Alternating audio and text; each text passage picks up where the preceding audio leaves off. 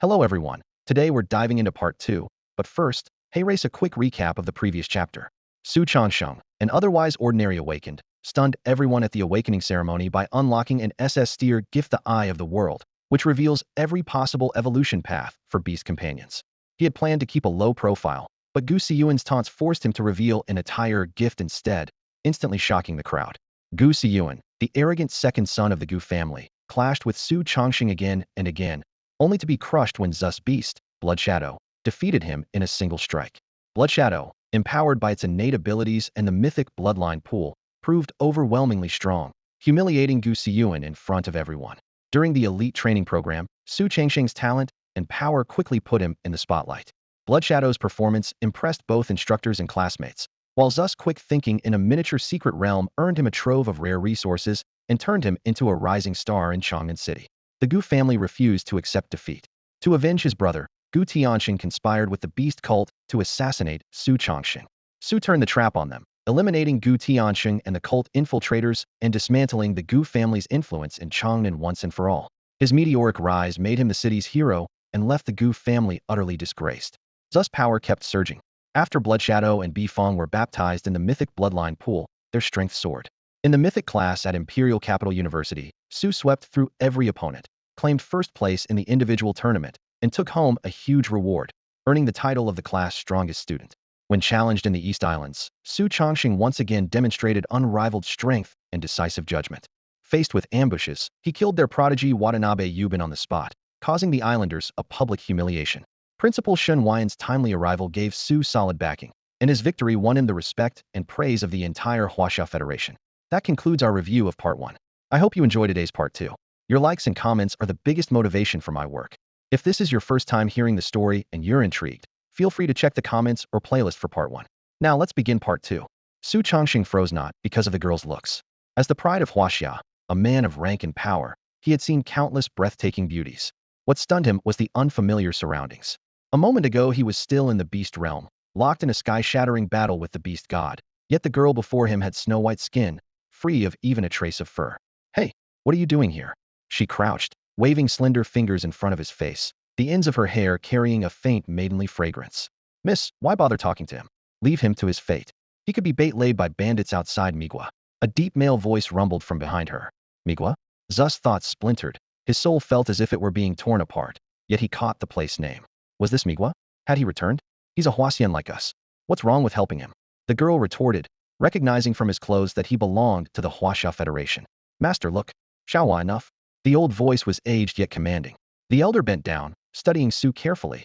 His gaze paused on the black token at Zeus' belt before he spoke gently. "Young man, what happened to you?" Clarity edged back into Zeus' mind. He tried to rise, but pain nailed him to the ground. Every fracture screamed like a blade, and cold sweat beaded on his forehead. "Allah!" His damaged vocal cords produced only hoarse, broken sounds. Pity flickered across the onlookers' faces. After a pause, the elder raised his hand. "Xiaohua, carry this injured compatriot to the carriage. Xinshin is right, fellow countrymen should help one another abroad." No one dared disobey. The towering Xiaohua lifted Su carefully and laid him inside a wagon. Thick cushions, clean bedding, and wooden shock absorbers softened every jolt. Lying still, Su assessed his condition. 1. Multiple fractures, leaving him almost immobile. 2. Ruined vocal cords, preventing speech for the moment. 3. Severe soul damage, each thought like a fresh tear. Fortunately, his formidable physique was already mending itself. With a thought, a green blur formed before him, his contracted beast, Fuyao, answering the summons. Fuyao landed on his chest, emerald light flaring. A surge of life force poured into Su. Crack, crack, bones realigned, muscles knitted, broken teeth sprouted anew. Cool energy wrapped his mind, quelling the shredding agony, and the wounds within his soul began to close. Fuyao truly lived up to its reputation as a healing specialist. This healing ability was nothing short of terrifying. Had the beast god not deliberately held back, Su Changsheng would already be dead. Remembering that almost playful ordeal, he clenched his fingers until his knuckles whitened. It was more than punishment. It was a blatant warning. "You're useful to me, but I can kill you whenever I please." Being forced to live at someone else's whim, the humiliation, the helplessness, the pain was a first for Su, and one he never intended to repeat. One thought burned in his mind. Power, power, power. For the first time he craved strength with a wild urgency. One day he would ascend to the mythic realm, grind the beast god beneath his heel, and kick that rotten head to pieces. Suddenly, he remembered the artifact that had burrowed into his consciousness. Su raised a hand and summoned Bloodshade to stand guard. Already at diamond rank, the beast could shrink at will. Even in the cramped carriage it moved easily, its two scarlet horns nearly brushing the roof without hindrance. After confirming his safety, Su dove into his sea of consciousness. Almost at once he saw the ring set with a black-violet gem, spinning endlessly and releasing gentle spatial ripples. As his awareness drifted closer, a colossal force yanked him in. The world spun, and the next instant he found himself in a strange, otherworldly space. The crystalline walls were mirror-smooth and pure white, blurring his reflection. On the floor, in the corners, even on hovering platforms lay countless corpses. Though dead for tens of millennia, they still radiated a pressure sharp enough to tear space. An ordinary intruder would collapse in terror on the spot. EvenZus' heart pounded. Every one of these remains belonged to a mythic-grade beast. How many mythic creatures had the beast god slaughtered? Was his true level really only mythic? The questions vanished when he saw something even more shocking. A wolf-shaped corpse as black as ink, swallowing all light, like a miniature black hole. The night sovereign he had searched for so long.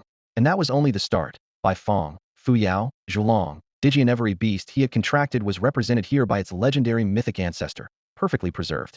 Beyond those were countless unfamiliar, yet equally powerful bodies, all mythic grade. The beast god had handed this entire priceless trove over to Su Changsheng. Used properly, it would save him untold time and resources. Any single corpse here was worth more than everything in the American treasury.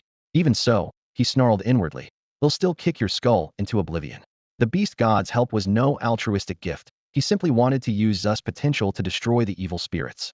Gratitude? Not a chance. Besides, now was not the time to evolve Bloodshade. First he had to heal. Su settled into the merchant caravan's carriage and focused on recovery. For 2 days the driver brought him hot meals and soup on schedule and otherwise left him in peace. A kindness, Su quietly noted. Thanks to his robust constitution and Fuyo's healing power, his wounds were nearly healed within those 2 days. Then the carriage suddenly jolted to a halt. Outside, he heard angry shouts, the clash of weapons, and a young girl's sobs, all of it pouring into his ears. Sir, we've already paid the entry fee. Please, just let us through. Zhang Erwis's raspy voice rang out at the head of the line, a blend of helplessness and appeal. For the past 2 days, Su Changsheng had barely left the carriage, yet he already knew every important member of the caravan. The elderly man who had insisted he rest inside was Zhang Erwi, and the fresh-faced girl was the old man's only granddaughter, Zhang Lingxin. A quiet sob floated through the crowd. Zhang Lingxin kept her head down, shoulders trembling. She had brought Su Changsheng his meals herself these past 2 days, stirring in him the protective concern an elder feels for the young. Now that the pair were in trouble, he could hardly stand idle. He opened the door and stepped down. His robe fluttered, and the miniature Fuyao and Shui Ying settled on his shoulders like 2 silent mascots. It was Su Changsheng's first public appearance, and half the caravan turned to stare. Raucous shouting erupted from the U.S. border checkpoint ahead. Hey, the entry fee's been paid. A burly white man with patchy, mud-colored hair licked his lips, his gaze sliding over Zhang Lingxin's youthful figure, his lust plain to see. Sir, Zhang Erwi began, but a young subordinate behind the brute cut him off. Old man, our captain fancies the girl. She should feel honored. As for your cargo, sitting here 10 days or a half-month is normal. Who's going to object? Zhang Erwi's face turned ashen. The shipment required precise conditions. Once placed in a spatial ring, it would lose all vitality. It had to stay in a rich aura environment and could survive no more than 3 months. He had spent half his fortune assembling this caravan, and the journey from Huaxia to the United States had already taken 50 days. Another 10 or 15 days of delay would ruin everything. The border guards knew it and acted without restraint. On their turf, who would heed a Chinese merchant's protest? No doubt this brute had ruined countless foreign girls with the same tactic. Tears blurred Zhang Lingxin's eyes, her rain-kissed face pricking at everyone's conscience. At last the caravan's strongest fighter, Wang Xiaohua, stepped forward and snapped, "In warning, you don't go too far." Had long been fond of Zhang Lingxin and would not allow her to be shamed. The other guards tightened their grips on their weapons, beast-taming energy flaring as murderous intent filled the air. They looked ready to fight the burly guard to the death. The white brute narrowed his eyes and let out a low, mocking laugh. Haha, you Erkson, the burly white man, let out a cold laugh. Click click, a harsh metallic rattle echoed from the top of the wall as rows of massive crossbows swung open their arms. Their ebony bolts, glinting in the dawn light, locked onto the convoy below. These weapons, meant to defend the U.S. border fortress against rampaging beasts, were now aimed at fellow humans. The razor-sharp bolts made the threat unmistakable, and the anger on Wang Xiaohua's face froze. With his peak platinum-level senses, he knew he could never block such firepower. These were the finest American siege crossbows. Catching Zhang Lingxin's pleading gaze, his shoulders twitched. In the end, he lowered his head. A beauty was desirable, but life mattered more. If Wang Xiaohua caved this quickly, the others in the caravan certainly dared not even breathe too loudly. Yu Erkson surveyed the Chinese traveler's chicks awaiting slaughter and curled his lip. Well, sweetheart, come with me. He swept his eyes over the tear-stained face of Zhang Lingxin. The surge of conquest heated his gut. He strode forward, hand outstretched, ready to claim his prize. Get your filthy hand off her. The icy voice cut through the crowd. Yu Erkson halted, turning to see who dared defy him. A tall, striking young man pushed past the onlookers and strode forward. What did you say, punk? Rage flashed in Yu Erkson's eyes, replaced almost instantly by a sick excitement. He was broad-minded in his tastes, and Su Changsheng's looks and aura of authority ignited his twisted desires. Yu Erkson silently vowed to teach this youth the true meaning of pain and despair. The very thought made his loins stir. Su Changsheng stopped in front of him, face expressionless. In the next instant his right hand snapped up and cracked across Yu Erkson's hideous face. Smack! The sound was as crisp as a whip. With a body that had rivaled a diamond-tier beastmaster even before entering the beast realm, man had grown stronger after his wounds healed. A slap sent Yu Erkson flying. The brute spun through the air like a kicked top and crashed face first into the ground. Thud. Dust billowed. The dull impact made every heart on the scene jolt. Everyone, Zhang Erwi and the rest of the caravan, the soldiers on the wall, was stunned into silence. No one had expected the handsome youth to strike with such brutality. Su Changsheng lowered his hand, his voice sharp as a blade. Look at her like that again, and he'll gouge out those mongrel eyes and feed them to the flies. A suffocating pressure rolled over the border gate. Not a soul dared speak. Su then turned to the soldiers and barked, "What are you staring at? Open the gate. Let us through."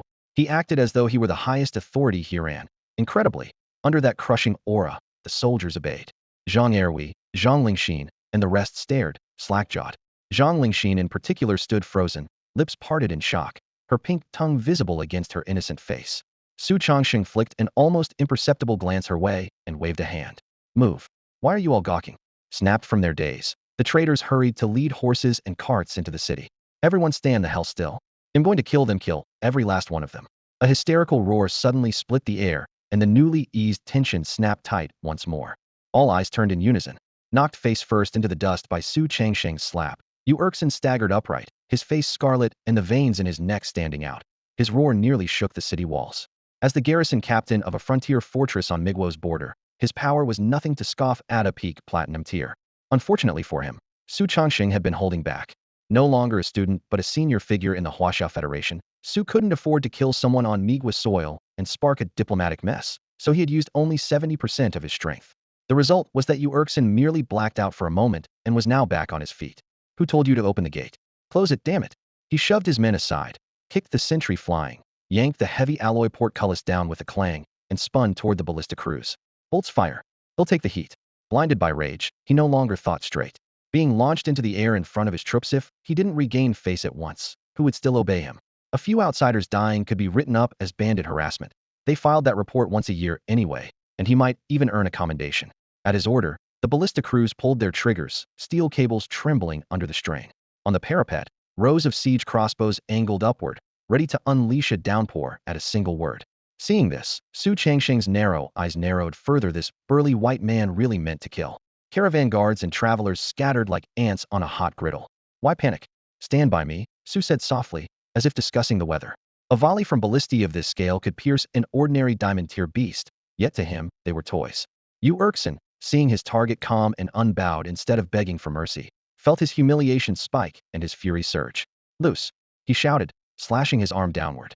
Clang! Hundreds of black steel bolts, each as thick as a baby's arm, tore through the air with sonic booms, forming a murderous torrent. Ah! Screams erupted as people instinctively crouched and covered their heads, as though that could ward off death. The expected agony never came. "Huh, why doesn't it hurt?" Someone muttered after a heartbeat, daring to peek. One glance and he froze. A gigantic black wolf, vast enough to blot out the sky, stood before the crowd. Its mountainous form was cloaked in ink-black fur. The rain of bolts struck it and sparked harmlessly, as though scratching an itch.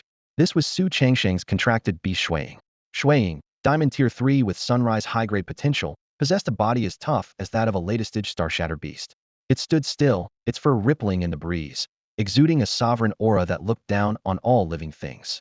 Half-lidded golden eyes, like those of a monarch on his throne, swept across the cowering masses. Its mere presence crushed courage from their hearts. Yu Erkson's legs gave way, and he fell to his knees with a thud.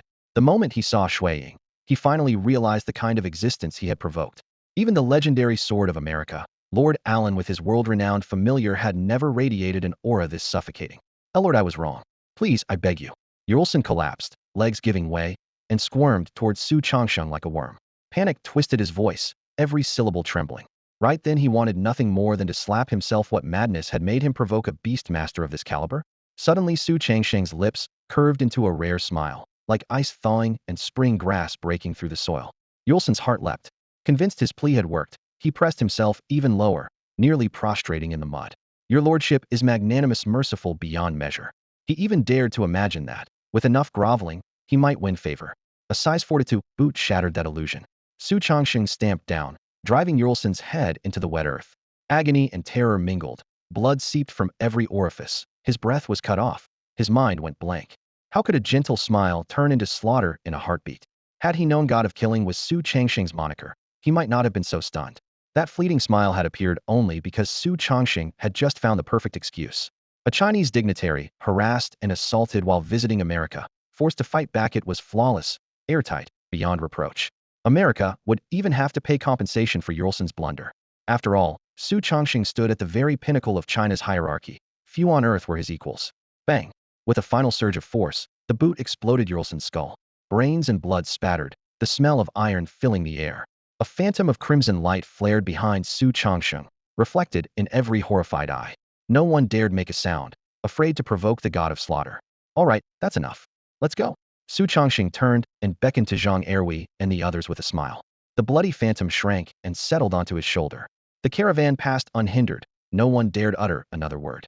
On the wall, Su Changsheng dragged over a chair and lounged in it, waiting lazily for America's officials to arrive and clean up. The commotion he had caused was deterrent enough, and it spared him the trip from the border to the capital. After all, he was America's creditor, and in strength he was second to none. So why not be a little arrogant? Su Changsheng lounged in a chair the American soldiers had dragged over, his body nearly swallowed by the plush cushions. He'll give you Erkson one thing, sure knows how to live, he muttered, tapping the armrest in wonder at how even a standard-issue military chair could feel this comfortable. A quick-witted soldier hurried up and offered him a glass of dark red juice. The berries here were a local specialty, famed for their sweetness and rumored to be an aphrodisiac. Su took a sip, let the bright, sugary flavor explode on his tongue, then drained 2 more swallows purely because it tasted good. The legend had nothing to do with it. A light breeze brushed his face. Crossing one leg over the other, he swirled the juice and surveyed the line of American soldiers bowing before him, as relaxed as if he were sunning himself on a beach. Moments ago these men had strutted around, looking down on anyone from Huaxia. Now they kept their eyes lowered, too scared to glance his way, especially with Erkson's head still buried in the mud, no one daring to dig him out. The United States was a superpower in the Beastmaster world, and its response was predictably quick. Before long, the warm sunlight vanished beneath an enormous shadow. Roar! A thunderous dragon cry split the sky. A black dragon swept down to the ramparts, wings beating, talons folding as it landed. Several figures leapt from its back, the first being Su Changsheng's old acquaintance, Ai Lun. Seeing Su so at ease, Ai Lun's face darkened. Su Changsheng, care to explain yourself? Su glanced up, a lazy smile on his lips. Explain to you? Why not let them do it? He shifted into an even more comfortable pose and pointed at the trembling row of soldiers. Erkson had tried to kill first. If anyone owed an explanation, it was the Americans. Ai Lun felt a chill. The report had only said a border city was under attack, and since he was nearby he rushed over, never expecting the attacker to be Su Changsheng, the brightest rising star of Huaxia. He swept his gaze across the troops and barked. What happened? Speak the truth. Whatever it is, he'll take responsibility. His sharp eyes forced every soldier to stare at the ground. Pathetic, he cursed under his breath, then jabbed a finger at one man. You talk. Crushed by Ai Lun's aura, the soldier trembled and, with no way out, spilled everything in detail. Erkson had stopped the caravan for no reason and publicly harassed Zhang Lingxin. Su stepped in, slapped Erkson flying, and Erkson abused his authority by ordering the ballista crews to kill the traitors. Finally, Su summoned his beasts and crushed Erkson by force. From start to finish, nothing was left out. Is this kind of ambush on trading caravans a frequent thing? Ai Lun listened quietly, his face darkening with every word of the report. When the soldier finished, Ai Lun finally spoke in a low voice. The man's back stiffened. Beneath that calm facade he could feel the general's fury and only managed a silent nod. Impressive, truly impressive. Ai Lun spat, laughing in rage as he pointed at the limp-spined guards before him. At last he understood why America was declining while Huaxia kept rising. Leeches like these would ruin any nation. Get out. The laughter cut off. His roar swept through the room like a gale, and the crowd staggered back. Those who couldn't retreat fast enough fell over themselves in panic. Only Su Changsheng remained half reclined in his rattan chair, looking perfectly at ease, as if unaware of the pressure crashing over everyone else. A flicker of surprise crossed Ai Lun's eyes. His outburst hadn't been a loss of control, had meant to seize the initiative for the negotiations ahead. Yet Su Changxing stood unharmed, stronger than ever. A pity. Ai Lun thought this one isn't an American. Once the bystanders had fled, Ai Lun reined in his aura and replaced it with a sunny smile, as if the man had just exploded in anger were someone else entirely. Many thanks, Brother Changsheng, for weeding out the parasites in America. With one line, he tried to reframe the whole affair. This wasn't a hostile attack, but Waxia's assistance in cleansing America's ranks, proof of goodwill between two great powers. That way, at least, America could save a sliver of face. It was hard enough to explain why their own people had been slain by a foreigner without demanding an apology on top of it. Same incident, different narrative. What a sly old fox. Su Changxing offered a faint smile, but his words were merciless. I'm not here to do your housekeeping. I'm here to demand justice for my compatriots. How many Chinese have suffered the same humiliation before this? You owe us an explanation. A single offhand remark, and he expected everything to be smoothed over? Not a chance. Ai Lun's smile froze. He knew the day would end badly unless he produced something tangible. The American dignitaries behind him looked just as grim. In Beastmaster world, they had long sat atop the throne. Even if Huaxia had caught up lately, the two nations still shared first place. Never had they tasted such humiliation. Their own citizens killed on their own soil, yet they were expected to apologize to the killer. Pride born of America's glory years boiled inside them. Right or wrong, they couldn't swallow this insult. At last, an elder whose brows and beard were pure white spoke in a gravelly voice. Brat, you're barely out of diapers. What explanation do you think you deserve? Bring Shen Wuyan here if you want to talk. The old bastard was leaning on his years the moment he opened his mouth. Damn. The moment Alan heard that, a chill ran through him. These white-haired old men were still basking in America's past glory, clueless about the current landscape, and completely unaware of the new breed of terrifying powerhouses. Because they didn't understand Su Changxing's true strength, they dared to boast so recklessly. Alan, however, had seen Su in action one strike, one kill, ruthless and precise. Su Changsheng. Don't he had just begun to speak when a strange surge of energy erupted behind him. Whipping around, he saw the shadow beneath the jeering elder twist and rise, grab the man by the collar, and drag him into the air. Slap, slap, slap. The shadow's other hand blurred with speed, raining blows across the elder's face. In mere seconds, his cheeks swelled into crimson balloons, bigger than his 300-pound backside. Blood and broken teeth rattled to the floor while regret filled his eyes. If had known this would happen, had never have run his mouth. The remaining elders quaked in their shoes. Staring at their colleague's miserable state, they shut their mouths at once, silently grateful they'd kept quiet. And when they looked at Su Changsheng now, raw, soul-deep fear flickered in their eyes. It all happened in a heartbeat. Even with Alan's strength, he had no time to intervene. By the time he lunged, the shadow had already melted back into place, leaving only the elder's grotesquely swollen cheeks as evidence of what had taken place. Alan, I helped you discipline one of your subordinates, Su Changxing said calmly, as if he had only swatted a mosquito. When leaders are talking, the underlings should know their place, don't you think? Alan wasn't angry. In fact, he felt a flash of relief Su Changxing hadn't killed the man, which counted as a favor. Only now did he fully grasp the weight of Zu's title, the god of slaughter.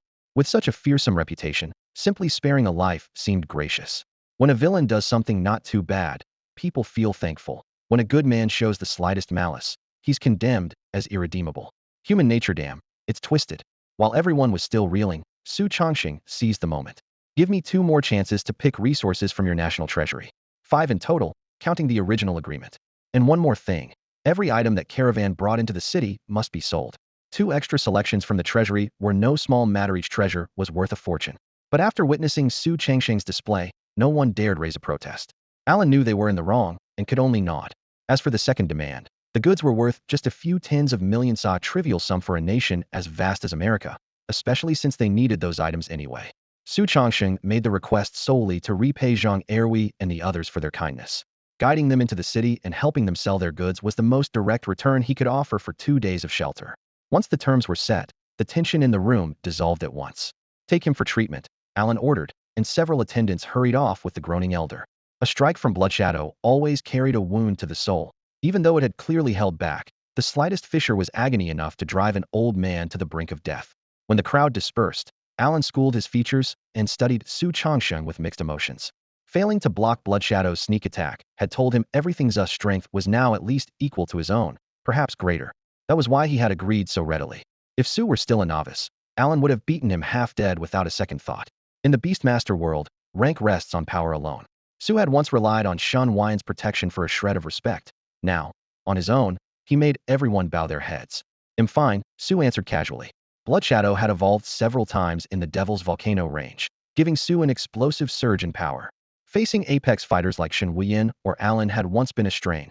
Now, whether in raw burst or in sustained combat, he could crush them utterly on every front. Su Changsheng was, beyond dispute, the strongest person in the Beastmaster world. Seeing he had no taste for small talk, Alan skipped the pleasantries and led him straight toward the U.S. Capitol. Foreign landscapes blurred beneath their feet. At their present speed, the trip from the border to the city took barely an hour. Unlike the imperial capital of Huaxia, the U.S. Capitol forbade anyone from riding flying beasts in peacetime, and not even Alan, the nation's foremost powerhouse, was exempt. The two men had to land in the suburbs and continue on foot. Street after street, they moved from teeming crowds to utter emptiness. The temperature rose by the step, and a pungent scent of sulfur stung Zh's nostrils, reminding him of the searing days in the Devil's Volcano range. At last they stopped at the foot of a snow-clad peak that seemed to pierce the clouds. Though the air burned with heat, the mountain remained sheathed in pristine white, its snow untouched by any hint of melt, an impossible sight that made Su arch a brow. "Ready? We're going in," Alan warned. Su nodded, and a white light swallowed them both. When the glare faded, they were surrounded by roaring flames. Through the dancing tongues of fire, Su could still see the snowy peak, its frozen shell laced with jets of flame that kept pouring out blistering heat. Ice and fire stood locked in perfect opposition, each intact, yet storing enough power together to overturn everything. "If an enemy breaks in," Alan explained, "half a warning. Snow that has lain dormant for 1,000 years and fire that has burned just as long will merge at once. The explosion would erase anything in its path. Even someone at the solar tier would die." He truly feared that Su, with his anything-goes attitude, might empty the entire vault once they were inside. Su Changxing nodded, pushing aside the strange thoughts that kept surfacing. Without further delay, he darted into the depths of the National Treasury, heading straight for the Spatial Attribute Vault to find the materials Dijiang needed to evolve. He had already secured the main ingredient back in the Huaxia Treasury, a vial of milky void shatter essence. Formed in the rifts where the beast-taming world meets the beast realm, this liquid was tempered by countless bolts of spatial tribulation lightning over millennia. A single vial takes thousands of years to form and contains nearly uncontrollable spatial energy. If used raw, its violent power could tear a 1,000-kilometer radius to shreds in an instant. While the primary ingredient was in hand, the auxiliary materials were exceedingly rare. Even after exhausting every resource, Huaxia's officials had found only 2 of them. The final item simply didn't exist in their archives. Securing that missing piece was the purpose of his trip to the United States. Like Huaxia, the U.S. Treasury kept its spatial resources sealed in a separate vault. Following protocol, Su Changxing removed his spatial ring and left it at the entrance before stepping inside. A tidal wave of spatial turbulence slammed into him, shaking both body and soul and making his vision spin. What would have killed an average beastmaster was now little more than a mild annoyance to him. Steadying himself, he scanned the room. Rows of spatial materials gleamed under the array's cold light. Then a prismatic streak of darkness caught his eye. A flower, entirely black yet refracting shards of crimson, orange, yellow, green, and blue, the distorted light of fractured space. The petals danced without wind, and the energy they leaked etched hairline cracks in the air. The spatial 5-colored bloomed, the final catalyst for Dijiang's evolution. After days of fruitless searching, it was finally within reach. Joy surged through him as he strode forward and scooped the flower into his hand. The instant his fingertips touched a petal, a needle of pain stabbed through his palm.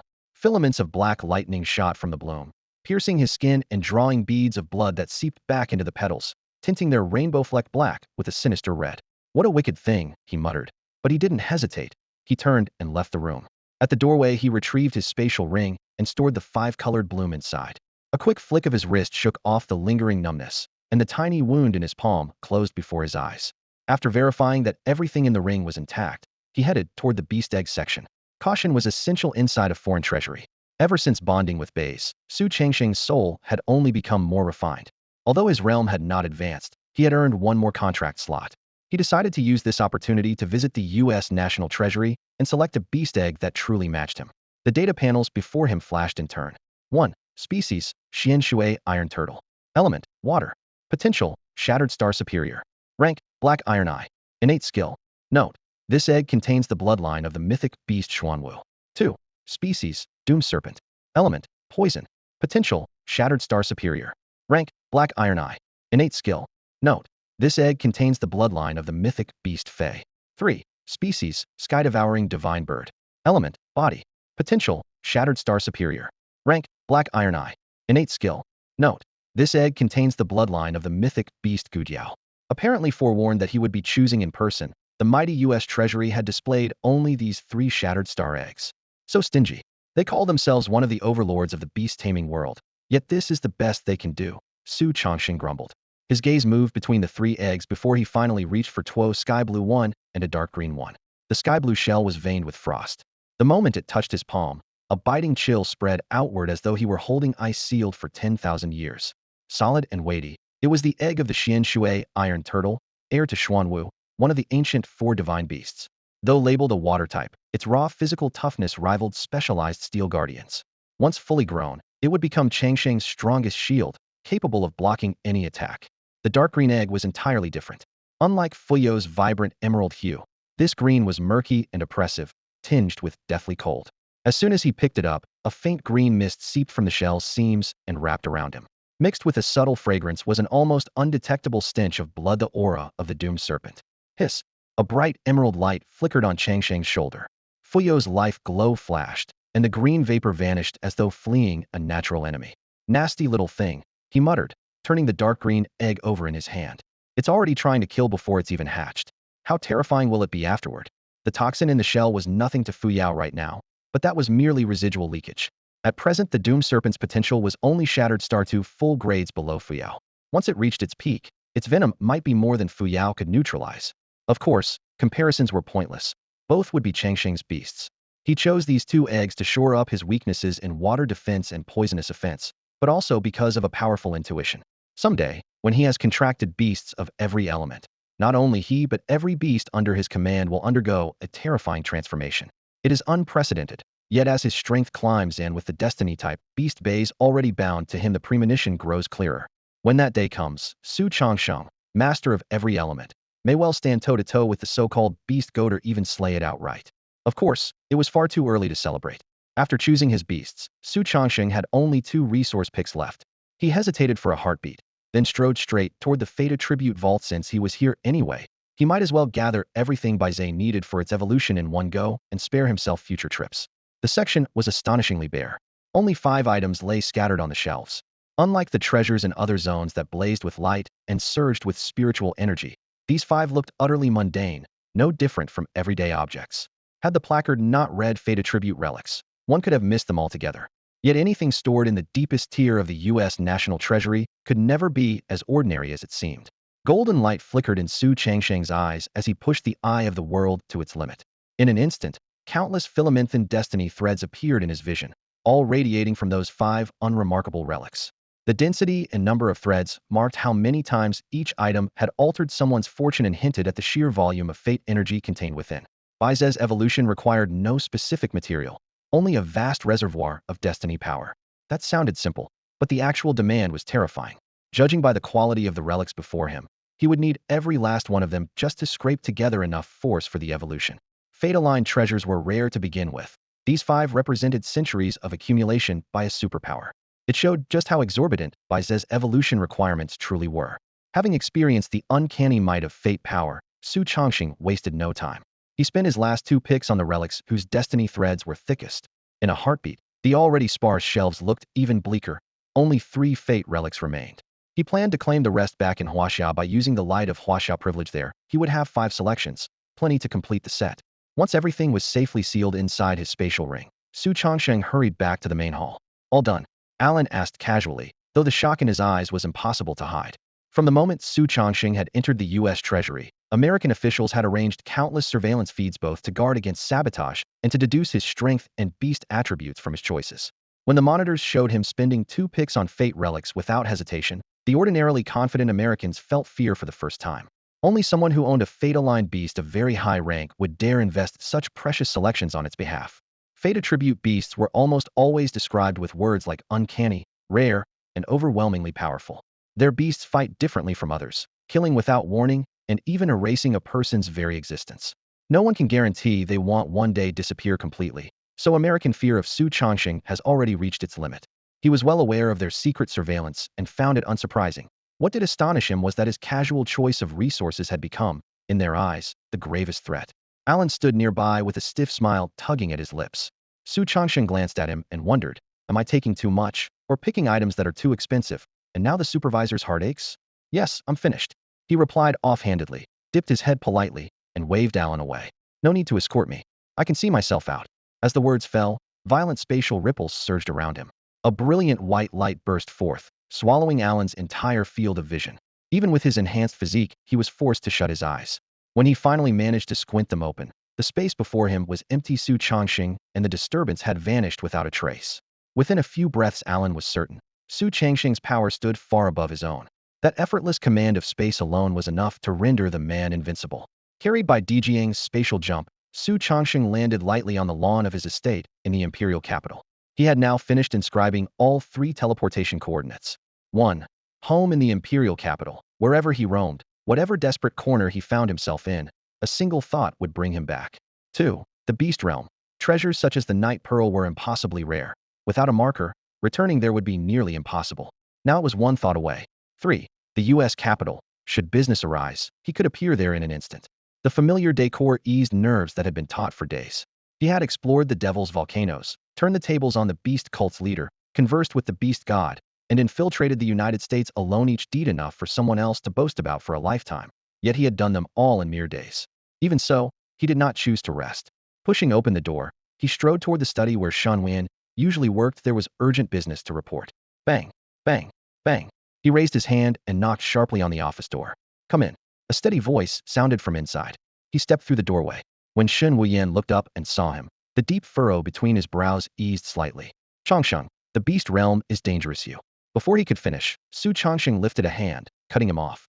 Headmaster, I have several things to report, and you mustn't panic.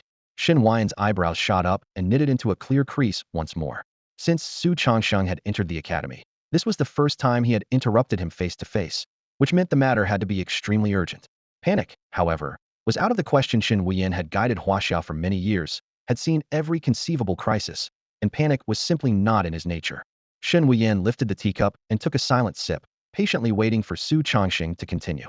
The clear brew slid down his throat with a faint scent of grass and wood, like a cool breeze smoothing the crease between his brows. I saw the beast god. Uffed. The scalding tea never made it down. Shen Wuyan sprayed it everywhere. Ignoring the droplets soaking his robe, he sprang to his feet, palms slamming on the table. Eyes wide, he stared at Su Changsheng. What? The beast god? Are you sure it was the beast god? That's impossible. If it really was him, how are you still alive? The moment the words left his mouth, he realized how rude they sounded. 2 awkward coughs followed. Cough, cough, I'm not cursing you. I'm just shocked, that's all. Su Changxing nodded, understanding, his voice deep and steady. That's why I warned you in advance, don't panic. The calm timbre was like an unseen anchor, mooring Shen's racing thoughts. Shen exhaled heavily and sat down again, but the proud set of his shoulders was gone. He sank into the chair as though its softness could shield him from the oncoming storm. His reaction wasn't exaggerated. As the strongest warrior in China, indeed, in the world, Shen considered sealing the beast god his life's mission. He saw that ancient entity as his greatest enemy and feared that failure would unleash unimaginable catastrophe. The burden often pressed on him like a mountain, yet it also spurred him to keep getting stronger. By his calculations, the seal should hold for at least 10 more years. The outcome was still undecided. And now his most gifted student claimed to have met the beast god. Didn't that mean the deity was already free? The thought took root and spread like shadow. Helplessness, confusion, and dread twined around his heart, and the once bright light in his eyes faded into a vacant stare. At that moment, a gentle ring of green light rippled from Su Changxing's palm, seeping into Shen's soul like spring rain into parched earth. A coolness washed through him. He blinked, and clarity returned. The wave of despair ebbed, leaving his heart solid as rock once more. So what if the beast god had awakened? If soldiers come, we raise shields. If floods rise, we pile earth. If the sky falls, Shen Wuyan will prop it up. With that thought, he cast a grateful glance at Su Changxing, knowing who had pulled him back from the brink.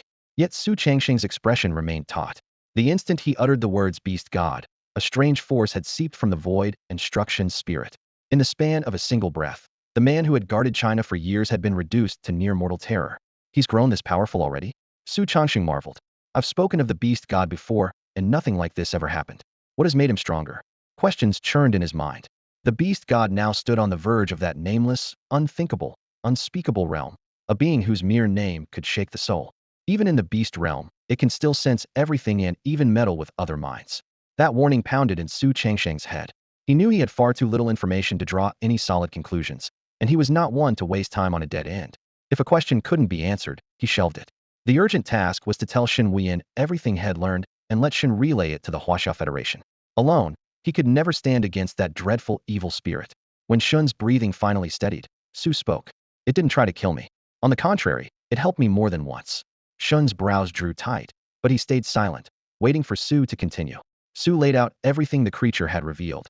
Its former service to humanity, the presence of the evil spirit, and most crucially the one-year deadline. He ended with a caveat. That's all from its own mouth, and those visions were shoved straight into my mind. I can't tell what's real. At its level, faking memories is effortless. Silence fell. Shin tapped his knuckles on his knee, the crease between his brows knotted. At last he rasped. So those sun-ranked tamers weren't sent to seal it at all, they were sent as its food. No wonder they never came back. Both men kept calling the being it, never once uttering beast deity. Shin now understood the earlier turmoil in his mind and stayed wary. When their eyes met, they saw the same bleak sorrow. The legendary heroes who once moved heaven and earth had marched to their deaths, blind to the truth. And they themselves might be next. And the evil spirit Shun rubbed his forehead as if he could smooth out the lines. If even it can't handle that thing, what can we do? A long sigh rose in his chest. For the first time in his life, he felt truly helpless. But Su hadn't come to snuff out his hope, he had come with a plan. His expression hardened. There's always a sliver of light. Do you know how I became this strong in just half a year? Shun's ears immediately perked. It had puzzled him all along. Official records listed Zu's talent as grade A, yet in 6 short months he had nearly closed the gap. Shun himself was grade and, in some fields, could rival the S-grade legends. Yet reaching diamond tier had taken 4 years, and he had spent another 7 or 8 stuck there before breaking through again.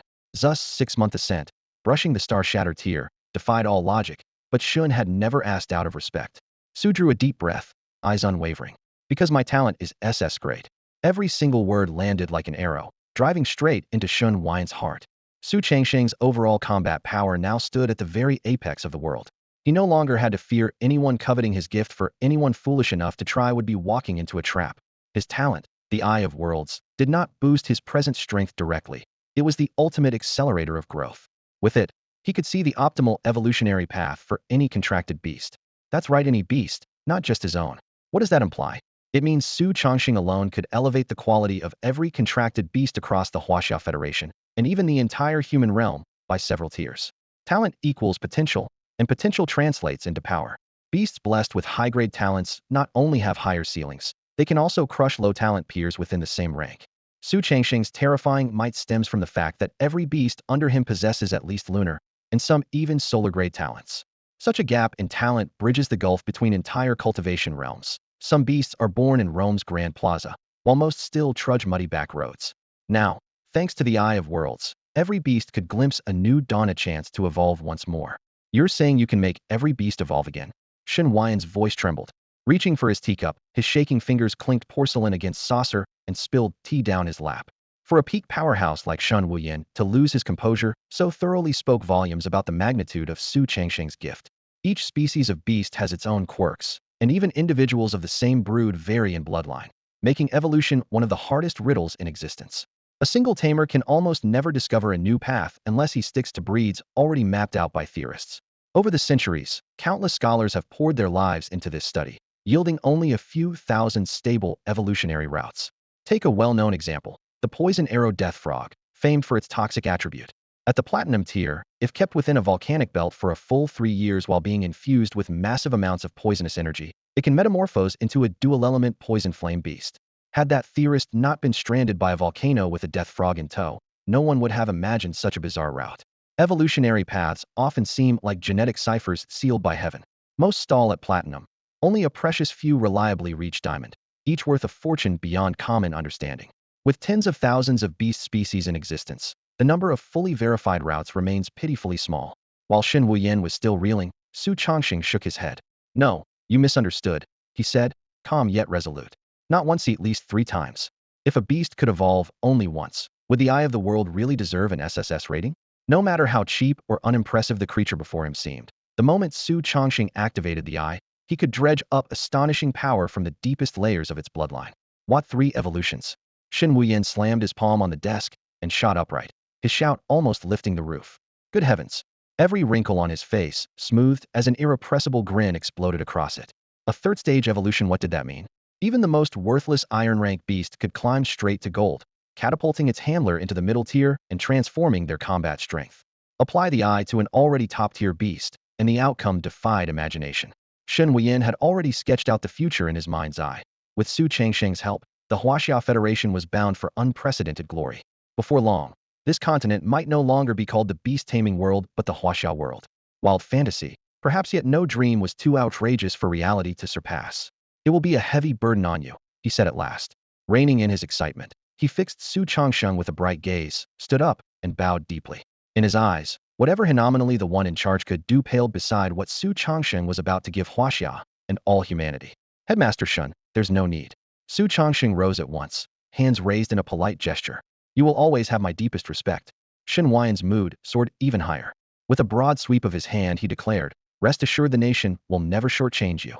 No sooner had he spoken than he drew a dark blue communication conch from his spatial ring and relayed Su Changsheng's discovery to every power broker in Huaxia. Bang, bang, bang. Bang, bang, bang. Open up. Hurry. Moments later, ferocious knocks hammered the door like machine gun fire, accompanied by voices shouting over one another. The instant word spread, the highest officials raced over at top speed. Whatever they'd been doing a minute earlier no longer mattered. What could outrank news of an SS-grade prodigy whose talent could strengthen the entire nation? In no time, the spacious office was jam-packed.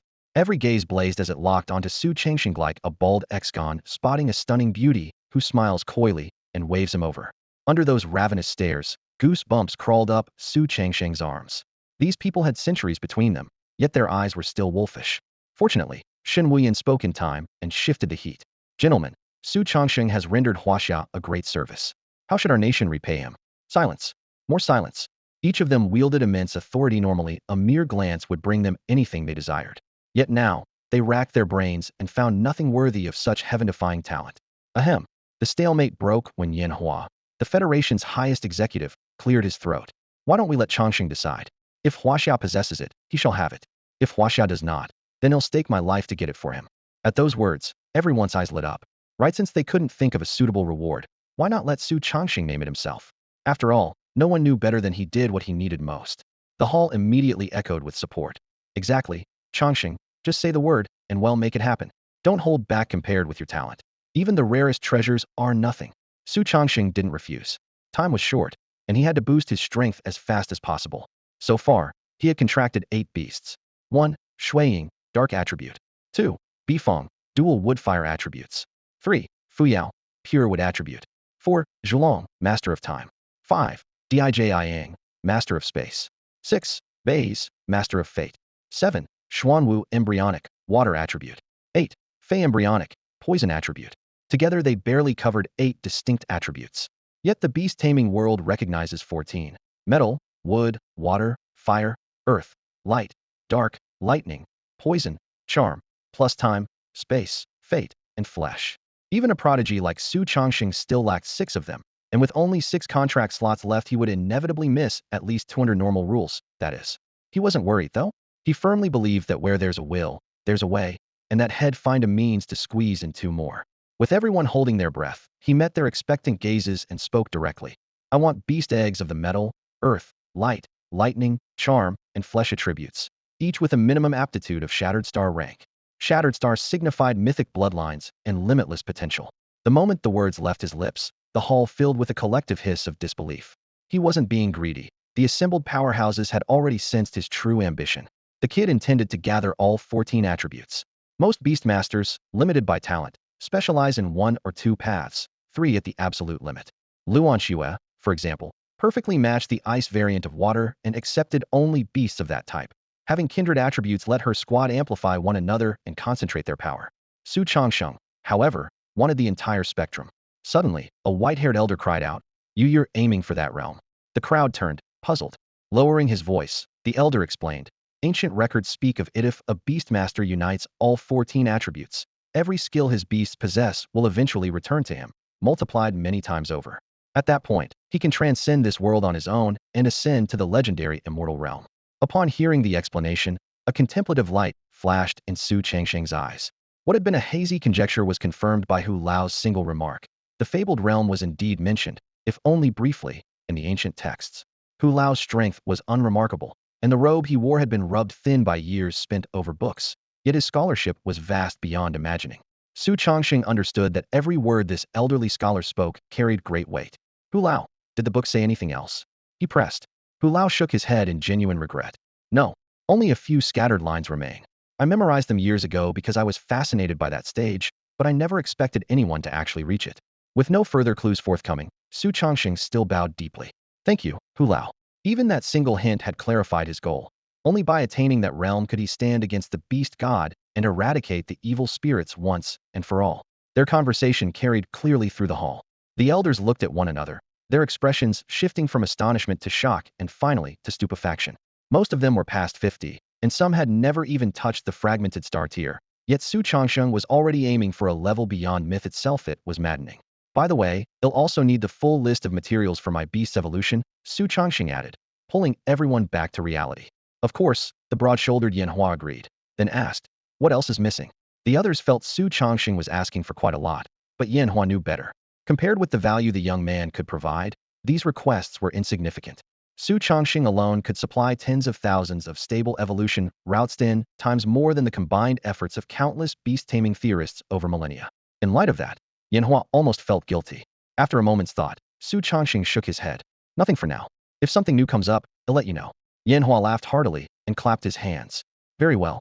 China is your home. Whatever we have is yours. Now, Chongsheng, when will we announce the evolution routes? At his question, countless expectant eyes turned towards Su Chongxing. Tomorrow afternoon, he decided after a brief pause. I still have a few matters to handle before then. He then looked at Shun Wuyan. Principal Shun, please explain to the elders what I asked you to arrange earlier. I want to keep everyone company. With that, his figure flashed. Su Chongxing slipped past the crowd and left the hall. Every second was precious, and he had no time for small talk. Someone watched his departing back with a hint of irritation, thinking the young man was becoming arrogant.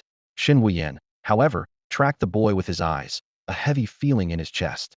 He knew better than anyone the weight that slender back was carrying, a burden capable of crushing most people, one he himself had once felt. A moment later he turned and swept his gaze around the room. We've finished the good news, he said evenly. Now for something less pleasant. As his calm voice unfolded, one earth-shaking secret after another spilled out. The elders' expressions cycled through anger, shock, and fear until only profound respect remained. In their minds, the image of the boy who had just walked away suddenly grew immensely, so large that he seemed to be single-handedly shouldering every responsibility. Su Chongsheng was already back at his family estate. The urgent matter he had mentioned was Bloodshadow's final evolution. If it succeeded, Bloodshadow would cast off its old self, ascend as the true Lord of Night, and enter the ranks of myth-grade beasts, a leap in power beyond imagination. The thought sent a thrill through Su Chongsheng. Bloodshadow was the first creature he had ever bonded with. They had fought side by side since the beginning, inseparable. Their connection ran deeper than anyone could guess. Now, with Bloodshadow on the verge of its ultimate transformation, Su was about to gain his first myth-tier companion. To ensure safety, he dismissed every servant, steward, and guard from the Minorno. One knew what upheaval a mythic evolution might bring, and he would let no innocent be harmed. Inside the wide chamber, he summoned all his beasts. Countless translucent lines stretched between them like living veins, carrying vital energy. If any creature suffered injury or weakness, the others would send strength at once. A towering wolf with ink-black fur lay quietly at his feet, a low, affectionate growl in its throat. Su knelt, stroking the soft fur at its neck. Go, he whispered. Become a legend, and help me bring peace to the land. As the words left his lips, a massive wolf corpse appeared in the room. Its body was coal-black, lifeless as burnt charcoal. Its eyes stared wide, lacking all whites, filled only with perfect stillness. The moment the Lord of Night's remains emerged, an indescribable pressure settled over the chamber. It felt as though a mountain had fallen on Zu's shoulders, forcing his knees to bend. He was startled. The Lord of Night had been dead for years, yet the carcass still radiated terrifying power. Still, the weight held him, for only a heartbeat had once faced a beast god without bowing. How could a corpse unnerve him? Blinding gold flared in his eyes as he straightened and let out a soft laugh. A dead king, why fear it? Instantly the pressure vanished, as if it had never been. When Su looked up, the corpse's eyes, once wide, were now peacefully closed, as though its final wish had been fulfilled. Even in death, the king remained proud. Had Su knelt, Bloodshadow would have lost its chance to reach the mythic realm. The anomaly gone, the moment was perfect for the evolution ritual. At Zu's signal, Bloodshadow padded forward. The instant it approached the enormous corpse, a mass of crimson-black radiance surged from the remains, and poured into Bloodshadow's body just like the scene when it unleashed its invincible skill, devour the sun, swallow the heavens.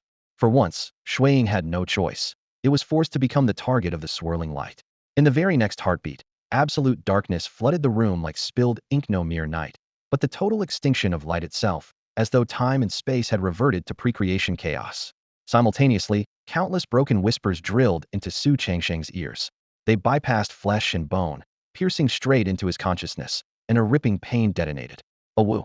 A proud yet still youthful howl exploded, drowning out every murmur. The second it faded, those meaningless whispers vanished as if confronted by a natural nemesis before a sovereign. All evil is erased. The gloom receded, leaving a dead, pristine black only at the room's center. Su Changsheng instinctively looked over and realized nothing around him had brightened. The middle had simply become so much darker, so pure, that it made the surroundings seem faintly aglow. He had no time to ponder before a second howl shredded the silence. Deeper, steadier, and laden with authority, it carried a monarch's majesty, compelling Su Changsheng to bow in his heart. In an instant, the remaining shadows rushed toward the core like a tide pulled by an immense hand. That deepest black churned, reshaping itself into a colossal wolf larger than before, yet unmistakably swaying. Only the thick, flowing fur around its neck had changed, fanning out like a lion's mane and radiating unquestionable dominance. When the evolution finished, Shui Ying's body nearly grazed the custom 50-meter ceiling. Even this vast chamber felt cramped in its presence. Midnight eyes stared down, emitting a frigid, indifferent pressure, the gaze of a king surveying all beneath him. Yet the moment those eyes met Su Changsheng's, they softened with open affection and joy. In a blur, that towering form shrank to the size of a normal forest wolf. Su Changsheng's vision flickered, a sudden weight pressed against his chest. Shui Ying had already leapt into his arms. The long black fur at its neck drifted without wind, brushing his nose. There was no trace of a monarch now, only a child clinging to its father. Su Changsheng understood that Shui Ying showed this tenderness to him alone. To enemies it would remain the cold, brutal wolf king, sweeping aside all obstacles for his sake. Relieved by the smooth evolution, he finally exhaled. Only then did he notice, to his astonishment, that his own cultivation had skyrocketed from Platinum Tier 1 straight to Platinum Tier 9. Such a leap was nothing short of terrifying. If Su Changsheng's strength had grown so dramatically, how monstrous must Shui Ying's new power be? Su Changsheng could no longer restrain his curiosity. He pushed the eye of the world to its limit and gazed at the blood-red shadow cradled in his arms. In an instant, a torrent of information surged into view. Race, Lord of the Night. Dark affinity, mythic. Rank, Shattered Star, Tier 3. Innate abilities. 1. King of the Night, invincible. 2. Sovereign's Descent, invincible. 3. Chapter of Darkness, invincible. 4. Army of the Dead, invincible. 5. Oblivion Ray, invincible. 6. Devourer of Life, invincible. Ability details. King of the Night Blood Shadow is Night Incarnate, completely immune to dark element damage. All other damage is reduced by 80. Sovereign's Descent Blood Shadow assumes a royal form, multiplying every physical stat 5-fold, and each strike pierces an enemy's soul and essence. Chapter of Darkness in a heartbeat. Absolute night shrouds everything within 10,000 li. Enemies trapped inside have their souls and essence shredded by a strange, haunting nocturne. Army of the Dead Blood Shadow harvests the souls of the slain, storing them within. After one day, those souls become an undead legion that knows only obedience, feels no pain, needs no food, and vanishes completely when destroyed. Oblivion Ray condensed dark energy forms a beam of annihilation that leaves barren ruin in its wake. Devourer of Lifeblood Shadow absorbs the life essence of all things, rapidly elevating its realm and purifying its own bloodline. Golden light flickered in Su Changsheng's eyes. His shock was impossible to hide. What does it mean to defy the heavens? He murmured. The Blood Shadow gave the clearest answer imaginable. King of the Night pushed Blood Shadow's defenses into the realm of the absurd. Immunity to dark damage was expected, but reducing every other attack to a mere 20% meant that what once killed would now barely tickle. Sovereign's Descent was even more chilling. A 5-fold boost to every physical attribute, coupled with blows that struck directly at soul and origin, left opponents with no chance to recover. As the most powerful area effect ability, Chapter of Darkness covered an astonishing 10,000 li. Enemies couldn't even glimpse Blood Shadow before being undone by night and melody. Should they fall within that absolute darkness, the army of the dead would instantly form an enormous, utterly loyal force at its king's command. Oblivion Ray, while lacking the sheer coverage of Chapter of Darkness, was pure and final. The beam's path turned verdant life into desolation, and when paired with Devourer of Life, Blood Shadow could wage war, feed, and grow exponentially stronger. Su Changsheng skimmed the data, then looked up. The gold in his pupils seemed ready to spill out. He drew a sharp breath, fingertips trembling. This was the beast he had nurtured himself, yet its power now felt utterly foreign. Any attack was reduced to a fifth of its strength before Blood Shadow. Any defense collapsed under Sovereign's descent. Any escape was futile within Chapter of Darkness. Any fallen foe rose for the army of the dead. Any life essence might become Blood Shadow's nourishment. This was true invincibility. As for Oblivion Ray, though its area of effect was far smaller, its lethality was on an entirely different level. Yet Su Chongqing was certain that the damage this skill could inflict far exceeded anything anyone could imagine. Sovereign Devour's creation resembled that previous invincible class technique, but it was even more frightening. While Swallow Sun, Devour Heaven could drain the life force of contract beasts, feral beasts, and other living creatures. Sovereign Devour's creation consumes everything. It can even refine lifeless shadow crystals into nourishment for Blood Shadow's bloodline, though the amount required is equally staggering. After Blood Shadow's mythic evolution, every one of its skills lost its former restrictions. It would no longer collapse into weakness after using an invincible class move. Any ability now cost only a sliver of stamina and energy, and its endurance had grown exponentially. Its realm leaped from Diamond Tier 3 straight to Star Shatter Tier 3 in entire major level. The massive feedback of beast-taming power slammed into Su Chongqing, lifting him 8 tiers at once. A woo and affectionate growl rumbled against his chest. Pitch-black Blood Shadow was nuzzling closer, its playful demeanor belying the fact that it was now the strongest beast in existence. Stroking its sleek fur, Su Chongqing weighed his options. It was time to send Blood Shadow to the beast realm for tempering through slaughter. An existence that could devour anything would only be stifled if it stayed by his side. In the past, he had worried that Blood Shadow or his other beasts might encounter danger outside, but now there were scarcely any beings left that could truly threaten it. Even in the perilous beast realm, only a handful of creatures might manage to kill it. Dijiang, come here. Holding Blood Shadow in his left arm, Su Chongqing beckoned with his right. Take Blood Shadow into the beast realm to hunt and explore. Return to me every 3 days. Understood? Dijiang had long since marked the beast realm's coordinates within its body, making spatial travel second nature to it. To such a restless creature, this mission felt like being let out to play, and Blood Shadow's overwhelming strength was a guaranteed safety pass. At the order, Dijiang's 4 wings and 6 legs whirred in excitement, nearly smashing the rafters. Blood Shadow let out a low hiss, reluctant to leave Su Chongqing's arms, yet never one to defy its master's command. In the next instant, a dense spatial ripple swept the room. Dijiang and the Sauveur-Ignore-shrouded Blood Shadow stepped into the void and disappeared. Only a few beasts remained in the house. Su Chongqing chuckled. Come on, let's go welcome your new companion. With that, he stored the remaining beasts in his beast-taming space. A single thought sent his consciousness into the domain he controlled. Beside the mythic bloodline pool stood a sky-blue beast egg shrouded in a layer of icy mist, the bloodline of Xuanwu, one of the ancient 4 divine beasts. Xuanwu rules water and is hailed as the supreme water attribute beast. Its growth potential spoke for itself. Su Chongqing strode to the egg. A blade of spirit energy opened his wrist, and a familiar sting followed. Fresh blood flowed out, soaking the egg completely. Time passed, and hairline cracks began to spread across the sky-blue beast egg.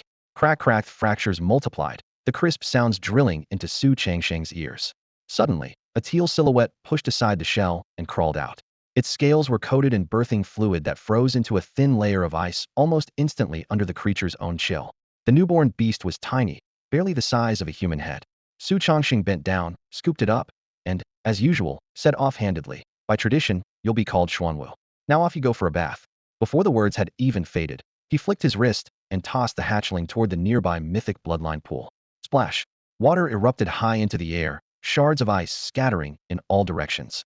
About 10 minutes later, a menacing serpentine head broke the surface, vertical emerald pupils sweeping the surroundings. It flicked its head, flinging away the remaining droplets. Then a massive body surged free of the pool, the now soaked and dramatically enlarged Xuanwu. In mere moments, its bulk rivaled that of the Zhulong. The Zhulong had reached the sunlight rank long ago and attained its size only after countless battles. Yet Xuanwu, still only at the moonlight rank, already possessed an equally colossal frame. Dragging its heavy limbs, Xuanwu lumbered to Su Chongqing's side. Its enormous shell, an ice-carved rampart, blocked the blazing sun for its master, casting a broad shadow over Su Chongqing's handsome face. On closer inspection, the shell was anything but smooth. It bristled with jagged spikes, each one a translucent ice blue, like permafrost that would never thaw, exuding a brutal, chilly beauty. Beneath the carapace was not a turtle's belly but a muscular green serpent, its forked tongue flickering in a way that sent a chill down the spine. Far from the plodding, defensive shield he had expected, This Xuanwu looked more like a berserker built for frontal assaults, which piqued Su Changsheng's interest. A faint golden light flashed deep within his pupils, and Xuanwu's detailed stats appeared before his eyes. Race: frenzied ice colossal water. Quality: high moonlight. Rank: gold, 9th tier. Innate skills: 1. Northern Abyss Shield Legendary. 2. Maddening Roar Legendary. 3. Permafrost Lance Legendary. 4. Nether God's Aegis Legendary. Exclusive Evolution Path Water. After 1 evolution, Undying Divine Turtle, rank Sunlight. After 2 evolutions, True Xuanwu, rank Mythic. Skill descriptions: Northern Abyss Shield passive. The shell blocks incoming attacks and instantly reflects counterforce at the moment of impact. Maddening Roar emits a piercing shriek that forcibly draws enemy attention. Permafrost Lance: shards of icy spikes detach from the shell and pierce the foe, inflicting freeze. Frozen targets suffer greatly reduced mobility. Note: Xuanwu's own defenses drop while the skill is active. Nether God's Aegis summons a shadow of the Nether God, granting a special state that hugely boosts defense and regeneration. Note: can only be used once per day. For legendary grade abilities are respectable for a Heo-class beast, yet they failed to impress Su Changsheng. Anyone else hearing that assessment would probably choke on the spot. In the beast-taming world, ability tiers climb from common, fine, rare, excellent, epic, legendary, all the way up to invincible. Most beasts have only 2 or 3 abilities, and they usually hover between common and fine. A single rare ability marks a promising talent, while an excellent ability instantly elevates a beast into the premium category. If a beast possesses 1 or 2 epic abilities, the heirs of countless noble families would fight over it. Yet the newly hatched Xuanwu arrived with 4 legendary abilities at once, an announcement that would trigger a bloodbath if it ever got out. In Su Changsheng's eyes, however, this setup was merely average. The gulf between people says everything. Objectively, Xuanwu is the perfect tank: defense, crowd control, taunt, and regeneration all rolled into one. Even so, its current power and aptitude are still low, offering Su Changsheng little practical help. One more evolution will send its defenses sky high, allowing it to stand on the front line and absorb every attack. That goal is not far off. The Huaxia government is already pouring resources into finding the materials his beasts need to evolve. While the authorities cannot promise that every beast will reach the mythic tier, they are confident that all of Su Changsheng's companions will achieve at least solar tier potential, a height ordinary tamers can only dream of. When his consciousness withdrew from the beast's space and returned to his body, Su Changsheng felt he had forgotten something. Bloodshadow's ascension to mythic. Xuan was hatching what else? He searched his mind, then slapped his thigh as inspiration struck. How could I forget to evolve Daijing? The shock of Bloodshadow's breakthrough, coupled with nearly 2 weeks of sleepless nights, had pushed Daijing's evolution out of his thoughts. Now Daijing and Bloodshadow were already deployed in the beast realm and couldn't be recalled anytime soon. Su Changsheng simply decided, fine, he'll evolve it together with Bays in 3 days. With days of backlog tasks finally cleared, his taut nerves loosened and exhaustion swept in. Too tired to even change, he staggered to the bed, fell backward, and sank into the mattress. Moments later, soft snores drifted through the quiet room, and the furrow between his brows slowly eased. He desperately needed a proper rest before the battles to come. Su Changsheng slept straight through to noon the next day.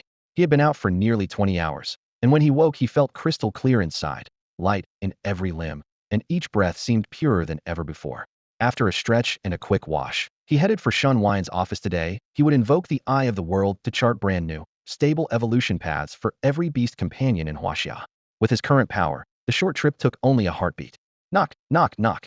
When the answer came, he pushed the door open and froze.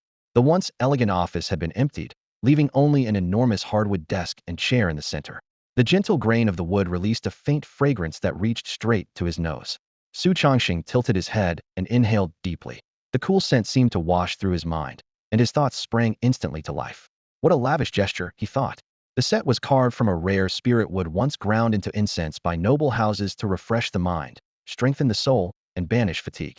Even a few grams could fetch hundreds of thousands of Federation credits. The massive slab before him must have cost at least 10 billion. Please sit.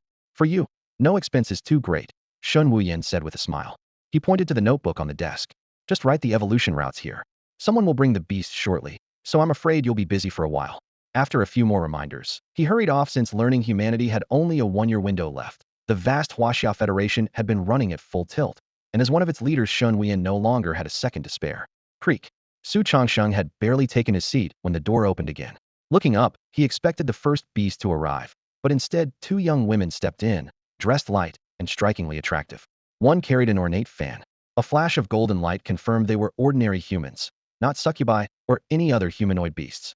Lord Yin was worried you might tire, so he asked us sisters to fan you and give you a massage, the taller girl said, her voice bright as falling jade. That old Yin Hua shameless as ever, Su Chongqing muttered to himself, yet he still beckoned. Come in.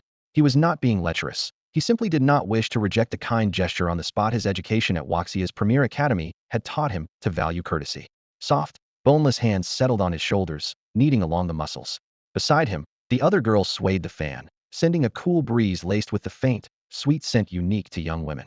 Any other man who walked in on this scene would probably die of envy. But he had earned every bit of it.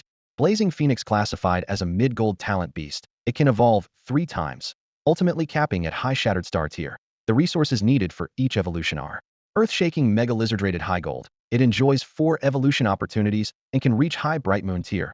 The resources required for each evolution are Sky-devouring Demon Gyranked mid-platinum. It likewise has 3 chances to evolve, with a ceiling at high Bright Moon tier. The resources for each evolution are Su Changsheng's pen flew across the page, sketching out one priceless evolution path after another. Beasts that should have been trapped at gold or platinum for their entire lives had their potential wrenched upward to Shattered Star, or even Bright Moon beneath the gaze of his world's eye. With enough time and resources, that terrifying leap could triple or quadruple the overall combat power of the Huaxia Federation. Time, however, was the one thing humanity lacked. Even so, Su Chongqing racked his brains to raise the average strength of his people. When the tide of evil spirits arrived, he alone could not shield every citizen. Humanity would have to stand on its own. One beast after another was ushered into the room and escorted back out. Pages fluttered, and the hours slipped away like water. For 2 full days and nights, he neither slept nor put down his pen. Shun Wuyan, Yen Hua, and the others took turns bringing in hot meals and fresh tea, begging him to rest. Su Chongqing merely wolfed down a few bites, refusing even a proper nap. The brief sleep head grabbed the night before had already been a luxury. With his current physique, 48 sleepless hours meant nothing, especially with Fu Yao at his side, pouring life energy into him and washing away the fatigue of both body and soul. Creak. The door swung open again. Su Chongqing looked up on reflex. After prolonged use of the world's eye, golden light blazed in his pupils, sharp and commanding. Alan, did you settle things with Principal Shun and the others? He was not working solely for the Huaxia Federation. Foreign powerhouses could purchase evolution paths as well at a much steeper price, with the haggling left to Shen Wuyan. Su Chongqing had no time for that. He hadn't expected the first overseas visitor to be Alan, the former world-ranked number 2. All settled, Alan answered, his tone a tangle of emotions. Handing over those rare resources still made his heart bleed. Shen Wuyan's group had been downright ruthless. Just for an introductory meeting, they demanded 3 top-tier treasures from the American Federation's vaults. Their pretext sounded noble. Su Chongqing was a national treasure who required extensive security for every foreign encounter. What nonsense! With Su Changsheng's strength, who could possibly protect him? Yet under another's roof, one must bow his head. Alan swallowed the humiliation. As a former number 2 in the world, he had never suffered treatment like this. Worse, each additional beast's evolution path would cost him 2 more vault-level treasures. The very thought made his chest ache. Such an exorbitant threshold kept many foreign elites at bay. But with only a year left before the evil spirit invasion, hoarding treasures was pointless. Backed by the deep coffers of his homeland, Alan finally chose compromise. And so, Alan came. What's wrong? Are you feeling sick? Su Chongqing asked, noticing Alan's pale face. After all, anyone from abroad who managed to step into this room had paid a hefty price. A few free words of concern meant nothing to him. Hearing such perfunctory sympathy, Alan's mouth twitched, but he still replied politely, it's nothing. Thanks for asking. I can summon my beasts now, right? Su Chongqing nodded, signaling him to begin. Beastly powers surged from within Alan. In just a few heartbeats, 7 very different beasts appeared one after another, each reduced to palm or tabletop size. Otherwise the room could never have held them. Su Changsheng's gaze swept across them, committing every detail to memory. Scribbly bent over the desk and wrote a few lines, then tore the page free with a single swift motion and handed it over. Here, this is what you wanted. Alan froze, staring at the sheet in disbelief. Less than 20 seconds had passed from the moment he released the beasts to the moment Su Chongsheng produced the result. Yet in those few seconds, the Huaxia Federation was asking for nearly 20 treasury-level treasures. 1 second of Su Changsheng's time apparently cost a national treasure. He cursed inwardly, his face darkening as if he were being fleeced. Su Chongsheng raised an eyebrow. What? You don't want it? You paid for this sheet, and I've already written it. If you don't want it, he'll just tear it up. He pretended to rip the paper. I'm giving it to you, and you still hesitate? Do you think I'm begging you? Seeing him apply real force, Alan snatched it away. I'll take it though, could I not? I paid for it. Holding the paper, he hesitated for a moment, then lowered his voice in supplication. Changsheng, you know humanity's situation. Your price is simply too high. Most people can't afford it at all. Could you lower it a little? His tone was earnest, almost pleading. No. Su Changsheng refused without hesitation. He had only 1 year to strengthen himself. If nations and individuals from all over the world lined up for evolution routes, when would he find time to train? America today, Japan tomorrow, Korea the day after, India next. By the time he finished with them, half a year would be gone. Yet Su Changxing himself was the key to fighting the beast god and the malevolent spirits. For Huaxia, he would share every evolution route free of charge. It was the land that birthed and nurtured him, the place that had always supported him wholeheartedly. But as for the other nations, had any of them ever given him the slightest aid? Therefore he had to set a steep threshold to keep the riffraff from wasting his time.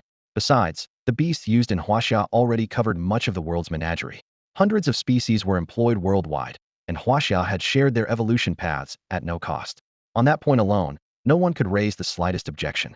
Just accept what we're offering for free. If you insist on getting more, don't blame Huaxia for turning ruthless. Hearing this, Alan's lips twitched. Still wanted to argue. As the U.S. representative, he knew his country had plenty of powerful beastmasters and several brilliant newcomers. If their beasts could also seize a chance to evolve, America would never back down. Before he could speak, Su Changxing slowly closed his eyes. Only a few rays of golden light leaked through his lashes, as if a deity had descended, making it clear no further discussion was welcome. Alan forced a bitter smile, sighed, recalled his beast, and turned to leave. He had taken only a few steps when a surge of beastly power erupted behind him, sweeping outward like a tidal wave. Heart pounding, Alan wheeled around. Su Changxing's eyes were open, torrents of solid gold light swirling within them. The irresistible pressure pinned Alan's gaze in place. Su Changxing's robe snapped in the violent air currents, a telltale sign of a beastmaster's breakthrough. Impossible. Alan's mind roared. No one advances just sitting there. Every shred of common sense shattered, and his worldview teetered. Su Changsheng, however, was lost in the storm raging inside him. Power that once flowed along his meridians now seeped into his muscles, subtly but relentlessly reforging his body. Even more astounding, his beast space expanded at breakneck speed. What had been no bigger than an island swelled in seconds until it matched the vast territory of the entire Huaxia Federation. Deserts, swamps, and mountain ranges appeared one after another, a miniature reflection of the real world. With this metamorphosis, he could finally transport real objects directly into the beast space, meaning all future evolutions could take place inside it, free from environmental limits. The sudden surge of power slowly settled, and his robes fell still. He knew the boost came from his contract beast's breakthroughs in the beast realm, especially Shui Ying's terrifying move, Sovereign Devours All, which had returned such overwhelming energy. Strength soaring, his mood lifted. At that moment, a regal, commanding voice echoed in his mind. Su Changsheng, come to the beast realm. I need to see you. It was the voice of the beast god. Su Changsheng's body snapped taut, his earlier elation wiped clean. A savage, rolling aura burst from him like a breached dam. At the doorway, Alan shuddered, instantly shelving his plan to linger and beating a hasty retreat. Anyone could see Su Changsheng was in a foul mood, and Alan had no desire to invite disaster. Drawing a long breath, Su pushed down the turmoil and made a dismissive gesture. You can go. Put the beast evolution project on hold. I have something to handle. The two female assistants nodded, offered a slight bow, and slipped out, thoughtfully closing the door behind them. In the suddenly silent office, Su Changxing sank his awareness into his mind sea until he touched the thin black thread that bound his soul to Di Jiang, the physical embodiment of their pact. For a diamond-rank beastmaster, the changes reach far beyond an expanded beast space. His own power soars as well. 1. He can dissolve old contracts at will and choose new, more suitable beasts. 2. His thoughts can cross any distance, even realms, and reach a beast's heart directly. For these reasons, Diamond rank is honored as the threshold of a high-tier beastmaster. Di Jiang, return. Take me to the beast realm, Su ordered in silence. Space convulsed. A ring of black light unfolded soundlessly. An instant later, Bloodshade stepped out beside Di Jiang, its body drenched in gore, a suffocating stench billowing forth as though it had waded through a mountain of corpses. In just 2 days, their slaughter must have been nothing short of frenzied. Zu's eyes swept over them. Bloodshade's aura had skyrocketed, vaulting from Shattered Star Stage 3 to Stage 6 in 48 hours. Beyond the Shattered Star realm, each step demands oceans of energy, yet Bloodshade had climbed 3 stages in 2 days at a terrifying pace. The effect of Devour the Living was even more monstrous than had predicted. Right now, Bloodshade left every other beast in the dust. Bai Fong and Candle Dragon had clawed their way to Platinum Stage 5, but they were still 2 major tiers behind. Fuyao, Di Jiang, Bai Zhe, Xuan Wu, and the others had only reached Platinum Stage 1. helped along by the feedback from his own advance to Diamond Stage 1. The level gap was tolerable. What truly pained Su Changsheng was their bloodline purity. Lacking Bloodshade's outrageous growth skill, they had to refine it bit by bit. The best of them was barely 30%, still far from the 50% threshold. But now was clearly not the time to dwell on that. The beast god would never disrupt his daily life without cause. If a sudden summons had come, something critical must be happening. With that thought, Su Changsheng hesitated no more and stepped into the slowly spinning, bottomless black vortex. His vision twisted and stretched. An instant later he looked up to find thick, vicious black-violet mists roiling before him. A quick glance around told him he was already inside the beast god's palace. How did I end up here directly? Su Changsheng's heart jolted.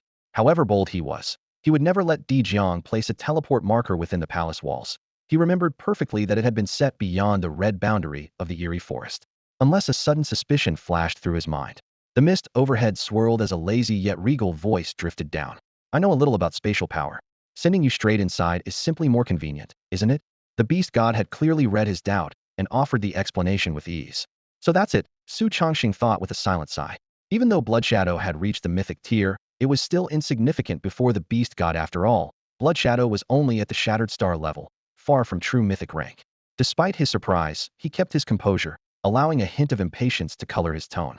Calling me here in such a hurry has interrupted my cultivation. The beast god did not grow angry, his voice stayed calm. I'm injured.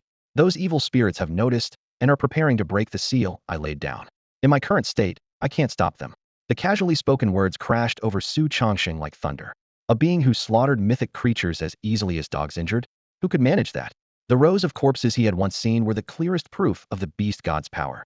Who could possibly hurt you? He finally asked. Not a who, but a what some kind of restriction, the beast god replied, his voice airy and distant, as if echoing from an unreal dream. Su Changsheng, do you know the beast-taming world is shaped like a round sky over a square earth? The line seemed irrelevant, but Su Changsheng knew the beast god never wasted words. Every sentence was groundwork.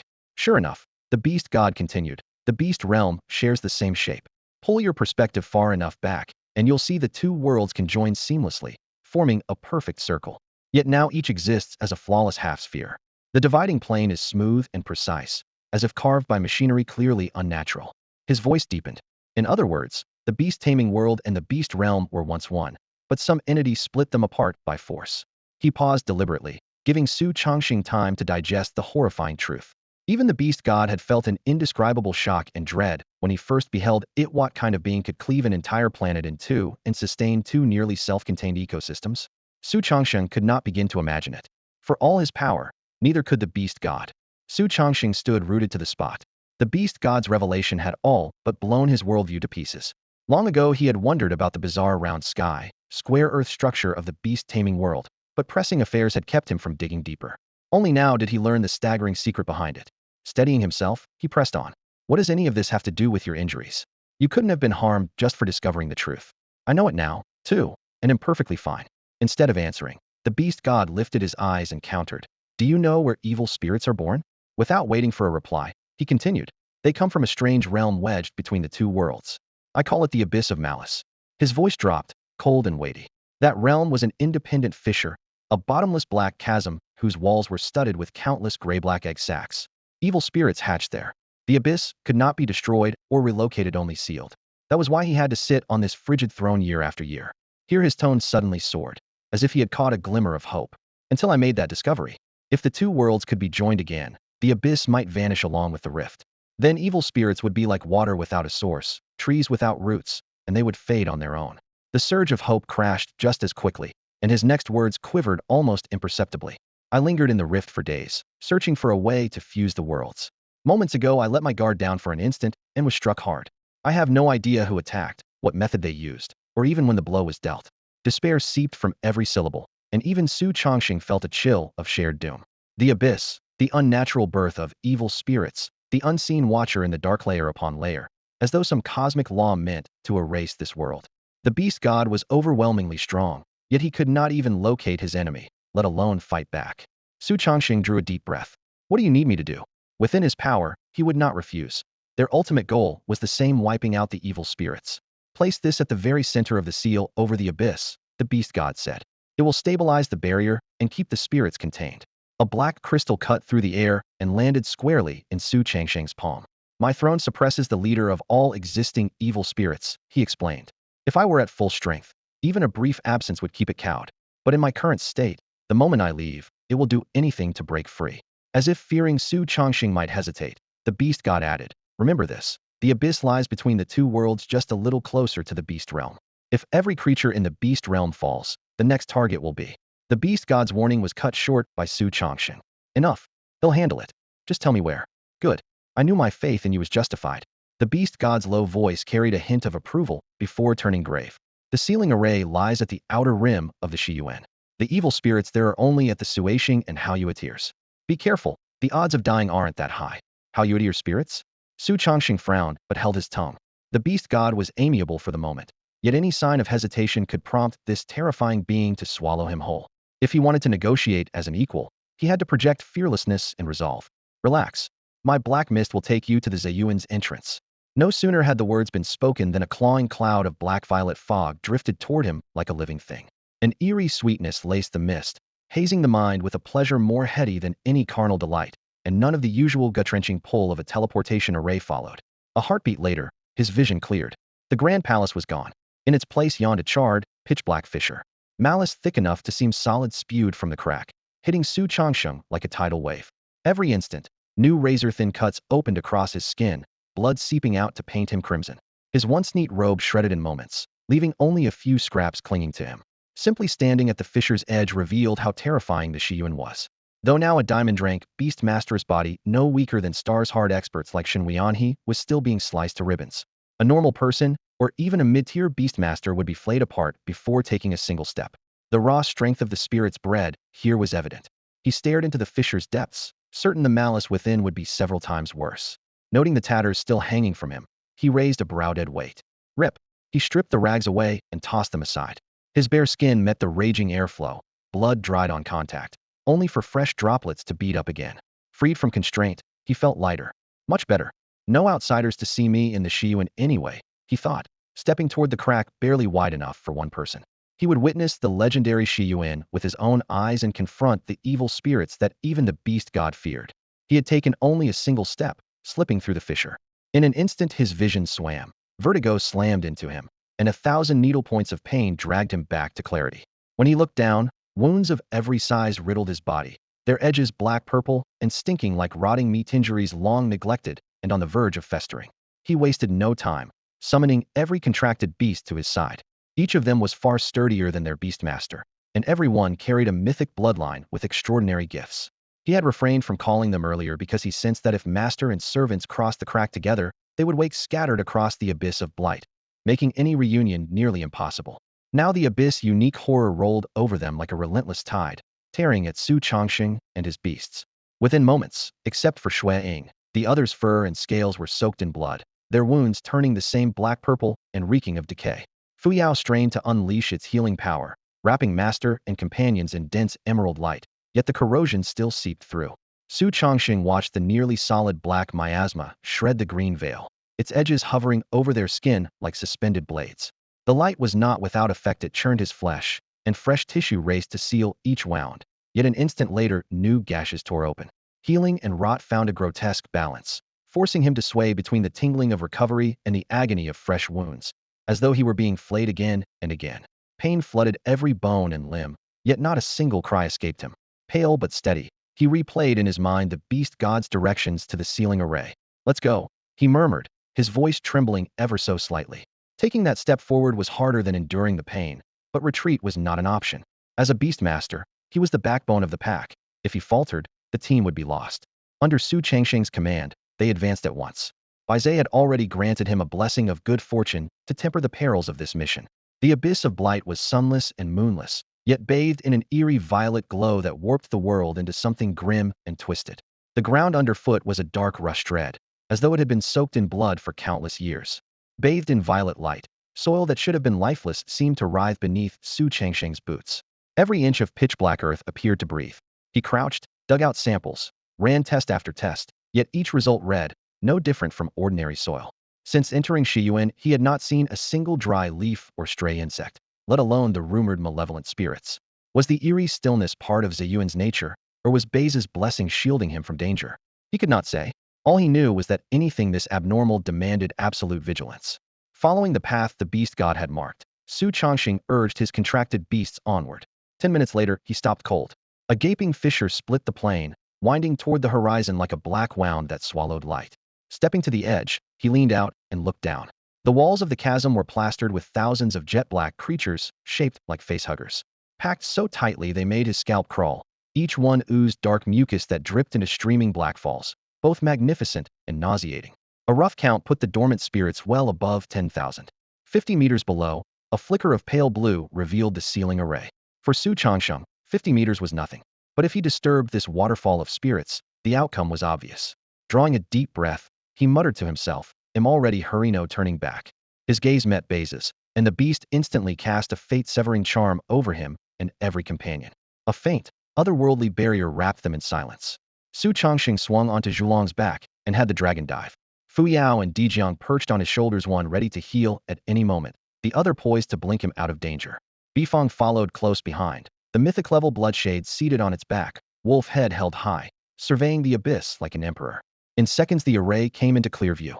Its pale blue glow clashed with Ziyuan's black-violet haze, flaring and fading as if on the brink of collapse. Should it fail, calamity would spill into both realms, and he knew it. The true threat lay beneath the array. The spirits there dwarfed the sleepers on the wall. 8 massive spider legs bulged with rock-hard muscle, dark veins fit to burst. Their twisted hips rose into a humanoid torso with pronounced collarbones. Bone wings sprouted from their backs, built for attack, defense, or flight. Their heads were serpent-shaped wedges, reduced to a pair of icy slit pupils and a skull of solid bone. Brutality and beauty merged in bodies born for slaughter. They rammed the array relentlessly, each blow dimming the blue light. No time to waste. Su Changsheng raised a hand, and the sealing stone slipped from his palm, plummeting into the heart of the array. Boom. A pillar of blue light roared skyward. He shut his eyes on instinct. When he looked again, the radiance had solidified into crystal walls that pinned every spirit beneath the earth. No matter how violently they raged, the array did not budge. It really wasn't that difficult. Fate-based powers are as overwhelming as advertised, Su Changxing thought with satisfaction. Before the mission he had prepared for injury or even death, yet the whole operation had gone smoothly and the seal was in place without any real opposition. Baize's destiny-shifting ability had proved its worth. Despite all its limitations, it came through when everything was on the line. He bent down once more to inspect the sealing array. After confirming that every spirit rune was perfectly stable, he withdrew his focus and prepared to leave the abyss of evil riding Zhulong. Crack, crack, and ear-splitting shatter echoed from every direction, as if colossal bones were being torn apart at once. Su Changsheng's nerves snapped taut, and he ordered Zhulong to surge skyward. In mere heartbeats, he and his contracted beasts cut through the clammy fog, burst out of the abyss, and hovered in midair. Looking down, he saw countless shadowy figures swarming upward from the darkness. The dormant fiends had awakened early. Their bodies were still half-formed, stretching and warping in grotesque ways, yet each one radiated a presence that would freeze an ordinary soul. Even the weakest of them carried low-tier, star-shatter strength. Worse still, deep within that surging tide, several auras made Su Changsheng's very spirit tremble. They had clearly reached bright moon level, perhaps higher. Cold sweat prickled his scalp. He pushed Zhulong higher, using the fog for cover and praying they would go unnoticed. Fortune still leaned his way. Baize's destiny shift remained in effect, and tens of thousands of fiends streamed past without a single glance at the sky. But they were not scattering at random. Like a disciplined cavalry charge, every creature was racing in the same direction. Su Changsheng steadied himself and traced their course, and his pupils contracted. They were heading straight for the black fissure, the only exit from the abyss. How is this possible? How do they even know that route? He muttered. If they broke through the fissure, both the beast realm and the beast tamer world would be thrown to the slaughter. Fiends exist only to fight and plunder. They know nothing but killing, without exception. According to the beast god, fiends almost never awaken before their incubation is complete. Forced activation would slash their near-immortal lifespans to barely 10 days. Once their power burned out, they would plummet to the bottom of the abyss and sink into the seal, becoming nourishment for new fiends. That was why the sealing array had been set 50 meters down. Everything he was seeing now overturned that logic. Su Changsheng drew a sharp breath. Whatever the reason, his only option was to intercept this river of death dens of thousands of fiends before it reached the fissure. The beast realm still had high-level guardians, but in the beast tamer world very few tamers had advanced to Starshatter rank. They would never withstand an assault of this scale. After all, each of these fiends possessed Starshatter power, and even a single one could wipe a medium-sized nation off the map. Suddenly, Su Changsheng's eyes flashed. and he ordered Daijang to unleash its spatial powers. Since advancing in realm, Daijang could now teleport within a limited radius while carrying every contracted beast along with Su Chongxing himself, though the more passengers it took, the more stamina it burned. While the combined load was hardly crushing, it was far from light work. Within a few dozen breaths, Daijang executed more than 20 rapid jumps, depositing the group at the outskirts of the Shiyuan fissure. Its broad chest heaved, hot breaths pouring from its beak, clear evidence of the strain those chain jumps had exacted. Even so, they had moved far faster than the encroaching horde of evil spirits. The ground beneath Su Chengsheng's feet began to quake violently, as though some invisible leviathan was charging through the earth to announce the tide's arrival. With no time to spare for Daijang's exhaustion, he gave another command. Daijang, deploy the spatial interdict. Space erupted around the beast. Centered on Daijang, countless black cracks spread like a spider's web, covering a full kilometer. Each fissure was as dark as a pupil, staring down every living thing nearby. Simultaneously, an indescribable spatial storm tore through the surrounding 100 miles, a howling vortex that shredded anything caught inside. Then, as abruptly as it began, the gale died. The sudden stillness churned Su Chengsheng's stomach, and bile rose in his throat. Forcing down the nausea, he locked eyes on the rift's exit. The crevice that once pulsed with eerie light was now dark and closing by the second. At this rate, it would seal in less than 10 minutes. When the interdict faded, the fissure would reopen, but for now it was shut. Just as I thought, he breathed in relief. The rift functioned like a teleportation array. With space suppressed, the spirits could not cross. The very next moment, the tide arrived. Order forgotten, the spirits surged toward the narrowing gap in a frenzied stampede. Bang, bang, bang. Dull crashes rang out as the fiends slammed their bodies into the fissure. Some cracked their skulls and still kept battering the barrier until life left them. Black ichor and fetid blood splattered everywhere, turning the ground into a vision of hell. In less than half an hour, several thousand spirits lay dead. Yet Su Chongsheng felt no delight. The spatial interdict was about to collapse, and when it did, the horde would spill into the world beyond. Time slipped away. As the spatial lockdown lost its grip, the once overwhelming horde of more than 10,000 fiends had dwindled to just over 1,000. Nearly every creature bore wounds, black carapaces marred by fractures, razor-sharp bone wings splintered or snapped, a few even grounded for good. Yet those that lasted this long were the strongest of their kind. Injuries aside, each still possessed at least mid-shattered star power. Within this ragged remnant, Su Chongxing picked out 3 aberrant figures. They were more than twice the size of ordinary fiends, knotted with muscle and sheathed in crimson scales that flared like cold blades in the blood-red sunlight. They floated motionless on spread skeletal wings, resembling demonic gods from legend, their presence chilling to the bone.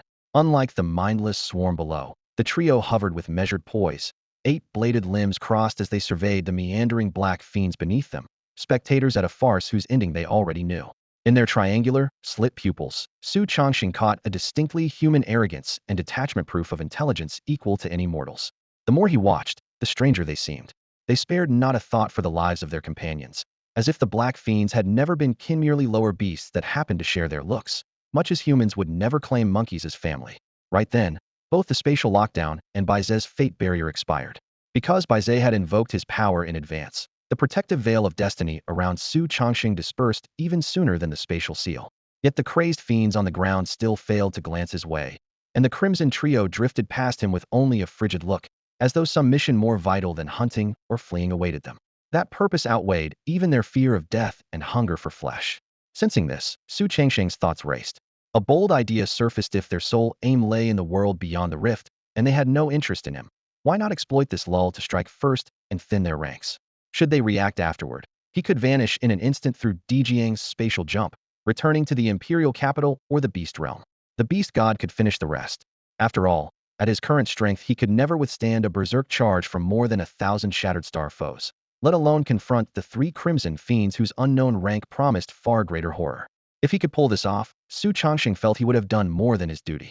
He alone had slashed the fiend count from over 10,000 to scarcely 1,000, an accomplishment that would leave even the beast god stunned and full of praise. With that thought, Su Chongxing stopped hesitating and ordered his beasts to strike. In an instant, the sky looked like a curtain of night set ablaze as countless meteoric flames plummeted, their incandescent tails streaking behind them. Bifong opened its beak and spewed a torrent of fire that merged with the falling starfire, engulfing a swath of fiends below. The scorching column smashed against their viscous membranes, producing acrid white smoke. The slime dampened the blaze, and the temperature dropped sharply. These fiends, troublesome even for beast gods, would be rated no lower than shattered star class in the beast-taming world. Baifang's current rank was still low, so it could no longer perform the instant kills it once had, yet its heavenly fire remained fast, precise, and ruthless, clinging to the fiend's shells and inflicting searing agony. But Bifang was not Su Changsheng's only trump card. His other beasts leapt into action at the same time, and the battlefield instantly became a storm of elements. A blazing white sun, forged from pure flame, materialized out of nowhere, its glare and heat steadily draining the fiend's strength. An eerie ripple of time followed, spreading in every direction. Every fiend's movement slowed to a crawl. Even the ooze on their skin oozed a beat too late. The might of Zhulong blanketed the entire field. The most arresting of all, however, was the mythic-grade beast Shuiying. Using it as a darkened heart, ink-thick shadow burst outward, blotting out the entire field in a heartbeat. A murky, half-lit melody rang in everyone's ears, and tens of thousands of solidified notes turned into arrows, slicing through the fiend's tough flesh and cleaving to the bone. At the same time, phantoms of savage beasts surged out of Shuiying's body, hardening within the gloom to form a legion forged from pure dark energy. They knew only obedience and felt nothing for death. Su Changsheng glanced over them, 300 to 400 in all.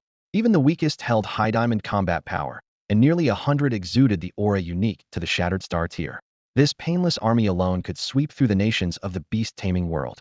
Once the phantoms solidified, Shuiying's true body swelled violently, its muscles inflating like air-filled bellows, shooting from 2 meters tall to several dozen in the blink of an eye. Dark eyes flickered with ghostly light, as if it were a monarch looking down on all living things.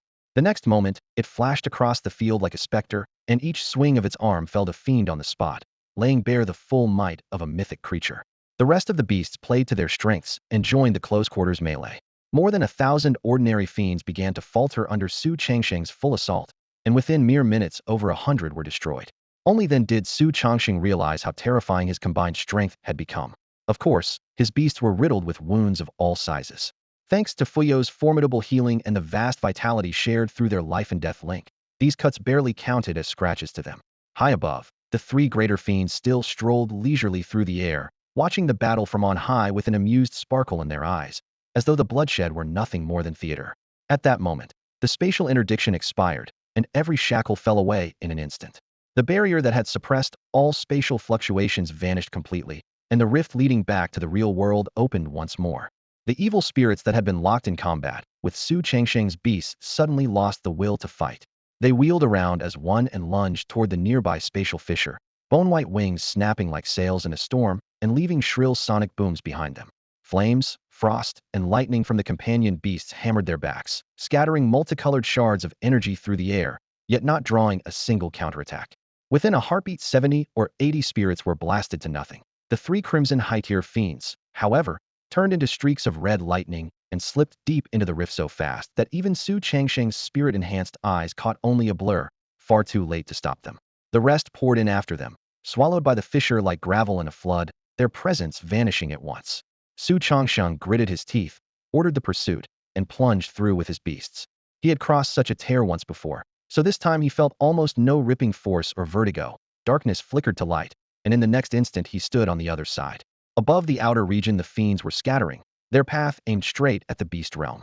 Most conspicuous were still the 3 crimson figures, each trailing a ribbon of blood and darting through the sky like arrows loosed from a bow. Shi Yuan lies between the beast realm and the beastmaster world, but is far closer to the former, which is why only the beast realm has suffered fiendish corruption for millennia. Su Changsheng nonetheless never trusted distance. If even a handful of fiends thought to push farther and strike the beastmaster world, the result would be disastrous. Over 10,000 had appeared this time. With numbers like that, any non-zero chance was terrifying, and that was why he pursued them with everything he had. When the majority of fiends kept heading for the beast realm, Su Changsheng allowed himself a brief breath of relief. That realm is guarded by the beast gods. Even wounded and busy suppressing the strongest fiends, they would not let a swarm of low-tier spirits stir more than minor trouble. He was about to borrow Di Jiang's power to blink back and warn the beast gods when his pupils tightened. Several hundred fiends had split off.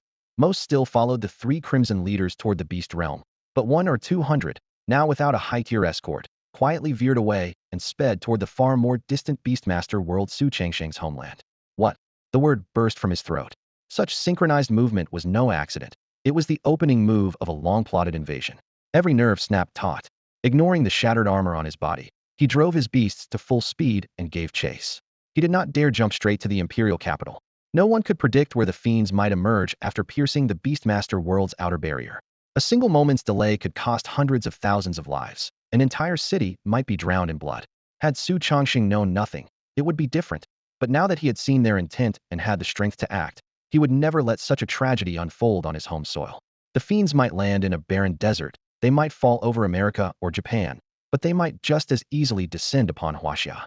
Even if the wraiths dared descend on the imperial capital, Changnan City, a place that had nurtured him, Su Chongsheng, would never let the people there die for nothing. Su Chongsheng stood on Zhulong's broad back, forcing his way through the fissure between two worlds. The space here was wildly unstable. Pitch-black arcs of lightning lashed about like rabid serpents, miniature pocket realms collapsing and reforming in explosive bursts. The air felt as thick as half-congealed glue. Every step demanded 100 times the usual effort. If Dijiang had not been sending out gentle, steady ripples of spatial energy to carve a barely usable corridor, the team would have crawled forward at a snail's pace. The wraiths, however, were almost untouched by these conditions. The black mucus oozing from their hides acted like a built-in lubricant, barely slowing them at all. The longer Su Chongsheng watched, the more certain he became that these creatures were engineered for interdimensional invasion. Every muscle fiber, every organ worked with ruthless efficiency, leaving no flaws that nature might have missed. Sensing their master's urgency, both Zhulong and Bifeng beat their wings with everything they had. Even so, they only managed to stay on the wraith's tail, sometimes gaining ground, sometimes slipping back. The wraiths seemed immune to fatigue. Their advance never faltered. Time blurred. Zhulong and Bifeng traded roles over and over, first Zhulong's long-range dash, then Bifeng's blistering glide, each taking turns to rest so they wouldn't burn out completely. At last, a blinding white light exploded ahead. A perfect semicircle of pure brilliance stretched across the horizon, the guardian barrier of the beast-taming world. On ordinary days, it easily blocked intruders, but in front of the wraiths, it was as fragile as rice paper. The instant black mucus touched it, a vicious sizzle rang out, white steam billowed, and the shield sprouted countless holes. The wraiths surged through like a black tide, and Su Chongsheng slipped in right behind them. In the next breath, the crushing pressure vanished, as if a 1,000-pound weight had been lifted from his shoulders. Wind howled past as he plummeted after the wraiths. During the fall, he straightened his torn clothes with practiced ease. The landscape below, once no bigger than a grain of rice, ballooned in an instant. Towering city walls came into sharp focus, the familiar characters carved on them growing clearer by the second. When he read the inscription, Su Changsheng's heart sank. The wraith's first landing site was none other than Changnan City. This small city, his home for 18 years, held more memories than he could count. Had he not followed the wraiths all the way here, Changnan would already be a living hell by the time he arrived. But now, that fate would never come to pass. Su Chongsheng would make sure of it. The city walls sharpened in Su Changsheng's vision. Meanwhile, swarms of malignant spirits tore through the sky, black tails streaming behind them as they dived toward the defenses. Their goal was not the stonework, but the millions of civilians and low to mid-tier beast tamers within. To these fiends, such prey was a priceless delicacy. As the distance vanished, the sentries finally sensed danger. When they looked up, they saw an onrushing thundercloud of grotesque beasts. Bony wings beat madly, unleashing successive sonic booms, and droplets of inky fluid fell from above, eating gaping holes into the ground, and sending up acrid white smoke, clear proof of murderous intent. Alert! Captain Chuning shouted. Ballistae along the parapet swung as one, cold metal flashing. Massive bolts screamed through the air. Clang, clang, clang. Yet weapons that could slay high-tier platinum beast tamers shattered like toys. The tips struck the fiend's hides without drawing a single drop of blood. Impossible, Chuning gasped. If the ballistae were useless, what kind of monsters were these? Despair knifed through him. Changnan City could never endure such a horde. Below, soldiers and townsfolk witnessed the failure, and terror swept the streets. Some fell to their knees, and cries rose in every alley. The uproar snapped Chuning back to himself. Reload. Keep firing. Summon your beasts and hold the line. We are Shangnan's shield. If anyone dies, we die first. Any deserter executed on the spot. His steely orders steadied the ranks, and defenders rushed to crank fresh bolts into place. But the fiends were faster than fear. Before the second volley flew, several were already at arm's length, their fetid breath carried by a freezing wind that slapped the wall. Boom! A black shape dropped from the heavens like a meteor and smashed onto the rampart. Stone shattered as a colossal wolf landed on all fours. On its back stood Su Chongsheng, spine straight, eyes glinting with icy resolve. One heartbeat more, and Changnan would have fallen, but he had arrived in time. Bloodshadow's imposing form absorbed the first wave, and the 8 thick, spider-like limbs unfurled behind it, spreading like a storm of blades. Barbs bristled at the ends of the spirit's elongated limbs, and every lash tore a scrap of flesh from Bloodshadow. opening jagged rents in its ebony carapace, while blood spattered across the ramparts like rain. Yet the onslaught was little more than a scratch to the myth-grade beast. The searing pain merely stoked its inborn savagery and pride. With a thunderous roar, Bloodshadow vowed to shred the grotesque intruders before it. Seizing the opening, Su Chongqing vaulted from Bloodshadow's back and landed behind the main clash, making sure he wouldn't hinder his partner's movements. At that same moment, Baifang's wings fanned a tidal wave of flame. Zhulong coiled and peeled open ribbons of warped space, and the other contracted beasts surged in behind them, driving the battle to a white-hot frenzy. Within a handful of heartbeats, darkness thick as ink welled from the ground and swallowed the whole of Changnan, plunging spirits, soldiers, and civilians alike into absolute night. Out of that void flowed a sumptuous melody. Its dancing notes hardened into razor-edged sound blades that shot straight for the spirits' chests. Then a blossom of crimson fire burst open, stretching into a blazing curtain that locked itself to the top of the wall. Any spirit attempting to vault the battlements was reduced to ash in an instant. The flare of light drove back part of the darkness at last, letting everyone glimpse the scene above. A tall, imposing figure stood upon the ramparts. Flickering tongues of flame, churning shadows, emerald lifelight, and warped ripples of space wove around him like for concentric shields. The people of Changnan stared, recognition dawning, until someone cried out, "That's the statue downtown Su Chongsheng." Exactly. Shangnan's greatest prodigy, Su Chongsheng. They say he claimed the world's top rank in his very first year after awakening. Memories flooded back off the bronze colossus commissioned by Governor Lin Hongjiang, of the young man who had marched east to Japan, west to America, and crushed every rival in the world tournament. Su Chongsheng was the city's undying pride. Even with only his back in view, the crowd knew him at once. Terror melted away. Those who had collapsed moments earlier climbed to their feet, eyes blazing. With Su Chongsheng here, Changnan would not fall, and today's battle would become yet another glorious chapter in his legend. The man himself had no time for cheers. Every shred of his attention tracked the spirit's movements. Unlike his fight in the abyss, he could not allow a single fiend to slip past or a single civilian to be harmed. There were only 300 spirits before him, yet he was more focused and more cautious than he had been against the previous horde. His beasts felt the same resolve. Each unleashed its most devastating techniques, sworn to rip every last spirit to pieces in the shortest time possible. Furious heavenly flames raged in midair, savage yet breathtaking, outshining the most perfect sunset. The fire rolled in layers, unfurling like the petals of a colossal, wrathful red lotus, and hurling waves of heat across the battlefield. Even drenched in black slime, the tongues of flame still gnawed at the fiend's shells, the searing heat making their carapaces split and pop. Overhead, the searing sun summoned by Zhulong hung like a blinding white iron sphere, draining the creature's strength with its crushing glare. The real killing blow came from Bloodshadow. Each beat of its spectral drum turned into a razor-sharp, invisible blade, carving bone-deep gashes into the evil spirits. Black-red ichor sprayed outward, only to be vaporized at once by the blazing sun and skyfire, drifting away as ash.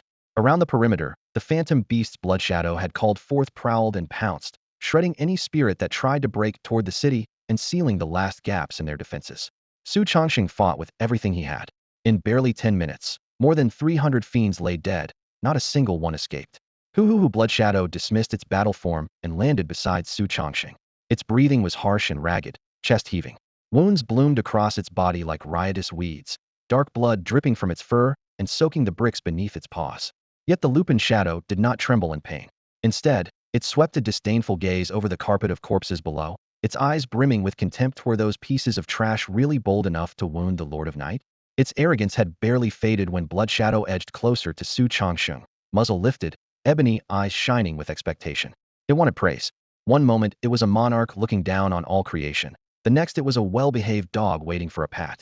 The contrast made Su Chongsheng smile. He bent down, ran his hand through the firm fur along Bloodshadow's neck, and murmured, "You were incredible, Bloodshadow. What would I do without you?" The compliment sent Bloodshadow's tail wagging uncontrollably. Seeing this, the other contracted beasts hurried over, their eyes equally eager for affection. Su Chongsheng would not play favorites. He soothed and patted each one in turn. Only after they trotted off, content, did he straighten up and look around. Chuning already stood behind him, head slightly bowed, hands folded over her abdomen in perfect military respect. This veteran who had seen Su Chongsheng settle her comrades' compensation and wipe out Shangnan's crime syndicates had just watched him turn the tide of an invasion. Now she felt her life lay in his hands. Lin Hong, Jiang Wangping, and other Changnan officials stood shoulder to shoulder beside her, equally reverent. None of them dared regard the young man as merely a student. They honored him as the hero who had saved Changnan. and no courtesy felt excessive.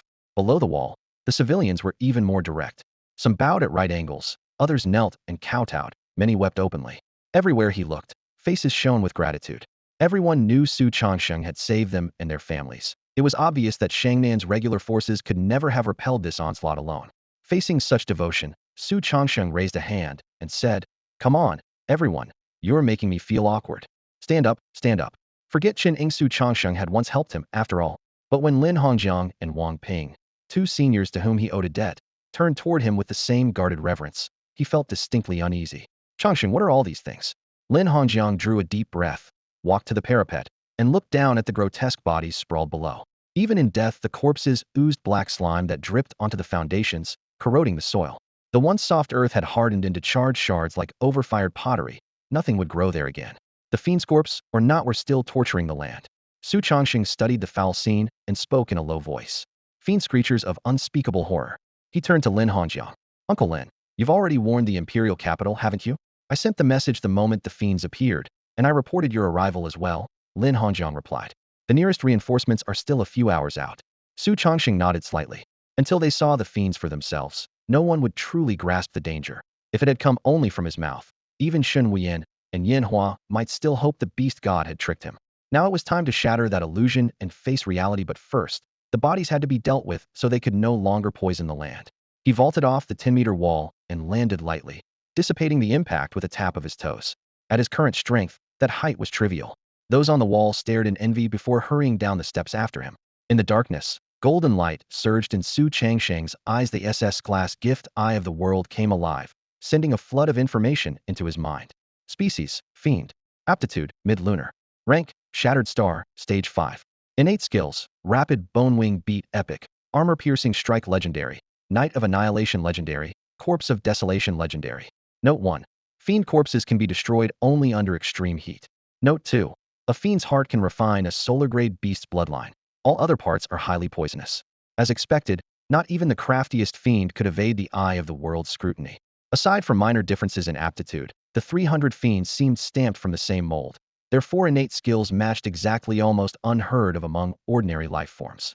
Yet the last line thrilled him most. A fiend's heart could purify a solar-grade beast's bloodline. What an astonishing effect. For a solar-level companion beast, rank is never the deciding factor, bloodline purity is. Only when that purity exceeds 50% can a beast attempt another evolution, and the higher the percentage, the greater the chance of success. After reaching the solar tier, however, bloodline purity becomes the single most critical and the hardest attribute to improve. Under normal circumstances, most beasts need decades to push their purity past 50%. Not every creature possesses a terrifying self-evolution ability like Shuang. Unfortunately, time is precisely what Su Changsheng lacks. Neither the malevolent spirit nor the beast god will allow him to progress step by step. The urgency of elevating Bai Feng, Zhulong, and the others to the mythic realm has been suffocating him. And now, of all things, the evil spirit's heart can refine a beast's bloodline directly. Just when he thought he had hit a dead end, a new path opened before him. Since the creature's blood worked on humans, it is only logical that its heart would affect companion beasts as well. Thank goodness I have the Eye of the World, Su Changsheng thought with relief. Without it, he couldn't even dismantle the corpse properly, let alone uncover the heart's true properties. Without this gift, countless lives might be sacrificed without ever reaching the answer, and the rest of the corpse is lethally toxic, so anyone who consumed it would die on the spot with no chance of recovery. To make matters worse, the evil spirit's heart works only on companion beasts, and only on those at the solar level. Such creatures are exceedingly rare. Even with the evolutionary path revealed by the Eye of the World, no one could raise more than a handful of solar-level beasts in a short time. And what top-tier cultivator would risk a priceless companion on an experiment? Without Su Changsheng and his unique Eye of the World, this secret would likely remain buried forever. The thought made him smile. At last, the rest of his beasts could glimpse a path toward the mythic rank. The gulf between a solar-level beast and a mythic beast is like that between earth and sky, a bright moon and a firefly utterly incomparable. The crowd watched Su Changsheng's expression shift from grave to astonished and finally to delighted. Though brimming with questions, none dared interrupt his thoughts. After a moment, he collected himself and raised a hand. "Bring me an empty spatial ring." He suspected that the viscous fluid seeping from the creature's body carried a peculiar energy that not only prevented the corpse from being stored inside a spatial ring, but might even ruin the ring itself. His own ring was filled with irreplaceable treasures, so he certainly couldn't risk using it for an experiment. As soon as he finished speaking, Lin Hongjiang, who had been waiting behind Su Changsheng, handed him a spatial ring. The cold metallic surface shimmered with gentle ripples of spatial energy that spread like water, enveloping the evil spirit's corpse in an instant. Bang! A deafening blast erupted in Su Changsheng's palm. A stab of pain shot through his left hand. The ring had shattered into 4 pieces, and razor-sharp fragments had sliced his palm to the bone. Bright beads of blood dripped onto the ochre earth, staining it a shocking crimson. Protect the Lord. Lin Hongjiang, Chen Ying, and the others turned pale, weapons snapping up as murderous intent filled the air. What could possibly injure Su Changsheng, the man they regarded as a living god? It's nothing, stay calm. Su Changsheng replied, his tone as steady as a lecturer's. Only then did the others breathe easier. He looked down at the ground. The evil spirit's body had already been blown apart, limbs and organs strewn everywhere, the crucial heart reduced to dust. Acrid fluids splattered, and wherever they landed the soil hissed and corroded into pitted hollows. So a spatial ring really can't store a demon corpse, Su Changsheng noted silently. With a flick of his wrist, he shed a scarlet arc of blood through the air. Emerald light from his soaring art wound around his palm, knitting the flesh closed before the eye, but he paid it no mind. He drew a pair of isolation gloves from his own ring.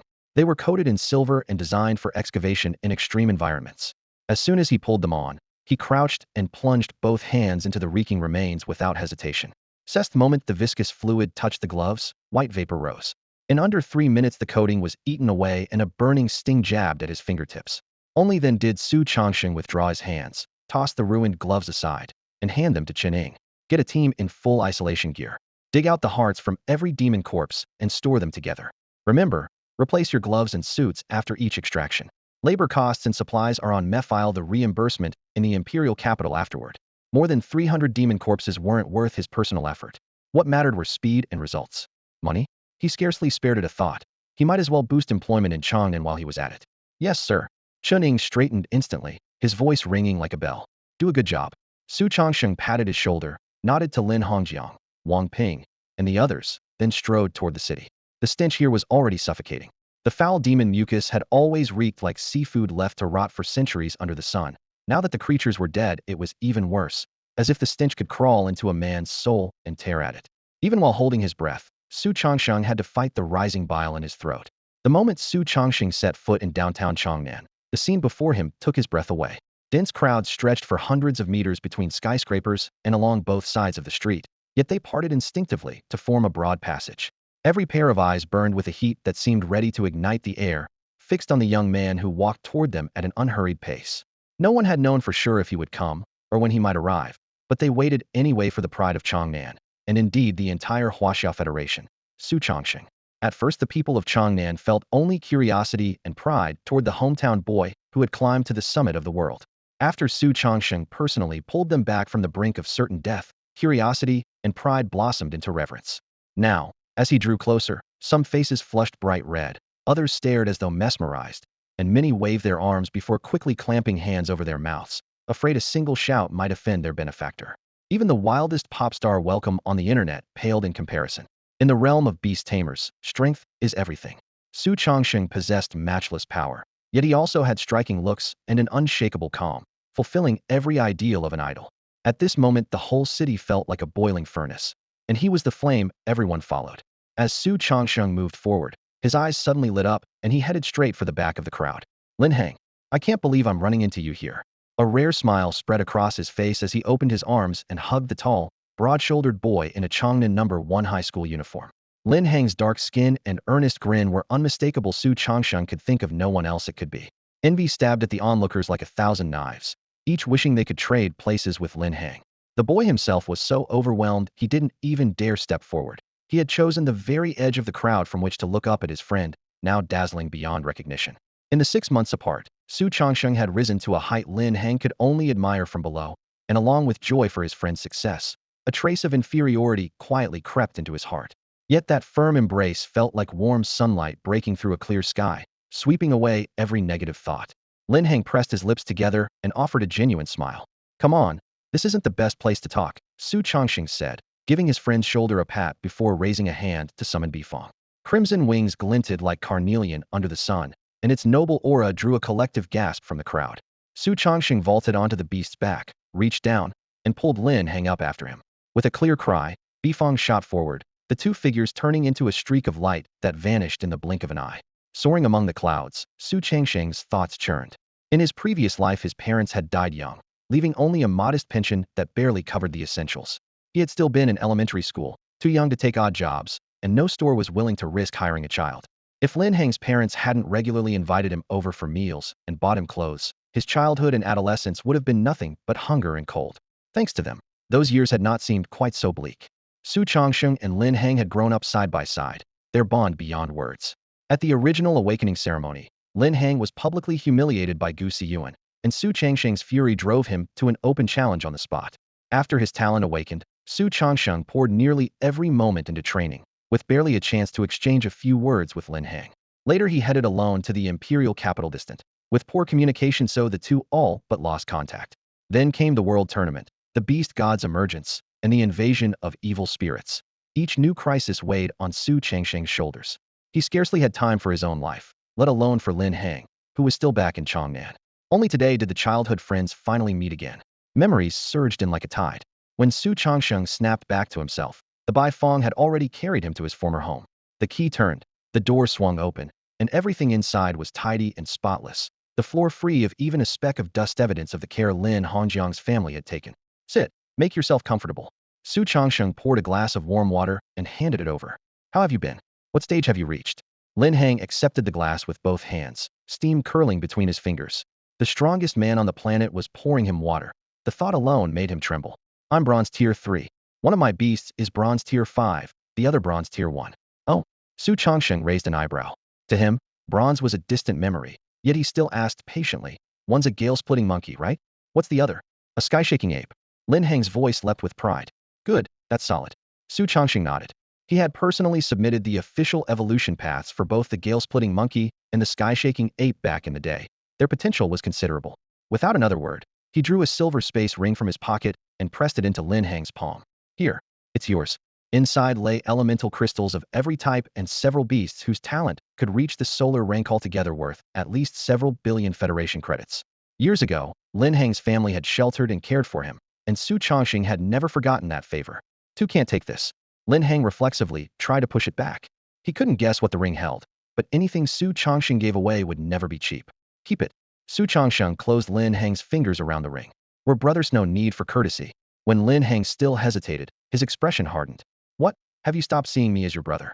He knew Lin Heng's honest nature. Without those words, his friend would never accept the gift. Su Changsheng smiled faintly as Lin Heng accepted the spatial ring. The band settled heavily in Lin Heng's palm, its chill hinting at the vast fortune sealed within, more than enough to provide for 3 generations of the Lin family. Years ago, the Lins had sheltered a boy named Su Changsheng. Now he repaid their kindness with riches beyond measure, settling the old debt in full. They sat beneath the eaves, trading unhurried memories of their youth. Outside, a light breeze rustled the bamboo leaves, and time slipped away in cheerful conversation. Whenever excitement flared, Su Changsheng's expression outshone the sun. The burdens he had carried for years seemed to fall away, and he became once more the boy who longed for open skies and freedom on the wind. As his heart relaxed, the beast-taming power inside him suddenly stirred. Like a lively serpent of flame, it wove through muscle and meridian, ramming against its restraints. With a muffled pop in his mind, the power surged, rising into a tidal wave that scoured body and soul alike, packing his bones, heating his blood, and honing his will to a razor's edge. He had broken through. Lin Heng was raising a cup of tea when his eyes widened. Inch by inch had a casual chat just triggered a breakthrough? Though no high-tier beastmaster, even he could recognize the signs. Congratulations, that was incredible, even for you. Once Su Changsheng's aura calmed, Lin Heng laughed, the shock in his voice giving way to genuine admiration. At last he understood. His own talent was not lacking. Su Changsheng's was simply legendary, a benchmark no one could approach. Thanks to you, Su Changsheng replied, setting his cup down with a smile. Today he had discovered a way to evolve a beast to the mythic rank, reunited with an old friend, and now taken his own strength a step higher. One blessing followed another, and his mood soared. Just then a familiar, resonant dragon cry split the sky above Changnan City. Su Changsheng's gaze sharpened. That was the voice of Shun Wan's beast. Reinforcements from the imperial capital had arrived a full hour or two ahead of schedule. His expression turned solemn, and Lin Heng immediately rose. Go on, Changsheng will catch up another time. Deal. Until then. After watching Lin Heng leave, Su Changsheng lifted his eyes to the heavens. A majestic 5-clawed golden dragon wheeled overhead, its scales glittering like icy blades beneath the sun, Its draconic might blanketing the sky. It was the sire of his own Zhulong. Bai Feng, Su Changxing called softly. The crimson bird answered, wings fanning a wave of heat that rattled the roof tiles before carrying him into the clouds like a blazing arrow. Wind howled past as the figures of Shun Wuyan and the senior leaders of Huaxia came into view. Su Changxing's lips curved into a grin. So, they made good time after all. Su Changsheng hurried toward the outskirts of Changnan City with Shun Wuyan in tow, speaking casually as they went. Do you really think I could ignore your situation? The entire Huaxia Federation treats anything even remotely connected to the name Su Changsheng as top-level intelligence and priority action, Shun Wuyan replied. There can't be the slightest delay at any stage. Thus mention of a world-ending evil spirit had driven Shun Wuyan and the other leaders to abandon everything and travel through the night. Moving at blinding speed, the two crossed the city limits in a heartbeat and landed inside the temporary cordon beyond Changnan. The effort to extract the evil spirit's hearts was in full swing. Personnel in protective suits and powered armor wove between neatly stacked transport crates while alchemists and armed guards rushed about. Su Changxing's sudden appearance made everyone freeze. Their shock deepened when they saw who followed him. Elder statesmen of the Huaxia Parliament, the Federation's supreme commander, the Academy's chief scientist, figures they'd read about in textbooks but never dreamed of meeting together in one place. The scene felt unreal. Keep working. Don't just stand there, Su Changxing said with a casual wave, snapping them out of their daze. The crowd stirred and threw themselves into their tasks with renewed vigor. Changsheng, is this the evil spirit you mentioned? Shen Wuyan asked, frowning at a corpse. Though the creature was dead, the chill of its lingering aura still cut like winter wind, the threat inside barely suppressed. These are only shattered star grunts, Su Changxing said after a glance, counting roughly 300 bodies. And they're the fewest and the weakest. The weakest? Then what's the total number? How strong are the rest? Somewhere between 500,000 and 1,000,000, Su answered calmly. Most are high shattered star. Among them are tens of thousands at bright moon tier, over 1,000 at sun tier, and a few dozen mythic class. He added that these creatures already wield mid-tier power before they fully hatch. Once mature, high shattered star is only their starting point. The image of 500,000 high-level monsters formed in the leaders' minds. They traded looks of barely concealed fear. How could anyone fight a war like that? Su Changxing remained unruffled. A threat even the beast god couldn't handle was never going to be simple. Seeing their stiff expressions, he said, relax. The main swarm will head for the beast realm. Only 1 or 200,000 will actually reach the human world. Then he pointed at the still beating black-purple hearts on the work table. And remember, these evil spirits are priceless treasures. With everyone listening intently, he explained how the hearts could strengthen contracted beasts, accelerate evolution, and stabilize cultivation. He concluded, against mythic-class beast tamers, ordinary evil spirits can't even struggle. If we can raise a few more mythic tamers before the final battle, this horde won't be a threat at all. Su Changxing's ringing declaration made Shen Wuyan and the others straighten their backs. A spark of hope flared in every heart. Deep inside, Su Changxing let out a faint sigh. Outwardly, it was merely a quiet exhale, yet it brimmed with resignation. It's easy to say, but actually doing it is another matter entirely. Mythical tier beasts cannot be forged at will. Take bloodline refinement. Alanino, one knows how much a single evil spirit heart can raise the purity, let alone whether 300 of them could brute force a beast's bloodline past 50%. And without a suitable mythical beast corpse, everything is empty talk. Only a few dozen mythical corpses rested in his mind. Many belonged to bloodlines long extinct, impossible to reproduce. In truth, he could draw on barely 20 or 30, and 14 of those he had reserved for himself. He cut off the thought before the weight of it crushed morale. Spirits had only just begun to rally, and he would not dampen them again. Changsheng, this entire batch of evil spirit hearts is yours, Shun Wuyan declared, straightforward and crisp. No matter how many ordinary powerhouses we field, it's the peerless ones who decide a battle. With that one sentence, ownership was settled. Every senior leader nodded. With humanity's survival on the line, personal gain meant nothing.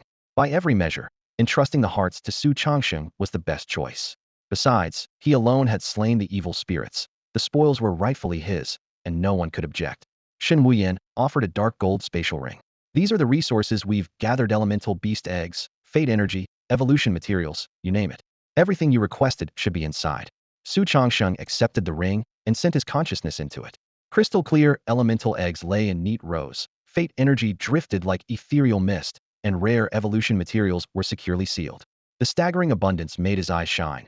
He couldn't hide his pleasure amid this crisis. Shen Wuyan had still supplied everything he needed. Excellent. My beast's evolution can't wait. So we'll take my leave, Su Changxing said with a clasped fist salute. Even as he spoke, his mind raced ahead. Having reached diamond rank, he could contract another beast, so pushing evolution and new contracts in tandem was urgent. Go, Shen Wuyan nodded. Once the evil spirit hearts are processed, someone will deliver them to your estate. He turned at once to prepare the optimal cultivation environment for Su Changsheng. Saying no more, Su Changsheng vaulted onto Baifeng's back, as solid as volcanic stone. A piercing cry split the sky, molten gold wings beat once, wind scoured the faces below, and rider and flame bird shot upward, vanishing into the clouds in a blink. Watching Bifeng disappear over the horizon, Shen Wuyan fell silent before his gaze sharpened. Announced the evil spirit threat to the world. It's time to make other nations nervous. He knew unity was impossible, yet most conflicts would temporarily ease, resource exchanges would accelerate, and every country would invest unprecedented effort in nurturing its prodigies. If humanity fell, all resources would die with them. Over the next year, humanity's collective strength would likely surge, and when the final battle arrived, their odds might truly improve. By then, Su Changsheng had already returned home, unaware of the arrangements Shen Wuyan and the other Chinese leaders were making. Now he could only strengthen himself and his beasts as much as possible, so that when disaster struck they would be humanity's sharpest spear and toughest shield, minimizing casualties.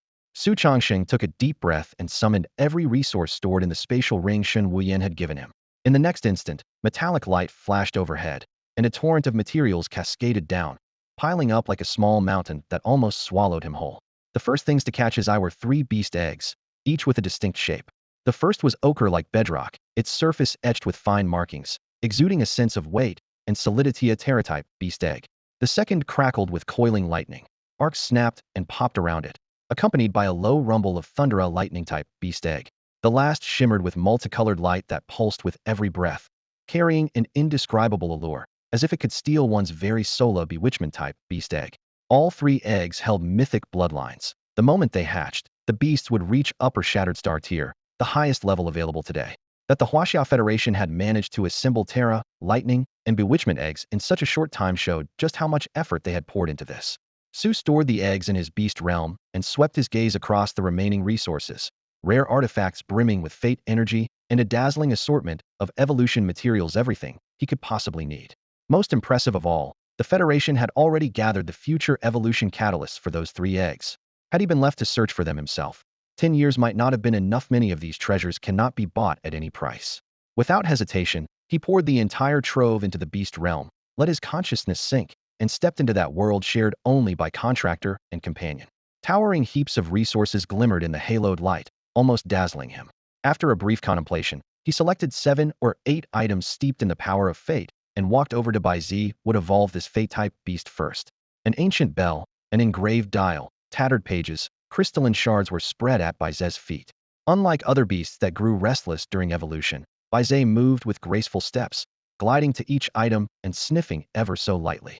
Without even a visible motion, Su felt the arcane power of fate being siphoned away, drained dry, and turned into thin streams that poured into the creature's body.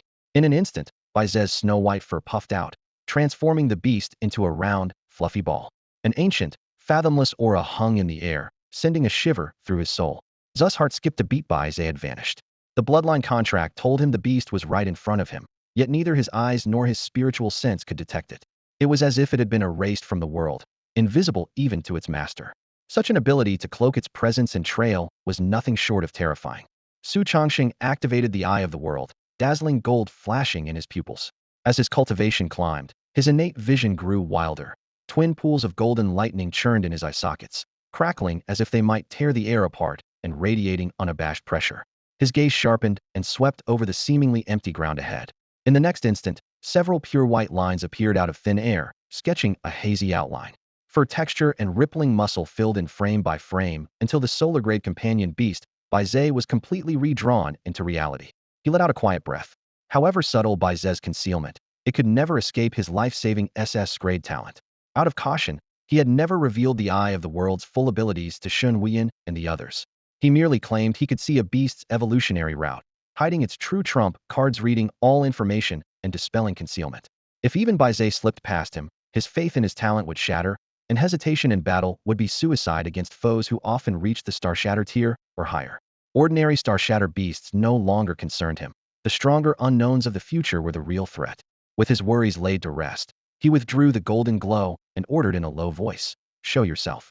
For Baize, Hiding or revealing itself was just a thought, while running the eye of the world at full force drained Zu's stamina, so he had no wish to maintain it. At his command, Baiz's figure became fully visible. Su studied it closely and frowned slightly. Its form seemed both changed and unchanged. A faint, mist-like aura now wreathed the divine beast, lending it an indescribable loftiness. That could only be good, so he focused on its key improvements. With a single thought, Baiz's data flashed across his retina. 1. Realm surged from Platinum Stage 2 to Platinum Stage 6, jumping 4 subranks in one leap. 2. Skill Twist Fate now lasts twice as long, able to impose good or bad luck for a full 2 months. 3. Skill Fate Severance is extended from 12 hours to 36, a threefold increase. 4. Core Skill Life Cut evolved most dramatically. Its cost dropped from 1% of lifespan per use to 0.1%, and each strike can now injure a Mythic tier companion beast. Even when facing an opponent at full Mythic strength, Baize now has a real chance to cripple it or even trade its life for the enemies. The discovery instantly raised Su Changsheng's burst tactics to an entirely new level. More importantly, Baize gained an almost heaven-defying talent during this evolution, Life Devour. The rule is simple. Whenever a creature dies nearby, Baize automatically siphons 1/10th of that creature's remaining lifespan. Half of the stolen years go to Baize, the other half to its master, Su Changsheng. 1/10th may sound insignificant, but with higher tier beings the value soars. A diamond rank Beastmaster lives roughly 5 centuries, while beasts of the same grade often exceed 1,000. Star Shatter rank beasts usually measure their lives in several millennia. So if a single Star Shatter enemy falls beside Baize, both Baize and Su Changsheng gain several additional years of life. A few years might seem trivial, but what happens when the gains reach hundreds or thousands? The scene from the previous battle flashed through Su Changsheng's mind, had slaughtered more than 300 evil spirits in one strike. Even using the minimum Star Shatter lifespan of 2,000 years, that fight alone had already granted Baize and him at least 3 centuries each. And as the two realms draw ever closer, assaults from Xie Yuan will only intensify. 300 enemies? That may be just the prologue. 30,000 or even 300,000 evil spirits are bound to come, translating to tens of thousands, perhaps hundreds of thousands of years in reserve. The thought shook Su Changsheng to his core. No mortal has ever lived 10 millennia, yet he might become humanity's first true immortal. Life Devour also pairs perfectly with Life Sever. Every use of Life Sever consumes 1,000th of Baize's lifespan. If Life Devour stockpiles 300,000 years, Baize could cast Life Sever 999 times and still enjoy more than a millennium of life, making the decision to unleash the skill far easier. Seeing this potential, Su Changsheng nodded with open approval. Baize's evolution was nothing short of perfect. Now it was Di Jiang's turn. Last time, exhaustion had nearly made Su forget about evolving his spatial beast. He would not repeat that mistake. Raising a hand, he sent a gentle ripple through the air, and a small, distorted black hole formed in front of him. A heartbeat later, the four-winged, six-legged Di Jiang flashed out and dove straight into his arms. All right, go evolve, Su said, rubbing its head. Faced with so many wings and legs, he had no idea where to start, so he simply whispered the command. Jijiji. Di Jiang cackled. Its wings vibrated, and both it and the evolution materials nearby blurred into afterimages and vanished. Su didn't even catch the motion. The precious items were already down its gullet. Spatial beasts truly defied comprehension. Boom, boom, boom. Without warning, violent tremors surged outward. The space around Su Changsheng shattered like broken glass, thick black fissures weaving around him. Ferocious spatial waves warped his vision. Every focal point twisted at once, leaving him unable to tell in which dimension Di Jiang was evolving. Fortunately, the upheaval vanished as quickly as it came. In less than 30 seconds, every spatial anomaly faded before his eyes, and the fractured space knit itself back together in a single breath. Su Changsheng scanned his surroundings, but still couldn't spot any trace of Di Jiang. Unlike during Baize's evolution, when contact had been completely severed, his senses now told him that Di Jiang was everywhere at once. Its presence lingered in every inch of air, making it impossible to pinpoint its true location. During this uncanny search, he noticed an unusual stir within his beast-taming space. The inner universe that had shattered and reformed was now almost perfectly stable. Spiritual energy flowed through it in waves, accompanied by a distinctive spatial resonance that made the very air hum. The phenomenon turned the place into a natural hatchery for space element beasts. Creatures aligned with space, time, or fate were already the rarest of all, their innate potential typically 1 or 2 tiers above ordinary beasts. If the current environment persisted, his beast space would inevitably spawn large numbers of high-quality space-type beasts. He could then donate or sell them to the Huaxia Federation and add to the national coffers. All of this was clearly a chain reaction triggered by Di Jiang's evolution. Undeniably good news. While he was still basking in that joy, Su Changxing suddenly felt a weight on his chest. Looking down, he found Di Jiang had slipped into his arms without him noticing. Its four newly formed wings were fully spread, completely blocking his view. At that moment, a detailed report of Di Jiang's post-evolution abilities unfolded before his eyes. 1. Instant teleportation. Maximum range increased from 1 kilometer to 3 kilometers, greatly enhancing mobility. 2. Spatial jump. The number of marked locations expanded from 3 to 7, doubling its operational reach. 3. Spatial interdiction. Cooldown reduced from 12 hours to 3 hours, with a significant drop in stamina cost. In short, every one of Di Jiang's original abilities had been strengthened across the board, with the sole exception of Space Shatter. Had its offensive power remained unchanged? Absolutely not. Di Jiang had also gained a new, top-tier skill that combined offense and defense, unlike Baze's growth-oriented ability. Spatial incarnation. Effect 1. The beast can instantly merge with the surrounding space for 10 seconds, becoming immune to all forms of damage a brief period of true invulnerability. Effect 2. When the 10 seconds expire, the beast forcibly compresses that space, crushing everything within. Note: while merged, every other spatial skill is disabled except for the beast's innate ability. As a defensive technique, spatial incarnation is flawless. 10 seconds of absolute immunity can nullify almost any mortal threat. Its offensive capability is just as frightening. When the compressed space snaps, the ensuing suction and rebound force can pulverize any living creature, leaving not even a fragment behind, while simultaneously sealing the enemy's spatial abilities and cutting off all escape routes. The only drawback is that the damage shows no distinction between friend and foe. Therefore, if Di Jiang activates this ability in battle, it must be fighting alone. Otherwise, it is likely to slaughter its own allies. After settling Di Jiang's evolution, Su Changxing lifted his gaze toward a massive, menacing turtle not far away. Sensing his stare, Xuanwu's azure serpent half writhed violently, its inverted triangular pupils locking onto Su Changxing with a rare, burning hunger. Xuanwu is a water-type beast, rugged in appearance yet naturally mild, never vying for anything, asking for nothing, and interacting with Su Changxing far less than the others. Still, no creature can resist the instinct to evolve. That craving is rooted in its blood and carved into its soul. A moment later, Xuanwu raised a foot and stepped forward, each stride making the earth buzz under its sheer weight and power. Understanding its intent, Su Changxing flung the prepared heavenly treasures into the air. Boom! With explosive strength, Xuanwu sprang upward and swallowed every glittering material in one gulp. Its enormous body slammed back to the ground, shaking the earth and sending dust flying. The impact jolted Su Changxing so hard that his legs tingled. He had no time to complain, for his attention was instantly captured by Xuanwu's transformation. The crystalline spikes covering its shell liquefied at a speed visible to the naked eye, melting like ice in flame and turning into beads of water. Strangely, these droplets defied gravity, hovering in place and clinging tightly to the shell. Once the spikes were gone, the beads flowed along the shell's intricate patterns, gathering into rivulets that all converged on the serpent half. Hiss! The green snake reared back with a deafening screech, as though struck by tremendous force. Where the rivulets touched, white steam rose, scales peeled away, and raw muscle was laid bare. The seemingly gentle droplets proved fiercely corrosive. Each anguished cry hit Su Changxing like a blade to the chest. Though their contract was recent and their exchange is scarce, a bond forged in battle is unbreakable, and Xuanwu's pain tore at his soul. Time crawled by amid the snake's ripping shrieks until the final scale dropped, revealing a blood-soaked body. The ground beneath Xuanwu was saturated with scarlet, and a faint sweetness filled the air. Even its blood testified to the priceless nature of a water element beast god. The snake's cries stopped abruptly, and the world fell silent. Then, something extraordinary began to unfold. Once the azure snake had shed its final scale, droplets of water wrapped around the creature's torn flesh. The once corrosive liquid now felt as gentle as morning dew. Frigid Xianming Qi and a torrent of life force surged into the serpent's body, and in the blink of an eye new scales grew before his eyes.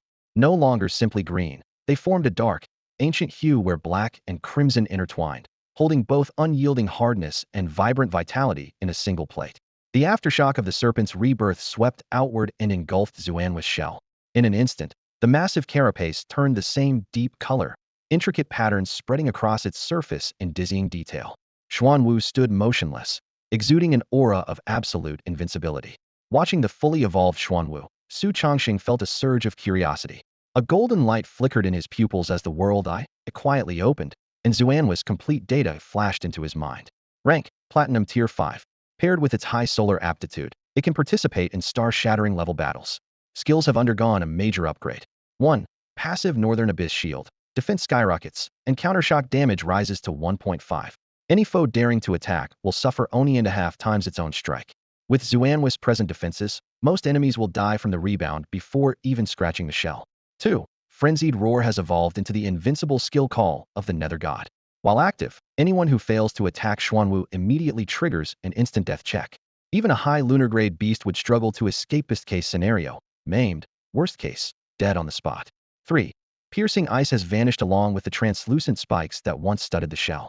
4. Nether God's Aegis now blankets a 50-meter radius, boosting allied defense and healing within its range.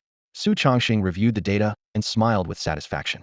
Xuanwu had transformed from a balanced fighter into a pure fortress, its protective power multiplied many times over exactly the missing piece in his lineup. As for offense, beasts like Bifang, Shuiying, and Zhulong already packed more than enough punch for everyday battles. Meanwhile, every unevolved beast under his command had also reached solar grade. Su Chongxing now commanded 7 beasts in total: Shuiying, Bifang, Zhulong, Fuyao, Dijian, Baize, and Xuanwu. Each of them corresponds to one of 7 elements: darkness, fire, time, wood, space, fate, and water. Bloodshadow has already advanced to mythic rank, and the other 6 have all awakened solar tier talents. News of this alone would strike terror into countless hearts. After all, a single star Shatterdeer beast is so rare that most nations keep theirs in the state treasury, allowing only heroes of unparalleled merit to form a contract. Yet any beast Su Chongxing casually summons is 2 full tiers above Star Shatter, an advantage that defies common sense. Su Chongxing himself is a diamond rank beastmaster. He has been tied up with affairs of state and hasn't had time to bond with a new partner, but the 4 beast eggs before him are an opportunity too good to miss. His gaze lingers on the egg that is jade green and faintly fragrant, the poison element egg he seized from the U.S. National Vault. Poison beasts are scarce not because they are few in number, but because their toxins are terrifying. The miasma they release can blanket an entire region, and a single misstep may endanger civilians. Matters grow worse when a beast is evolving, the stage at which it controls its powers the least. A leak of poison can trigger plagues or other irreversible calamities. Hence, every nation has strict laws. Only diamond rank beast masters, or those born with a poison affinity, may contract such creatures. A diamond rank master can seal the beast entirely within their beast space, preventing any toxin from escaping, while a gifted master can suppress the poison through bloodline resonance. Even then, lower-tier poison beasts must be quarantined in a federal isolation chamber when they evolve, a logistical nightmare. Because of these restrictions, contracted poison beasts are almost unheard of on the open market. Su Chongxing has yet to see a single one in captivity, though he has encountered their wild counterparts in nature. He is now Diamond 2, fully qualified to form the contract, and poison beasts excel in large-scale warfare, exactly what he needs. With no further hesitation he acts. His will shapes into a sharp blade, slicing open his wrist. Blood streams out, soaking the green shell. The fragrance intensifies, sweet and metallic, flooding his senses. Pleasure explodes in his nerves, surging through every limb. He shudders, overwhelmed, and just as quickly the sensation ebbs, leaving a faint afterglow humming in his veins. Crack! Fine fissures spread across the shell. With a crisp snap and a wisp of dark vapor, a mysterious creature breaks free. It is shaped like an ox, yet its skull is bare white bone. A single emerald eye gleams in the center, and a sinuous serpent's tail coils behind it. This is the Fae, recorded in the Chronicle of Divine Beasts. The Fae resembles an ox with a white head, has one eye, and bears a serpent's tail. Wherever it crosses water, the river dries. Wherever it treads grass, the grass dies. Its appearance heralds a great plague. The first line describes its eerie form, the second its dreadful nature. Water runs dry, vegetation withers, and epidemics follow in its wake. Even so, all poison beasts obey an immutable law. Once the contract is complete, no matter how lethal their toxin, it will never harm their master or any beast under the same master's command. Crack! Crack! The shell of the beast eggs split wider, letting a damp, pale light seep through. A moment later, a white-head calf struggled free. Its tail was unnaturally long, almost sweeping the ground, and completely hairless. Instead, it was covered in iridescent scales like a venomous snake coiled behind it. Stranger still, a single vertical pupil sat in the center of its forehead, its cold green gaze as chilling as a viper's. The space fell silent. The calf swiveled its lone eye, then locked onto Su Chongxing and began to walk toward him. With every step it took, the lush grass inside Su Chongxing's beast-taming realm yellowed, curled, and crumbled to ash. The mythic bloodline pool was usually vibrant with life, yet the newborn creature carved a trail of death that made one's heart turn cold. Su Chongxing's expression, however, never wavered. He stepped forward, scooped the calf into his arms, and smiled. By tradition, you'd be called Fae, But that sounds ugly and awkward. How about Duzia poison to purge all evil? That's a wish of mine. With those few words, he named the second beast he had personally bonded, Ducia. Mumu Ducia answered softly, as if in agreement. Dark venomous mist curled over Su Changsheng's skin, yet it felt only cool and refreshing, leaving him invigorated. Off you go. Today you're evolving twice. Su Changsheng strode to the edge of the mythic bloodline pool and, with a swing of his arm, tossed Du Xie into the water. Splash. Droplets flew, then the pool grew still, broken only by a few scattered bubbles. After about 5 minutes, the bubbles suddenly multiplied and burst. A Du Xie the size of a full-grown ox rose from the depths. The multicolored serpent tail behind it coiled and lashed, its scales glinting coldly. The single vertical eye now sprawled across half its face, fierce and terrifying. Every hint of newborn charm had vanished, replaced by a chilling menace. The bright tail a silent warning. Keep away, I am lethal. Su Changsheng did not check its stats immediately. Instead, he laid out a pile of rare venomous insects and herbs. Eat them. Before the words left his lips, Du Xie had already bitten into a black-armored scorpion the size of a human head, shell and all. Crunch, crunch, the hard carapace shattered like gravel between its teeth, setting one's own gums on edge. Du Xie's single eye narrowed in satisfaction, and its serpent tail lashed with something close to delight. In barely a minute, 5 or 6 deadly creatures had vanished down its throat like leaves in a storm. Now, radiance flowed not only from the serpent tail behind Du Xie. Its entire body burst into light, shimmering with a riot of colors that was nothing short of enchanting. In the next instant, a pale green miasma oozed from its skin, spreading like a tide and dyeing everything within a kilometer in eerie emerald. As the poisonous fog churned, a strange fragrance drilled into Su Changsheng's nostrils and shot straight to the crown of his head. To him the scent felt weightless, yet every other living thing near Duxie was doomed. Plants withered, birds plummeted, beasts convulsed and cried out, and in the blink of an eye they all died. Their corpses dissolved in the miasma into translucent gelatinous fluid that, pulled by an unseen force, slowly streamed toward Duxie. Most of that bizarre liquid was gulped down by Duxie, while a small fraction flowed into Su Changsheng, turning into the purest life energy and tempering his muscles, bones, and skin. He felt his physique and strength climbing non-stop, and even sensed something still more mysterious brewing deep inside him. Before long, the miasma cleared and the fragrance vanished with the breeze. Su Changsheng surveyed the surroundings desolate, silent, utterly lifeless. A chill crept into his heart. With peril like this, no wonder every nation treats poison-type beasts as forbidden. Meanwhile, Duxie's evolution reached its end. Golden light flickered in Su Changsheng's eyes as he called up his appraisal. Species, source of all toxins, poison attribute. Potential, Yari high. Rank, platinum, stage 4. Innate skills. 1. Immunity to all venoms legendary. 2. Mortal miasma invincible. 3. Sinister venom invincible. Unique evolution path, pure poison lineage. After one evolution it can ascend to fame mythic. Skill details.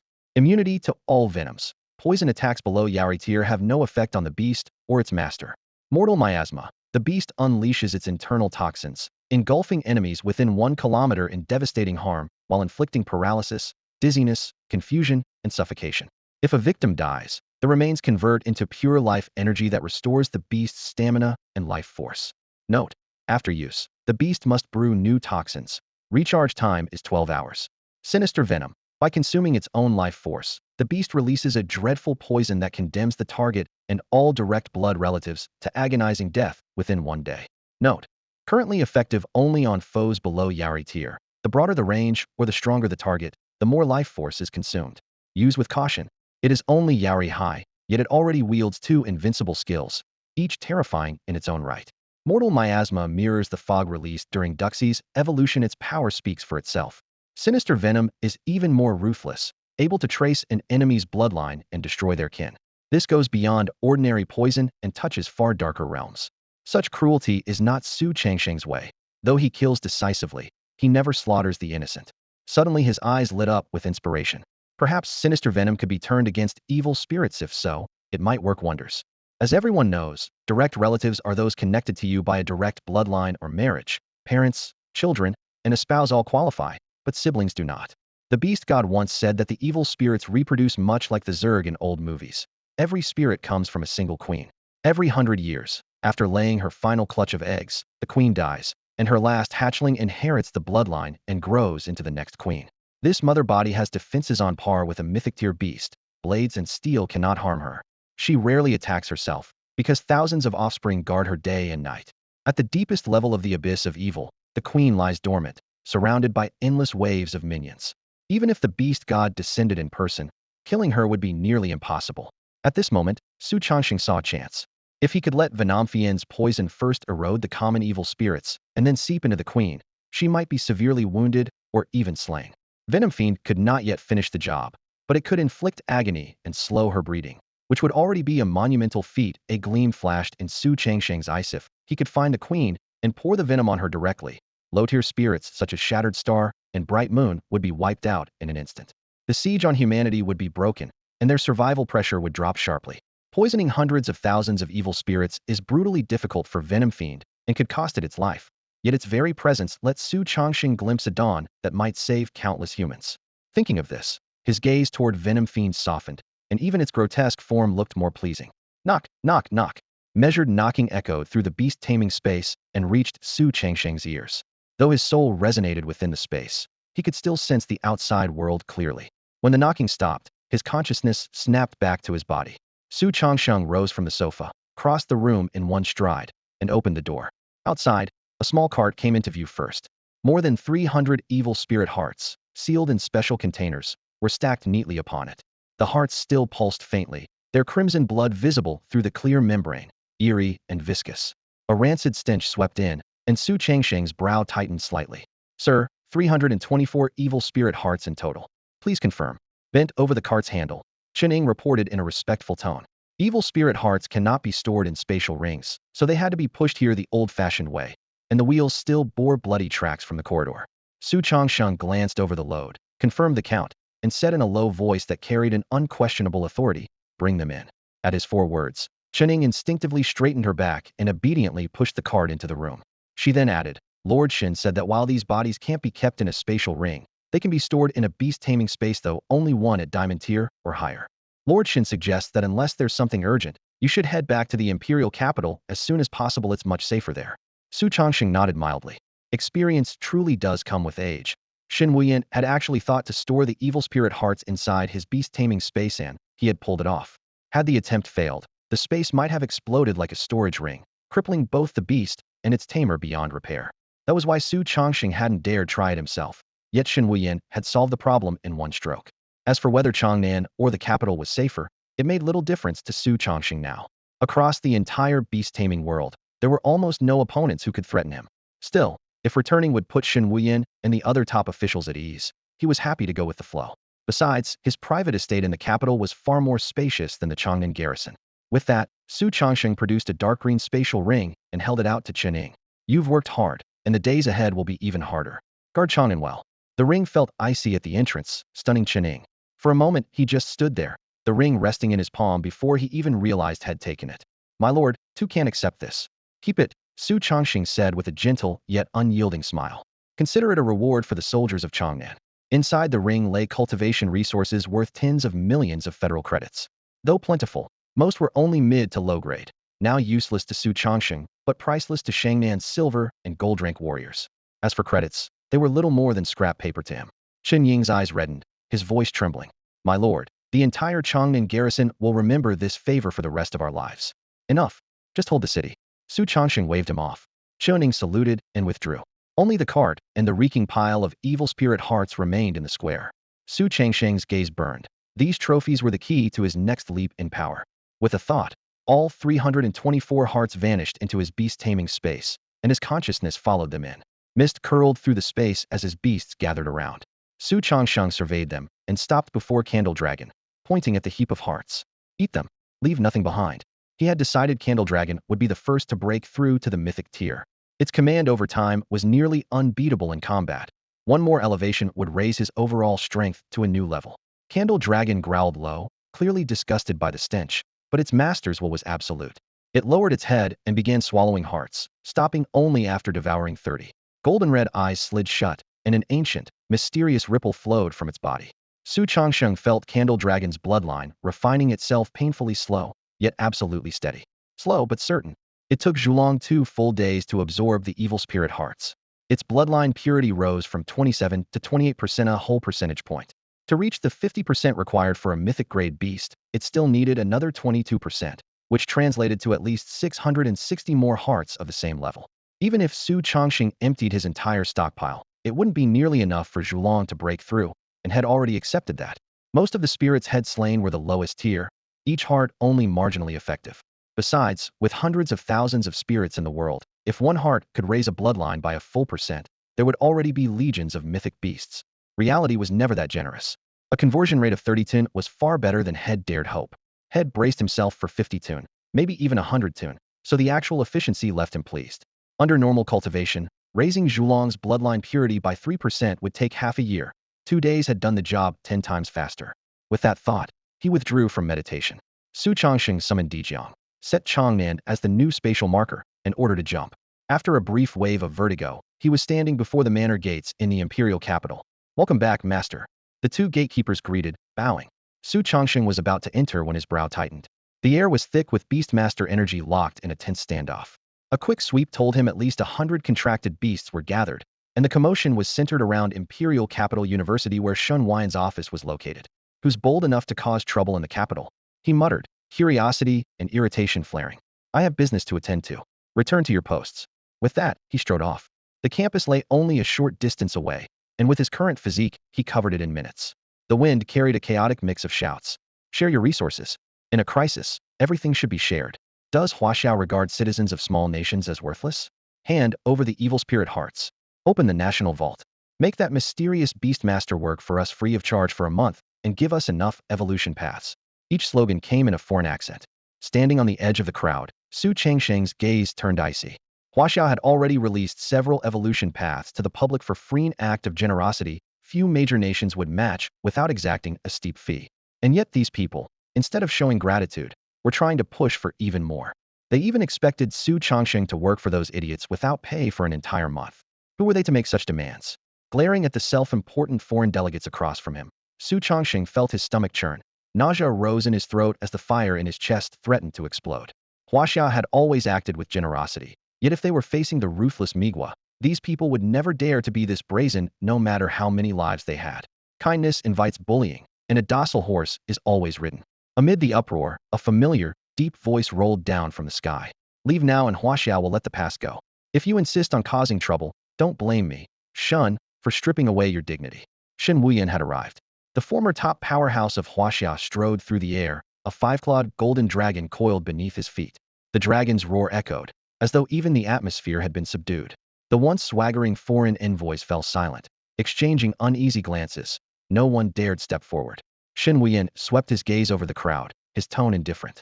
"Since no one objects, disperse." The dragon's chest rumbled in low growls, its murderous intent freezing the air. Yet the delegation of more than 100 refused to back down so easily. A man with bronze skin, a high nose bridge, and thick lips shouted in protest. "How heartless you Waxians are, dismissing the legitimate demands of other nations." He hailed from a Sana neighbor that fancied itself a great power, yet loved to stir up trouble. Years ago, Asen's provocation had driven Huaxia to march straight into its capital, forcing it to beg for mercy in less than half a month. But the nation seemed to have forgotten the lesson and was back to its old bluster. With someone taking the lead, representatives of several small countries joined the clamor, voices rising and falling as if Waxia's refusal to share resources were the gravest of sins. Did they really think Waxia's resources fell from the sky? Faced with the endless noise, Shun Wyan's brows knit. Huaxia had once stood shoulder to shoulder with these minor nations against Miguo's expansion, so even now, as the world's foremost power, he was reluctant to strike. Unfortunately, Waxia's goodwill met only ingratitude. Fury boiled inside him. Very well, let them taste blood and learn that the dragon's might is not to be challenged. He sighed softly, and his beast-taming power erupted.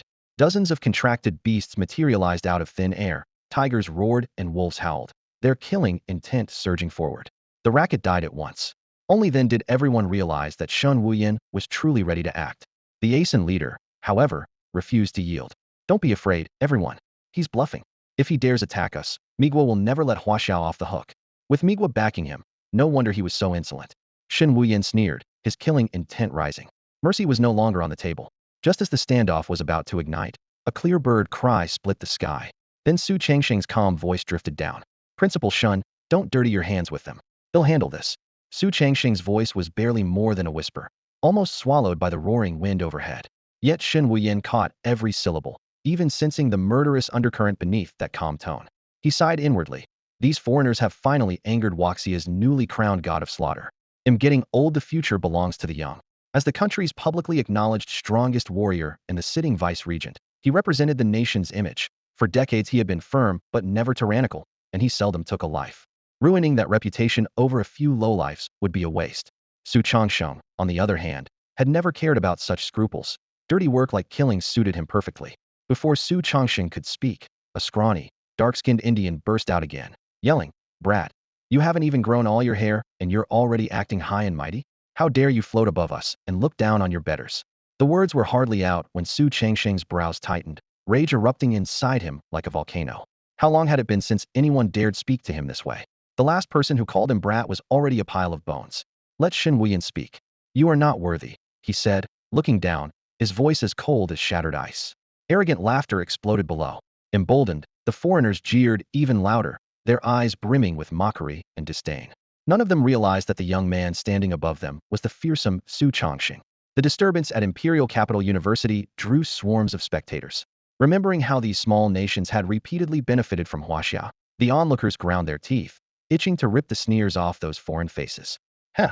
Hearing the raucous laughter, Su Changsheng's lips curved into a chilling smile.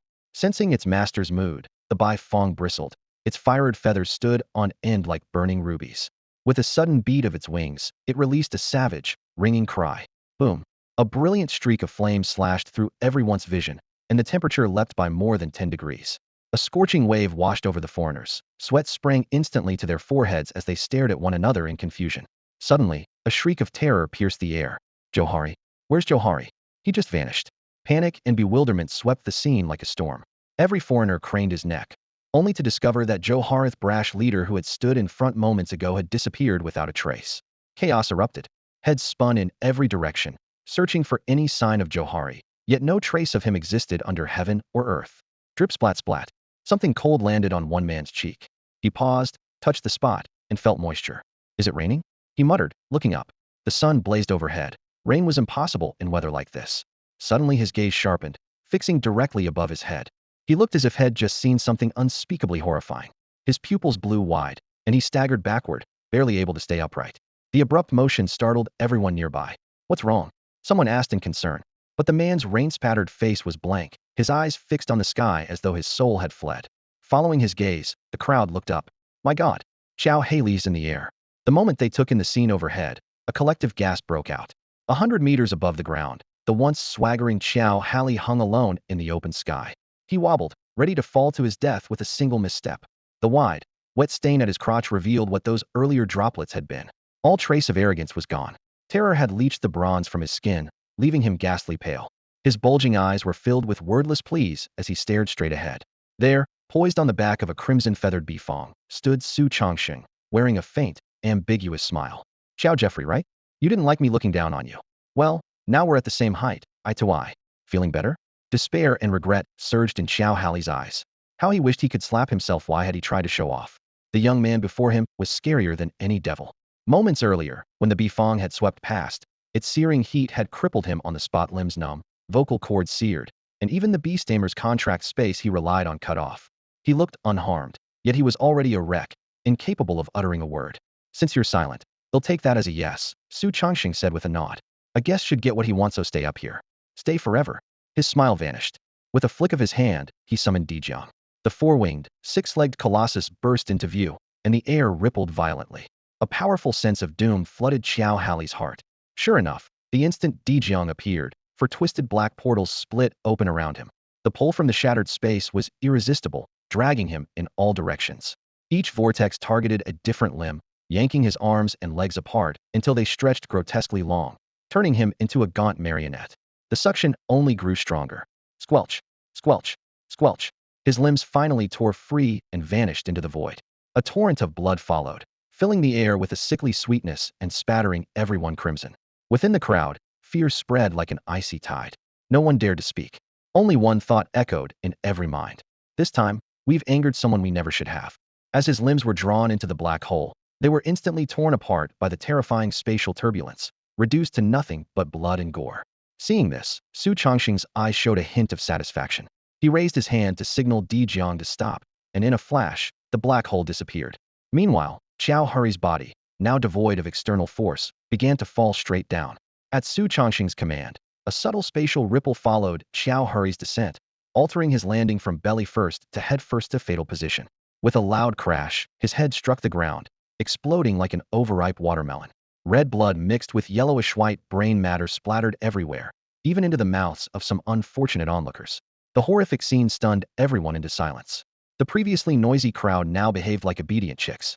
Seeing his intimidation had achieved its purpose, Su Chongsheng descended slowly on Bai Fong.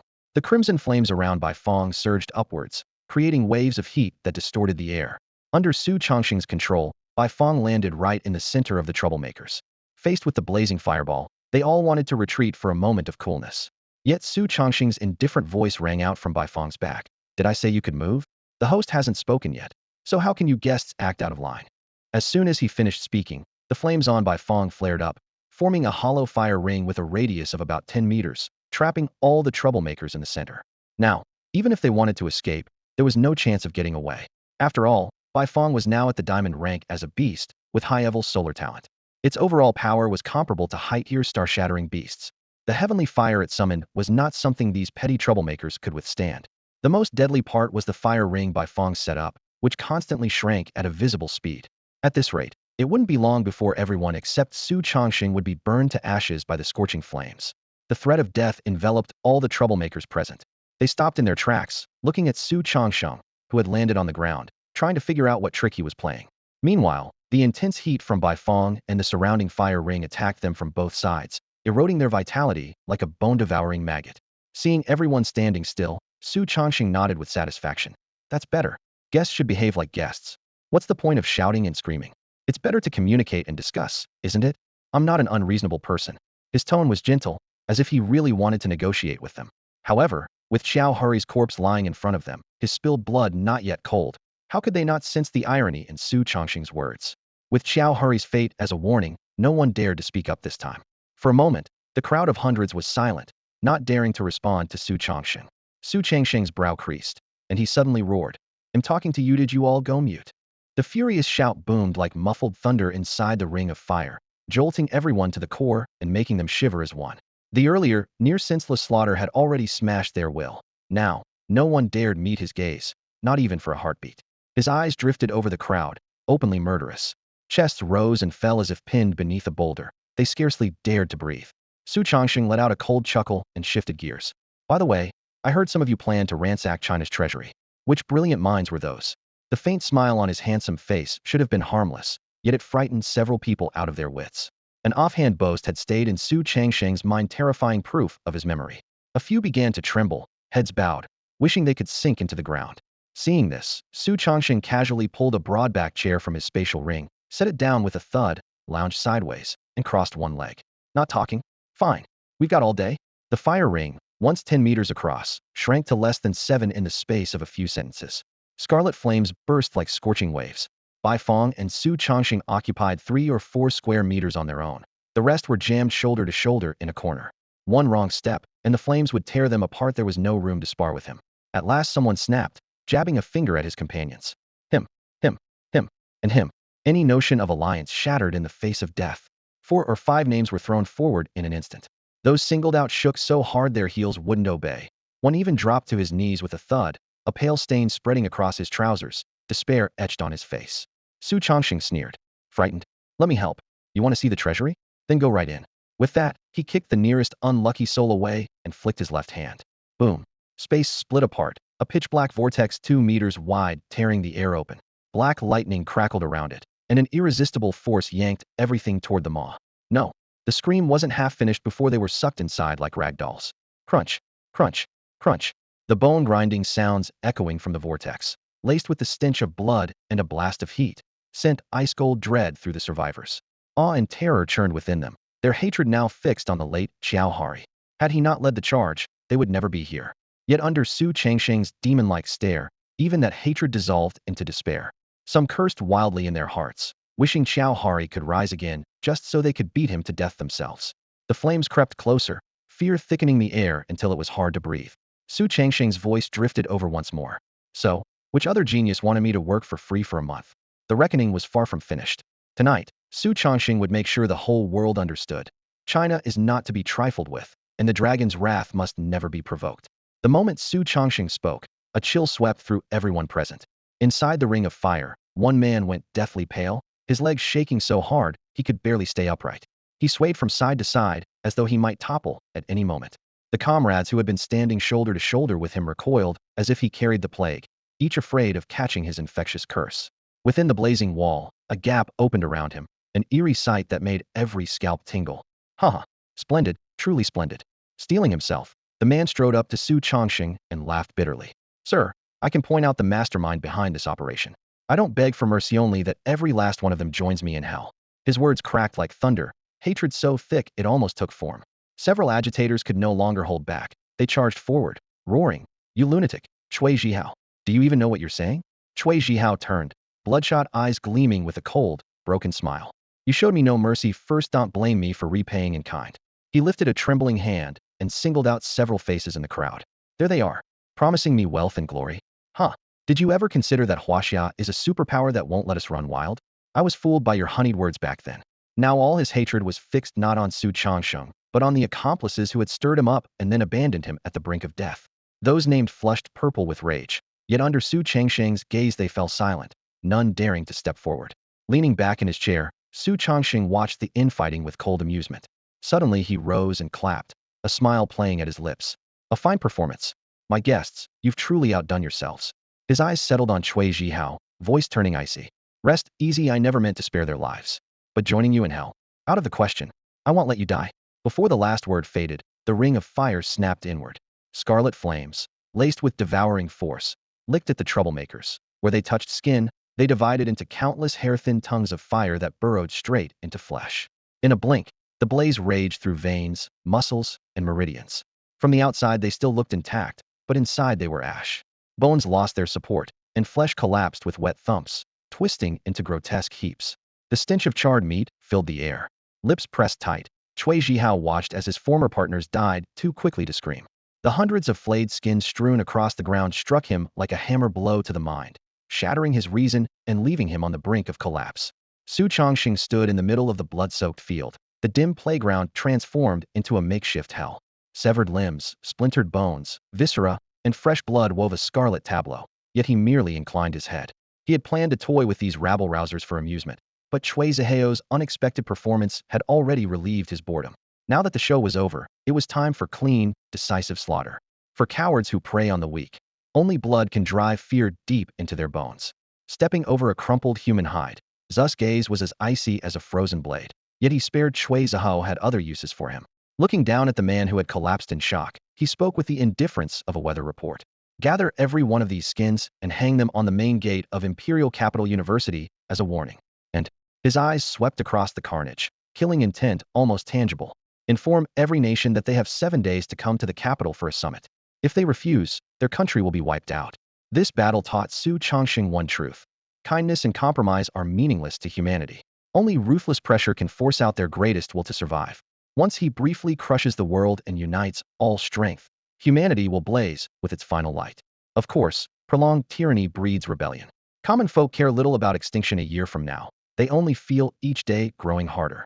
Wartime resources flow to the most promising, leaving everyone else with less.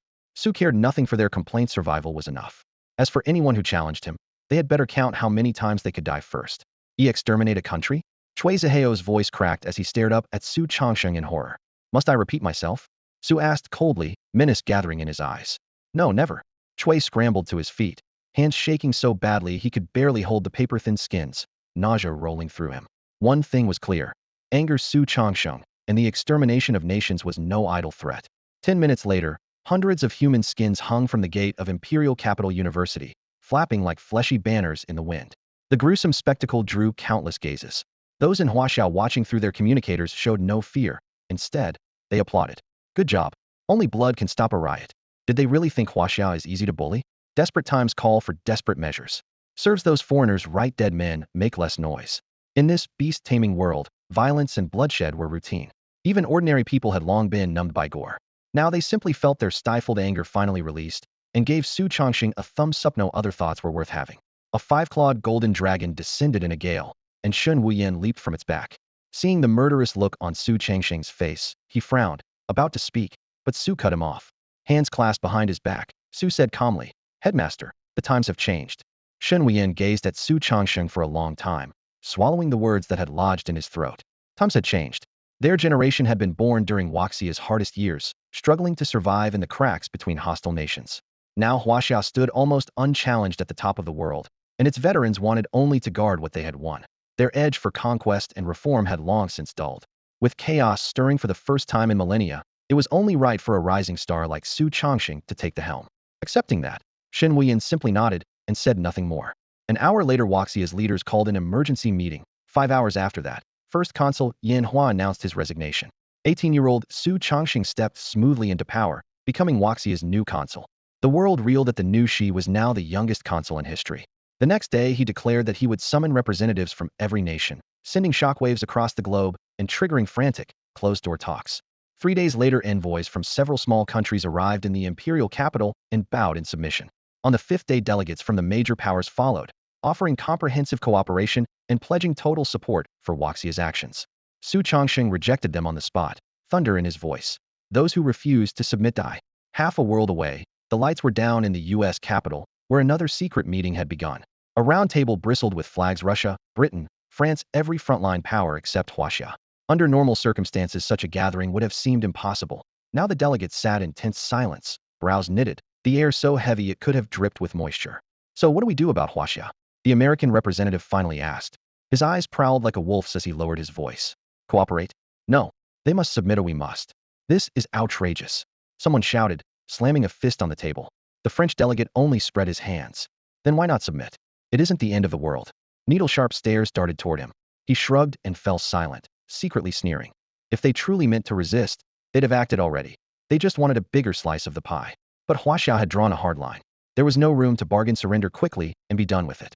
Silence crept back in. Su Changsheng has gone too far. A proud elder in tails finally growled, unable to hold back. A few murmurs of agreement followed, then faded.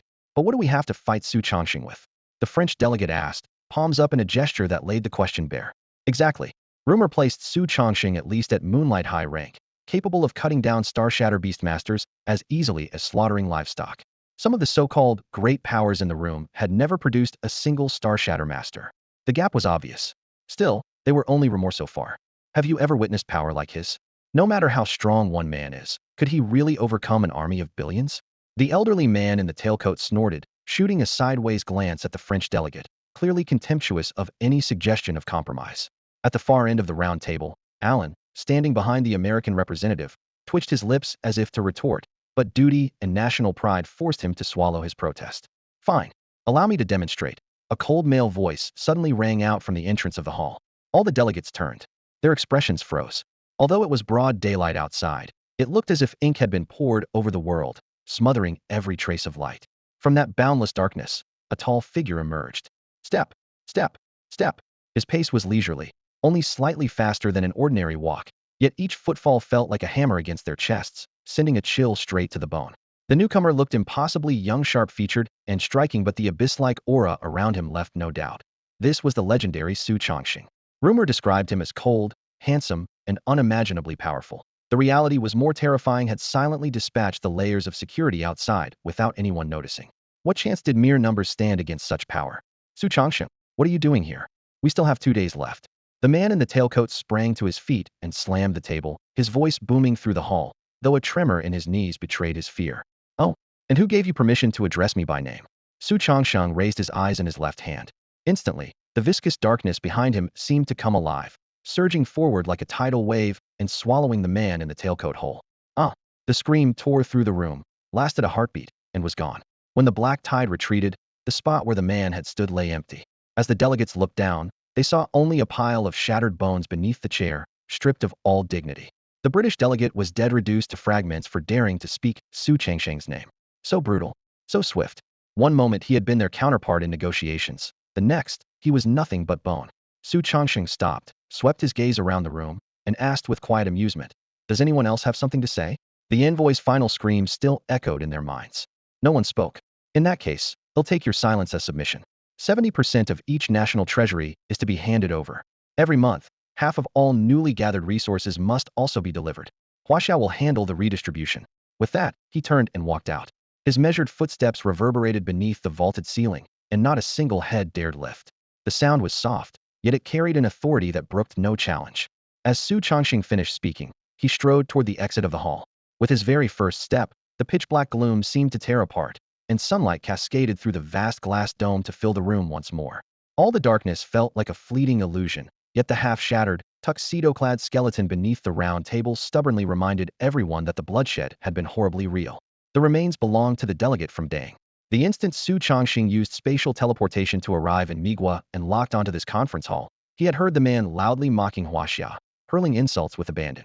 Since he was the noisiest, he became the first example Su Chongxing had always been that decisive. After half a year, he had reached a clear conclusion. Only overwhelming force could keep people obedient.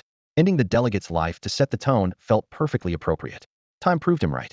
When Su Chongxing laid out his terms, not a single dignitary dared to object, or even breathe too loudly. Now, as his silhouette vanished beyond the doorway, the others felt like fish finally dropped back into water. They exhaled in unison, and their hearts slid from their throats to their chests. A moment earlier, under that oppressive gaze, no one had dared raise their head for fear of sharing the Dang delegate's fate, dead, disintegrated, and denied even an intact corpse. Inside the hall they stared at one another, eyes wide with torn open shock and dread. Moments ago they had confidently discussed joining forces against Su Chongxing, never dreaming such power could render sheer numbers meaningless. Yet the terms he left were no less brutal. Each nation had to surrender 70% of its treasury up front, and, every month thereafter, 50% of its revenue. For any country, those were astronomical sums that pressed hard against the population's survival line. After a long silence, someone finally rasped, "Maybe we can negotiate? These demands are..." "Yes, we're major powers. There must be room to bargain." "Right, negotiations." Su Chongxing might back down, but their voices held none of their former confidence. Every word rang hollow. Would a man like Su Chongxing truly leave them space to haggle? Alan's next remark doused their faint hopes like ice water. "From what I hear, the smaller nations that surrendered first only had to give up half their treasuries and 30% of monthly income. By raising it to 70 and 50%, Su Chongxing is clearly warning us. If we still refuse to understand, or worse, try to negotiate as equals, he'll only raise the numbers again." Alan had known Su Chongxing since the Wangwadabi months earlier, so he understood the man's nature better than anyone. Vindictive, ruthless, and capricious. Those warnings flashed through his mind. Fixing his gaze on the hesitant faces around him, he pointed at the broken skeleton beneath the table, his voice low and cold. "Unless you'd like to end up the same way." That single sentence shattered the last of their hesitation. If they went back to the negotiating table, they might well lose their own lives. Was it worth the risk? The senior officials exchanged glances, weighing the calculus in an instant. However hard Huaxia squeezed their nation, their privileged lifestyles would remain untouched, their days would pass exactly as before. With that thought, they bowed to Alan. "Thank you, Alan, for your guidance." The words had barely fallen before a crushing weight seemed to lift from every shoulder. Pain and regret vanished, replaced by a furtive joy, as though they had just snatched their lives back from the edge of a blade. Alan saw it all. As one of America's foremost martial masters and a high-ranking official, he knew precisely what they were thinking because the same thought had crossed his own mind. Only now did he understand why Su Chongxing had to be so ruthless. With disaster looming, only a leader of unmatched strength and prestige could bind humanity into a single force. Otherwise, most would look out for themselves, and some in power might even collude with the fiends for a brief reprieve. That leader had to place humanity's survival above every personal tie. Can he really do it? The question flickered through Alan's mind but was swept away by a soft laugh. Whether Su could or not, his authority was unassailable, and Alan's only choice was obedience. The worst outcome was humanity's extinction. Surrender to the fiends? Alan's pride as one of the world's top fighters would never allow it. Meanwhile, Su Chongxing had folded space and returned to the imperial capital. His preemptive strike was meant to catch them off guard, saving time, conserving effort, and boosting his bargaining power. Under the shadow of death, people were far more willing to talk. Before dealing with troublemakers like Cui Zhihao, Su had foreseen that old powers such as the United States would never bend easily, making violence inevitable. A solo assault kept casualties to a minimum. The gate guards were merely lulled into darkness by the blood shadow, and not a single life was lost. The only real victim was the British delegate. In a blink, he was climbing the flagstone steps of Imperial University. Hundreds of flayed skins hung in the air like war banners snapping in the wind, casting a chilling savagery over the youthful campus. The streets were far quieter than before. Only a handful of passers-by remained. Su had long since spread word of the oncoming fiend tide, and with less than a year before the war, everyone was on edge, racing to cultivate in hopes of gaining a sliver of survival. After informing Shen Wuyan and Yin Hua of the major powers' capitulation, Su slipped away. Though he was Wuxia's de facto leader, sharpening his own strength remained his top priority. Himself was the trump card against the fiend tide. Routine governance fell to seasoned veterans like Shun and Yin, who handled it with ease. In the days that followed, Su poured nearly all his time into relentless cultivation, appearing only occasionally to subdue smaller nations. He sent Blood Shadow and Daijang into the beast realm to sharpen themselves in endless battle, while Zhulong devoured fiend hearts in a frenzy, refining its bloodline.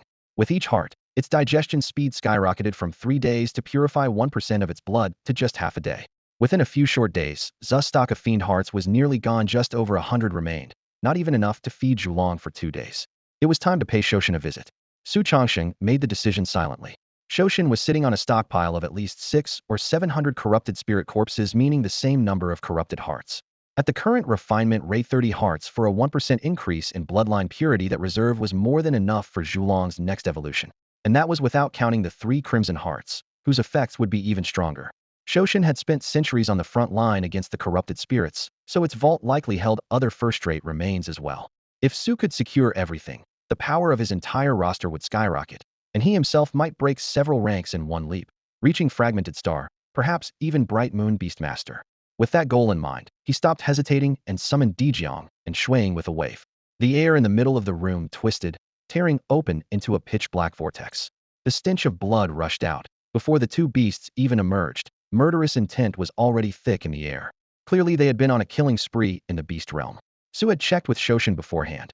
As long as it boosted their strength and didn't harm civilians under Shoshin's protection, Shuang could kill as it pleased.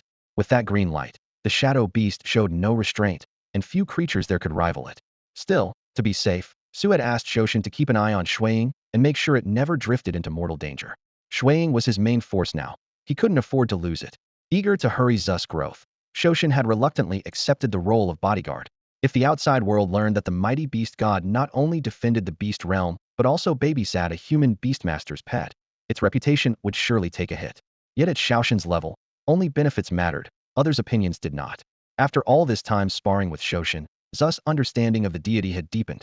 Maybe once the corrupted spirit crisis was resolved, he wouldn't try to kick Shoshin's head off, just give it a good beating so it could learn what pain felt like. As these thoughts flashed by, the dark violet palace came into view. Su strode into the main hall, already familiar with the path, and looked up at the writhing purple mist. One glance made his eyelid twitch. The mist that always coiled around Shoshin had completely dispersed. The center of the hall was empty. Shoshin was gone. Where had it gone? Dead? Missing? Away on some errand? Without Shoshin holding the line, how could one man stand against an endless horde of corrupted spirits? A flood of possibilities crashed through Su Changsheng's mind. His eyes darted across the hall, searching for any sign of the beast god. The air, choked with dust, remained perfectly still, and at the far end of the empty staircase the lofty throne gazed down on the chamber in silence. Su Changsheng's eyes suddenly narrowed. With a tap of his toe he shot up the dozens of stone steps like an arrow released from its bow. Only when he reached the throne did he notice a patch of dark purple, almost the same color as the metal seat. It was a letter. Its dull cover blended with the throne's sheen, and without his SS grade talent, the eye of the world, he would never have spotted such a subtle difference from that distance. He bent down and picked it up. 5 bold characters etched across the front read for Su Changsheng's eyes only, clearly declaring the intended recipient.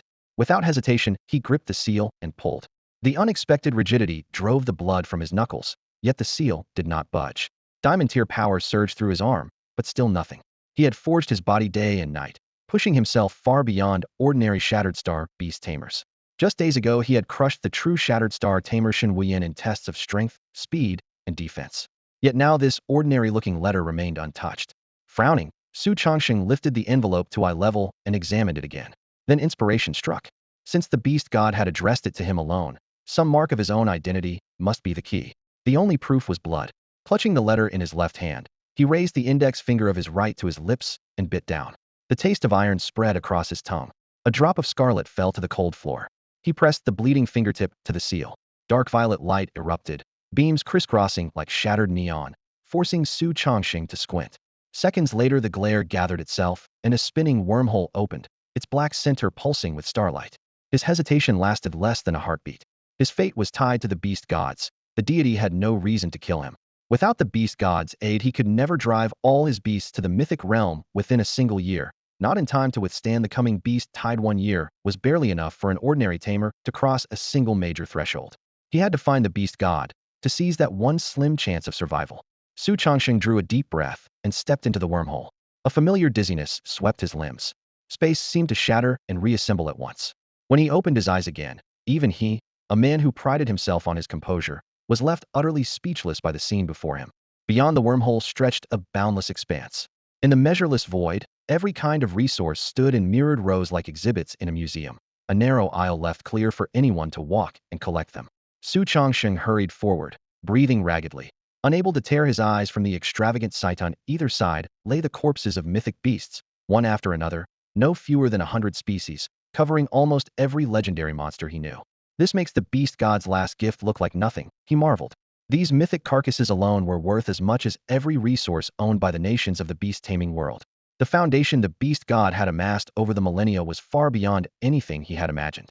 Awe aside, Su Changsheng kept moving, darting along the aisle.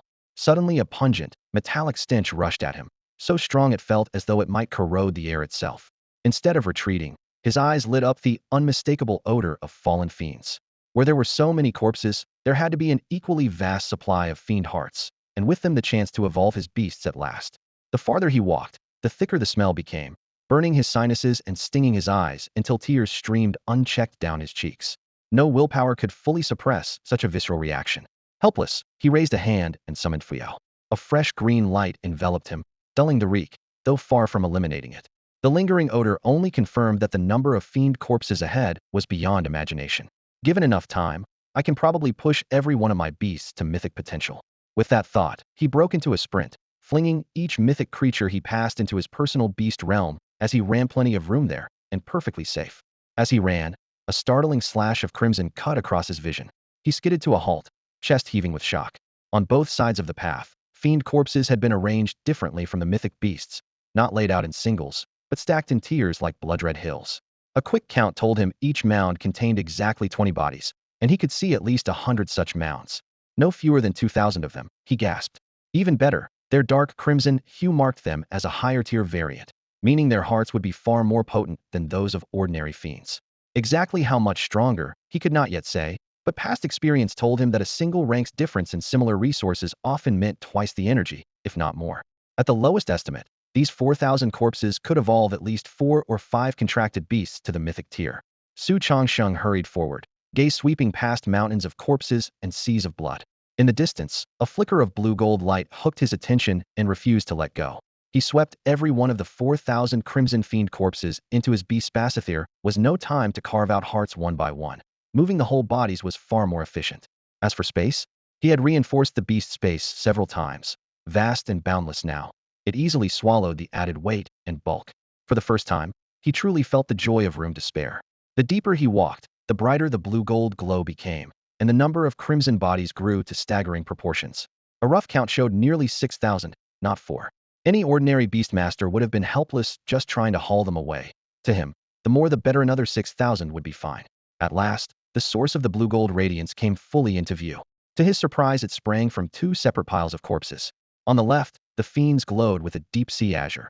On the right, they blazed with pure, fierce gold whose oppressive aura made one instinctively want to kneel. Su Changsheng had never seen fiends of either color, yet he knew at a glance that gold outranked blue. If crimson fiends matched the lunar grade, then blue belonged to the solar grade, and those golden bodies were mythic-class monarchs. Even beings of such rank had been slain and stacked like trophies, proof of how unfathomably powerful the beast god must have been. Yet that supreme figure was nowhere to be found, a thought that sent a chill down Su Changsheng's spine. This, however, was no time to ponder.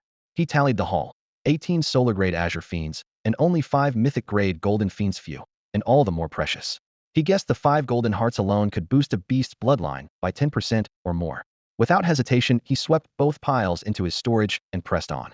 Either side of the passage lay even more resources dumped in heaps: spirit materials for high-level beast cultivation, exotic flowers, and ores long extinct in the beast realm. As he walked, he gathered everything, tossing each stalk and stone into his beast space, even stumbling upon several items his own beasts would need for future evolutions. He had no idea how long he spent pillaging, but eventually the entire area was picked clean. Individually, these materials could not match the value of mythic remains, yet in sheer quantity their total worth was comparable, only their rarity lagged a bit behind. Whether mythic-grade corpses, blue-gold fiends, or this tide of rare resources, all were beyond monetary measure. If such riches surfaced in the beast realm, every nation would scramble to seize them, and a world war would be inevitable. Fortunately, the beast realm was now under Su Changsheng's control, so no such conflict would occur. At this moment, the pocket dimension that had once overflowed with resources lay completely bare, emptied by Su Changsheng. Within the vast expanse, only he and a few quietly crouching spirit beasts remained. White light washed over the walls, the emptiness so absolute that even his own breathing echoed. After slowly scanning the area and confirming that nothing valuable was left, Su Changsheng turned his gaze toward the void. In the very instant silence spread, a familiar, commanding voice pierced straight into his mind without warning. If you are hearing me here, it means I have already vanished. Su Changsheng, do not try to look for me, nor investigate anything related to my disappearance. At this level, even the faintest thought will attract that being's gaze. All you can do is grow stronger, stronger, stronger, stronger. Do everything in your power to withstand the calamity that will arrive 1 year from now. Everything in this place is the last aid I've left you. The deep voice echoed like a massive bell. At once, Su Changsheng knew who it was, the beast god. Across both realms, only the beast god could invade his sea of consciousness when he was completely unguarded. To deliver a message of that caliber, the sender had to be vastly more powerful, or the listener utterly relaxed, or both. The beast god paused, then continued, Su Changsheng, you must go to the abyss of corruption every month and reinforce the grand sealing array, or the fiend's trap there could pour out at any moment. The materials for the seal will be handed to you once you leave the palace. As for the strongest fiend beneath the throne, I have taken it away, there is no need to worry. If you still have strength to spare, look after the humans living at the Beast Realm Enclave. Their ancestors fought at my side 1,000 years ago to protect humankind. When the voice faded, his mind returned to calm. Su Changsheng stood for a long time in silence, a lone island in a sea of white. Look closely and you would notice the slight tremor in the fingers hanging at his side, because from this moment on he truly had to shoulder the safety of both realms alone. Before, the beast god had stood in front of every danger like an iron wall. Now that barrier was gone, and the weight of responsibility pressed upon him, so heavy it threatened to steal his breath. After a moment, he drew a deep breath and suddenly let out a hearty laugh. What's there to be afraid of? When you die, that's that. If you don't, you live for ages. Just do it. You think I can't survive without the beast god? 1,000 years ago, when the fiends first appeared, the beast god alone kept the human flame alive. 1,000 years later, why can't Su Changsheng do the same? Decision made, he strode toward the exit. A dark violet wormhole spun quietly before him like a wound-tight vortex. Su Changsheng stepped inside. A brief bout of vertigo passed in a flash. The familiar dark violet palace came into view again. He walked steadily down the steps and out the grand doors. As the beast god had said, someone was already waiting outside. Chosen one, you've arrived, said a tall, striking woman whose fox ears poked through her hair. Unlike the others here whose faces were covered in coarse black fur, hers was smooth and unblemished, and her features were strikingly refined. I am Hu Dingjin. Please come with me. She gave a slight bow, her tone respectful, then raised a hand to lead the way. When she turned, Su Changsheng noticed the fluffy foxtail at her waist. The tip swayed with each step, playful and eye-catching, easing the gloom that had weighed on him since the beast god vanished.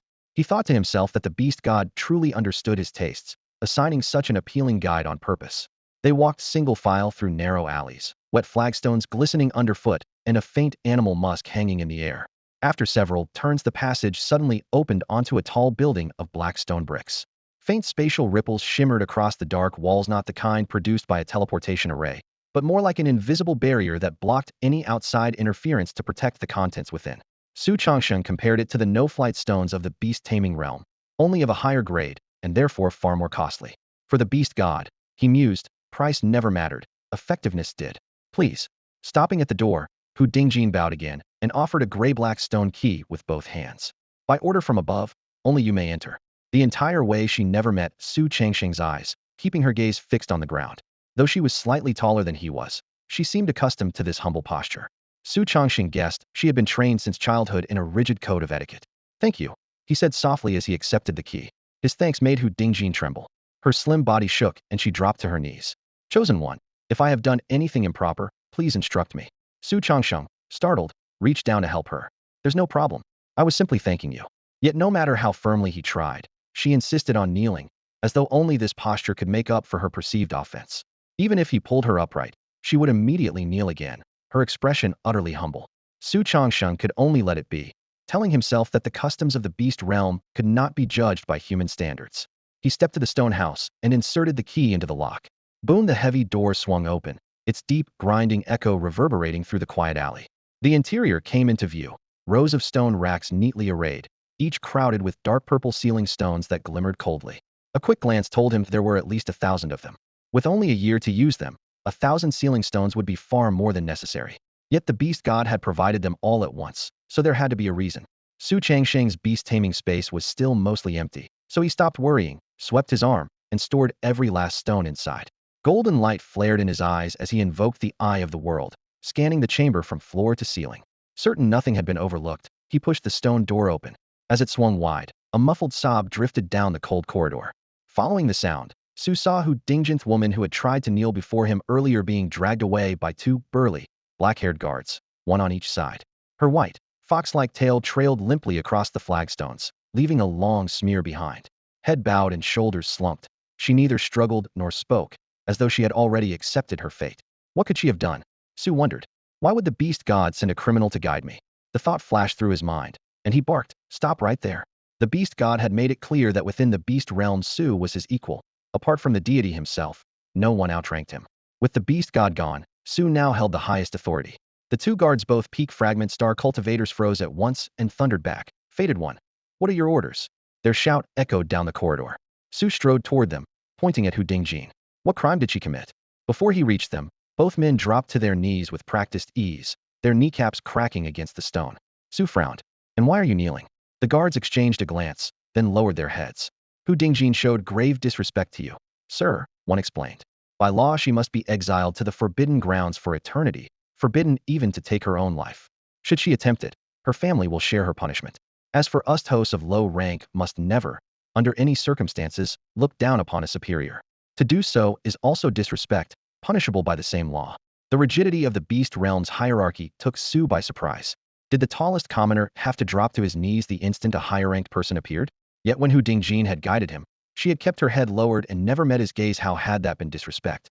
The guard continued, "If a superior thanks a subordinate, that too is a violation. In such a case, both parties must be executed to set an example." The burly black-haired man cautiously raised his head, stole a glance at Su Changsheng, and quickly added, "But your rank is far too exalted for us to judge. We can only deal with Hu Dingjin." Su Changsheng clicked his tongue in disbelief. They would not even allow a word of gratitude? How absurd. He had thought the beast realm's forced breeding policy was already inhuman, yet its rigid hierarchy that even regulated emotions was worse.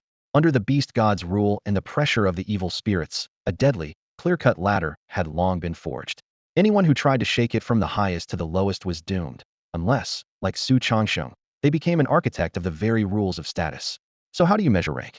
Bloodline, or something else? Su Changsheng calmed himself and asked. He was half a master of the beast realm now. He could not afford to remain blind. "Mostly strength and potential," the black-haired Hulk replied, a trace of pride in his voice. "At the top stand powerful warriors, and fated ones like you who can end the chaos. Hu Dingjin relies on her looks to survive, so she is classed as the lowest and vilest." Hearing such confident certainty, Su Changsheng sighed and waved his hand. "Ignorance is no crime. I broke no law. I simply didn't know your rules. Hu Dingjin is involved only because of my ignorance. Let's forget it." Hu Dingjin's bowed head jerked up, her tear-rimmed eyes shining with gratitude. That helpless look could soften any heart. Yet Su Changsheng's help had nothing to do with her beauty. The punishment stemmed from his actions, and as his cultivation deepened, he could sense the threads of karma more clearly. If Hu Dingjin died unjustly, some future bottleneck might hinder his growth. That was his true motive. His words left the two burly men at a loss. They exchanged uneasy glances. On one side, the rules they had obeyed their entire lives. On the other, the order of the legendary fated one. They were truly torn. As they hesitated, heavy footsteps approached from the side. A familiar voice reached Su Changsheng's ear. "Do as the Lord commands, release Hu Dingjin." Su Changsheng turned to see Zheng Jianyan, the deputy city lord who had first led him to the beast god. The man was still in full armor, fresh blood marbling its plates, a chilling aura of battle clinging to him. Even with the deputy's order, the two captors remained kneeling, foreheads almost touching the ground. Su Changsheng was not surprised. If a superior could overturn a sentence with a single word, the law was little more than a toy. But Zheng Jianyan's next words struck them like a hammer. "The city lord has decreed that in his absence, the fated one will act in his stead. His orders are the city lord's orders." The sentence cut through the air like a blade, and they recoiled as if pricked by needles, yanking their hands away from Hu Dingjin. If the law is a sword hanging over every beast folk's head, then the beast god is the one who brandishes itrilling life and death, untouched by any statute. Now that he has appointed Su Changsheng as acting city lord, Su naturally holds the same authority. A single thought can seal a fate. The moment Hu Dingjin was pulled to safety, Su Changsheng breathed out in relief, unclenching the fist hidden in his sleeve. At the same time, a profound awe took root in him that old immortal had entrusted him with such terrifying power, convinced their interests aligned, and they could rely on one another. By nature, Su would never harm the descendants of heroes who once defended humankind. On the contrary, he intended to look after them whenever he could. Clearly, the beast god's decision was a shrewd move born of long reflection. A millennium had given him not only near-invincible strength, but also a keen eye for the human heart. The faint clatter of armor cut through the air.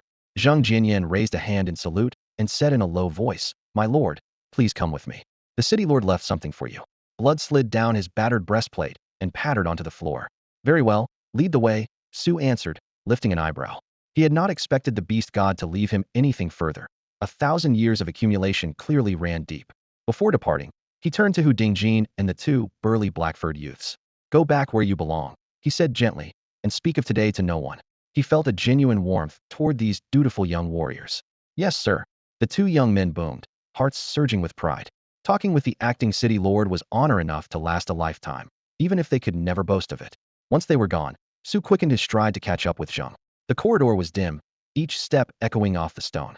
Abruptly, Zheng murmured, "The oldest of those three is only 16. With the injuries they carry, they'll be lucky to live another 20 years. The word struck like a hammer. Su pictured the two rough-featured youths, men who looked well into their 30s, yet were not even old enough for their beast-taming gifts to awaken. They should have been carefree in school, but instead had marched to the front, trading flesh and blood for a moment's respite. A deep, unspoken sorrow welled in him. "That's why we respect you," Zheng went on, voice rumbling like rolling stones. "And why we hope you'll lead us out of this plight." This man, solid as a mountain, also carried storms within, though armor usually hid them. Facing such burning expectation, Su stayed silent. He dared not promise anything. He wasn't even sure he would survive to see the final battle. Their footsteps stopped. Zheng stood before a dark purple palace, its heavy doors looming in the gloom. Su looked up. The building's outline and domed roof were identical to the hall where the beast god had first appeared. Its sense of grandeur, however, falls a little short. The palace gates stood ajar, yet the space beyond was black as spilled ink, swallowing the blood-red sunlight the instant it crossed the threshold, as though some invisible maw devoured every trace of brightness and left only chill and dread. "Please, go in," Zhang Jinyan said from the right side of the gate, bowing slightly in invitation, his tone respectful. Su Changxing nodded in acknowledgement, accepting the courtesy. He listened as Zhang Jianyan's footsteps grew faint, each heavy tread nailing itself into his chest and pressing down with a dull ache. He paused at the doorway for a moment, drew a deep breath, shook the cluttered thoughts from his head, and stepped into the palace. Bang!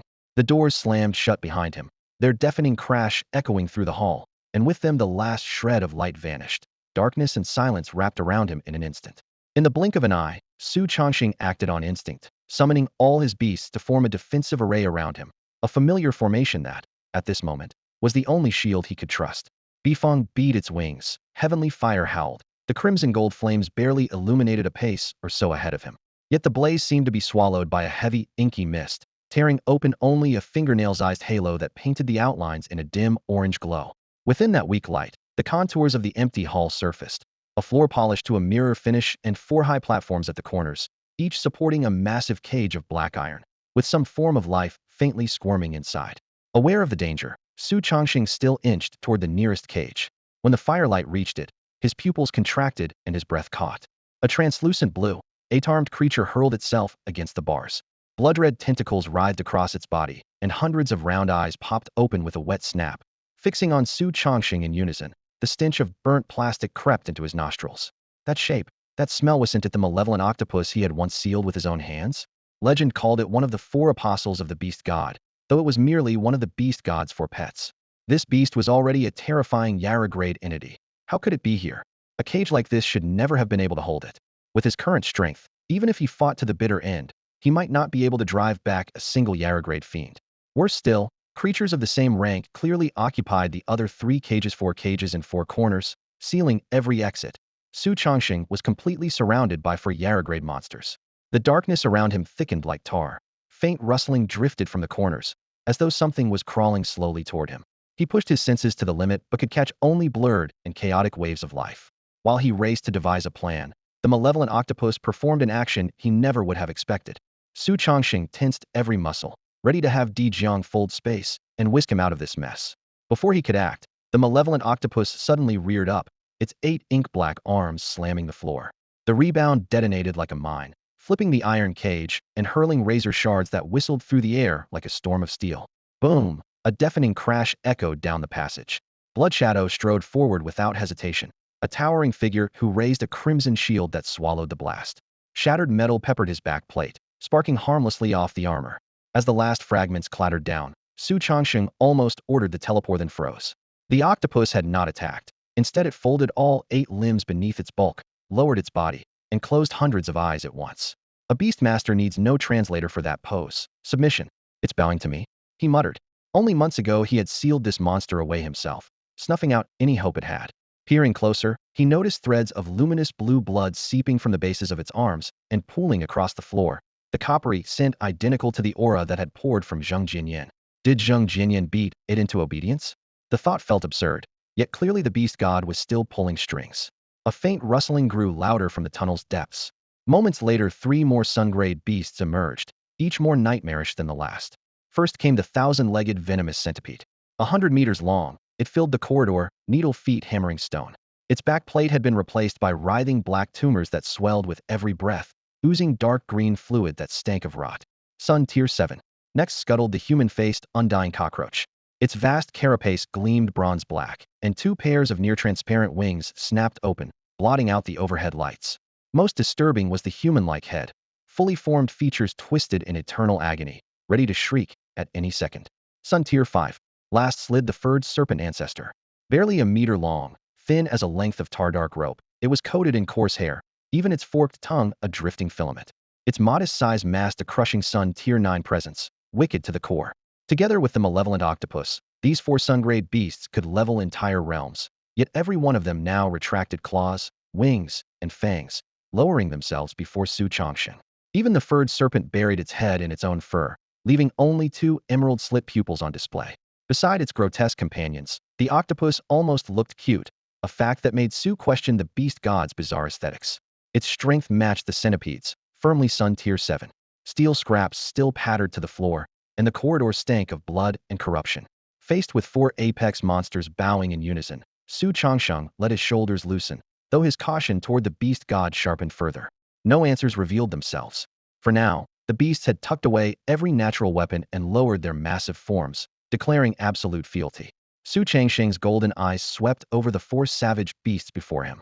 He immediately noticed one thing. Apart from the battered malevolent octopus, the other 3 were spotless, their scales sparkling and their fangs gleaming white. During that brief stare-down, the hairy serpent ancestor slithered forward, crawled up his sleeve, and coiled into a tight ball in his palm. Its downy fur brushed his skin with a faint chill that clashed sharply with the icy menace of its inverted triangular head. Hiss! The serpent opened its jaws. 2 ivory fangs glinted, and several poison sacs deep in its throat swelled, the venom inside audibly rippling. Wedged beside them was a small, crumpled slip of paper. Su Chongqing tensed. At Yaori 9th tier, the hairy serpent ancestor was only a step from full mythic form. The slightest contact could trigger lethal toxins. He gave a low command. Fuyao. A green radiance wrapped his right hand like a paper-thin armor, more than enough to block instant poison.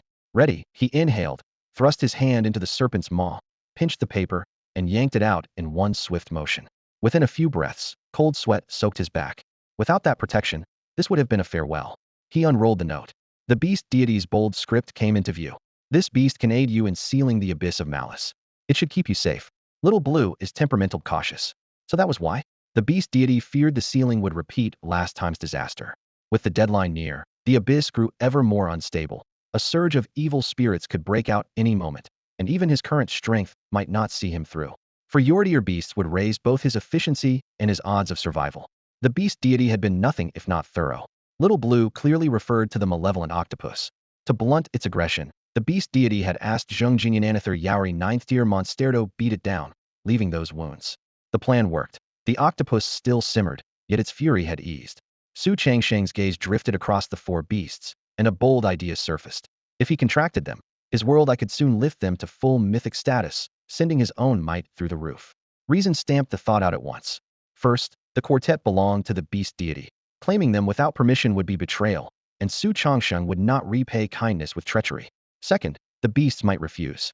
They helped only on their master's orders. A contract would force them into subserviency, an affront to your pride. Third, attribute overlap.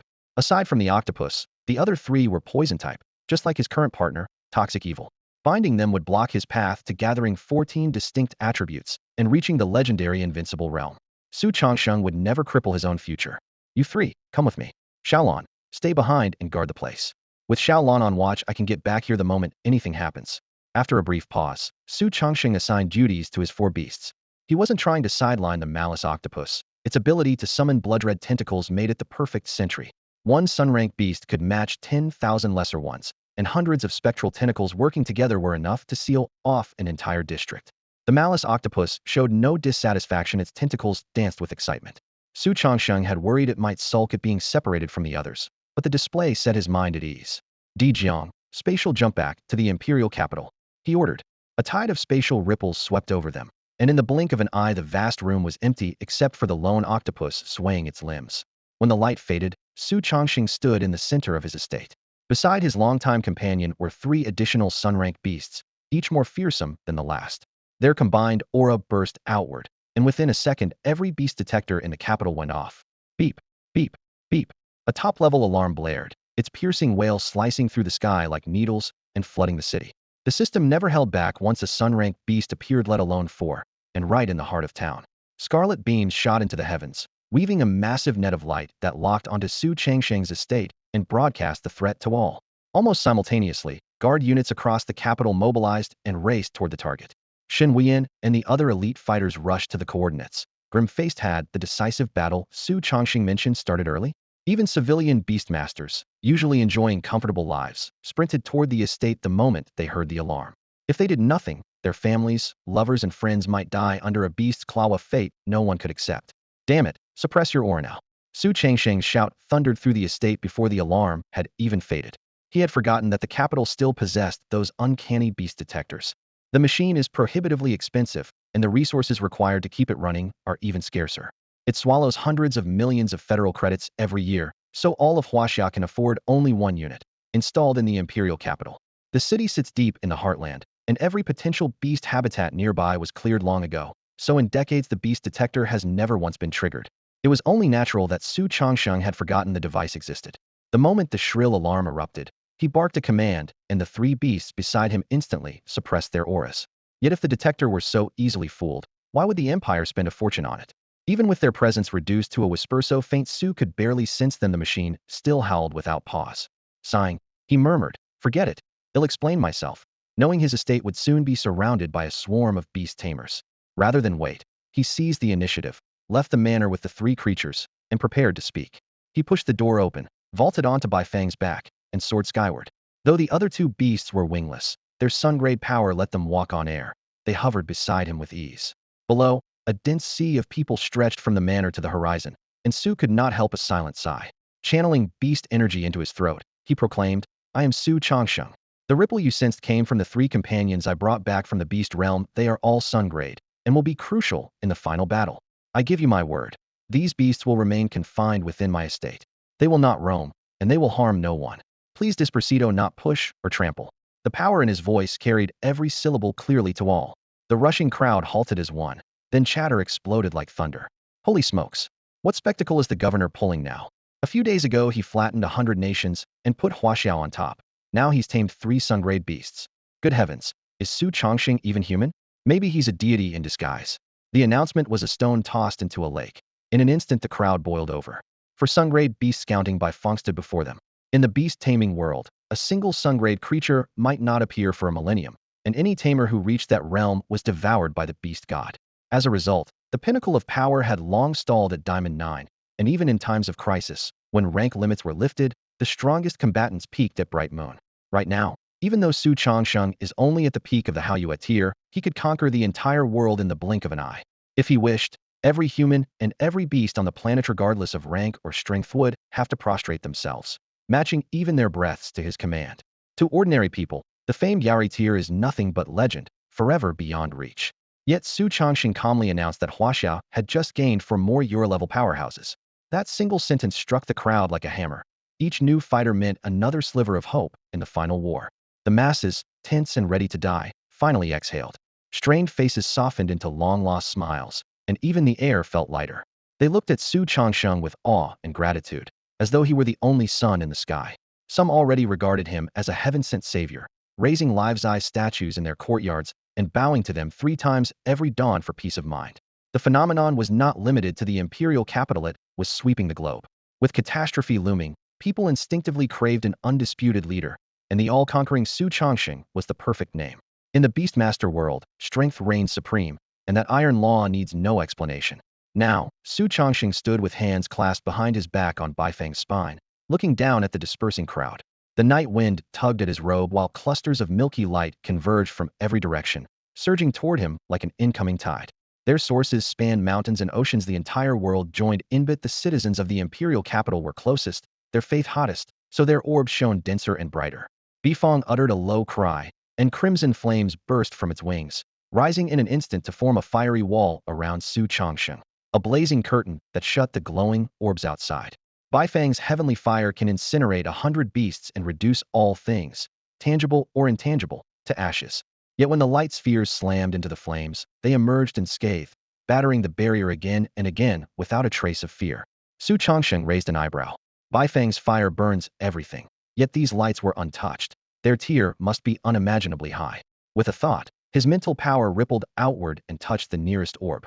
The moment his consciousness brushed the light, a deafening clamor flooded his mind. Great Emperor Changsheng, please keep my family safe and free from illness. Your Majesty, bless my son on the college entrance exam and his future as a beastmaster. Please, Emperor, help my useless husband pull himself together. Hundreds of thousands million soft prayers merged into a roaring tide, nearly filling his soul. For an instant he saw countless figures kneeling, hands clasped, pouring out their hopes with reverent sincerity. Fortunately, his spirit and will had long since surpassed human limits. The impact barely shook him. He staggered for an instant, steadied himself, and snapped back to full awareness. As the ringing in his ears faded, the clamor in Su Changsheng's mind fell into order. Only then did he truly see the milky white mist drifting in midair, the legendary power of worship. Ancient bestiary texts spoke of 2 paths to divinity: bonding with a spirit beast, or ascending through the faith of mortals. The second road was almost impossible. One needed devoted believers across the globe, and the strength to survive the torrent that power would unleash on body and soul. Even the demand for worldwide followers was enough to stop history's greatest masters. No one had ever ruled every nation, earned universal adoration, or become the sole focus of humanity's prayers. For thousands of years the idea remained myth, its pioneers barely a rumor. But the world had changed. In less than a year, a catastrophe would threaten to wipe out humanity. Driven by survival, people longed for a savior who could turn the tide. Su Changsheng rose with the times, becoming the only hope in most hearts, and faith gathered around him. Understanding what the mist was, he dismissed the Bifong true flame wall with a casual wave. His body could now withstand the coming storm. Freed from confinement, the light-laden wisps rushed at him like beasts released from a cage. The moment they touched his skin, they melted into gentle streams that seeped into bone and blood. Inside him, the milky liquid merged into a blazing river that swept from head to toe, inside and out, scouring every cell. He heard tendons hum, felt blood boil, and sensed unseen hands remolding his flesh. Strength and vitality soared, while subtler changes defied description. The baptism lasted a full half-hour. When the final trace of power sank into his heart, he pressed a palm to his chest. A soft glow flashed across his eyes. Suddenly, he twisted his fingers into a claw and gouged at his own heart without warning. Ripping sounds split the air as skin and muscle parted like fragile paper, leaving a bull's-eyed cavity. Strangely, not a single drop of blood spilled. Only pearly light flooded the gap. In a flicker, the wound knitted shut before his gaze, flawless once more. The regeneration outstripped even Fuyo's, and, astonishingly, he felt no pain at all. Yet physical restoration was only the beginning of what the power of worship could do. Su Changxing's consciousness suddenly plummeted, and in the next heartbeat he felt as if he had been split into tens of thousands of fragments, his vision twisting and blurring in a flash. When he opened his eyes again, more than 10,000 distinct images crowded his pupils at once: mountain hamlets, city skylines, lone tents in desert sands, fishermen's huts on distant islands. Without exception, each place enshrined a statue of him. Now his gaze pierced space without the slightest resistance, slipping into any believer's dwelling. Nor was his sight confined to a single room. Within a radius of 30 meters, he could perceive everything in meticulous detail: dust drifting down, candle flames wavering, the subtle rhythm of every breath. More astonishing still, a mere thought let him appear in any of those scenes, a form of instant travel that even Di Jiang, famed for his mastery of space, would struggle to match. A torrent of incense-fueled devotion surged into him in an instant, gifting him unimaginable regeneration, an omnipresent field of vision, and a terrifying capacity for spatial passage. Milky white motes of light continued to drift his way, promising yet more powers if the flow persisted. In the span of a few heartbeats, an ordinary human could edge toward the realm of true powerhouses, proof that the path of incense is as daunting to enter as it is explosive in its advance. By the time he finished testing his new abilities, he realized that Shen Wuyan and several other Huaxia leaders had arrived unnoticed. They stood before him, too stunned to speak. "What is it? Why are you staring at me?" Su Changxing asked, rubbing his face by reflex. The moment his fingers met his skin, even he was startled. Flesh once hard as tempered steel now felt as delicate as a newborn's, warm and smooth as mutton fat jade, flawless enough to shame a master carver. Yet softness did not mean fragility, since his skin was almost alive, dispersing any impact like a pool of gentle water swallowing a blade. Coupled with his newfound regeneration, his defenses had soared. Others could not feel this subtle change, but their shock was undeniable. Why? A notion flickered. Calling on his beast-taming power, he conjured a mirror-like screen before him. The face that appeared was still sharply handsome's word brows, bright eyes, a firm mouth, but every minuscule imperfection once hidden from the naked eye had vanished. The slight ridge in his brow, the too hard angle of his jaw, the faint asymmetry of his nose bridge. His heroic air remained, yet his features now approached the flawless beauty of a deity's sculpture. "Wow," Su Changxing muttered with a wry laugh. "This incense power even throws in a complimentary makeover." Su Changxing studied his reflection in the mirror, a pleased grin spreading across his face. After all, becoming a bit more handsome is always welcome, especially when you were already striking. The chiseled visage staring back at him instantly explained why Shen Wuyan and the others had been stunned. Himself needed a few seconds to recover. "Seriously, Changsheng, with your standing, you still felt the need for cosmetic surgery?" Shen Wuyan finally regained his composure. He hurried over and examined Su Changsheng's features like a connoisseur appraising a masterpiece, while the onlookers behind him wore the same awestruck expression. A few even momentarily questioned their own orientation. Su Changxing shrugged. "Just a side effect of the incense path." The brief reply snapped everyone's attention from his face to that legendary route. "The incense path? Another way to achieve godhood?" Shen Wuyan murmured, unable to hide his astonishment. As one of Huaxia's top powerhouses, he knew the path well. Years ago, when his progress stalled, he had traveled the world defeating every master he could find, hoping the worship earned by his invincibility would break his shackles. Despite exhausting himself, he never even touched the threshold, much less transformed his very essence, and he eventually began to suspect the incense path was mere myth. "Exactly. I'm not sure what happened. Came back from the beast realm and ended up like this," Su Changxing said truthfully. He had never sought incense power, yet an overwhelming tide of devotion had poured in on its own. The admission struck at Shen Wuyan's pride. Hailed as a prodigy and still ranked first in the world at 30, he suddenly felt his talent insignificant beside Su Changxing's. Years of experience at the summit allowed him to swallow the feeling quickly, and he offered respectfully, "They'll have statues of you carved immediately. Within a week, every household in Huaxia will have your image and offer daily worship. The more believers, the stronger the incense."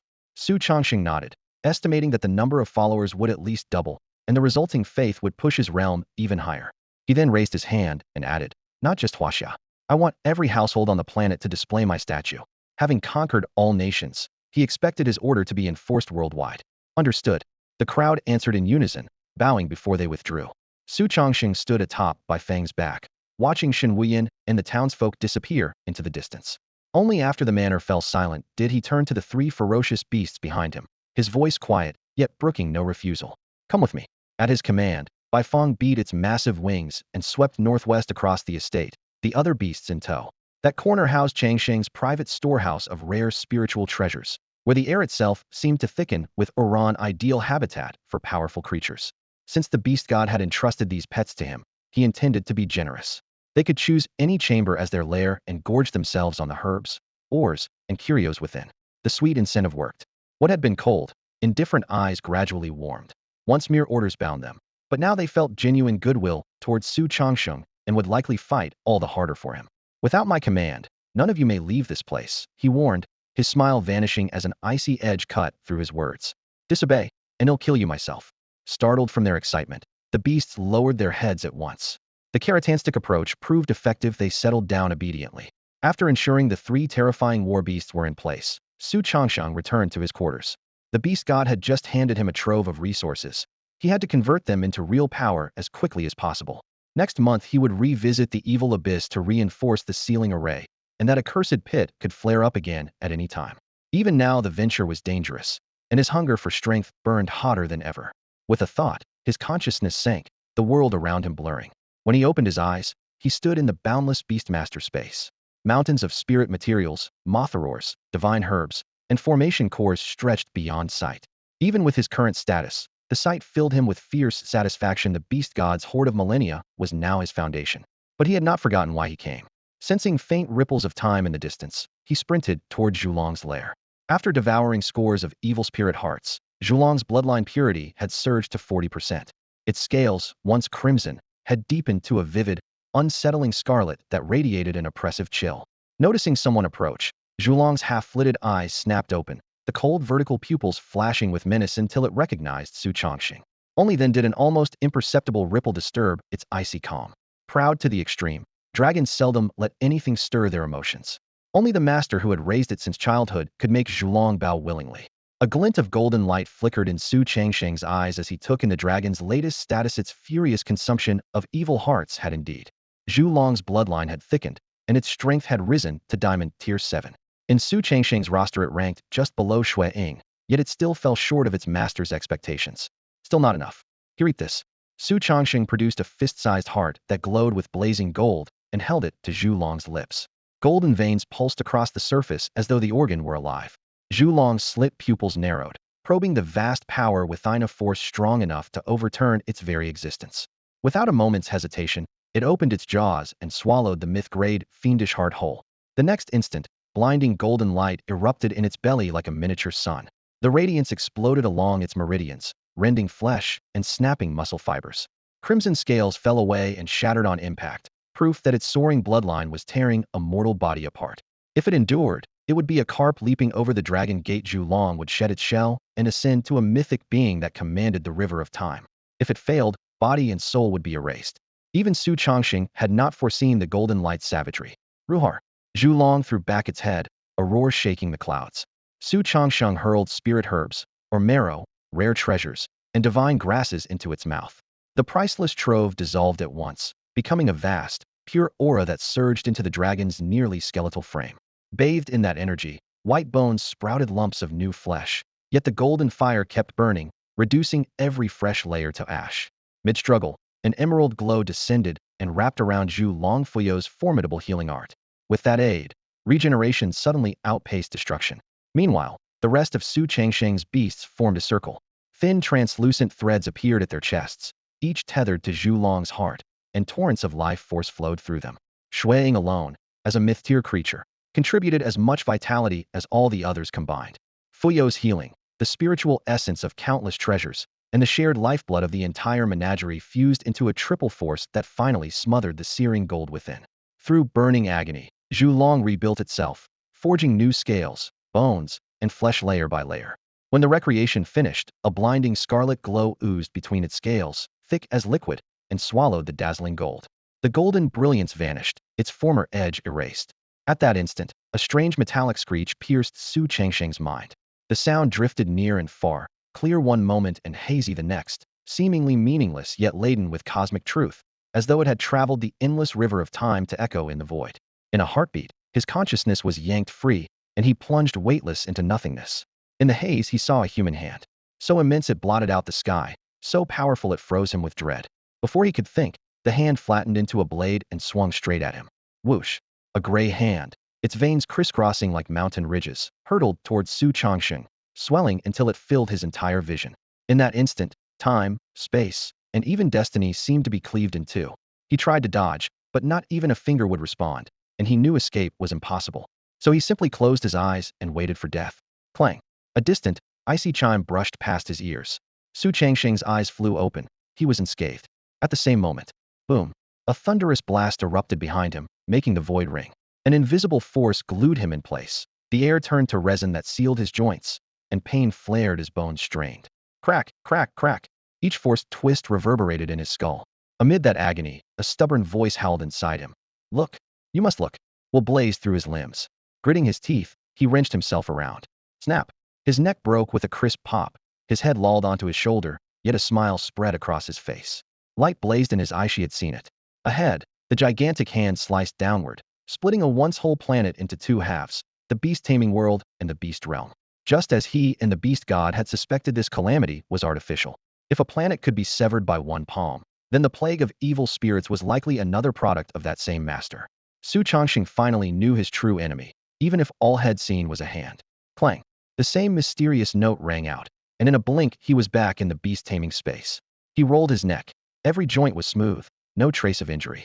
He guessed the terrifying scene had been a temporal ripple triggered by Zhulong's ascent to the mythic rank, letting him glimpse an ancient image and learn the origin of the beast-taming world. At the dawn of all things, there was only a hand.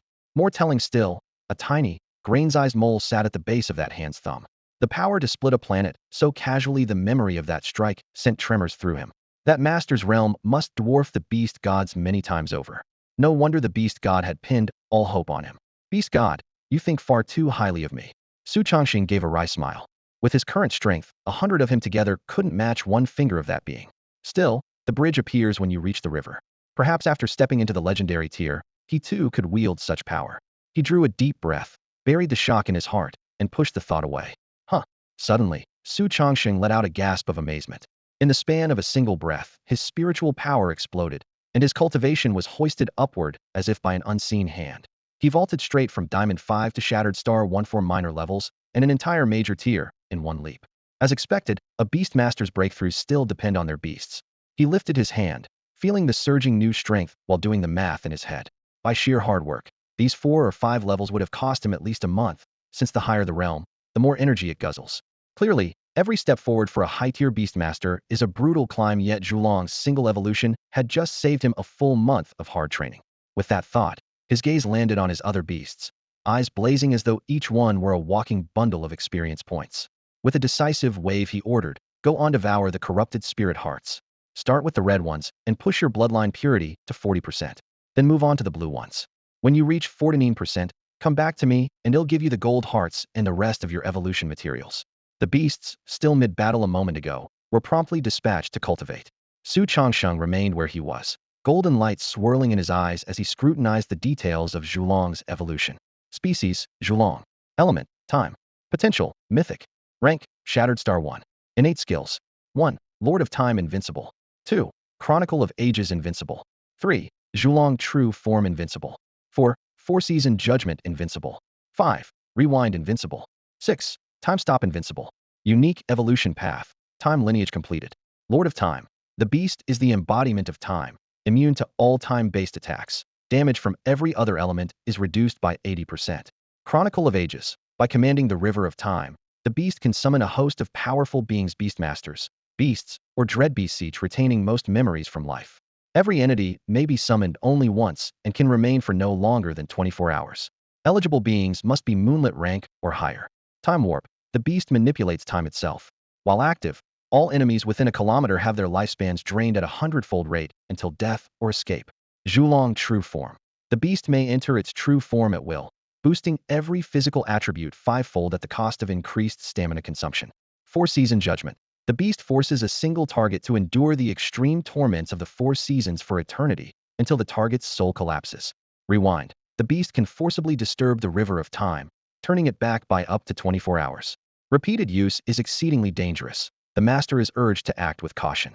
Time Stop. The beast can freeze time, suspending enemies within any chosen area. Stamina consumption rises with the size of the affected zone. After thoroughly reviewing Candle Dragon's post-evolution stats, Su Chongqing couldn't help blurting out a single word. Badass. On the status panel, Candle Dragon boasted 6 combat-focused skills, each stamped with the tag Invincible. Taken together, this mythic creature's combat potential had jumped straight into the terrifying tier. The most dazzling of the lot was, without question, Chronicles of Time. In Su Chongqing's eyes, although Chronicles of Time shared the invincible label with the other 5 skills, its real power sat a full notch above the rest. Throughout tens of millions of years in the beast-taming world and the vast beast realm, how many high-rank beast tamers, contract beasts, and ferocious beasts have ever existed? No one can give an exact figure, but it certainly tops 100,000. In other words, so long as its strength allows, Candle Dragon could summon hundreds of thousands of Hallyu-level allies straight out of history in a single breath. Unleash that in a final battle, and the entire battlefield would flip on its head in an instant. But the greater the power, the heavier the price. Candle Dragon admitted that at its current first fragmented star level, it could sustain at most 10 Hallyu-level summons at once. If it tried to exceed that limit, merely maintaining the summoned warriors would drain its stamina and psyche in a heartbeat, rendering the other 5 abilities unusable and actually lowering its overall strength. The good news is that as its rank climbs, the number it can support will skyrocket, no doubt about it. As a time-aligned mythic creature, Candle Dragon's other 5 skills also revolve around the concept of time. The second, Time Warp, creates a domain where an enemy's life force burns away like a lamp doused in accelerant. They can only watch themselves age, their power fade, and finally crumble into dust. Su Chongqing doesn't rely on Candle Dragon alone. Once Time Warp spreads, his other contract beasts will charge in and pin the target down, denying any chance of escape. The third ability is Time Stop. Now that Candle Dragon has ascended to mythic status, its control over time knows no geographic bounds. With a single thought, it can freeze any phenomatter where they hide in a permanent global pause screen. The fourth skill, Rewind, is a miracle among miracles. It rolls the entire world's clock back a full 24 hours. From now on, no matter what peril he faces, Su Chongqing can hit rewind and start over, instantly maxing out his margin for error. With unlimited saves coming, he is practically undefeated by default. Yet no one knows the cost of tampering with the river of time. Even the Eye of the World has warned him to use it sparingly, proof of how dreadful the side effects could be. Unless absolutely necessary, Su Chongqing will never trigger this skill lightly. The fifth and sixth abilities are Lord of Time and Candle Dragon True Form. They offer no flashy effects. They simply provide brutal boosts to stats, resistances, and physique, the purest form of raw numbers. And the numbers they pile on are downright monstrous. In a video game, the moment Zhulong gained these 2 skills, players would rant about its broken stats. But reality is no data-stitched dungeon. True power decides life and death. To Su Chongqing, the stronger his beasts, the better, ideally so terrifying that enemies would despair at the mere sight and surrender without a fight. Gazing at Zhulong after its final evolution, he could not help but shower it with praise. The evolved Zhulong now matched the legends almost perfectly. A human face on a serpent's body, its scales drenched in a dark crimson, like centuries-old dried blood that made one's hair stand on end. The face was eerily similar to Su Chongqing's own before he had been cleansed by prayer and incense. The same brow, nose bridge, and lips save for the vertical slit pupil on its forehead. When that eye opened and closed, day and night seemed to flip like a switch, and the secrets of time flickered past. Every other feature mirrored his former appearance. Whenever his gaze rested on that face, it felt as though he were staring into a grotesque, blood-red mirror, one attached to a serpent's body stretching dozens of meters, amplifying the unease. The likeness was no accident. From birth, Zhulong had swallowed Su Chongqing's blood essence, leaving his imprint deep in its genes. Odd as it looked, the bond made him feel a natural closeness. Their souls were tied together, life and death intertwined. He had always treated his beasts like his own children. His voice softened as he stroked the rough scales on Zhulong's chest. Your favorite nuts are piled over there. Train hard. Our future rests on you. Following his gesture toward the mound of nuts large enough for a small hill, Zhulong's slit pupil brightened, and it lifted its head in delight. Su Chongqing knew that every beast had its own personality and tastes. Zhulong adored nuts and swallowed the shells whole. Blood Shadow craved meat, especially from high-tier fiends. Once roasted to remove the gamey odor, the aroma was mouth-watering and the flesh further enhanced its strength. Bifong, on the other hand, was like a little girl, unable to resist anything sweet. Watching his beasts cultivate, devouring the hearts of evil spirits with full focus, these small preferences flowed through his mind like a gentle stream. A beast master's first duty is to understand them and treat them as family. Sadly, not everyone does. Some masters use their contractual power to boss their beasts around, even beating or abusing them, behavior despised in every nation. Of course, if a beast disobeys orders or slaughters innocents, it must be punished or killed.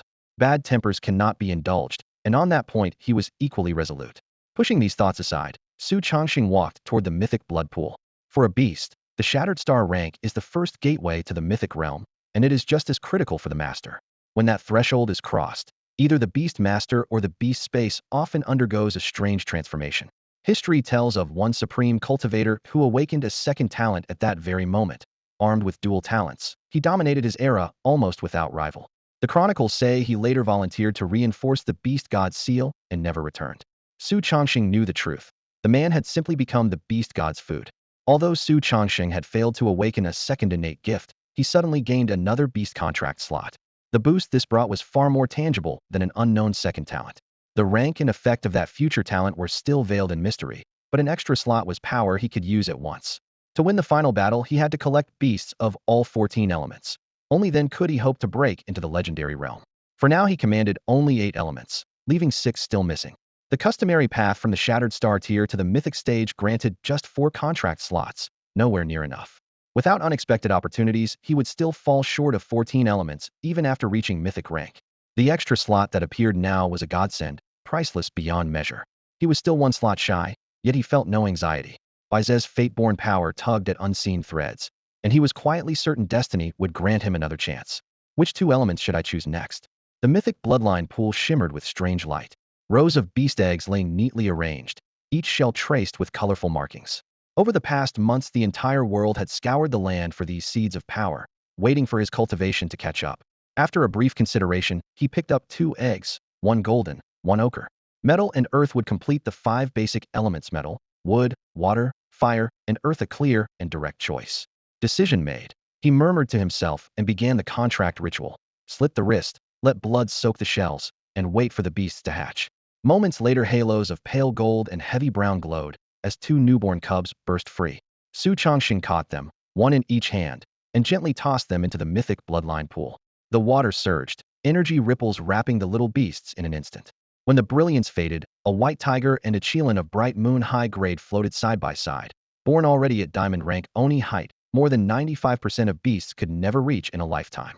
Su Chongsheng remained calm, briefly gathering them into his arms, stroking their backs to build rapport, then casually naming them White Tiger and Chelan. Their names alone announced the mythic blood awakening within. Next, he produced the evolution materials he had long prepared, cast them into the pool, and triggered the second evolution in one smooth motion. He was not cold. He had simply performed this ceremony countless times. Even the most dazzling sights lose their novelty when viewed too often.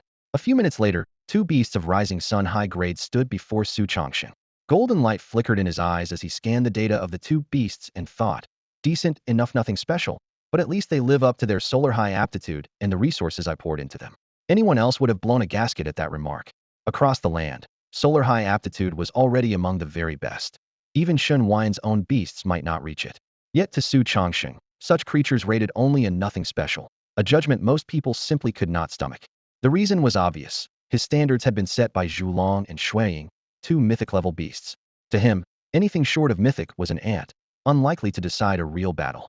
He couldn't even be bothered to break down the newcomer's abilities. He merely had each swallow a fallen spirit heart to refine its bloodline on its own. With that done, Su Chongsheng let his consciousness sink. Reality warped, and when he opened his eyes again, he was back at his estate.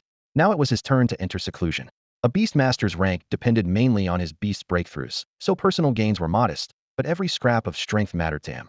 Household affairs were handled by underlings, leaving him free to train. Time blurred. 10 days passed in a flash. Bang, bang, bang. The urgent knocking shattered the silence. Su Chongsheng, seated cross-legged, shuddered. His eyes opened, a blade of dazzling gold spilling out. The dim room blazed like a solemn temple. Enter. His voice was low and firm. The light vanished at once, plunging the room back into gloom. He had ordered that no one disturb him unless it was critical. A knock after only 10 days meant something major had happened. Report. Swarms of unidentified black life forms, likely fallen spirits, have appeared on the Eastern Isles. Our top combat teams have already reached the islands through teleport arrays. Shun. The messenger had barely crossed the threshold when the words poured out. Fallen spirits? At a time like this? Su Changxing's pupils contracted. Before the messenger could finish, he raised a hand and summoned Daijing. A violent spatial ripple erupted beneath the beast, swallowing Su Chongxing whole. By the time the messenger truly stepped inside, only flickering lamplight remained. The tables and chairs were neatly arranged, yet the master was nowhere to be seen. The room was completely empty. Violent ripples of spatial energy roared around Su Chongxing. The moment Dijiang appeared, it poured everything it had into the laws of space, dragging Su Chongxing through several rapid short-range jumps in the blink of an eye. Because it had not left a marker in the Japanese archipelago beforehand, it could not carry them across the strait in a single leap without exhausting itself. Shrill sonic booms grazed their ears. Within seconds, they materialized before the capital's largest teleportation array, Su Changsheng's designated first stop. They would steal a few precious moments with Dijiang's blinks, then let the array hurl them straight to Japan, the fastest plan available. Sir. The busy array technicians looked up, instantly recognizing him. Every household in the nation kept a carving of Su Chongqing now. His face was etched into their memories. Bring the array online. Destination, Japan. He cut through their greetings with a command, eyes hard as steel. Spectres were silently devouring the beast-taming world. Every second lost meant more dead, and he had none to spare. Startled by his grim tone, the technicians hurried to engage the formation. With a low hum, a column of pale blue light burst upward, filling the hall. Su Chongqing stepped into its heart without hesitation. An instant later, the blinding light winked out. The surrounding space shattered like glass, black fissures splitting the air with rapid snaps, while arcs of dark lightning pounced like starving tigers. Just before they struck, an even fiercer pulse detonated around Dijiang. An invisible shockwave rolled out, and every snarling fissure was crushed flat, erased in the span of 2 or 3 breaths. To the current Dijiang, that level of spatial attack was beneath notice. The real problem was that the jump had been forcibly terminated. The array was dead. Their shortcut to Japan was gone. What happened? Su Changsheng's brow knotted, his voice ice-cold as he bore down on the nearest technician. Under that lethal gaze, the man broke into a cold sweat. Yes, sir. Most likely the receiving array in Japan was sabotaged. The link couldn't synchronize. How long to repair it? Su Chongqing pressed, rage boiling in his chest. The invasion had only just begun, and already the central array in Tokyo had been destroyed. One can imagine how brutal the fighting must be on the other side. The repair time depends entirely on how badly the Japanese teleportation array was damaged. At best 2 or 3 days, at worst 6 months, maybe never. With the array down, just getting a repair crew to Japan would take a full day. As Su Changsheng's brow tightened, the staffer giving the report hardly dared to breathe. He spilled everything he knew. The absolute fastest is 3 or 4 days. His voice trembled. In those 70 or 80 hours, never mind Japan, every place except Huaxiao might be wiped out by the fiends. Help us, please. A sudden scream exploded in Su Changsheng's mind, a razor slicing straight through his nerves. He stiffened. What was that? Before he could think, his surroundings warped and stretched. An instant later, his vision snapped into focus. Countless pitch-black fiends were flooding in like an ant tide. This was Sakura Falls City, the capital of Japan. Blood streamed through the streets, each swing of a claw claiming another life. High above, familiar figures Shin Wuyin, Yen Hua, Alan were fighting desperately to hold the line. Su Chongqing suddenly realized he was seeing a city tens of thousands of miles away. Right. I still have the incense flame path. Wherever a statue of me stands, I can use that power to appear in an instant. He was only a beginner with this divine art and had barely tested it. When he learned the fiends had broken in early, Head panicked and focused on deploying his beasts, completely forgetting he could teleport. Now that the thought surfaced, he hesitated no longer. Boom. Milky white spheres of light burst from his body and wrapped him head to toe. An uncanny sensation washed over him, as though his vision had fractured into countless windows, each showing the view from one of his statues. A single thought could send him to any of them. He locked onto the statue in Sakura Falls City. With a flicker of intent, he vanished. A thick, cloying stench of blood and decay slammed into him the unmistakable odor of fiends. Instead of flinching, his eyes lit up. He had made it to Japan. Despite the vast distance, he felt no dizziness, only a hollow tug inside the drain of incense power. Unlike Beast Force, incense power did not replenish itself. It returned only when new followers made offerings. Long-range teleportation was costly, and more than half his reserves were gone. But this was no time to fret about the price. The moment his feet touched Sakura Falls City, he raised his hand and summoned all his beasts. The cramped offering house instantly filled with 10 massive creatures. The walls groaned under the pressure, and even breathing felt difficult. Drawn by fresh blood, a fiend blasted through the wall like a bolt of black lightning. Bang! The wooden building blew apart, beams and splinters flying. Half the fiend's body hung from the broken wall, its 6 jagged legs twitching. It stared into the room, compound eyes reflecting Su Chongqing surrounded by 10 beasts. A second later, instinct drove it to back away, talons scraping the floor in a shrill screech. Even a nearly mindless fiend could tell that 10 beasts and 1 man were nothing it wanted to face. Yet Su Chongqing gave no thought to a single ordinary wraith. His target was every evil spirit shrouding the entire city of Dongying. Go, slay every wraith, but do not harm a single human, he shouted. At his command, 9 contracted beasts streaked into the night like streams of light, leaving only the powerless Fuyao at his side. Over Luoying City, storm clouds tangled with a nauseating, bloody wind. Shen Wuyin, face like iron, was directing his beasts against dozens of wraiths. The once unstoppable 5-clawed golden dragon no longer dominated the field.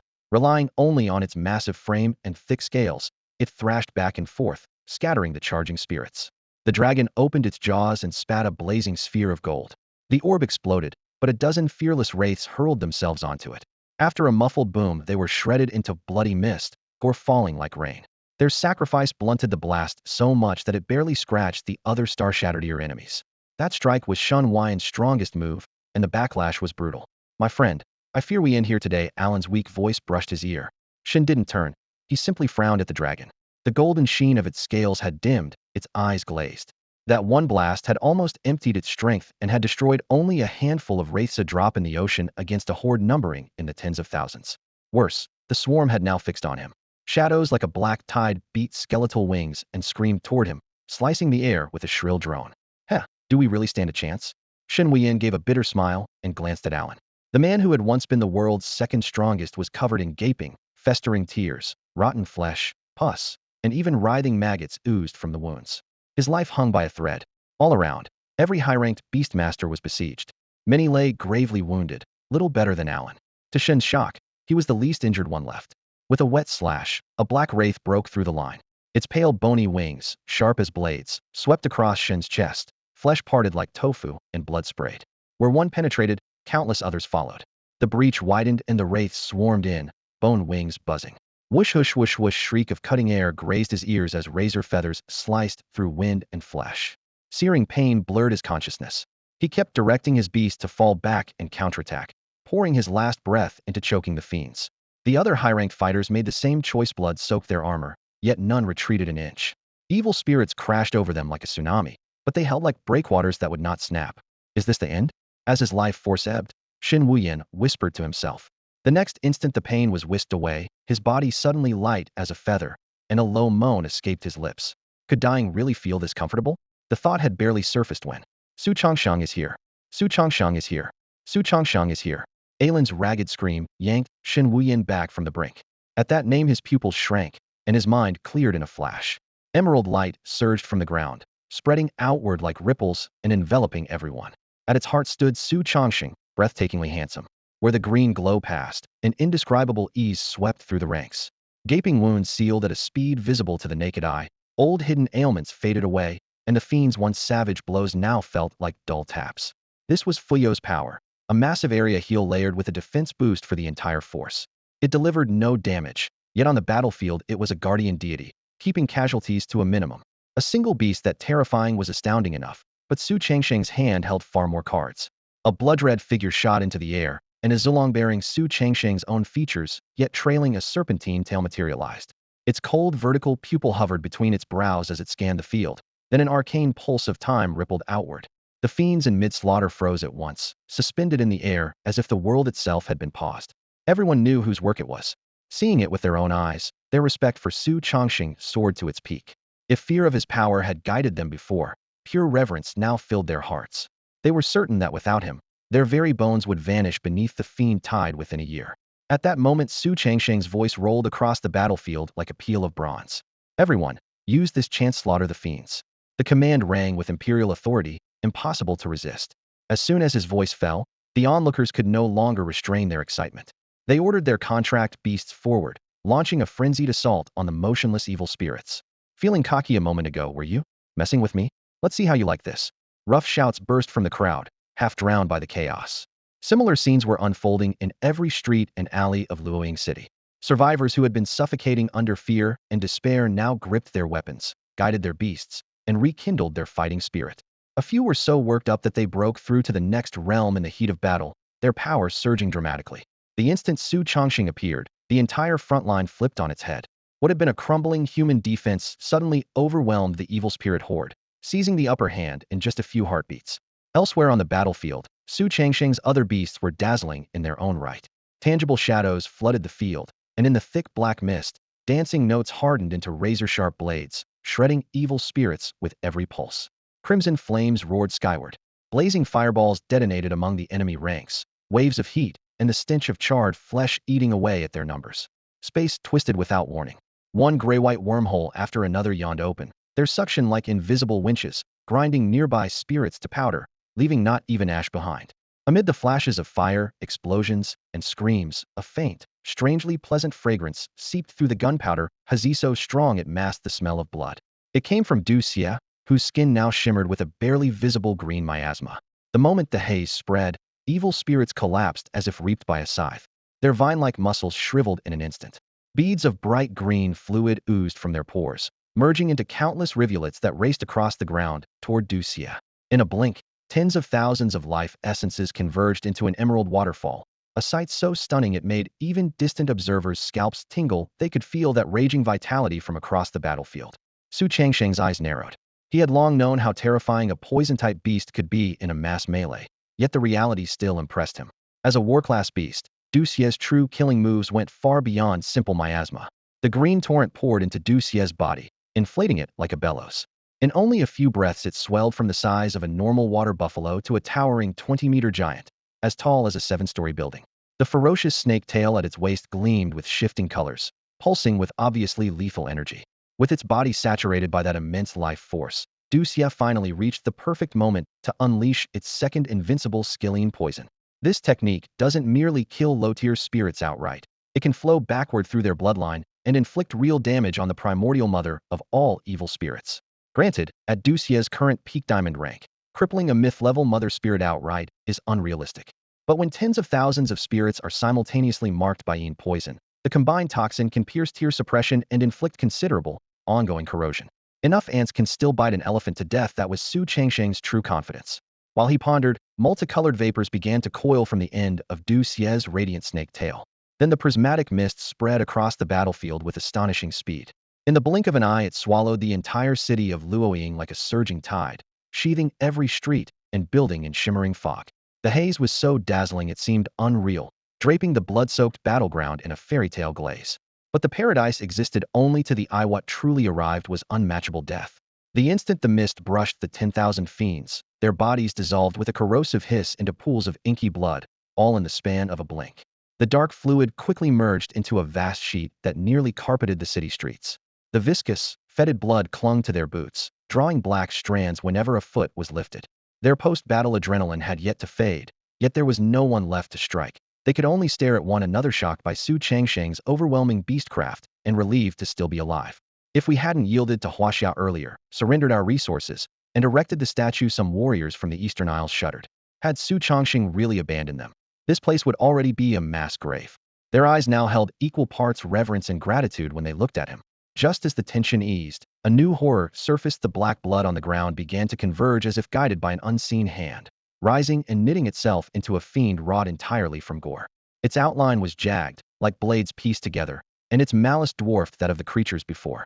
Shen Wuyan, Alan, and the other top combatants instinctively raised their hands, ordering their beasts to charge. The ordinary fiends had been savage enough. How could they hope to stop this blood-borne abomination?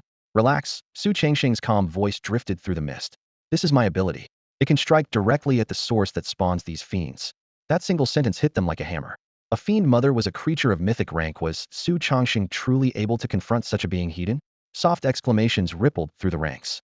Yet Su Changsheng felt far less composed than he appeared. He chuckled bitterly to himself. If only he were really that strong. He had wagered almost every trump card he possessed for this battle. If Zhulong hadn't evolved to mythic rank at exactly the right moment, its enhanced temporal control would not have frozen the fiends in place and stripped their defenses, and Du Xia along with the other beasts would never have harvested them so effortlessly. Had even a fraction of the fiends retained mobility, they would have launched a suicidal counterattack. 10,000 shattered star foes fighting to the death would have cost Su Changsheng dearly. If he and the other elites fell, the combined forces the nations had gathered in the Eastern Isles would be wiped out. In a single year, humanity could never replace so many fighters of such caliber. Their overall strength and future prospects would be halved in one stroke. Fortunately, Zhulong's evolution transformed the battlefield, proving once again that a single mythic-grade creature can tip the scales of a large-scale war. After this fight, Su Changsheng's resolve to raise every one of his beasts to mythic rank grew only stronger. As Su Changsheng pondered, he ordered the others to deal with the fiend's corpse, cut out its heart first, then burn the rest to ash. At his current rank, his word was law. Everyone moved at once, digging and lighting the pyre with crisp efficiency. The emerald glow of Fuyao continued to fall in a steady shower, like a protective curtain of energy that swept away fatigue and left each person refreshed. The bloodborne wraith had long since escaped, racing along its bloodline to the distant mother body in the abyss of evil and vanishing from sight. We owe this victory to you. Shen Wuyan hurried over and clapped Su Changsheng on the shoulder, his eyes bright with satisfaction. The young man he had long admired now burst forth like a dragon leaping from the deep, his brilliance impossible to miss. Top experts from every nation soon gathered, trailing behind Shen Wuyan and showering praise. The Japanese masters were even more overwrought, faces streaked with tears and ready to prostrate themselves. At their head, Watanabe Junichi, tear-stained and trembling, thanked Su Chongqing in a voice on the edge of sobbing. Su Chongqing remained unmoved. His gaze was cold as steel as he fixed on the hypocrisy behind Watanabe's tears. "If I catch any more tricks from you," he said, his voice icy, "today's fiend will be tomorrow's lesson for all of you." With that, he lifted his hand and struck. The sharp crack rang out as Watanabe flew sideways and crashed to the ground. Everyone fell silent, the very air seeming to freeze. Only Shen Wuyan allowed a faint, satisfied smile to appear. Su Changqing's fury had cause. He had long known that, to save time and money, Japan had been dumping every kind of waste straight into the sea. Refuse from the beast-taming world was no ordinary trash. Mixed with it were spirit beast excretions and secretions, some useful, others lethally toxic, capable of devastating humans and entire ecosystems. Proper disposal demanded staggering resources, yet Japan persisted, year after year. China, just across the water, suffered first. Seafood stocks plummeted, and people were poisoned by tainted catch. After Su Chongqing subdued the other nations, Japan had toned the practice down, but only by moving it underground and reducing the volume just enough to look harmless. They thought they had fooled everyone. Su Chongqing had known all along. He simply ignored it while in seclusion. Now that he had set foot in Japan, he intended to rattle the mountain and warn the monkeys. Watanabe Junichi's left cheek was already swelling, the red handprint stark against his skin. His ears rang for what felt like an age before he managed to crawl up on shaking limbs. He dropped back to his knees at Su Changqing's feet, kowtowed repeatedly, and stammered, "Yes, sir, your lesson is taken. We swear we'll never do anything to offend you again. I'm sorry. Please forgive us." The words were barely spoken when Watanabe Junichi threw himself forward, pressing his forehead and entire upper body against the blood-stained, dust-covered floor. The stench assaulted his nostrils, but he ignored it. This was the most solemn form of apology in Japan. As the nation's highest leader, he had cast aside every shred of dignity, a display that looked almost resolute. The onlookers felt a faint sense of relief.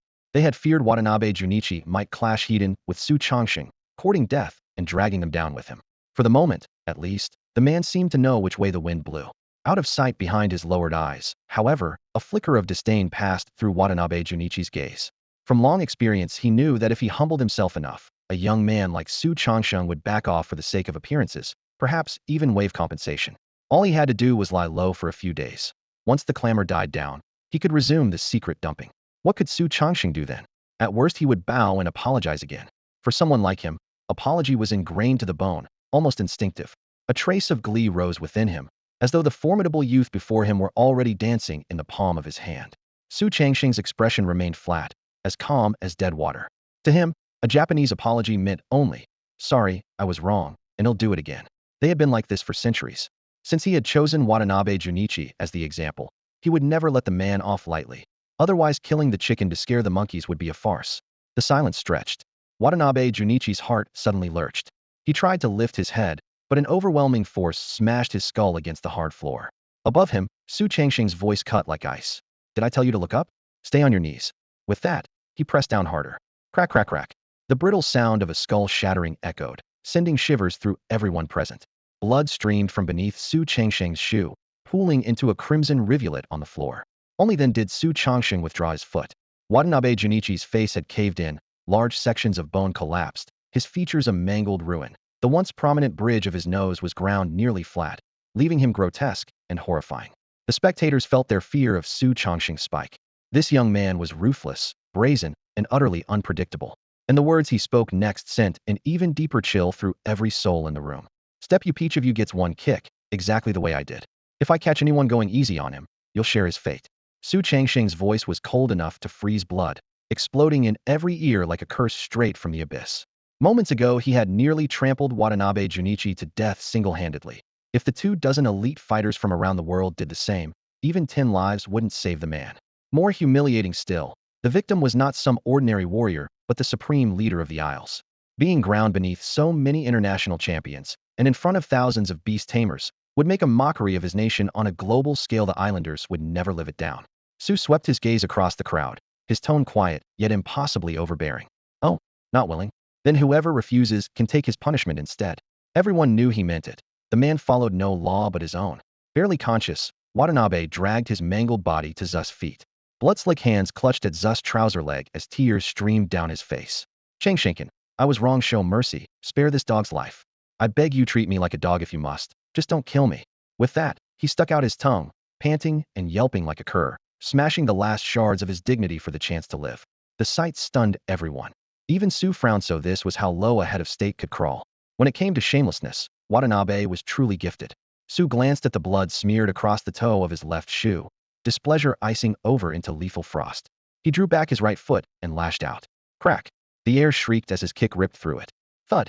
The blow caved in Watanabe's chest, hurling him 20 meters before he slammed into the ground. His rib cage visibly collapsed, and he lay there hacking up a frothy mix of blood and shattered organs. One kick had nearly pulped his insides. Be my dog. You're not even worthy. Su sneered, grinding his left toe against the floor to scrape away the blood. Get on with it. Act now while I'm only mildly irritated. Su Changsheng's face remained calm, his eyes as flat as a windless lake, yet the anger hiding in his voice felt like a volcano on the verge of eruption. Everyone understood that if this order went unanswered, the sky might collapse in the next heartbeat. The top-tier fighters who had still harbored a shred of luck no longer hesitated. They hurried to stand in front of the half-dead Watanabe Junichi, lining up like schoolchildren waiting for the dismissal bell. Thud! The first fighter mimicked Su Changsheng's earlier move, stomping on Watanabe Junichi's head. Bones shifted with a dull crack, blood spilled from his mouth, and a howl of agony tore through the air. The second, then the third, followed suit, each kick harder than the last, as if trying to grind his skull into pulp to prove they were holding nothing back. Watanabe Junichi's shrieks echoed across the empty arena like a demon wailing at one's ear. Yet what terrified the others most was not the screaming, but the expressionless Su Changsheng watching it all unfold. In mere minutes, they had learned the temper of the Beastmaster world's new ruler. Every test and calculation vanished from their hearts. If Su Changsheng said go east, none of them would dare head west. Any move that harmed Huaxiao or threatened Su Changsheng's interests would stop here and now. No one wanted to become the next Watanabe Junichi. As blood poured out of him, Watanabe Junichi's voice weakened and his vital signs plummeted. He was a breath from death, yet only 9 of the 28 fighters had taken their turn. The torment was far from over. Su Changsheng lifted a hand. Fu Yao, standing beside him, understood at once. A rich green light burst from her palm, spilling over Watanabe Junichi's mangled body like a spring. A surge of life force mended much of his tattered flesh in seconds and dragged his fading mind back to consciousness. For Fu Yao, injuries of this sort were nothing so long as the victim's essence hadn't been destroyed or poisoned beyond cure. The cold, hard floor made the pampered Watanabe Junichi's skin crawl. He cracked his eyes open, ready to curse, but terror flooded him as he remembered where he was. Before he could speak, a heavy boot slammed into his face again. His plea turned into a muffled grunt, his scream shredding the air. For the next half hour, every time Watanabe Junichi edged toward death, Fu Yao's green light hauled him back, forcing him to relive the hellish pain over and over. An ordinary person would have long since gone mad, but he was still the highest leader of the Eastern Kingdom, a diamond-tier cultivator with a frighteningly tenacious soul. Each return to consciousness brought the full sensation of shattered bones, torn flesh, and crushed dignity. He even began to yearn for death, a pitiful wish he could not achieve. Fu Yao's power became a shackle binding him to an endless sea of suffering. When the last fighter finally lifted his foot, Watanabe Junichi lay covered in blood and boot prints, his head so swollen and misshapen that his features were unrecognizable. The crowd thought Su Changsheng's fury had finally passed, but his gaze stayed as calm as ever. His lips parted, and he issued a new command. Face Huaxia, kneel for 10 days and 10 nights. You may not eat or drink during that time. If you survive, the matter ends here, and I will pursue it no further. The moment those words were spoken, the entire arena gasped in shock. It was blatant, undisguised humiliation. In every culture, kneeling is the most solemn form of apology. Moments earlier, Watanabe Junichi had thrown himself at Su Changsheng's feet without the slightest shame, because their statuses were worlds apart. When an inferior prostrates before a superior, it seems only natural, so he felt no burden at all. Now, however, the tables had turned completely. Su Changsheng demanded that he kneel before every citizen of Huaxia and beg forgiveness. Among them were high officials and countless ordinary people Watanabe had never deigned to notice. For a man who considered himself a noble among beast tamers to kowtow to these lowborn? Unheard of, unprecedented. How could Watanabe Junichi swallow such an insult? Worse still, he was ordered to stay on his knees under the scorching sun for 10 full days and nights, without a morsel of food. Even for a diamond-rank beast tamer, the chance of surviving that ordeal was almost zero. 10 days of searing heat and mental torture with no energy intake. This was clearly a slow execution. Watanabe Junichi simply collapsed and pretended to be dead. Su Changsheng was in no hurry. He looked down at him, his voice calm. Make up your mind, he said. Die now, or gamble on the sliver of life that might remain after 10 days. And if you refuse, I will be very displeased. When I'm displeased, I like to settle old scores. Your country owes Huaxia quite a lot. His tone was light, almost conversational, yet every word cut like a winter blade, sending a chill down everyone's spine. All present understood that the island nation's debts to Huaxia could fill volumes. If they were truly tallied, sacrificing the entire archipelago would not be too much. Yet to the supremely selfish Watanabe Junichi, even if every compatriot perished, he would not bat an eye. What mattered was Su Changxing's promise of a slim chance to survive after 10 days. He had endured the agony just moments ago. What were 10 more days? With that thought, he stopped pretending to be dead, his arms trembling. He pushed himself up, bowed low, and spoke. Thank you for your mercy, my lord. The punishment you bestowed has taught me greatly, and I am deeply grateful. A faint smile curved Su Changxing's lips. See, I beat him, and he still has to thank me. His gaze swept over Watanabe's face, the chill well hidden beneath the smile. If the old fox somehow survived 10 days, Su could let Dijiang warp him away at any moment, sending him to the afterlife without a trace. Offending Su Changxing, and still dreaming of living on, how naive. Even if doubts arose, who would dare question him? Go, Su ordered with a casual wave. Under the merciless sun, Watanabe Junichi dragged his battered body around, faced Huaxia, and dropped heavily to his knees, his forehead pressed against the scorching earth. Shen Wuyan, Yan Hua, and the other top Huaxia powerhouses watched the scene with unconcealed delight and satisfaction. They had long been sick of that schemer Watanabe Junichi. During the earlier stampede, he had taken more boots to the body than anyone else. Now, with a dull thud, the top Japanese official from Luoying City dropped to his knees before billions of Chinese viewers, and the air seemed to vanish from the square. Every Chinese heart thundered at once, an indescribable rush surging up from their chests. Their admiration for Su Changxing sorta knew this was a leader who truly fought for China's welfare and was unafraid to act. By contrast, the surrounding Japanese citizens could only watch as their highest official bowed to an old rival. Their faces went deathly pale, yet Su Changxing's overwhelming power pinned them in place. They dared not show the slightest resentment, much less exchange a glance. Most beastmasters from other nations applauded. Japan's reckless dumping of waste had endangered not only China but the entire continent. Su Changxing's thunder-like tactics were harsh, yet they matched the public will and won broad approval. While everyone was still processing the kneeling, a series of powerful, unsettling ripples swept in from the sky like a torrent of ice water, instantly dousing the noise. The casual ease left Su Changxing's face. A cold gravity took its place. He had felt this kind of aura before, deep in the abyss of malice. The disturbance came from a pack of crimson wraiths, each at the bright moon tier. 1, 2, 3, 7 in total, far more than he had expected. If they struck together, even with Zhulong at the mythic rank, he might not repel them easily. But there was no retreat. Spiritual power roared through him, his robes snapping in the wind as he locked onto the red shadows at the horizon. Just as he gathered his strength to face them, a sapphire figure flashed before him with a piercing sonic boom. A heartbeat later, razor-edged bone wings rode a keening gale straight for his throat. A glimmering blue wraithen enemy of Yaori high tier. By all logic, such a creature should have needed several more years to break its seal. Yet here it was, striding into the Beastmaster world ahead of schedule. The ceiling array grows harsher with every rank, and even spotting a few crimson wraiths has become rare. Encountering a blue wraith of the Yaori echelon is almost unthinkable. These thoughts flashed through Su Changxing's mind in an instant. He tried to retreat, only to discover in horror that his legs felt nailed to the ground. The wraith had casually pinned him with a control skill. An icy bone spike tore through the air and closed on his chest in the blink of an eye, the rushing wind stinging his face. The other 7 crimson wraiths lunged forward, locking down his beasts. Just as the spike was about to pierce him, an overwhelming pulse of temporal power exploded overhead, blanketing every wraith. For a heartbeat, both the Howurank crimson wraiths and the blue wraith alike froze mid-motion. The bone wings twitched, then resumed their charge, but they were half a beat slower. That sliver of time was all Su Changxing's beasts needed. A deafening wolf's howl erupted behind him as a massive black silhouette thrust itself between man and monster. The bone wings plunged into the bloodshade wolf's bulging muscles, withdrew, and slung strings of viscous, ink-black blood across Su Changxing's face. The next instant, the blue wraith's 6 blade-like legs drove forward, channeling immense force through its limbs and straight into the wolf's body. Boom thud!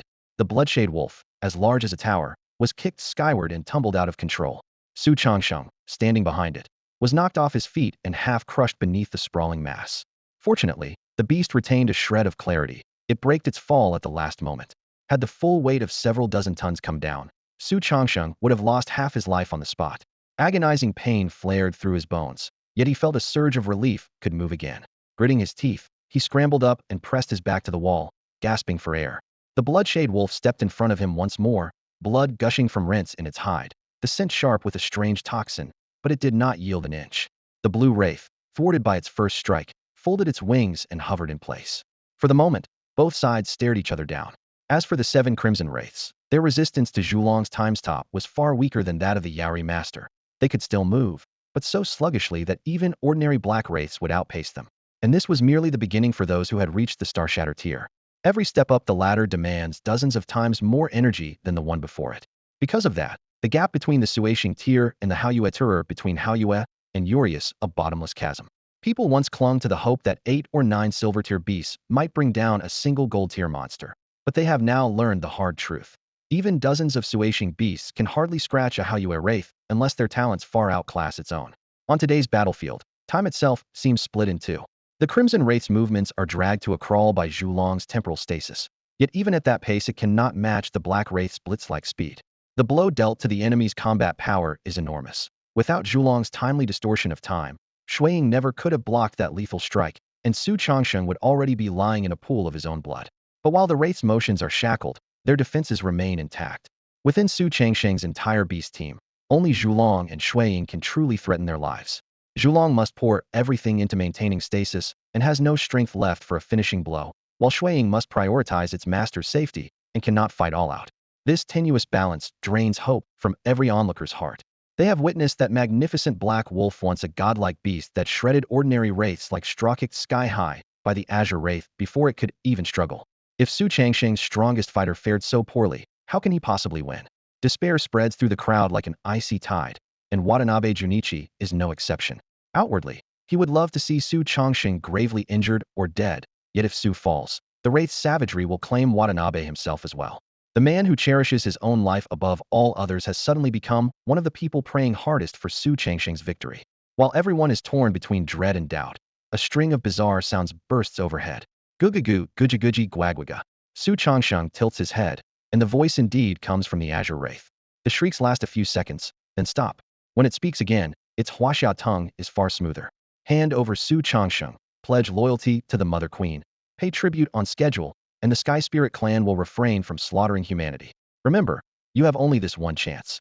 Its icy, inverted triangle eyes sweep the field, as though granting time to consider. That single sentence rocks every spectator to the core. If surrendering Su Changsheng can spare them from future wraith raids, if the only price is allegiance and scheduled tribute to the Mother, how different is that from supplying resources to Su himself? Compared with the brutal life-or-death clash looming a year from now, this almost sounds like a way out. Fear recedes just a little, and treacherous thoughts sprout like weeds. After all, why should they risk their lives for Su Changsheng? They know the Wraith's promise is nothing but an unverifiable IOU. Yet no one wishes to offend Su outright by exposing the lie, and no one wants to be the first to step forward should the Wraith renege. That person will face vengeance from both sides. Hesitation, cowardice, and wavering churn through the air, but no one dares speak up. No one wants to be the lone fool who earns Su Changsheng's anger and hatred. The battlefield fell deathly silent, broken only by the fighters' ragged breathing.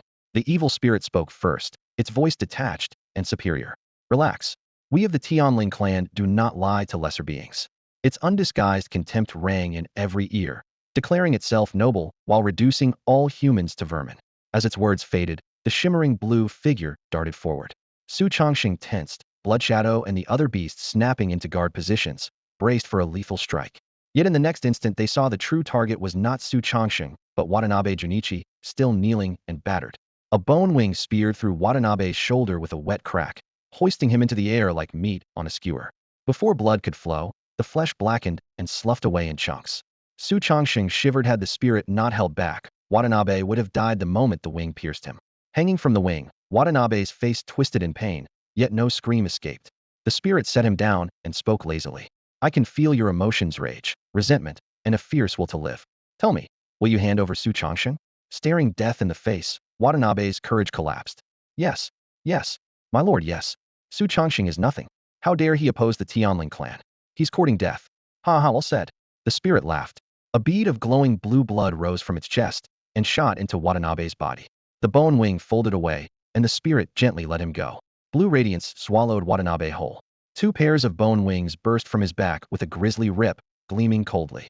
His body swelled, new limbs bulging from his sides and underarms. In a blink, a form nearly identical to the evil spirit stood where he had been. More terrifying still, the muscles that should have been jet black now shimmered dark crimson, was half a step from the bright moon rank, and his mind remained clear. Watanabe dropped to his knees and kowtowed. Thank you, my lord, for granting me rebirth. I, Watanabe Junichi, will serve you unto death. His fawning eagerness was unmistakable. The spirit waved a hand. From this moment you are Tianling. With my blood, breaking into bright moon is only a matter of time. With luck, you might even reach sunlight like me.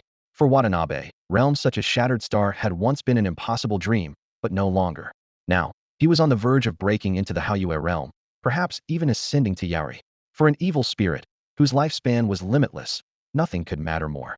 He slammed both knees onto the blood-stained rubble, kneeling ramrod straight with his head lowered in utter reverence, homage he had never paid, even to his own parents. Watanabe Jun opened his mouth to intervene, but the shimmering blue spirit raised a hand to silence him. Its voice was icy, yet dripping with allure. The first 5 who submit will receive the same reward. Joining the Tianling clan is a chance every living being dreams of. As its words settled, hesitant eyes in the crowd blazed with greed. A visible leap in power was a tangible prize, and immortality meant they would never fear death again. The temptation was smothering. The hulking Shuang blocked the way, and Su Chongqing stood in its shadow, watching the spirit's performance with frosty detachment. He still couldn't guess its real motive. Even if everyone defected, what could they do to him? His confidence came from his beasts, not from others. Meanwhile, he quietly channeled spiritual energy to knit his torn muscles and fractured bones. Fuyao unfurled ribbons of emerald light like vines, stitching Shuang's flesh together. Surface wounds vanished in an instant, but hidden lesions and toxins remained, forced into temporary suppression so the beast would not lose strength. Don't listen to that monster's lies. Shun Wuyan thundered, his voice cracking over the crowd like rolling thunder. Remember, those who are not of our race cannot be trusted. If we let spirits decide mankind's fate, we'll be no better than pigs penned for slaughter.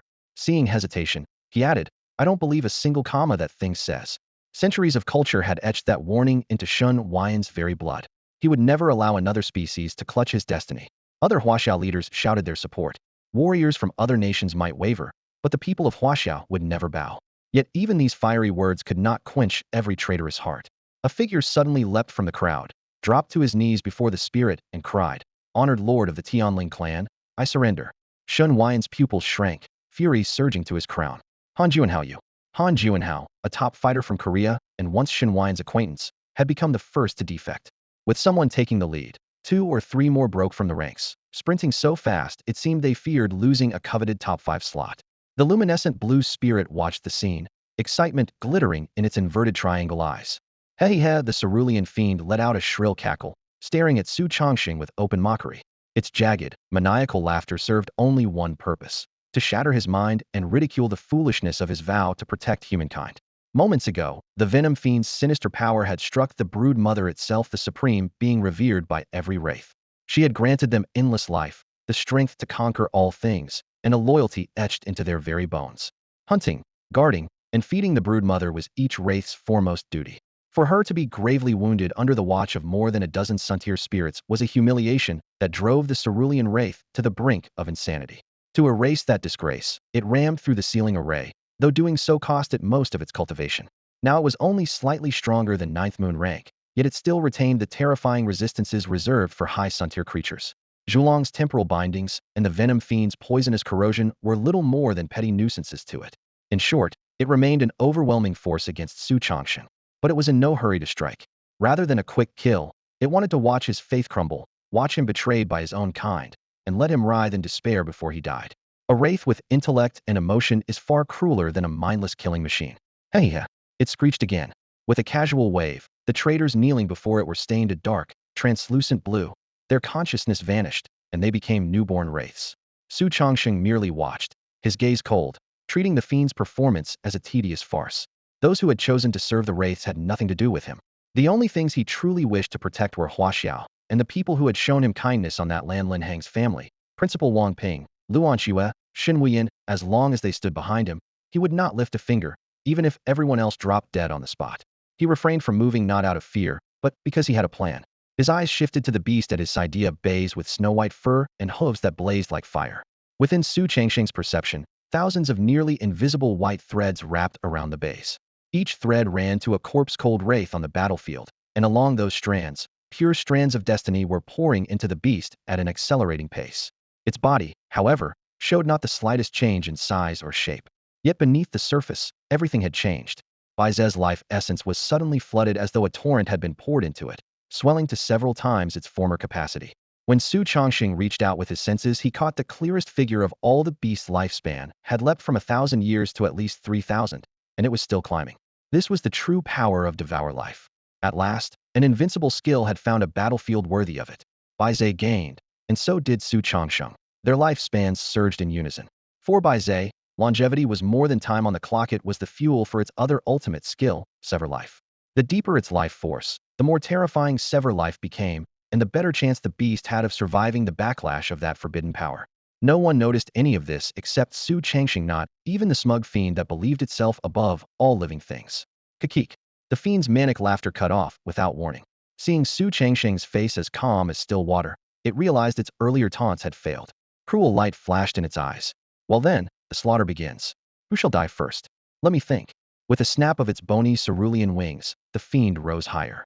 From midair it looked down on the field, gaze icy and merciless.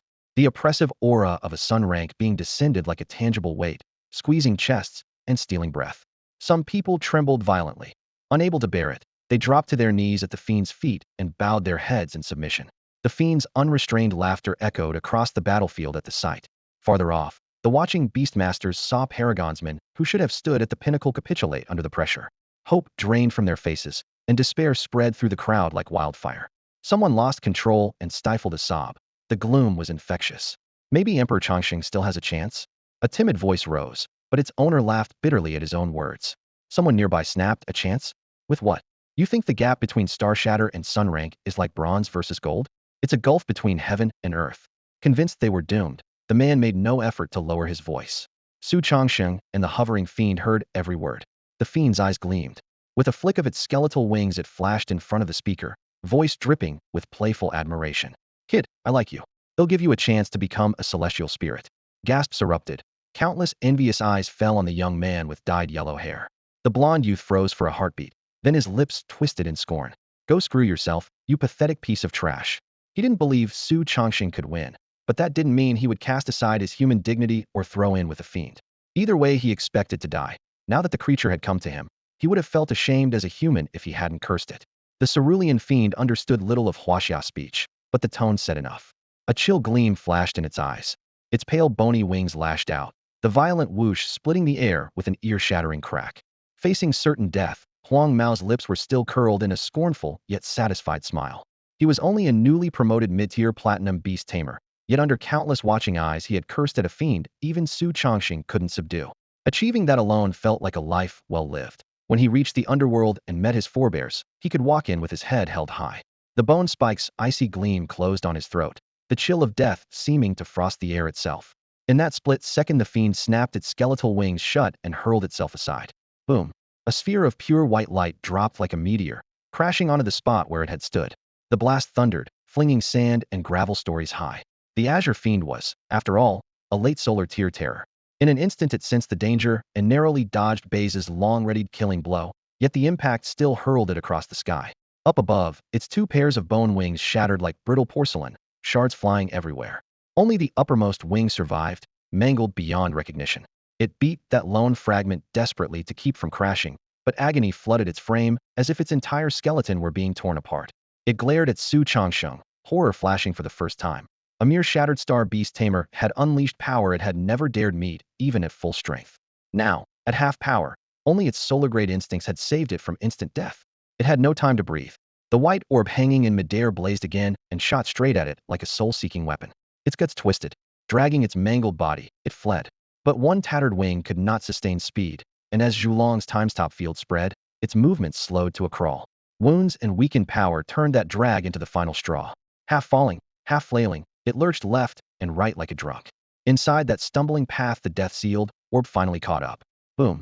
The moment light touched azure flesh, a blinding white burst swallowed the fiend whole. A few breaths later the radiance faded. Every gaze snapped to the blast's center-empty sky, not a scrap left. The death strike had vaporized a late solar fiend without leaving a corpse. The sheer power made scalps tingle. An instant later, the battlefield erupted in a tidal roar. We won. We actually won. Chongqing the Great pulled it off. Holy, what did I tell you? Didn't I call it? Just call me a prophet. The young man who spoke first shouted, flushed with excitement. His fervor ignited the crowd. Survivors threw back their heads and howled, venting the fear that had choked them and the wild joy of being spared. Moments earlier, the suffocating presence of the cerulean wraith had convinced everyone that none would leave alive. In the very next heartbeat, Su Chongsheng had erased the arrogant spirit with a single strike, genuine one-hit kill. The wraith never even raised a claw, much less turned to flee. Yet not everyone shared in the celebration. Those who had bowed to the wraith, some already corrupted into wraiths themselves, exchanged panicked looks. While the crowd roared, Watanabe Junichi slipped backward, bone wings vibrating as he tried to break above the ruins. In his mind, once he escaped Su Changsheng's sight, the world was big enough for a half-step moon-tier like him to disappear. That illusion shattered instantly. Su Changsheng would never forget a backstabber. Time ripples burst from Zhulong's body, engulfing Watanabe Junichi and the 7 remaining wraiths. The moon-tier spirits fought like mad, but the time's top field pinned them motionless. Within minutes they were torn apart by Su Changsheng's beasts, becoming nourishment for Shuiying, Duxi, and Bays. The traitors who had only Star's hard strength stood even less chance. Zhulong, now also at Star's hard rank and gifted with a mythic talent, steamrolled anything on its tier. Their motions stretched absurdly. Lift a foot, set it down, each simple act took more than 10 seconds. Though they ran for their lives while Su Chongsheng dealt with the Crimson Wraith, they managed only a few staggering meters. Su Chongsheng now stood on Baifeng's back, suspended in midair, gazing down at the deserters who had fallen into wraithdom.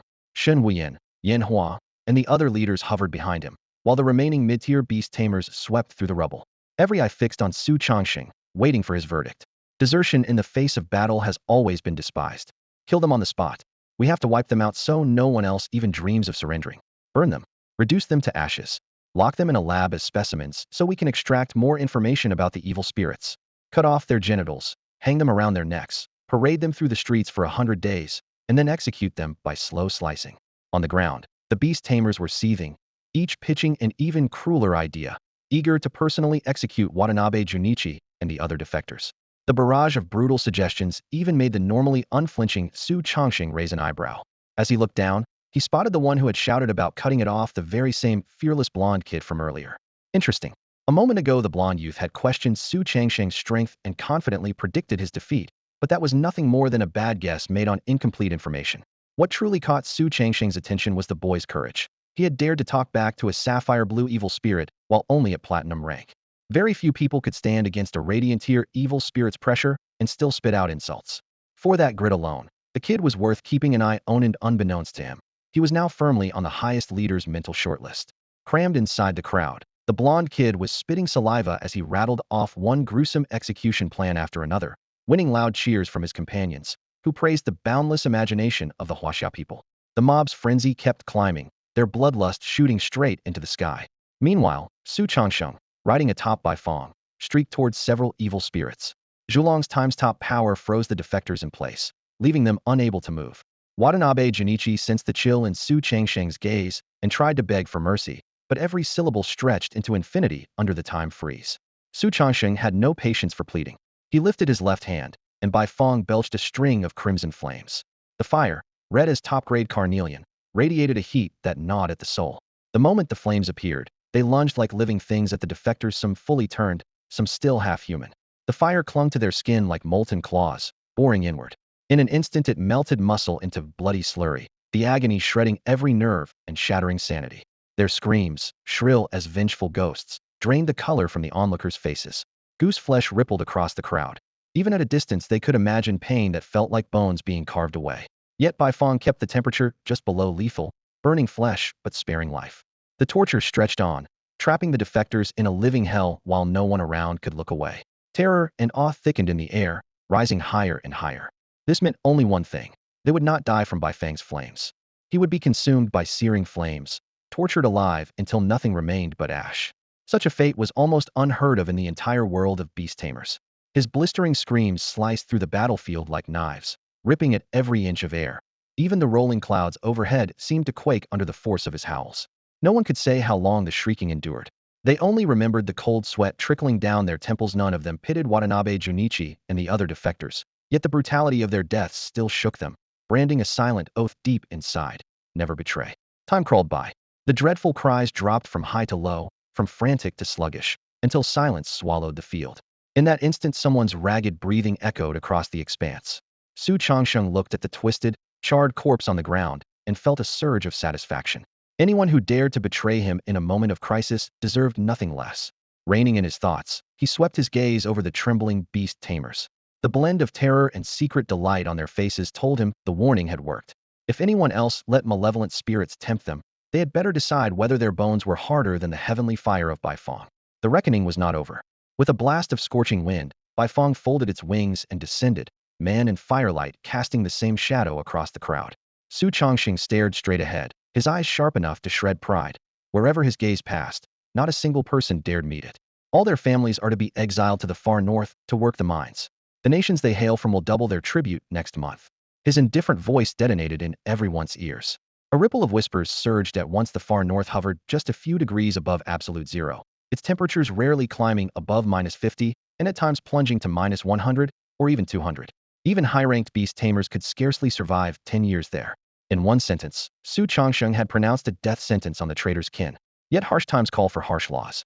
Humanity teetered on the brink of extinction, and now these collaborators had appeared. If he failed to strike hard, how could he deter the next batch of scum? So although the crowd reeled with shock, no one spoke, for the family sat least the calamity did not touch them.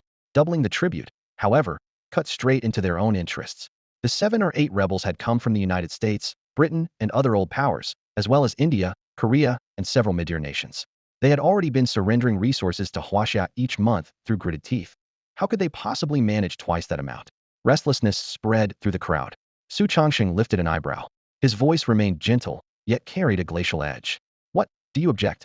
Whether his tone was too mild, or someone was simply foolish, a man actually stepped forward and shouted, "My lord, you can't punish the innocent like this. You can't enrich Huaxiao at the expense of every other nation. We're human too." The moment he opened his mouth, he tried to wield morality as a bludgeon. Upon hearing that, Su Changsheng let a faint smile appear on his face, showing no trace of displeasure. He took a step forward and asked gently, "Oh, in your opinion, how should I handle this?" Alan stood among the crowd, and the moment he saw that smile, a chill shot down his spine. Knew Su Changsheng's temperament too well.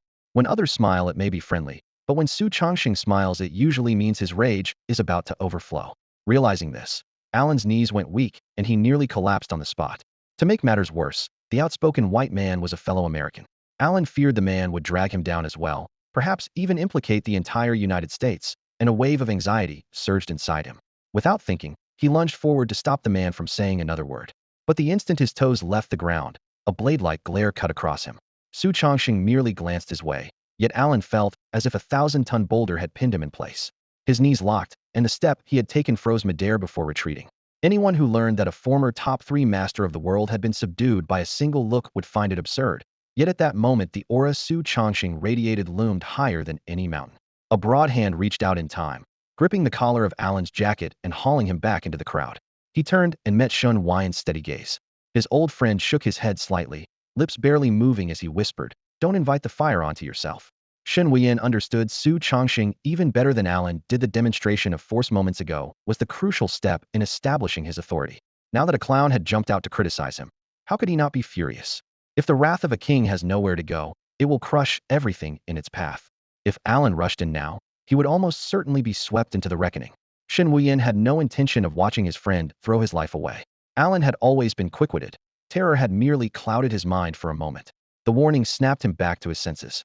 In that brief instant, he grasped the full meaning behind Shen Wuyan's words, felt a surge of gratitude, and obediently retreated. Seeing Alan wisely back down, Su Changsheng withdrew his gaze and looked again at the white man. After all, he owed Alan an old acquaintance, not to mention the regard he had for Principal Shun. Su Changsheng had enjoyed Shen Wuyan's help more than once along the way. He would not let Alan die over a moment of rashness. The white man, unaware of the danger, kept talking on his own. In my view, executing the rebels should be punishment enough. Their families shouldn't suffer as well. As for implicating their entire country, that's even harder to justify. Clap, clap, clap. Su Changsheng applauded and laughed. Very well, very well.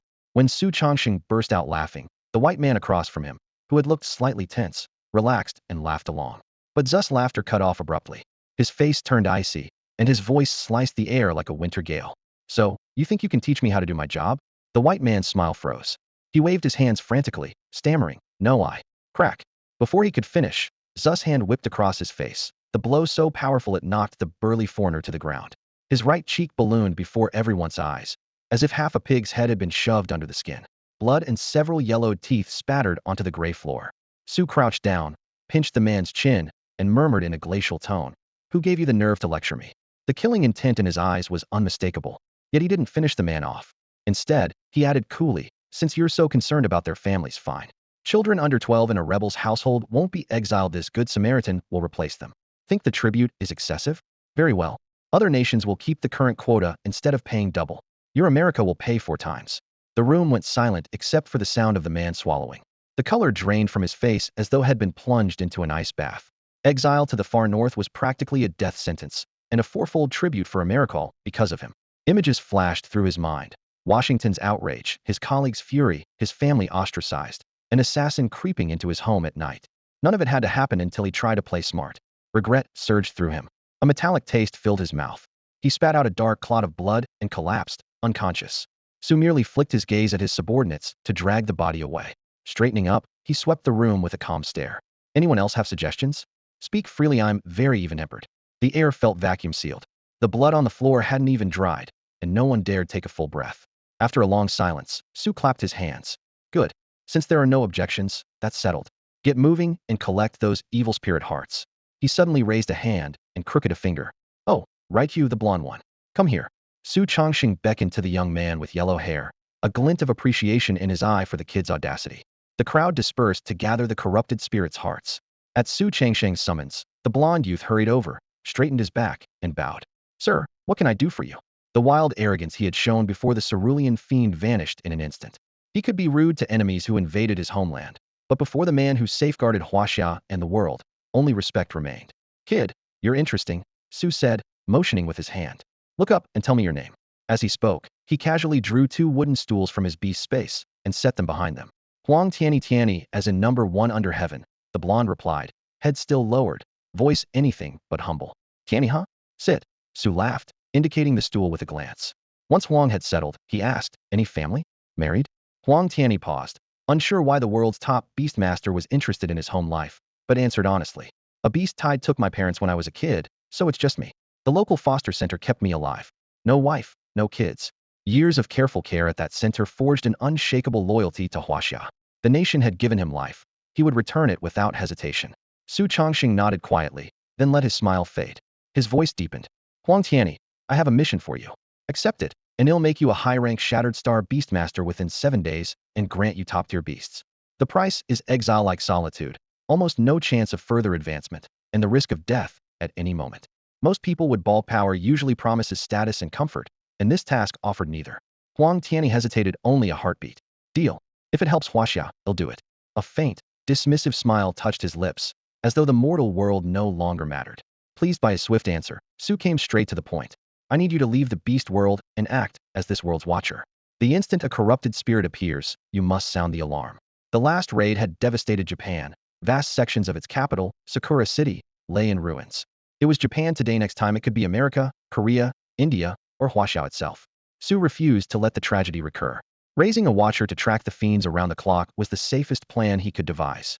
The monitor had to be powerful enough to survive for long stretches in the narrow space between the Beastmaster world and the Shiyuan, to deliver a warning when the evil spirit struck instead of being wiped out in an instant. More importantly, that person had to be absolutely loyal to Su Chongqing, to Huaxia, and to the entire world. Given Huang Tianyi's performance a moment ago and his spotless, transparent background, he was almost the only suitable candidate. "No problem." Huang Tianyi agreed without the slightest hesitation after hearing Su Chongqing's conditions. To him, the mission sounded dangerous and thrilling, a refreshing change from his uneventful life. Su Chongqing nodded in satisfaction. "When we return to Huaxia tomorrow, come straight to my manor. I'll increase your strength myself and give you a high-grade beast egg." He paused, then added, "At least one of them will be a space-type beast, which should maximize your odds of survival. After the final battle, if you're still alive, you'll receive every reward you're due. Over the next few days, tell Xin Wuyin whatever you need as long as it isn't excessive, he'll see to it." Huang Tianyi understood that he was effectively dedicating the rest of his life to the world. When the tide of evil spirits arrived, crimson or even azure-level beings could appear. With his current late Star Shatter foundation, his chances of survival were slim, so no benefits Su Chongqing offered could be considered too generous. He was about to voice his thanks when a violent spatial ripple swallowed Su Chongqing. In the blink of an eye, the man vanished, leaving only the lingering warmth on his chair. Huang Tianyi stared for a few seconds, then a thought struck him. He put the chair into his spatial ring after all. The supreme leader of the Beastmaster world had just sat in it. If Su Changsheng's diehard fans found out, they might pay billions of Federation credits for it. And if no one bought it, he could still pull it out someday, perhaps when he had grandchildren, and boast, "Your grandpa once discussed world-shaking matters face-to-face with Su Changsheng." Even if that day was unlikely, dreams gave people something to live for. Meanwhile, Su Changsheng had used Daijang's spatial leap to reach the entrance of the Shiyuan. He was eager to learn why the evil spirits had invaded the Beastmaster world ahead of schedule. Strangely, when he checked the Beast Realm earlier, it was completely unscathed. Since the Beast Realm lay closer to the Shiyuan, why had the spirits bypassed it? With these questions in mind, he stepped into the dark, twisted fissure. Following him were his own beasts and 3 solar high-tier fiends whose auras alone felt suffocating the strongest pets under the beast god's command. After unleashing Bei's fate severance, he was extremely weakened. He needed those 3 to guarantee his safety. Bang! The moment he crossed the fissure's threshold, a stabbing pain shot through his forehead, and a rebound force drove him back several steps before he could steady himself. He frowned at the pitch-black slit. The entrance seemed to possess a will of its own, actively repelling intruders. Still, the barrier's strength was roughly on par with a late Star Shatter ward, enough to stop ordinary experts, but not him. Su Changxing exchanged a glance with the Duo Mao ancestral serpent, the mightiest of the beast god's pets. With such a helper at hand, only a fool would try to brute force the way in alone. Noticing Su Changxing's gaze, Duo Mao Zusha didn't hesitate. Its gray-brown fur bristled, instantly stretching and hardening into needle-sharp spines that glinted with icy light. Whoosh, whoosh, whoosh! Countless hair needles burst from its body like a razor storm and slammed into the nearby black fissure. Bang, bang, bang. The muffled booms thundered like war drums. The crack, no wider than a palm, lasted less than a second before it flew open, splintered along its edges, and tore into a pitch-black hole nearly 10 meters across. Through the gap, Su Changxing could see the outline of the scarlet earth inside the abyss of malice. With a casual strike, Duo Mao Zusha had linked the abyss to the outside world, its destructive power obvious. If it unleashed its full strength, its might was easy to imagine. The thought gave Su Changxing extra confidence for the upcoming second expedition. You go in first. Although the hole was wide, he still remembered last time's embarrassing collision and had no desire to repeat it. A second headbutt wouldn't kill him, but it would hurt like hell. Duo Mao Zusha lifted its eyes, the huge body rising slightly in protest at being treated as a scout. Yet the memory of days of good food and drink kept it from lashing out. Its dim serpent eyes lingered on Su Changxing for a moment before the massive form slipped into the darkness. The undying-faced cockroach and the millipede venom centipede followed their big brother and vanished inside. The rim of the hole rippled, and the 3 figures disappeared, clearly entering the abyss. Seeing them go in safely, Su Changxing hesitated no longer. He called the Beastmaster ring to his side and stepped through with the rest of his companions. His vision blurred, and when it cleared he was already inside. The scene before him made his heart jolt. The barren crimson ground was packed with black malice eggs, dense as an endless field. The eggs rose and fell, their shells bulging, ready to split and release fully formed spirits at any moment. How can this be? He muttered in shock. By his reckoning, he was at least a dozen kilometers from the entrance, meaning the entire stretch was filled with eggs. In so short a time, what had driven the malice matriarch to spawn on such a scale? And why had the sealing array done nothing to stop it? Pushing the questions aside, he ordered Bifong to streak along the remembered route, with the 3 fierce beasts and the rest of his summons close behind. The eggs could be dealt with on the way back. Moments later they hovered above the familiar cliff. Looking down, Su Changxing saw that the once sky-blue sealing array now sported a hole the size of a bowl. Fresh eggs poured through, tumbling onto the piles below and ricocheting onward. Bounce by bounce, they were flung like stones from a catapult, rolling more than 10 kilometers until they reached the abyss entrance. How did the sealing array break? Su Changxing wondered, bewildered. He had only just repaired the sealing array. How had it broken down again so quickly? There was no time to dwell on that question. He had to restore it now. Su Changxing yanked a dozen palm-sized sealing stones from his beast-taming space, flooded them with spiritual power, and hurled them downward. The stones rained into the depths of the abyss of evil, striking the cliff face with sharp clacks that echoed through the valley. Hovering in midair, Su Changxing saw it all. The previously silent eggs of wicked spirits stirred at the sudden noise. Black blood veins crawled over their shells. They swelled, then burst. In an instant, hordes of pitch-black spirits emerged. Their inverted triangular crimson eyes locked on Bifong and Su Changxing above, skeletal wings beating with a piercing buzz. The 100-meter gap from the abyss floor to midair vanished as thousands of spirits surged upward. To Su Changxing now, These ordinary spirits were nothing to fear. That was why he dared fling the sealing stones without hesitation. Before any of his other beasts could act, the feathered ancestral serpent struck first. It lashed its body, sending a dense volley of hairs shrieking through the air like razor arrows. Each strand pierced a spirit's chest with flawless accuracy, snuffing out life as easily as breathing. None even entered a 10-meter radius around Su Changsheng before being sliced to ribbons. Stranger still, those hairs hooked the still-beating hearts from the corpses and whisked the foul, blood-flecked trophies back to Su Changsheng. The feathered ancestral serpent plainly knew the hearts would be useful, sparing its master the chore of collecting them. No other servant was available here. High above, black-red blood and falling sealing stones splattered onto the azure array. Light mingled with gore, and runes rapidly knit across the bullseyed gap. Seeing the repair nearly complete, Su Changsheng allowed himself a breath of relief. At the very moment the breach was about to seal, pop! A blinding golden talon stabbed up from beneath the array like a sickle, tearing the freshly formed runes and the entire foundation in one stroke. A gash 2 meters long yawned before Su Changsheng, the very air screaming along the edges. Repairing the array no longer mattered. All he could see was that golden talonthi mark of a mythic-grade golden spirit. Both its innate talent and its cultivation were mythic, far beyond anything he could withstand now. The talon pushed farther out, gleaming like a blade. The azure runes crumbled before it like brittle paper, bursts of spiritual light exploding in its wake. Against a mythic spirit, the vaunted sealing array was nothing but a joke. Su Changsheng tensed. If that mythic-class wraith broke free, not even all his contracted beasts plus the 3 solar tier fiends could stop it. He swallowed hard, and even considered warping through space to flee, but he knew a freed mythic wraith would hunt him to the ends of the earth. Crushing the thought, he steadied his breathing and kept his eyes locked on the golden abomination. Fortunately, the sealing array had been crafted by the beast god himself and had stood unbroken for 1,000 years. As the wraith thrashed, surging azure light ballooned across the array and clamped around the claw it had thrust out. Blue radiance seared the creature's gilded hide, smoke burst forth, flesh crackled, and a pungent, corrosive stench filled the air. Roar! The golden wraith's bellow shook the sky, its murderous fury cutting through the haze and making Su Changsheng's ears ring even in midair. Golden light flowed in his pupils. The world's eye had opened. The mist peeled away, revealing a body riddled with charred holes, muscles collapsed, white bone protruding in stark relief. Still it would not yield. All 6 claws dug in, shredding at the flowing blue light, shockwaves tossing rubble like shrapnel. Something deep in the array activated. A tide of cobalt light converged, and a dragon of pure radiance burst from the abyss. Head high, it unleashed a sky-shaking roar. Sound waves rippled outward in visible rings and slammed downward. Boom! The ripples raised a towering surge that crashed into the golden wraith. The creature, already brushing the mythic realm, had no time to dodge.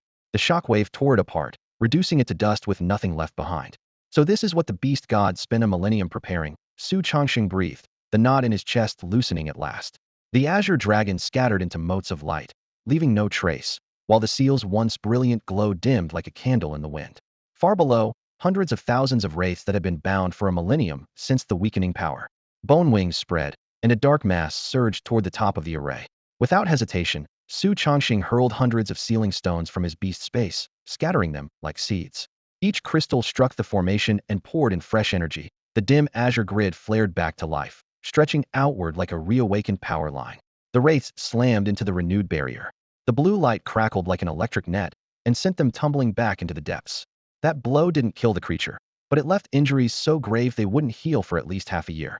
When the last sigil fell into place, the sealing array snapped back to perfection, and the stone that had weighed on Su Changsheng's heart finally dropped. Staring at the pulsing lines of light, he set a new rule for himself. Never again would he stretch repairs to the monthly schedule the beast god had suggested. From now on the array would be inspected every week, and at worst, every 2. The hole had been no wider than a bowl, yet it almost brought the entire array down and consumed dozens of sealing stones in the patch-up. Clenching his fists, he swore such a breach would never appear again. With everything else done, he had no wish to linger in the abyss, so he ordered Bai Fong to prepare for withdrawal. First, though, they had to clear the evil spirit eggs littering the ground. If any hatched, chaos would multiply. Bai Fong opened its beak and loosed a wave of bluer demon fire, turning the cavern crimson. In the glow, Su Changsheng activated the world eye and scanned every corner. Only when no half-formed egg remained alive did he nod in satisfaction. Unfortunately, these eggs could not grow a demon spirit heart, so they were worthless to him, and he had no year to spare waiting for them to mature. A surge of violent spatial energy swept him and his beast away, and in the blink of an eye he stood at the heart of the teleportation circle in his own manner. The three high-tier sun-level evil spirits were transferred back to their custom cages, where layers of runes and spirit chains reinforced the bars. Next, Su Chongqing laid out dozens of high-grade resources, each brimming with power enough to let any beastmaster leap forward in rank. Yet anyone who absorbed all that force at once would suffer shattered meridians, ruptured organs, and bones blasted into walls too far to pry out.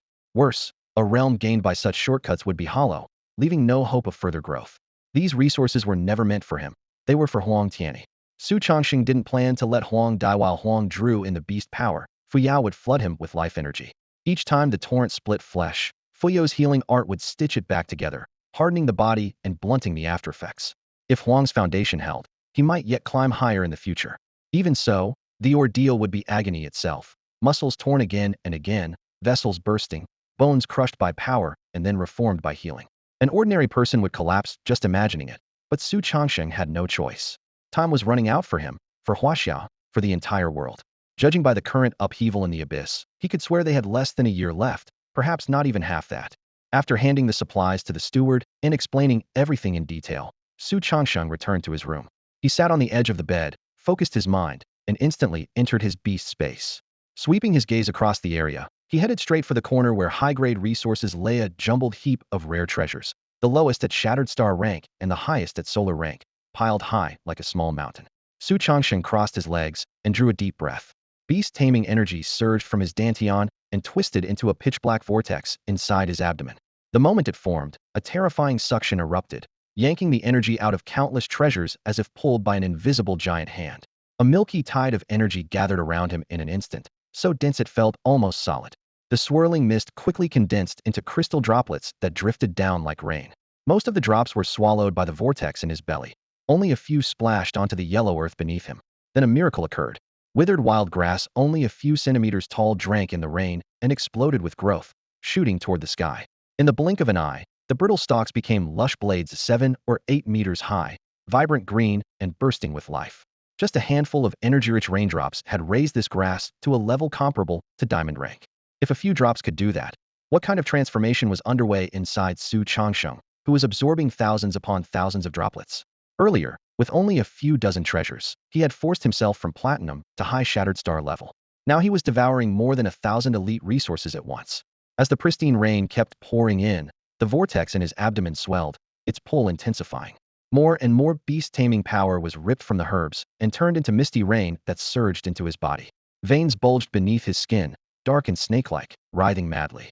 His muscles ballooned, and he swelled from an average young man of 180 to a towering giant 3 or 4 meters talent. He was still growing.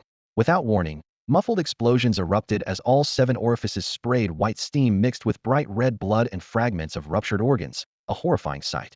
The pain ran far deeper than anything visible. Jagged cracks echoed inside him, bones shattering under the sudden, massive weight.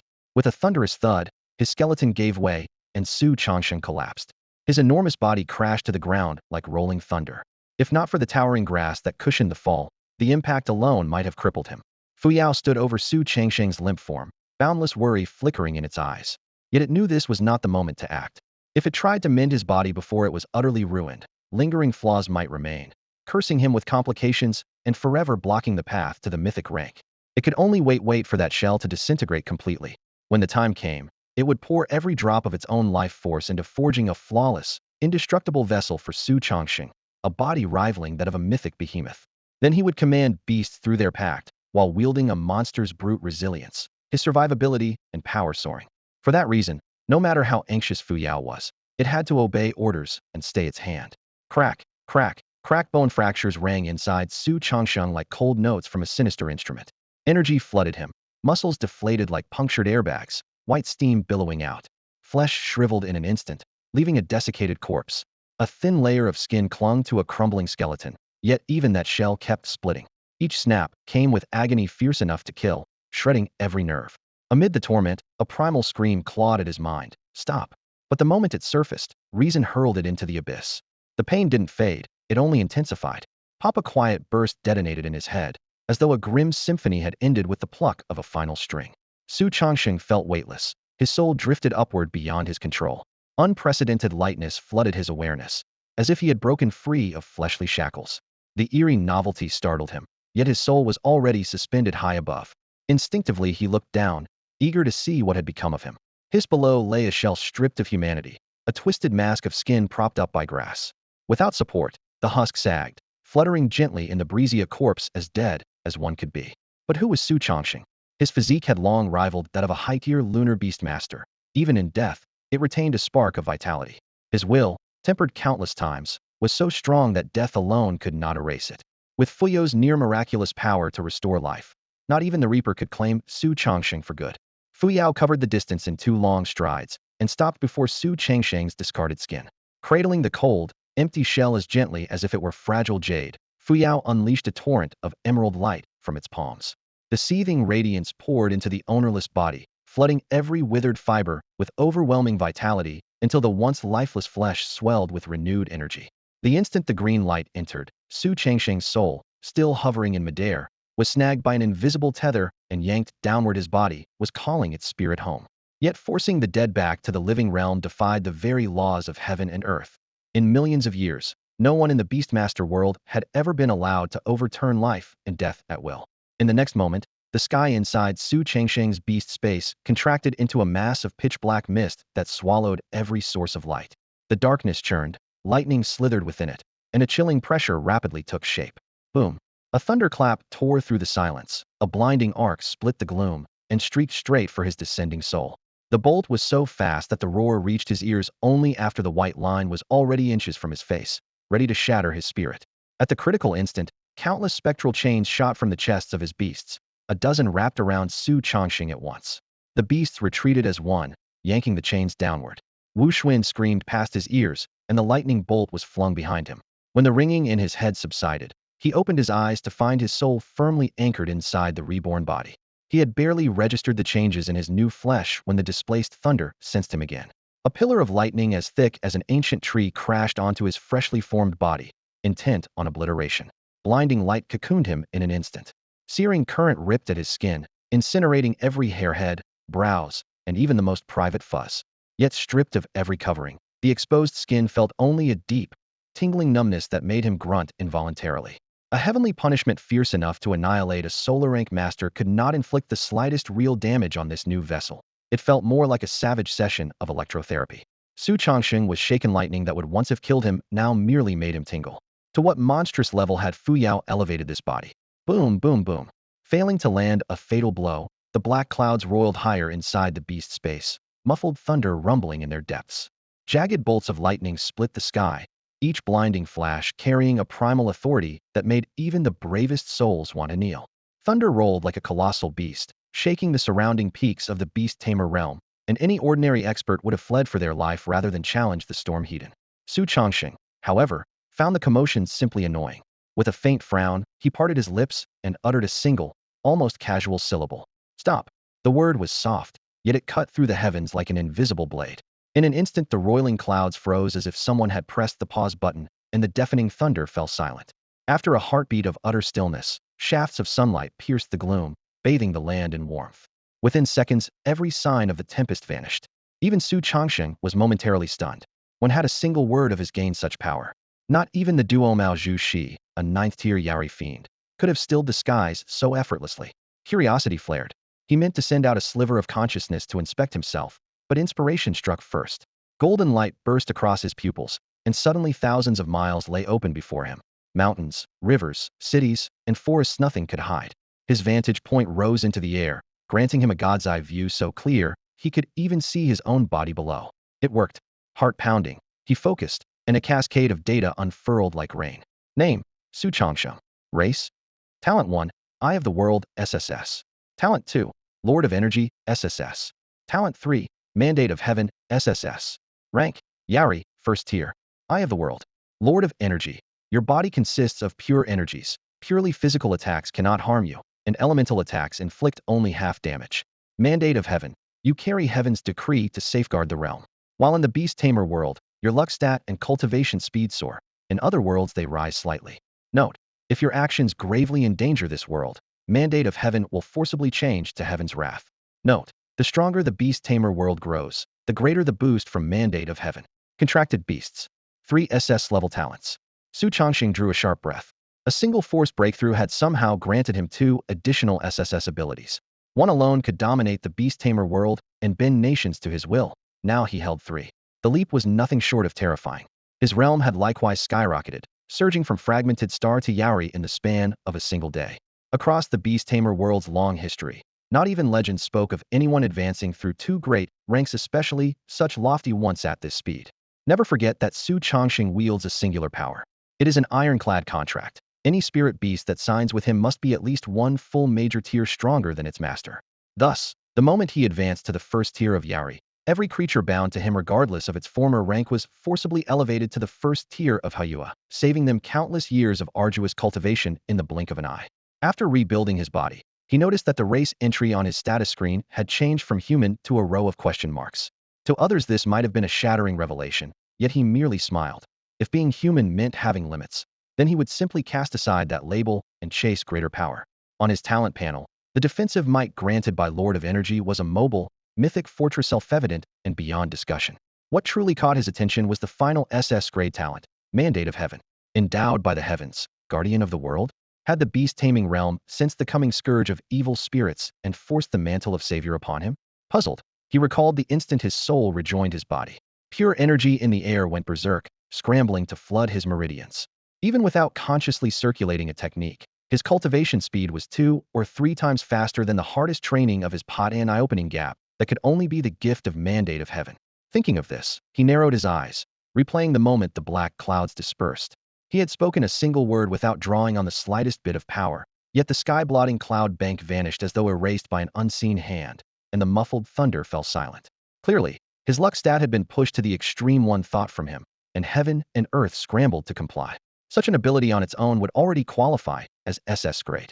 Had he possessed this fortune while still weak, high-level resources would have queued at his door, sparing him immeasurable time and effort. Even now, with ample resources at his disposal, a talent that simultaneously boosts luck and cultivation speed is priceless beyond measure. After all, what he lacks most is time, and what he values most is speed.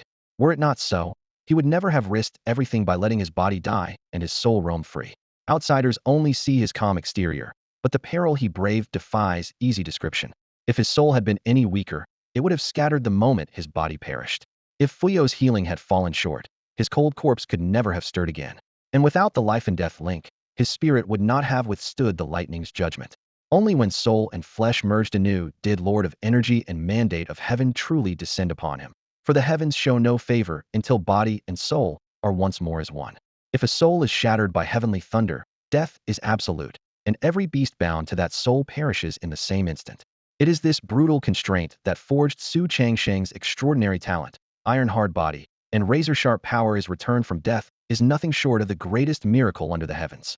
The surging tide of power inside him has washed the life-or-death crisis from his heart, leaving only a faint afterimage. He glanced around. Several of his contracted beasts had clearly stepped into the first moonlight tier, ribbons of light flickering across their scales and feathers. Confidence flooded him. Even if a true mythic-grade fiend appeared, he felt he could wrestle it to a standstill. A whole pack of golden fiends might still demand caution, but mythics were mythic. She would give them their due respect. His current cultivation speed bordered on the terrifying. Reaching mythic rank within 100 days was no longer a dream. In fact, 100 days seemed generous. 60 should suffice. With that calculation, the pressure on his timeline shrank several-fold, yet he did not relax in the slightest.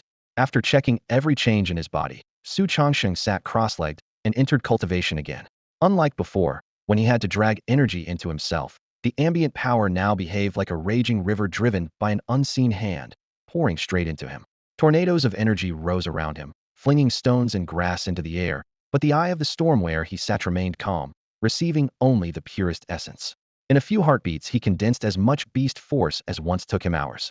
Feeling his power swell as if fabric were ripping inside him, he revised his plan on the spot. Not break through in 100 days, but reach mythic in 60. Quietly he calculated that in 40 or 50 days he might even smash through 9 realms in a row. Such outrageous speed would already be explosive for low-tier tamers at bronze or gold. For those at the sunlit rank, it was inconceivable. Most needed years for a single minor step, while Su Chongqing measured progress in days. The beasts circled their master for a moment.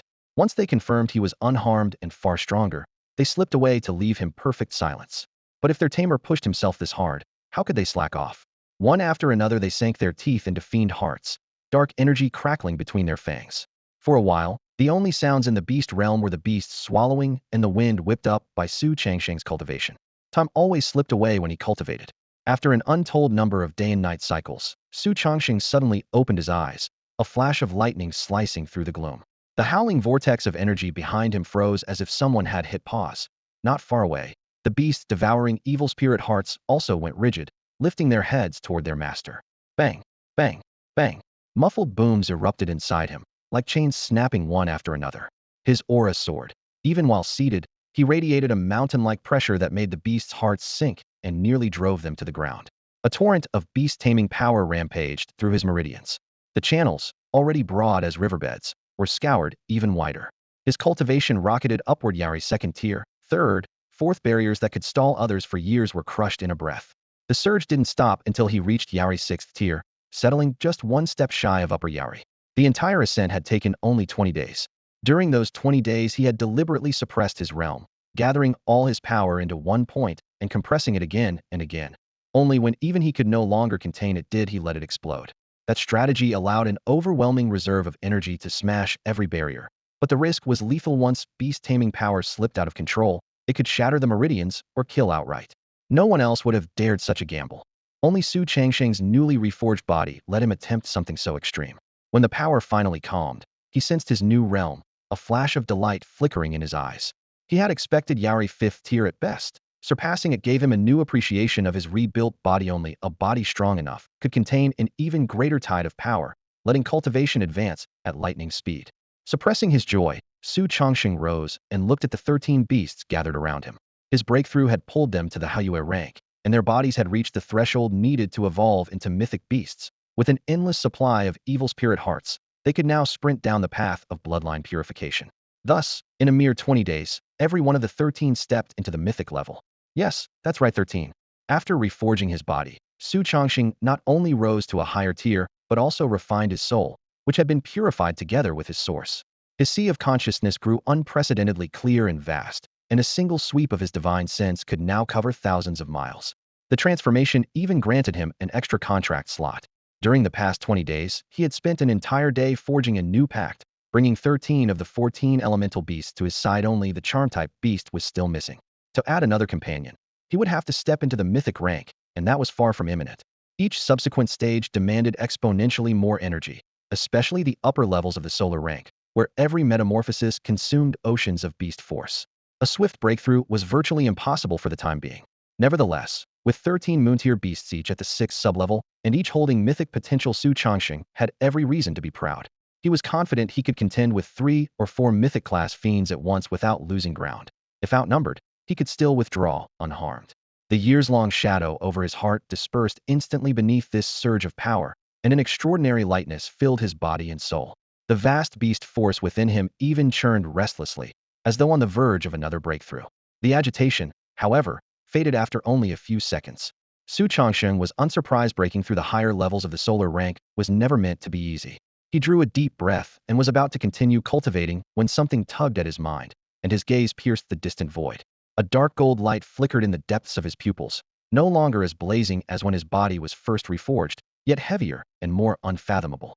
In that instant, his sight penetrated the membrane of the beast space and extended outward into the world. Beyond the imperial capital of Huaxia, a mass of people and beasts was sweeping forward like storm clouds. They were not fiends, but high-level beastmasters and their partners. One familiar face stood out: the United States' foremost powerhouse, Alan. The others were brimming with excitement, but Alan's brow was tightly furrowed, his expression heavy enough to bear a mountain. Look closely, and one could even spot an unmistakable trace of despair in his eyes. America is putting on another show, Su Changsheng murmured, a hint of a smile tugging at his lips. With a thought, his figure in the beast realm began to fade. The next moment, he appeared in his own manner. The force lingering from the spatial transfer fractured the air like glass, spreading fine cracks across the surrounding space. This stray aura was instantly sensed by the 3 high-level solar beasts stationed in a corner of the estate. Normally, they guarded the abyss of fiends and paid little attention to the manor, but Su Changsheng had treated them well in recent days. Having lived for over a millennium, they understood the need to repay kindness, and they fully recognized his fearsome potential. Feeling a presence strong enough to threaten their lives erupt from his quarters, they abandoned their meals and charged over. As they ran, scales, bone spurs, titanic wings, and gaping maws sprouted in rapid succession, killing intent surging as they readied themselves for combat. Yet the instant they burst into the room, they froze. The spacious chamber held only one person sitting quietly on the edge of the bed. His robes fluttered without wind, his aura muted yet bottomless. That person was none other than Su Chongxing. Realizing that Su Chongxing was alone, the three ferocious beasts allowed their guard to drop ever so slightly. Hairline cracks along the walls still bled faint ripples of energy, and the air held the scorched smell left by the earlier clash. The bristled ancestral serpent moved first. Its thick body quivered, amethyst markings glowed beneath its scales, and an odd spatial ripple spread out, like a pliant membrane, enclosing Su Chongxing. There was no killing intent in the ripple. Su Chongxing merely called up his beast-taming power to shield his heart and mind, then watched calmly. A thin, sharp voice brushed his ear. "Did you see anyone else just now?" He glanced up. Those icy serpent eyes locked onto him. The voice belonged to the bristled ancestral serpent. Its gaze was naturally chilling, as though the next second it would swallow whoever it looked at. Su Chongxing gave a slight shake of the head in reply. The voice pierced the air again. "Then did you sense that overwhelming pressure?" The question solved his earlier doubt. The stray aura he had let slip had drawn these three beasts here. He offered no answer, simply rose to his feet, his steps crunching on shattered stone, and in the next heartbeat flung open the floodgates of the violent power within him. Boom! A savage wave of pressure crashed over the trio like a collapsing mountain range. The ceiling cracked, the already fragile space caved in, and pitch-black wormholes tore open everywhere, tossing splinters and rubble into chaotic eddies. An ordinary person would lose themselves entirely after a single step into that turmoil. Su Chongxing advanced one pace at a time. With each step, the bristled ancestral serpent felt the weight on its body double. Though it stood at the peak of the sunlight tier, its chest still struggled to expand. Deep in its pupils it seemed to glimpse the shadow of the beast god, equally domineering, equally dazzling. In only a few days this youth had leapt from the shattered star rank to a realm that forced it to face him heathen. If he grew any further, not just their enemies, but even the beast god might have to think twice. The thought flashed by, and the serpent felt a surge of relief. Thankfully this man was on their side. Otherwise it would never sleep soundly, spending each night pondering how to kill him early and remove the threat. The brutal pressure cut its musings short. It whipped its tail, slid sideways, and forcibly carved out a pocket of safety, shielding the two slightly weaker beasts behind it. Su Chongxing had no wish to push them to the brink. With a sweep of his gaze he drew back the ocean-like aura around him. The spatial rift slowly knit closed, leaving only faint black scars.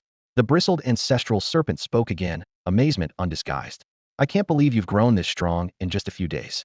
No wonder the master values you." Its once flat tone now held genuine respect. True strength, whatever its allegiance, always commands admiration. Where before the three beasts obeyed him only on the beast god's orders, they now followed willingly, awed by Su Chongxing's power and potential. This was precisely the change Su Chongxing wanted. He had to make the three ferocious beasts before him recognize him as their master. So the moment the conversation began he unleashed a vast aura, washing over them like a rising tide, and laying his strength and potential bare. Commands from the beast god might bind them, but only a cultivation realm high enough could earn their genuine respect. The Duomao ancestral serpent had lived for a millennium and knew this well. After a brief silence, its slit pupils narrowed and, in a rare show of gravity, its sharp voice carried a solemn note. "Rest assured, as long as your orders do not harm our master's interests, the four of us will fight with everything we have." Su Chongxing chuckled and waved away the formality. "What are you talking about? We're family. We fight so we can all stay alive. There's only one enemy, the malevolent spirits." With that single sentence, the oppressive mood dissolved. The three beasts shared a glance, and the Duomao ancestral serpent lowered its head for the first time and addressed him with honorifics. "As you say, my lord. If there are no further orders, we shall take our leave." The shift in attitude brought about by power was obvious. Su Chongxing nodded his consent, and one by one the massive figures vanished, leaving the spacious chamber silent and empty save for him. He looked up at the ceiling, a strange light flickering in his eyes. "By my reckoning, it's just about time." As the thought formed, it was as though a hole had been punched in the sky above the imperial capital. Countless powerful auras poured down unchecked, and the roars of summoned beasts rolled in from the horizon, reeking of blood and madness. Since Su Chongxing had taken the throne, the capital, the heart of Huaxia, had never allowed foreigners to unleash their beasts at will. Such blatant arrogance was nothing less than an open provocation, and the ones provoking him were powerhouses from America. Instead of anger, excitement flashed through him. After tens of days of dull cultivation, he had been itching to stretch his muscles, and the Americans had finally delivered a show. He pushed the door open, tapped the void with one foot, and rose into the air like an immortal riding the wind from ancient texts. In the past, By Dowling had forced flight with nothing more than a diamond tier physique. Su Changsheng's body was now hundreds of times stronger, and he needed no aid at all. His figure blurred into an afterimage, and, in the blink of an eye, he crossed the heavens and came to a halt before the Americans. This smug faces froze in an instant. Su Changsheng had never undergone the beast god's baptism, yet he walked on the wind with nothing but his flesh, leaving only one possibility. His cultivation had reached a realm far beyond anything they had ever dared to imagine. The American beast tamers and their unruly companions had been roaring and snarling, venting their fury. Yet the instant Su Changsheng appeared at the far end of the imperial capital's plaza, it felt as if an invisible hand clenched the air itself, and every sound died in an instant. The giant creatures lowered their heads, folding their massive bodies into tight balls and hiding behind their tamers, too afraid to move. Su Changsheng stood with his hands clasped behind his back, letting his gaze sweep across the crowd before fixing on the only familiar face. Alan, why have you brought so many people to the imperial capital? Have you forgotten that, inside these walls, no one but Huaxia citizens may summon their beasts? His voice was soft, yet it struck the listeners like an iron hammer. Alan, at the front of the group, trembled. The pallor on his face deepened to a ghastly white. He tried to speak, but his throat closed up, each breath scraping like sandpaper. The other American tamers exchanged panicked glances, caught between embarrassment and fear. A few reacted quickly, recalling their beasts into spatial rings, shuffling their feet in frantic silence. Su Changsheng said nothing more. He merely fixed Alan with an unblinking stare. A crushing pressure, like a tsunami in slow motion, swept across the plaza and pressed against every chest. The pleasant breeze vanished, leaving the air thick and stifling. Alan felt his lungs seize and his heart clench, terror spreading like frost through his veins. He forced himself to stay calm, thoughts flashing through his mind like lightning. Why had they come? Officially, to persuade Su Changsheng to withdraw the quadrupled tribute the United States owed Huaxia this month. In truth, they were here to stake their own lives and try to coerce him by force. 20 days of the 30-day deadline had passed, and the final 10 felt unbearable. Ordinary citizens faced food and cultivation shortages, but the leadership cared most about their own dwindling resources. The old aristocrats who once claimed global supremacy were still lost in dreams of vanished glory, unable to swallow their new humiliation, being compelled to submit to a unified beast-tamer world already stuck in their throats. Losing their cultivation resources poured oil on the fire. Their rage overflowed, and the noble council issued a direct order. Assemble more than 100 diamond-rank tamers, march to the imperial capital, and use their lives to force Su Changsheng's hand. They believed that even if they failed to overpower him, the death of so many elite tamers would create a humanitarian and diplomatic crisis he could not ignore. Alan had been pushed to the front of this gambit. His rise owed everything to those noble houses, and in his eyes, their favor outweighed his own life. When they handed him this near-suicidal mission, he had no choice and no room to refuse. So, though he knew it would enrage Su Changsheng and might well cost him his life, he accepted it without hesitation. Yet based on the power Su Changsheng displayed today, he had likely reached the Sunlit Realm and was only a step away from the fabled mythic tier. To someone of that caliber, hundreds of diamond-rank beast tamers were no different from ants and hardly worth a second thought. The United States' carefully laid plan collapsed before it even began. Alan's mind raced, cold sweat the size of peas rolling from his brow, collecting in his stubble, and dripping from his chin. With the mission in ruins, he had only one option: carve out a sliver of hope for the American contingent. Resolute, he made an unthinkable move. The man hailed for decades as the strongest in America slowly bent his knees and knelt before Su Changsheng. His kneecaps struck the black dragon's broad scales with a dull thud. Placing one fist against the opposite palm in the ancient Huaxia salute, he looked up, eyes shimmering, and cried hoarsely, "We, the more than 100 beast tamers of the United States, beg your majesty Changsheng to show mercy and reduce the tribute our nation must pay." His voice broke, yet he pushed on. "Otherwise, the lives of hundreds of millions of our citizens will be forfeit, and that will hinder your majesty's grand campaign against the evil spirits." The heartrending plea made everyone's heart tremble. At his first words, the 100-plus diamond-rank tamers behind him sank to their knees in unison. Veterans of countless fields of battle, they knew Alan's intention all too well. Survival outweighed dignity. Alan's sincerity, coupled with seasoned theatrics, even drew silent praise from Su Changsheng. What a performance. In earlier days, if any foreigner dared unleash a beast within the imperial capital, he would have killed them on the spot, Alan included, without allowing so much as an explanation. But now he possessed a new SS-rank talent, destiny, whose strength scaled with the world's overall combat power. Slaughtering these hundreds of diamond experts would diminish the destiny bonus, slow his terrifying cultivation speed, and hamper his growth. After watching Alan's humble yet deft display, his killing intent subsided. No one strikes a smiling face. Su Changsheng remained silent, the oppressive air fermenting among the Americans. They feared that this god of slaughter might erupt and butcher them all before they could voice another plea. Moments ago they had believed their combined strength might still grant them a chance. Now they realized how naive they had been. One beast under Su Changsheng's command could annihilate them, leaving no bones behind. After a long pause, Su Changsheng raised his eyes to the kneeling crowd and said in a clear voice, "Alan's words hold some truth. Since the point has been made, the remaining punishment is hereby lifted." Heads that had been bowed snapped up. They exchanged incredulous glances. Could this blood-soaked figure truly be merciful?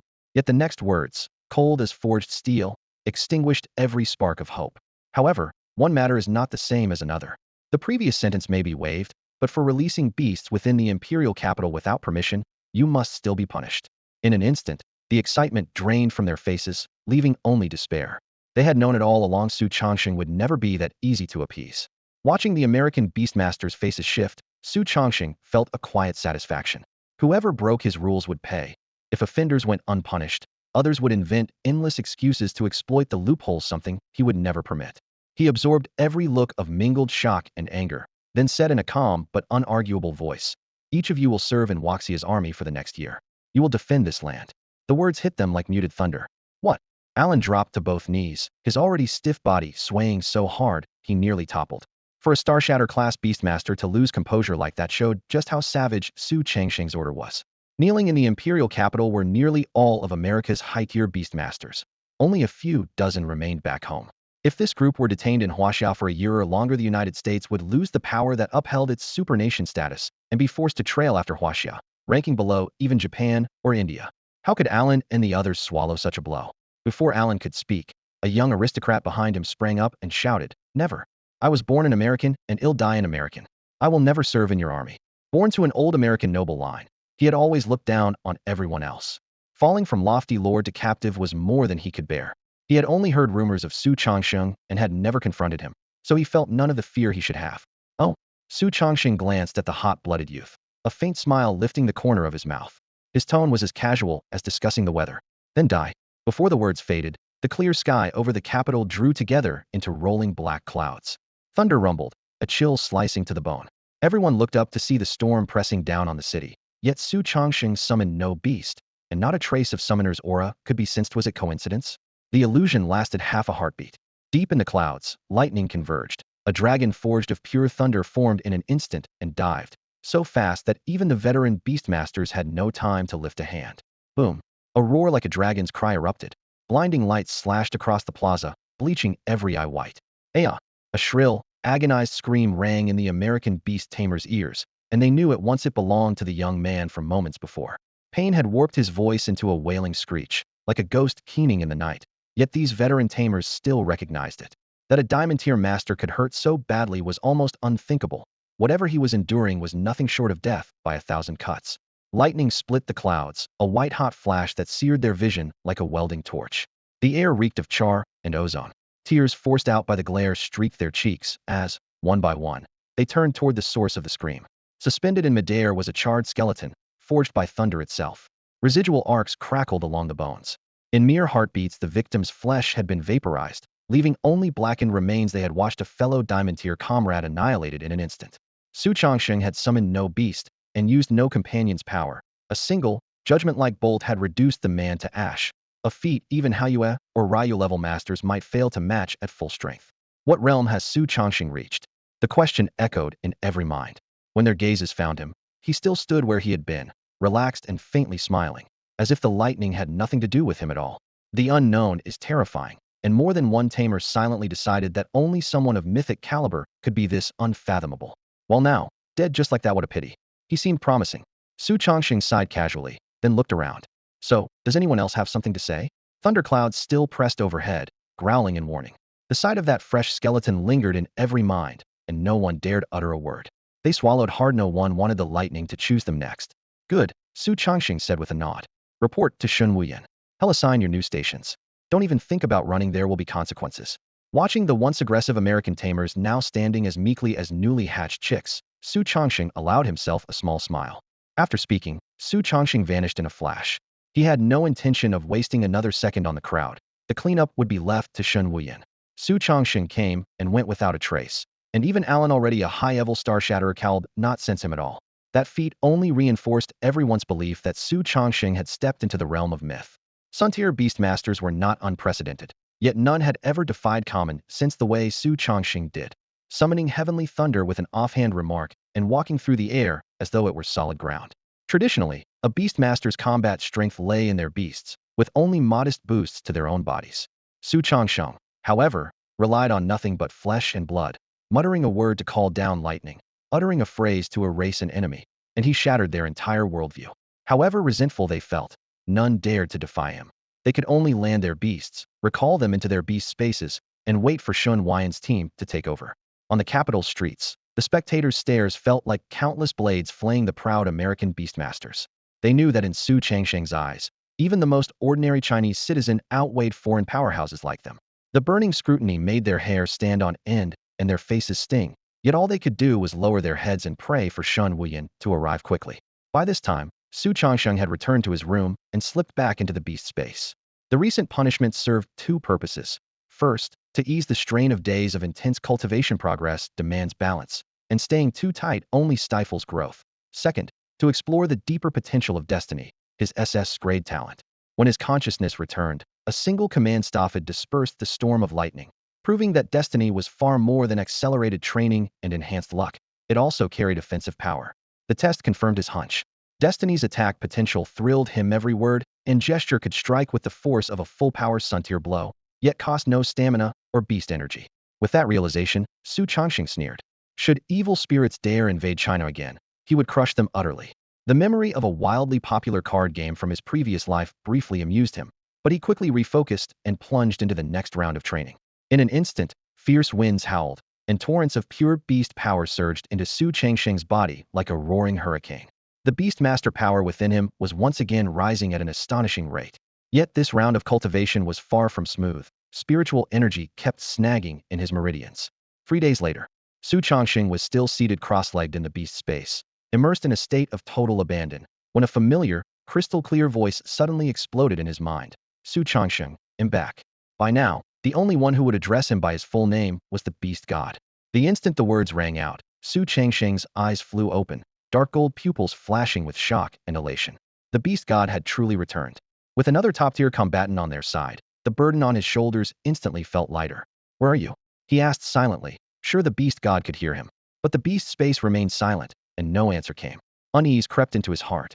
Su Chongxing rose, told his contracted beasts to keep training, and withdrew his consciousness from the space. The moment he returned to his body, a thick, metallic stench rushed into his nostrils. Years of life-and-death battles told him the scent of blood was coming from within the room. Strangely, even with senses sharp enough to detect an unfamiliar presence a kilometer away, he had felt no intruder. If an enemy had meant him harm, he would probably already be lying on the floor, gravely wounded. His heart sank. He cranked his vigilance to the limit and activated the Eye of the World, his blade-like gaze sweeping every corner of the room. Then his eyes locked on the space beneath the spiritwood bed he used for cultivation. Curled up there was a delicate-featured youth in violet robes. Su Chongxing struck with his palm. Boom. A spiritwood bed that could withstand a full-force blow from a diamond-rank beast shattered into countless splinters under his casual strike. Wood chips, hurled by a howling gale, clattered harmlessly off his body. He strode forward, bent down, and hauled the youth up by the collar. Only then did he notice the violet robe was soaked in black-red blood. The stench was coming from it. Because the blood blended with the dark fabric, he hadn't spotted it at first glance. What shocked him even more was that splinters capable of killing an ordinary platinum-rank beastmaster hadn't left the faintest scratch on the boy's skin. This level of defense would shame even many moon-rank beastmasters. Yet the youth's body showed not the slightest ripple of beastmaster power. This terrifying physique relied purely on physical essence. Su Changsheng's expression darkened. Remembering the words "I'm back" that had echoed in his mind moments earlier, a bold idea surfaced. Could this seemingly 15 or 16-year-old boy in front of him actually be a beast god? The moment the thought surfaced in Su Changsheng's mind, it spread like wildfire. The beast god's silence was not a snub. He was simply unconscious. Gravely wounded, he no longer reacted to the outside world. He had curled up beneath Su Changsheng's bed because, apart from the beast god himself, Su Changsheng was now the strongest being in either realm. Even the vice lord of the beast realm and the 4 great fiends were far from his match. With enough power to confront 3 or 4 myth-class evil spirits hidden, Su Changsheng offered the safest refuge the beast god could find. Any foe capable of injuring the beast god so badly would be more than most could handle. Perhaps only Su Chongqing still stood a chance. One detail lent even more weight to the theory: the deep violet hue. The beast god's palace and the boy's outer robe shared the same somber shade, a color that signified supreme authority in both realms and was deemed blasphemous for the weak to wear. Piece by piece, the evidence all but shouted at Su Chongqing that this seemingly harmless, fresh-faced youth was none other than the beast god who had kept both worlds in check for a millennium. Muttering under his breath, Su Chongqing wasted no time. He summoned Fuyao to heal the beast god. He had imagined the deity's true form, perhaps a tentacled monster corroded by evil blood, or at best a towering middle-aged god whose very presence weighed on the air.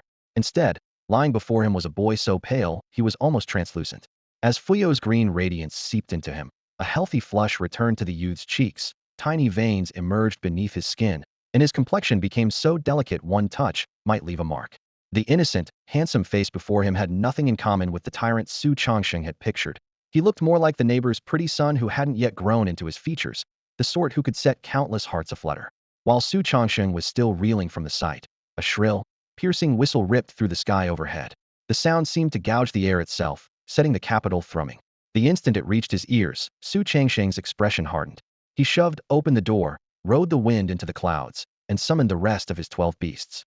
Flame, frost, and lightning intertwined as a dozen gigantic silhouettes formed a defensive ring around their master.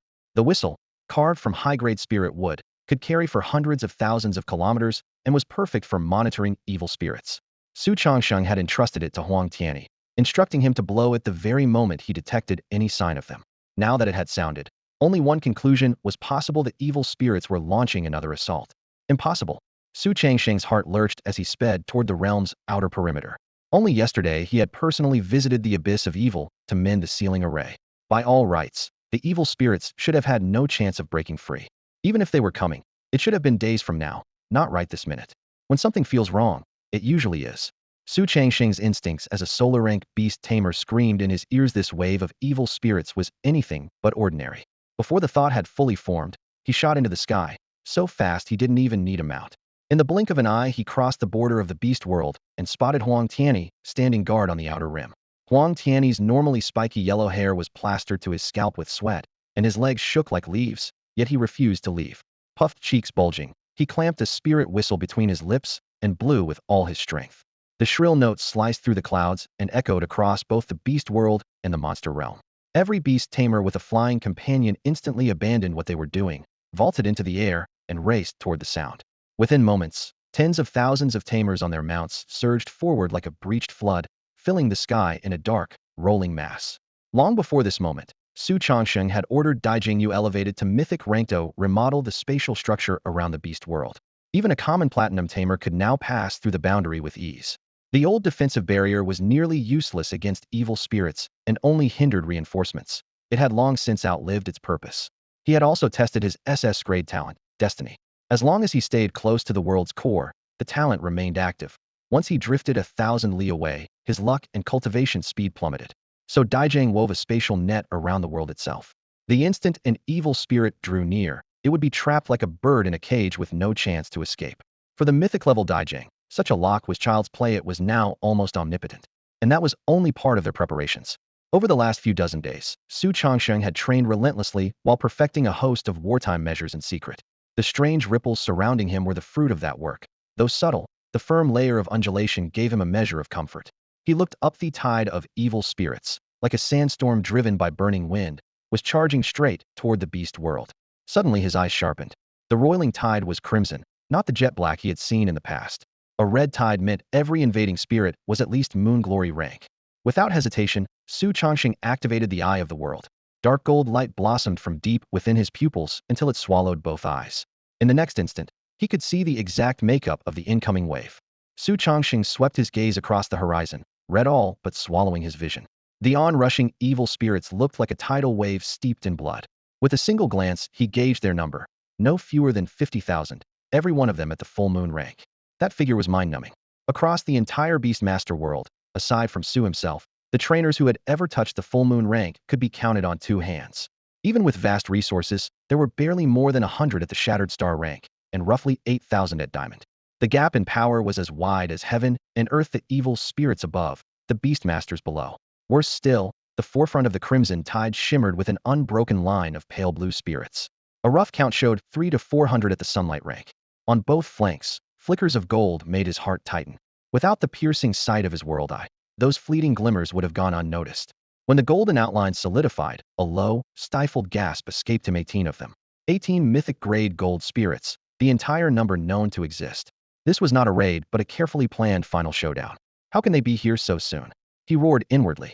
By his calculations, even the fastest enemy mobilization should have bought him 100 more days, enough to step into the mythic realm. Yet less than a month after their last clash, the enemy had committed everything. Frustration clawed at him. With 20 more days, he was sure he could shatter his limits and become the first beastmaster to reach the mythic realm while bonding 14 beasts of different elements. Then, 18 mythic spirits, even 80, would pose no threat.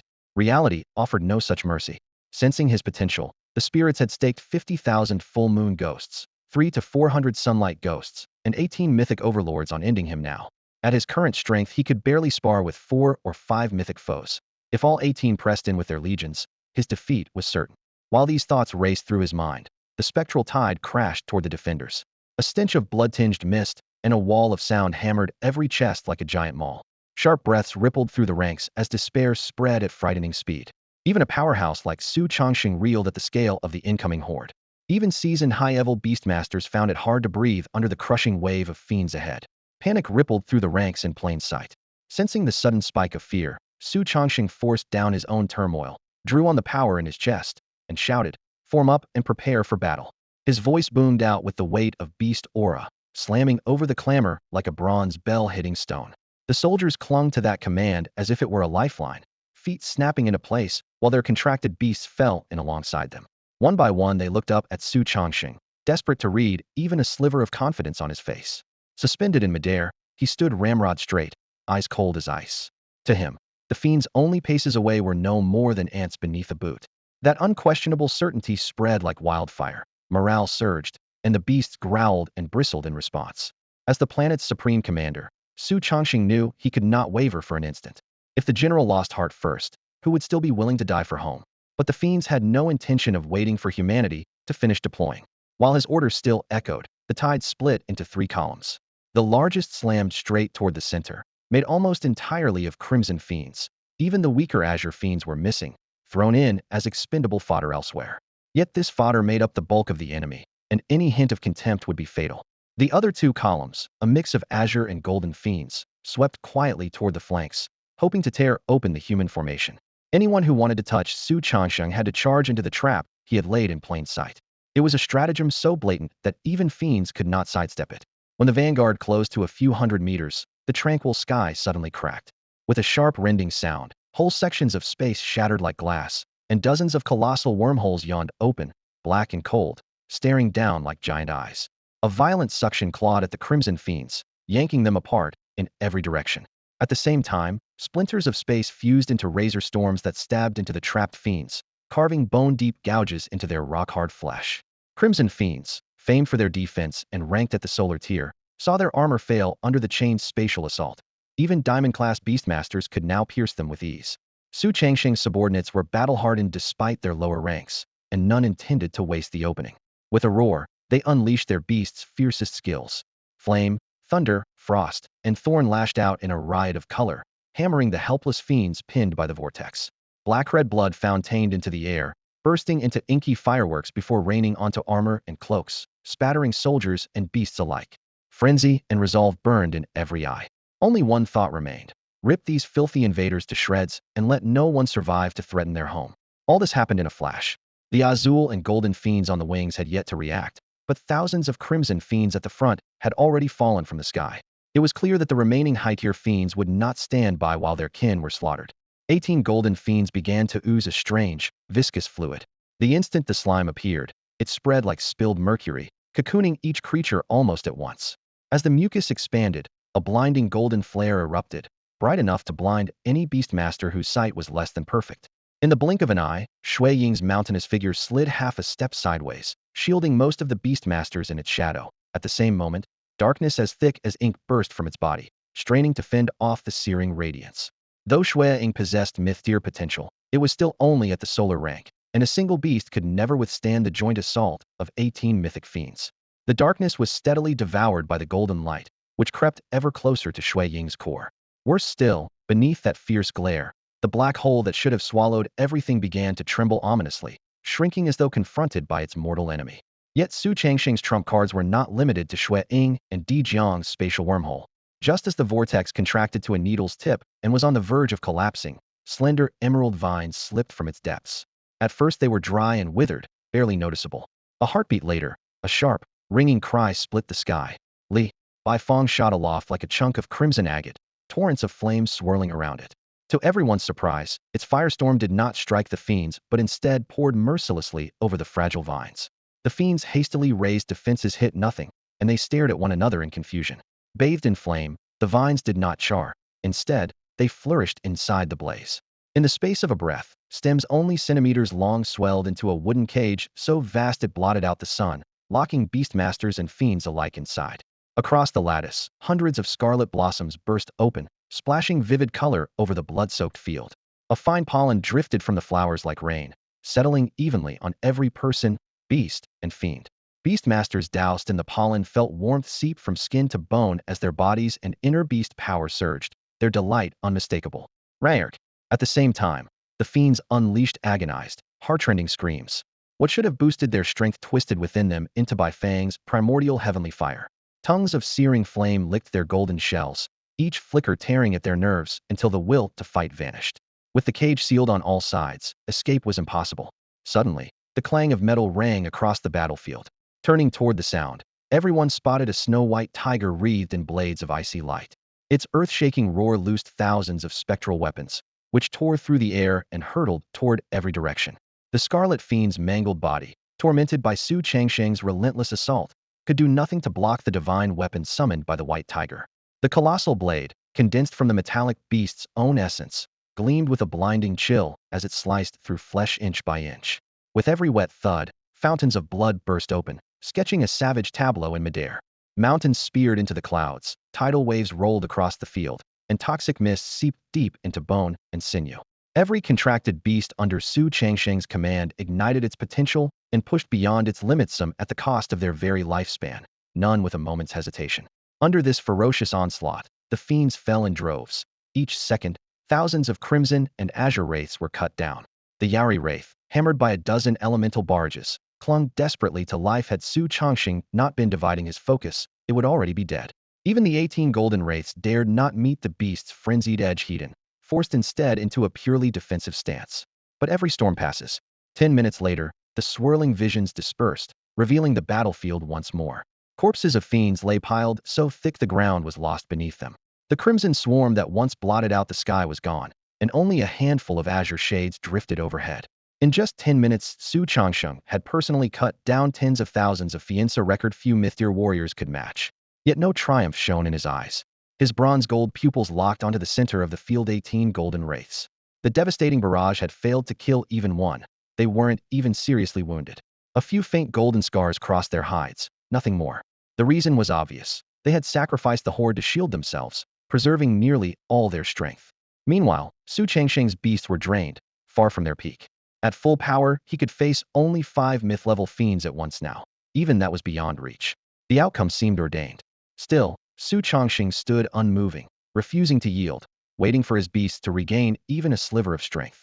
But the golden wraiths were far too cunning. In seconds they sensed his weakness, shared a glance, spread their skeletal wings, and with a piercing screech lunged straight at him. When myth-tier fiends strike, they strike with everything. There is no such thing as a probing attack. Unlike ordinary fiends, this golden spirit carried no foul stench. Instead, a refreshing fragrance drifted from its body. Yet even the sweetest scent could not hide the murderous intent rushing toward him. A dozen razor-sharp claws and scores of bone wings swung down at once. 18 spirits joining forces to cut off every escape route and forcing Su Changxing to stand his ground. Everyone watched, hearts clenched. A flash of gold, then the spirits blurred like phantoms, appearing before Su Changxing in the blink of an eye. "Look out! Fall back, Changxing!" Frantic voices cried. The speed of a mythic-class spirit was something ordinary high-ranked beast tamers could never block. All they could do was shout. To them, Su Changxing merely stood there, frozen by fear. If he died, they would go with him. At that critical moment, a hulking beast with iron-hard muscles lunged in front of Su Changxing. Its body resembled a ram's, its eyes hid beneath its forelegs, and an oversized head was almost swallowed by a maw large enough to gulp down the sky. The grotesque form instantly called to mind the gluttonous divine beast Taoyusu Changsheng's contracted flesh-type companion. The Taotai was not famed for overwhelming offense, but its defenses were unrivaled, surpassing even Xuanwu's. With that confidence, it dared to face mythic spirits Hedon while still at the Yari stage. The next instant its cavernous jaws stretched wide, as though ready to swallow heaven and earth. A cyclone of suction roared forth, dragging several golden spirits into the vortex. Two mythic spirits vanished down its throat on the spot. Yet a Yaristage beast could hardly subdue true mythic creatures. The Taotai's belly abruptly bulged. Boom, boom, boom. Muffled explosions shook the air. Golden bone wings stabbed out from inside its torso and ripped free, carving dozens of bone-deep gashes in an instant, scarlet blood spraying everywhere. Even so, the Taotai clamped its jaws shut, refusing to spit the spirits out. The hidden eyes beneath its forelegs flew open, its abdomen contracted violently, exerting crushing force. Crunch bones shattered audibly. It was not only the spirit's skeletons being ground to powder, the Taotai's own bones were splintering under the same horrifying pressure. Its body collapsed at a speed visible to the naked eye, then shattered into fragments that drifted through the air. Guided by an unseen will, the shards howled towards Su Changsheng, and with a wave of his hand he stored them in the beast's space. Taotai had not truly died as a mythic beast of flesh. It could draw on the world's aura to rebuild itself as long as even a sliver of tissue remained. The more flesh that survived and the denser the ambient energy, the faster the rebirth. Yet even under ideal conditions, it would still take 7 days. For the coming week, Su Changsheng would be short one fighter. Taotai's self-destruction had not been in vain.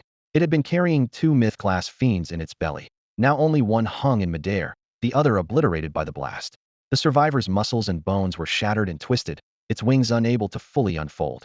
It hovered feebly, no longer able to harm Su Changsheng. In other words, Taotai single-handedly erased 2 of the enemy's top combatants, a feat so savage it left one speechless. The dozen or so remaining fiends rushed Su Changsheng, but his other beasts intercepted them layer by layer. Foremost among them was Baze. During the fight, it had devoured vast amounts of life force and essence, forging them into a world-shattering attack known as fate-severing. A blinding white light exploded beside Su Changsheng, and an arcane power of destiny instantly locked onto 3 golden fiends. The light converged into a colossal cleaver 40 meters long that stretched across the sky. The terrifying pressure made the 3 mythic fiends' hackles stand on end. They did not even dare to flee, knowing that the slightest misstep meant death. Yet they still underestimated fate-severing. Even after mustering their most extreme defenses, the white blade crashed down with irresistible force. Boom. As the blade swept past, heaven and earth shuddered as though struck by a hammer, the air trembling until it all but solidified. Every living being, including the watching fiends, felt their souls quiver, instinctively freezing in place to stare at the sundered sky. A region of absolute blankness appeared, devoid of space itself, a swath of nothingness devouring everything. The 3 golden fiends caught in its sights were reduced to dust in that instant, without even time to resist. When the white light faded, a tiny white silhouette drifted down onto Su Changsheng's shoulder. It was Baze, shrunken to the size of a doll, trembling and terribly frail. Su Changsheng lowered his eyes, a stab of pain flickering through his hair that knew the price of that strike. 100,000 years of lifespan. Now Baze had less than 10 years left, and its life core was dangerously depleted. Slaying ordinary creatures could no longer replenish that loss. It would need the essence of at least a myth-class being to have any hope of recovery. But how many mythic beings were there in this world to hunt? Even with a concerted search, restoring Baze to a mere century of life would be a drop in the ocean compared with its former 100 millennia. Worse, after unleashing fate-severing, Baze was so weakened it could scarcely remain upright, clinging pitifully to Su Changsheng's shoulder. Su Changsheng murmured, "You did well," then stored it in the beast's space, where the environment would better aid its recovery. Even the most vicious of the wraiths was stunned by the force of that blow, cowering for a moment and refusing to move. The crowd outside the arena was just as shocked, jaws hanging open wide enough to swallow an ostrich egg. They traded glances, then burst out in unison, "Holy shit. Badass." Crude as it was, no praise could have been more direct or more sincere. Only Su Changsheng knew that strike had been his absolute limit. Killing 4 myth-level wraiths and crippling a 5th in mere moments was possible only because 2 of his contracted beasts had burned away their lives to unleash a mutually assured destruction. The rest possessed no such last-ditch weapon. At best they could stall for time. Creatures of the solar tier, no matter how gifted, could not contend with mythic fiends for long.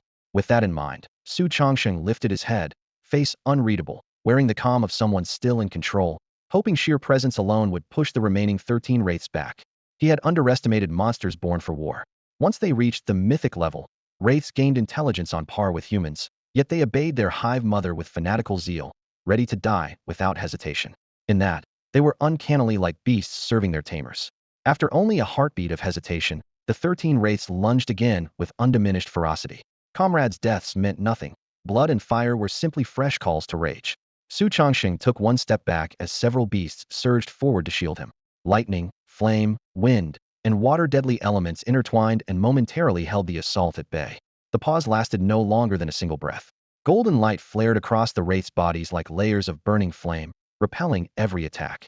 Empowered by that radiance, their already fearsome speed multiplied, and their strength and endurance surged with it. Watching his opponents slip into full rabid dog mode, Su Changxing's brows drew into a hard line. He knew this life-burning state would drain their vitality at a frightening pace. If he could endure, he might yet prevail. A quick battlefield calculation yielded a chilling number 6 minutes, exactly 360 seconds. Even if he poured out every drop of his own spiritual energy, he could survive the barrage of 13 wraiths for only 6 minutes. Blood splattered everywhere. Beast blood struck Su Changxing's face, neck, and chest. Thick ink black was Shui Ying's. Blazing crimson belonged to Bifong. Tender spring green came from Fuyao. He watched, powerless, as partners who had fought beside him had their chests torn open, entrails dragged through the dirt. Whenever a beast teetered on the brink of death, he managed to recall it into its pocket dimension at the last moment, barely averting its demise. But what difference did it make? Every recall meant a sudden drop in fighting power. Every injury doubled the strain on those who remained. Golden light and savage claws still dominated the field, and the 6-minute countdown had only just begun. Yet what good would any of it do? Su Changsheng was dead, and the beast he had bound to his soul would die with him, its spirit erased forever, without the faintest chance of revival. With their one barrier gone, several evil spirits caught the scent of blood and, like feral hounds, hurled themselves at his chest. Back off! Su Changsheng roared. His voice cracked through the sky like a chain of lightning. The shock wave twisted into a cyclone that tossed the nearest spirits several yards. Gravel and dust rode the gale, pelting their ashen shells and sparking bright flashes. The wind, however, stalled them for only a heartbeat. They tore forward again, claws slicing the air, aiming straight for Su Changsheng's throat. On the brink of death, a low, cold grunt sounded behind him. Dark violet mist gushed out like a burst dam, sealing him in a tight cocoon. A dozen myth-class spirits slammed against the fog, only to be swallowed. Huleno ripple of energy escaped. That unmistakable purple. Su Changsheng whirled around. The moment he recognized the newcomer, suspicion turned to elation. No one but the beast god could wield such mist. He had awakened at the 11th hour. The beast god stepped forward and let a dark violet lump of flesh slide into Su Changsheng's palm. Cool, yet faintly warm, it pulsed with veins of light. Sheer vitality coursed through Zu's hand and set his mind trembling. Bewildered, he looked up. Fixing his gaze on the restless spirits, the beast god spoke in a calm, indisputable tone. My essence blood. Use it to ascend. If you have not stepped into the mythic realm within a day, take 100 women, find a hidden refuge, and keep humanity's last spark alive. The thrill in Su Changsheng's chest went cold clearly. Even the beast god was unsure of defeating these spirits. Even if we fight together, there's no chance? He asked under his breath. None. One more is coming. And even at my peak, I could only hold it down, let alone now. The beast god's voice was flat, as though death meant nothing to him. Su Changxing stayed silent, then bowed and retreated at full speed. Arguing further would be suicide. When his figure vanished beyond the ruined wasteland, only the beast god and the onrushing spirits remained. Deep within the violet fog, his face blanched, a mouthful of dark blood burst from his lips. Bright crimson streaked his pallid cheeks, adding a hint of fevered madness. The beast god wiped the nearly black blood from the corner of his mouth and lowered his gaze. Bones were broken, meridians torn, and every old wound he had accumulated over the years now erupted at once, worse than ever. If he could rest for a few decades, he might claw his way back to peak form, but time was a luxury he no longer had. Had he not intervened moments ago, Su Changsheng would already be dead. With Zu's death, the human defenses would have collapsed, and the millennium-long struggle between the beast god and the evil spirits would have ended in ruin. The instant he regained consciousness, he dragged his failing body here and forced out a vast amount of essence blood, letting Su ascend amid the flames of battle. That choice worsened his injuries beyond repair. Even without another fight, he would burn out within a year. Yet this was humanity's last sliver of hope, and he had no other path. The thought darkened his eyes. For 1,000 years he had protected humans and harmed them. During the years when evil spirit blood corroded his mind, he had butchered entire towns. What had he been then? Even he could not say. All that remained now was boundless hatred for the evil spirits. Without them, he would have been a respected PhD in a research institute, coming home to a house lit with warm light, a wife serving hot food and gently urging him to rest, a daughter tugging the hem of his lab coat and flooding him with curious questions. Those ties were shattered the day the evil spirits emerged. Now he wanted only to erase those foul, murderous creatures from the world, even at the cost of his own life. Resolve set, he snapped his head up, amethyst eyes sharp as blades, locking onto the golden glowing evil spirit ahead. A rush of dark violet mist surged behind him, exploding outward to form a 1,000-meter-long barrier. Centered on him, the wall sealed off the 13 remaining beasts and several hundred beast tamers outside. Fall back. His voice was soft, yet it carried through the fog wall with unquestionable authority. Against a myth-level evil spirit, these tamers sat best at the radiant moon tier called inflict the slightest wound, while a stray shockwave would kill them outright. If they insisted on staying, he would have to shield them, a death sentence for them all. At his command, the tamers beyond the barrier exchanged helpless looks, veins bulging on hands clutching their spirit beasts, unsure what to do. None of them realized the blood-soaked man before them was the legendary beast god. That legendary being who slaughtered without mercy, intent on erasing the world. Many beast tamers had assumed the sudden newcomer was simply an unfathomably strong human, but the instant Shen Wuyan caught that deep shade of violet, his heart jolted. He remembered Su Changsheng's description of the beast god. Purple was his unmistakable emblem, and the crushing aura that spanned both realms was unique. Apart from Su Changsheng, no one on earth could match him. The moment Shen Wuyan recognized him, he forced down his shock and shouted, "Everyone, fall back. Do not interfere with the beast with our human champion's battle." He deliberately stalled, refusing to utter beast god, choosing instead human champion. In his eyes, whatever had happened in the past, anyone willing to shield the living with his life was a hero of humanity and deserved his final dignity. As Waxia's second-in-command, his words carried weight. At once, the beast tamers ordered their contracted spirits to land and withdraw. Even as they left, many kept sneaking looks at the shadow in the violet mist. Those close to Shen Wuyan sidled up and whispered, "Huaxiao really runs deep. Besides Emperor Changsheng, you have another peerless powerhouse. Who is he?" Since the beast god had spoken flawless Huaxiao earlier, everyone naturally assumed he was Chinese.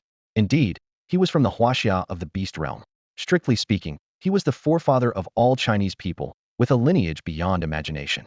None of their hushed questions escaped his ears. Hearing their recognition and respect, an indescribable emotion flashed across those blood-red eyes, but it was swallowed almost instantly by boundless killing intent. Once he confirmed everyone had reached safety, the jagged, dark violet fog behind him surged like a living beast, spewing countless twisted tendrils. His form disappeared completely into the ocean of mist, leaving only a death god's roar echoing in every evil spirit's ear. Die, vermin. Meanwhile, while the beast god bought Su Changsheng precious time, he streaked to a safe corner and slipped into his beast-taming realm. The moment he landed, his eyes swept the area. Every contracted beast was still alive, their auras faint, but steady in the sight eased his mind. He let them rest and went straight to the stone platform he used for cultivation. Sitting cross-legged, he studied the dark violet chunk of flesh pulsing in his palm. It felt icy. Without hesitation, he stuffed it into his mouth. The gelatinous mass slid down his throat almost instantly. A heartbeat later, a torrent of pure, violent life force exploded inside him, far more than he had gathered in 10 years of training. Even with his body tempered by countless encounters, he couldn't contain it. Meridians tore like ruptured hoses, blood spraying from the cracks in his skin and misting the air. In seconds, the ground turned dark red. The crash and the metallic scent jolted his beasts from their healing sleep. Exhausted yet alarmed, they staggered toward him.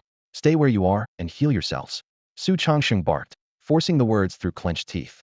His body was coming apart, but his mind was clear. This was a life-or-death breakthrough. No one could help him. His flesh wasn't the only thing collapsing. The shackles on his cultivation shattered as well. Wave after wave of power hammered the barriers that once seemed unbreakable, and they crumbled. Meridians that had been packed with beast force now gaped empty. The beast god's life essence flooded in, instantly converting to fresh beast power. Su Changsheng's cultivation shot upward like a rocket. Yaori 7th stage, 8th stage, 9th stage. In the span of a few breaths, he vaulted 3 levels. Even at his usual blistering pace, that would have taken 20 days. Ordinary Yaori practitioners linger at those levels for years, decades, or a lifetime. He cleared them in one go. Energy still surged through his limbs, and Su Changsheng couldn't help but marvel. The life force in the beast god's blood was staggering. He wondered silently. After surrendering so much power, can the beast god really remain unaffected? But this was no time for doubt. Su Changsheng could sense with absolute clarity that the final threshold to the mythic realm lay directly ahead. He forced every question to the back of his mind would save them for the beast god.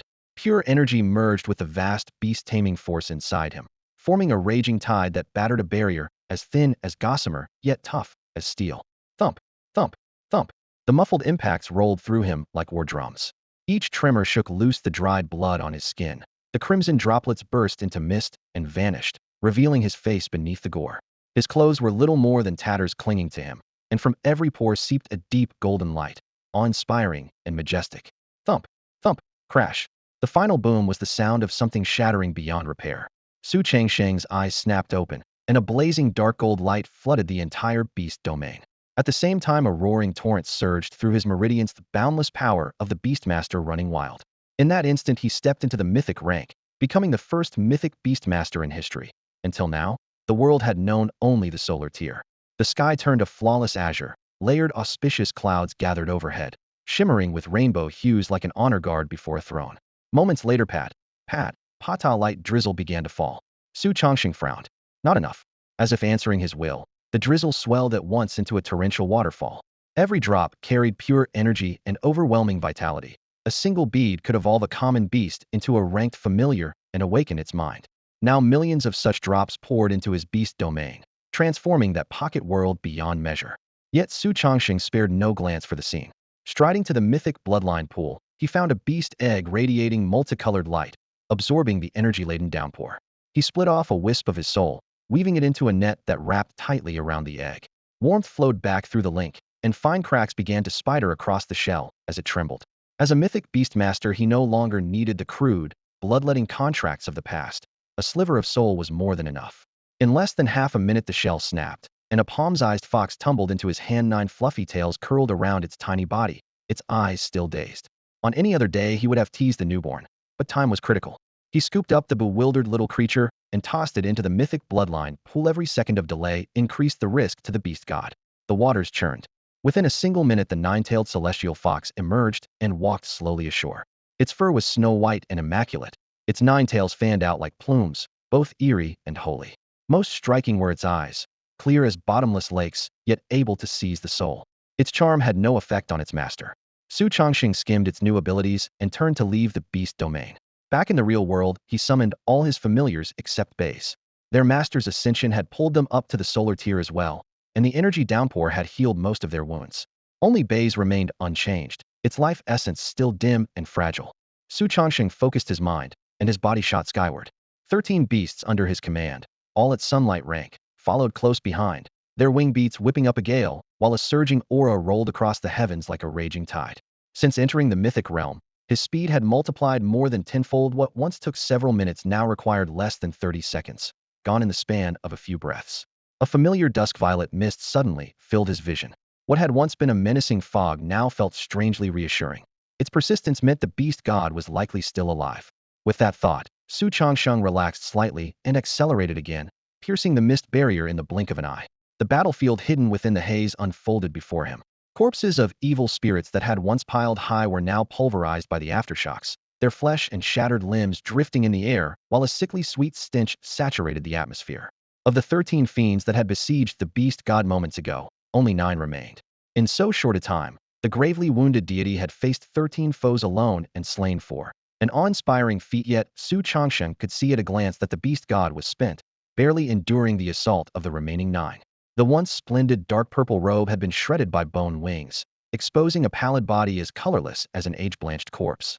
Complex dusk-violet markings covered his back, flickering faintly with each movement, eerie yet dazzling. But the glow was now so dim it could scarcely hold, flaring only when struck to maintain a tattered defense. Su Changsheng's sudden emergence naturally startled the deity, whose spirit was already wavering from the brutal fight. He involuntarily turned toward the newcomer, leaving a fatal opening. The evil spirits lunged. Several pairs of golden bone wings tore through the air with an icy wind and murderous intent, driving straight for the beast god's throat. In his current state, he had no strength left to parry the deadly strike. Begone! The roar exploded like thunder on a clear day. Before the echo faded, the very energy of this realm seemed to awaken, swirling around the beast god and forging a full circle of shields that blocked the savage assault. Bang! Bang! Bang! Razor-sharp bone wings hammered the barrier in rapid succession, each blow resounding dully. A visible shockwave burst from the shield's surface, rippling outward in every direction. Caught off guard, the Xiaoling was blasted sprawling by the raging energy, struggling even to stay aloft. The casual shield Su Chongqing had conjured not only blocked the attack, but reversed it, hurling the Xiaoling away. In the next instant the light shield shrank into a streak and merged with Shou Shun's body. A torrent of pure energy poured in, scouring the god's long desiccated shell like a flood. Color returned to a face that had been as pale as gilded paper, and shallow breaths grew deep and strong. The abrupt turn of events shocked the Xiaolings and left Shou Shun equally stunned. He felt the life force rising inside him, then looked at Su Chongsheng, disbelief in his eyes. The young man he had once backed on a whim was now saving his life and at this rate might even help him fulfill a 1,000-year-old vow. Watching the god in a daze, Su Chongsheng felt a surge of satisfaction.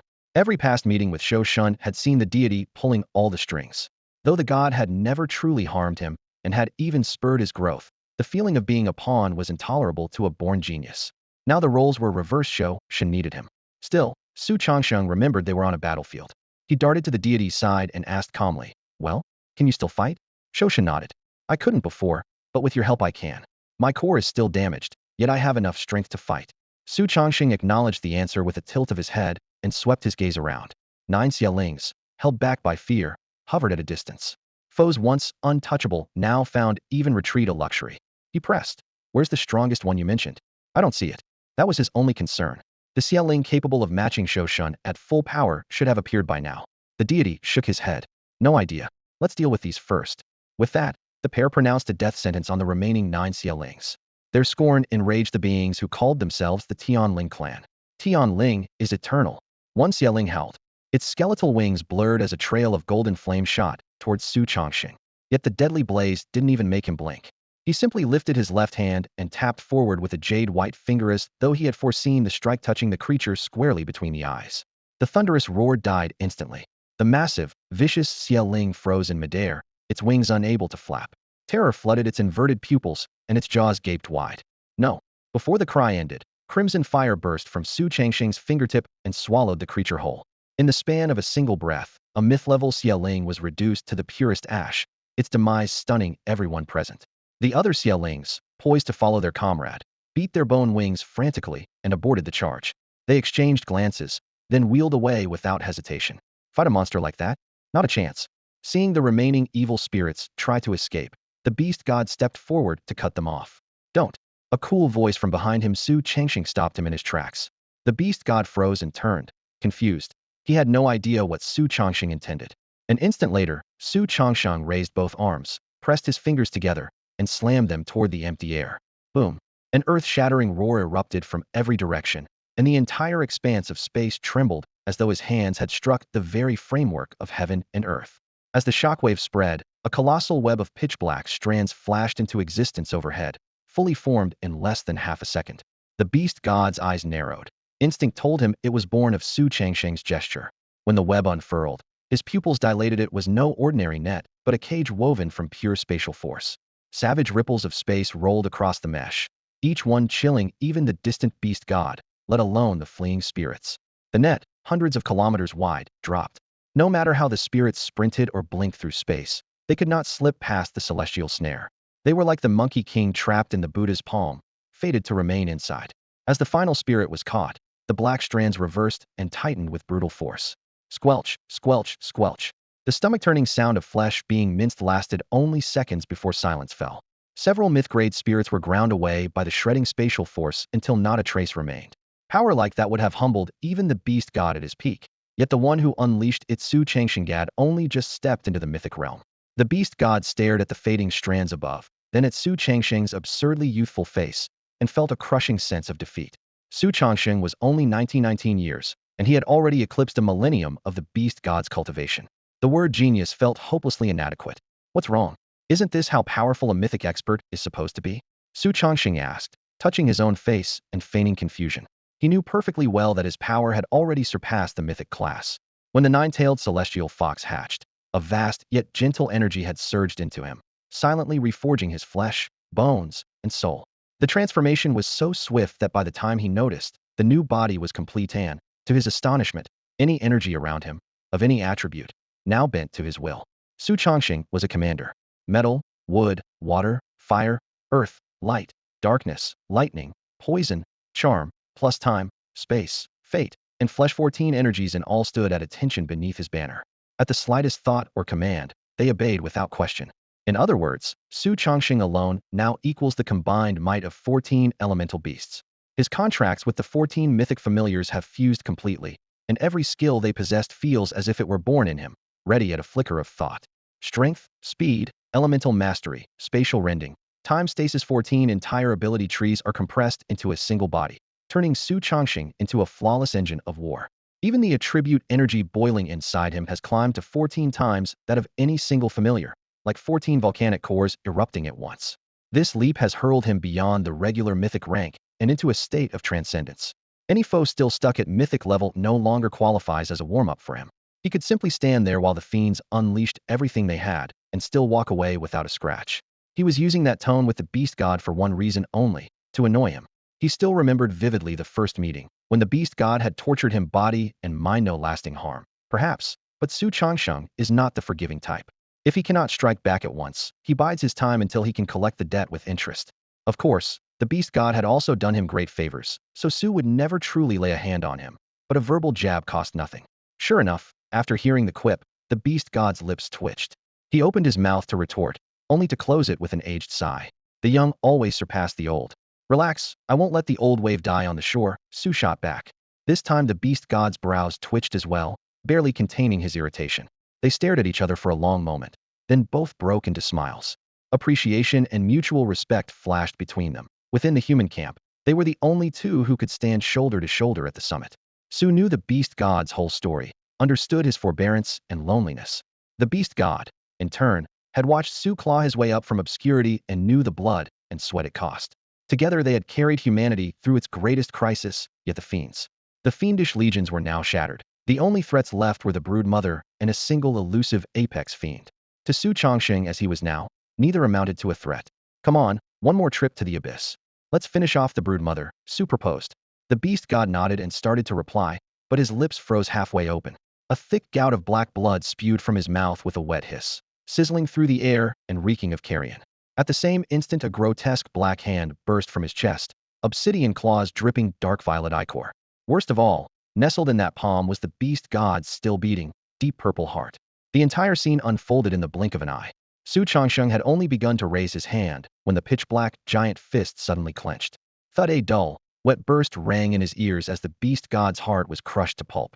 Scalding blood, mixed with fragments of muscle, sprayed everywhere, drenching him from head to toe. Dark purple fluid dribbled down his chin and through his fingers, making him resemble a wraith crawling out of hell. The beast god's heart had been obliterated. Su Chongxing's face twisted with horror and disbelief at his current level. He hadn't even been given a chance to intervene. The hand's speed was absurd, so swift it stole the very instant a blink would take. Worse, when he tried to draw on the world's energy, an invisible barrier snapped into place, his mind flickered, and his next movement froze completely. What kind of foe operates on a tier like this? The question thundered through his mind. Then he noticed a grain-sized green birthmark near the base of the black hand's thumb, and a distant memory surfaced. When Zhulong had evolved to the mythic grade years ago, Su Chongxing had glimpsed an ancient vision. The beast-taming world and the beast realm were once one, until a hand bearing that same green mark split them apart with a single strike. If today's killer is the owner of that hand, and they've grown even stronger over 10,000 years, what dreadful heights have they reached? These thoughts flashed by in less than half a second. In reality, shockwaves from the shattered heart forced another mouthful of black blood from the beast god, and what color remained in his face drained away. His towering frame wavered, dark purple pupils full of longing and reluctance. His gaze slipped past Su Chongxing to the entire plain behind him. A sovereign who had dominated 2 realms for a millennium was about to die, without ever learning his murderer's identity or motive. What a bitter fate. Yet the pride that had ruled 2 worlds refused to surrender. In the next instant, intricate markings on the beast god's back blazed to life. They writhed, tore through his skin, and unfurled into several dark purple spider legs. Thick at the joints and tipped with barbed, venom-slicked hooks, the legs whipped forward, stabbing at the enormous black hand still lodged in his chest. At the same time, the beast god threw back his head and bellowed, his roar shaking the heavens. Use every shred of your power attack. Su Chongxing had longed to act from the start, but had hesitated, afraid the backlash might shatter the beast god's already fragile body. At that moment, hearing the beast god's summons and sensing the certainty of death in his voice, Su Chongxing clenched his teeth, spread his arms wide. and drew every stray element in the air to his will. Metal, wood, water, fire, earth streams of colored energy were seized by an unseen force and funneled into his palms, compressing in a blink into a fist-sized sphere that pulsed with intersecting light. A violent aura erupted outward, whipping up a shredding gale that snapped his robes like flags. In an instant, the sphere ballooned to more than 3 meters across, dazzling and lethal like a newborn star. With thunderous momentum, it screamed toward the black hand that blanketed the sky. At the same moment, the beast god unleashed a barrage of strikes like spider legs, so that razor limbs and the multicolored sphere landed almost together on the palm's inky surface, yet no detonation followed. It felt like punching cotton. The hand's skin showed no ripple, no mark, not even a hairline crack. Stranger still, after taking the full force of 2 powerhouses, the giant hand swelled as though it had absorbed the impact as nourishment, its size growing visibly by the second. How can this be? Su Changsheng's heart sank, and a wave of despair threatened to drown him. They hadn't even scratched the defense. Instead, they were feeding its strength. The next moment, the hand froze, then exploded. Boiling black blood and chunks of flesh sprayed like a storm, only to reverse in midair, spiraling back together. The shredded meat stretched, tore, fused again, and in a heartbeat, a hazy human outline began to form. Su Changsheng didn't stand idle. He hurled spell after spell to disrupt the reconstitution razor winds, scorching lightning fire, barriers that locked space, but every attack was swallowed effortlessly by the mass of flesh. Forced to retreat, he caught the beast god, who was reeling from grievous wounds. For most beings, the loss of a heart is fatal, but at their level, it wasn't necessarily beyond repair. Su Changsheng's healing gifts surpassed even Fuyus. If he acted at once, the injury should have been manageable. He poured surging vitality into the beast god, weaving wood and life laws to rebuild the missing organ. Yet no matter how much power he infused, the heart showed not the slightest sign of regeneration. The strange destructive force left by the black hand suppressed even his healing laws. Just then, the swirling blood and flesh solidified, and a middle-aged man in black robes stepped from the void. Instantly, the world dimmed. Light itself was swallowed by the invisible gravity around him, and he hovered like a living black holy, an omen only someone of overwhelming strength could manifest. Su Changsheng, go? They'll cover you one last time. The beast god's weak yet resolute voice rang out as the robed figure appeared. He shook off Su Changsheng's support, staggered forward, and planted himself between them. He knew he could last 10 minutes at most. Knew as well that even 10 more Su Changsheng 700 more beast gods could never defeat this man in black. All he could do was spend what remained of his life to buy Su Changsheng a chance to escape. Suspended in midair, the black-robed man clasped his hands behind his back, looking down on them with amused eyes. His soft chuckle echoed through the frozen air. Touching, truly touching. In that instant, he treated Su Changsheng and the beast god as nothing more than playthings, utterly unconcerned that they might resist or flee. Think that's funny, you mongrel? The beast god snarled, spitting a mouthful of dark purple blood. The liquid arced through the air toward the man in black robes, but burst apart as if it had struck an invisible wall. The robed man's expression barely changed, the mocking curl of his lips only slightly dimmed. An insect dares make noise? He said coolly. Before the words faded, a jet of black light shot from his fingertips so fast it seemed to pierce time. Su Changsheng caught only a flicker of it before the beast god was hurled away like a torn sack. What truly flew was only half a corpse. The blast obliterated his upper body, leaving 2 legs to crash down in opposite directions. The beast god, once feared across the 8 desolations, met his end in grotesque fashion. Rage seared Su Changsheng's chest. The beast god had guided him on this journey, half a mentor. Yet with victory in sight, an unknown powerhouse had appeared and killed him in a single strike without even leaving a whole body. Su knew the man in black would never spare him. He struck first. Brutal energy condensed into a razor-edged blade in his palm. He sprang skyward and slashed for the man's throat with door-die resolve. The black-robed man didn't bother to step aside. His gaze brushed the blade, eyes brightening. Oh, a heaven-gifted talent in a place like this. The brilliant edge traced a shining arc, but it bit into something harder than everlasting iron. The blade shuddered, unable to cut so much as a hair. Behind Su Changsheng, a dozen contracted beasts let loose ice, lightning, and searing wind. The dark figure was an abyss, swallowing every attack without so much as a ripple. Strangely, he still didn't strike back or even touch the beasts. Su had no time to think. The blade blurred as he hacked again and again. Boom, boom, boom. Dull shockwaves numbed his hands and set his joints aflame. As he raised the weapon once more, the black-robed man's brows dipped and his voice chilled. Finished yet? Lifting his left hand, he pinched the blade's tip between 2 fingers. A casual squeeze crack. The energy blade, strong enough to outclass any divine armament, crumbled to dust. In the next instant, he flickered forward, close enough to touch. One hand tilted Su Changsheng's chin. His eyes were flat, indifferent. Boy, Don't test the limits of my patience. You have two choices. 1. Return with me to the wasteland realm. Train until you're exhausted, and become my personal energy pack. It'll drain you dry, leave you crippled, and in exchange I will spare every creature in these worlds. 2.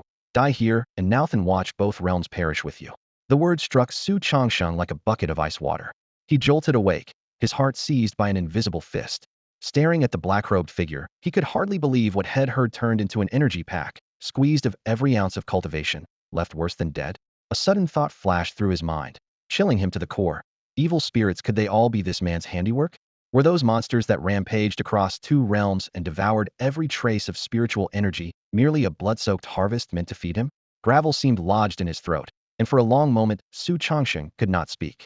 At last his voice emerged, ragged. The evil spirits, you created them? The stranger paused, gave a soft laugh, and answered with careless ease. You mean the spirit-devouring insects? Yes. I've consumed thousands of worlds like this. Yours is the first that required my personal touch.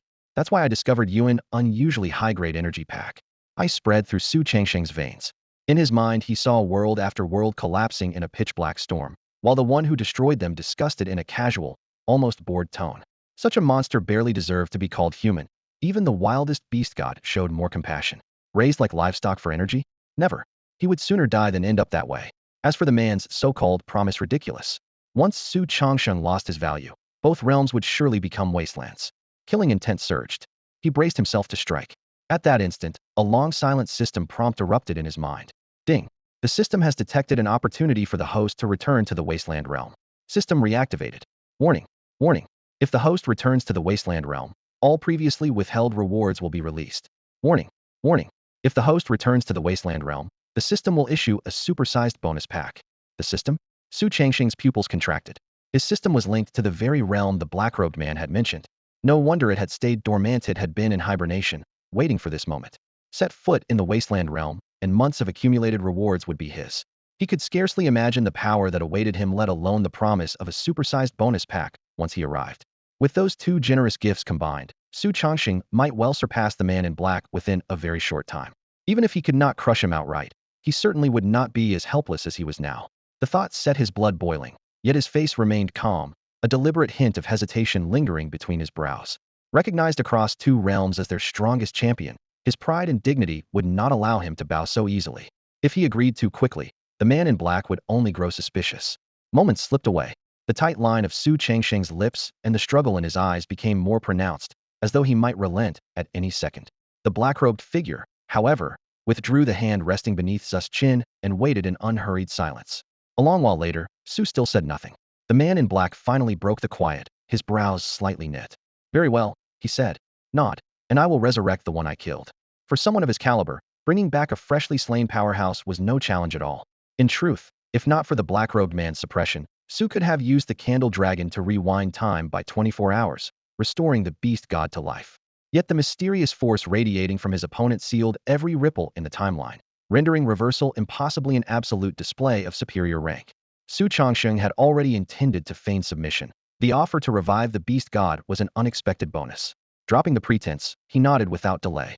Agreed. Fulfill your promise, and I will enter seclusion, letting you draw upon my power as you please. Hearing this, the black-robed man Lin Song smiled in satisfaction. Others might overlook Su Changsheng's worth, but he understood it perfectly. In a brief exchange, he had confirmed that the young man commanded 14 elemental forces, with a reservoir of energy more than 10 times greater than any peer.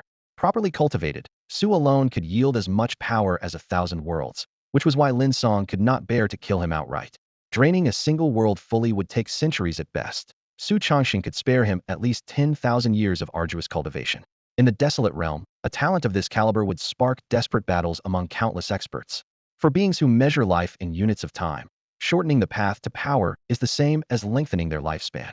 And when Su Changsheng eventually perished, leaving behind two undefended realms, Lin Song scoffed at the thought. He would simply make another trip and strip them dry as well meat is meat, even from a mosquito's leg. A slaughterer who has butchered 1,000 worlds would never be bound by promises. That Su believed him at all struck Lin Song as laughably naive, lowering his opinion of the youth even further. Lin Song had already decided that Su Changsheng was the sort of man whose talent outstripped his wits, a tool to be tossed aside once it lost its usefulness. To steady Su Changsheng's nerves, he kept a gentle smile and spoke evenly. I gave you my word. I won't take it back. As the words left his lips, he swept out a broad sleeve, pale gold patterns flashing at the cuff, and an occult wave of time rolled outward from him. The world seemed to be stirred by an invisible hand. Light and shadow reversed, mountains, grass, and dust all retreating in rapid rewind. Su Changsheng sensed that the temporal ripple was exquisitely precise, covering no more than a kilometer around Lin's song. Such control lay far beyond him. No wonder the candle dragon he commanded looked like a child's toy in comparison. While these thoughts flickered, a vast figure sculpted from the void reformed beside him, the beast god's body, slowly coalescing in the backward flow of time. Moments later, the deity's eyes filled with bewilderment. Wasn't I dead? He glanced at Su Changsheng and Lin Song, unable to grasp why he had returned to life. Lin Song had clearly rewound time to the instant just after the beast god's fall. Su Changsheng patted the god's broad shoulder. It's nothing. Guard the two worlds until I return. He offered no further explanation. Revealing more would only burden the beast god, who, without a system, could scarcely keep pace with the man in black. The beast god sighed softly. Keen as he was, he knew the calm words hit a crushing weight, yet he could do nothing. Enough. Let's go. Lin Song, impatient, cut them off. His time was precious. He had no wish to waste it on sentiment. With another sweep of his sleeve, the space around them flipped. The world spun, and Su Changxing found himself in a spacious, unfamiliar chamber. Only two people sat within. Cushions were low and soft, while a bronze burner sent thin curls of smoke that half-veiled Lin Song's face. He'll explain the realms that lie ahead and how you can advance, Lin Song said, voice still mild, yet edged with chill. If I catch you slacking even once, he'll return to your world and butcher 100 million souls. 3 times, and he'll drain you on the spot and wipe out every living thing in your world. Such savage terms did not surprise Su Changxing. He merely inclined his head and waited. He needed to understand the so-called wasteland realm's hierarchy. Only by knowing the enemy could he defeat it. 30 minutes later, Lin Song finished. A stern-faced cultivator arrived to act as guide and led Su Changxing toward temporary quarters. Along the way, Su Changxing sensed murderous, blood-tinged gazes from the surrounding cultivators, as though they might leap on him at any moment. Only the guide's restrained aura kept them at bay. Reaching the door, Su Changxing offered a polite word. Thank you. The guide studied him, regret flickering in his eyes. TSK, strong mind, excellent talent. Pity, pity. You're still from the lower realms, never presentable. Su Changxing seized the chance. What's wrong with someone from the lower realms? How are we different from natives like you? The man only shook his head, denying him an answer, muttering to himself. Such a shame, such a shame. In his eyes, Su Changxing was already a dead man, and there was no point in conversation. Su Changxing could only curse under his breath at the man's cryptic riddles. Yet Lin Song, his guide, had already stepped into the Tiandao realm and was so powerful that Su lacked even the right to resist. He could only watch as Lin Song shook his head, murmured what a pity, and drifted away, while Zu's fists clenched and his questions died in his throat. Lin Song had once sketched out the power hierarchy of the wild world, the Tianxi realm, the Tiandao realm, and the Lutian realm. At present, Su stood at the early stage of Tianxi, a level where one merely learns to channel innate elemental forces. Most people can wield 1 or 2 elements. The gifted manage 3 or 4. Those who handle more than 5 are hailed as prodigies. Anyone commanding 8 or more is called an ancient 10 millennia monster. Su had just broken into Tianxi, yet he could already control 14 elements. Even Lin Song, who claimed millennia of experience, had never heard of such a freak of nature. Because of this, Su was priceless in Lin Song's eyes. By contrast, practitioners in the Tiandao realm have refined their elemental power to perfection. Every gesture embodies heaven's own law. A Tianxi cultivator stands no chance against them. Attacks not only fail to harm a Tiandao master, but actually replenish the master's strength. The Lutian realm, true to its name, allows its adepts to seize elemental energy from heaven, earth, or even other people. The black-robed Lin Song sat at the very pinnacle of that realm, and he claimed that few across the wild world could rival him. Of realms above or below Lutian, he spoke not a word, and Su had no way to learn more. Even more frightening was Lin Song's open promise that the moment Su reached Lutian, he would strip every scrap of elemental power from Su in a single breath, leaving him worse than immortal. To crush any thought of escape or rebellion, Lin Song had locked a shackle deep within Zu's soul on their very first meeting. The instant Su dared entertain one rebellious thought, the shackle would tighten, tearing at his soul with agony that reached the marrow and left him helpless. That old bastard, Su muttered. Even that private curse triggered the shackle. A torment like 1,000 cuts swept through every inch of his soul and raged for half an hour before it finally faded. When it was over, his clothes were drenched in cold sweat, his limbs limp, as though he had been fished from a pool of blood.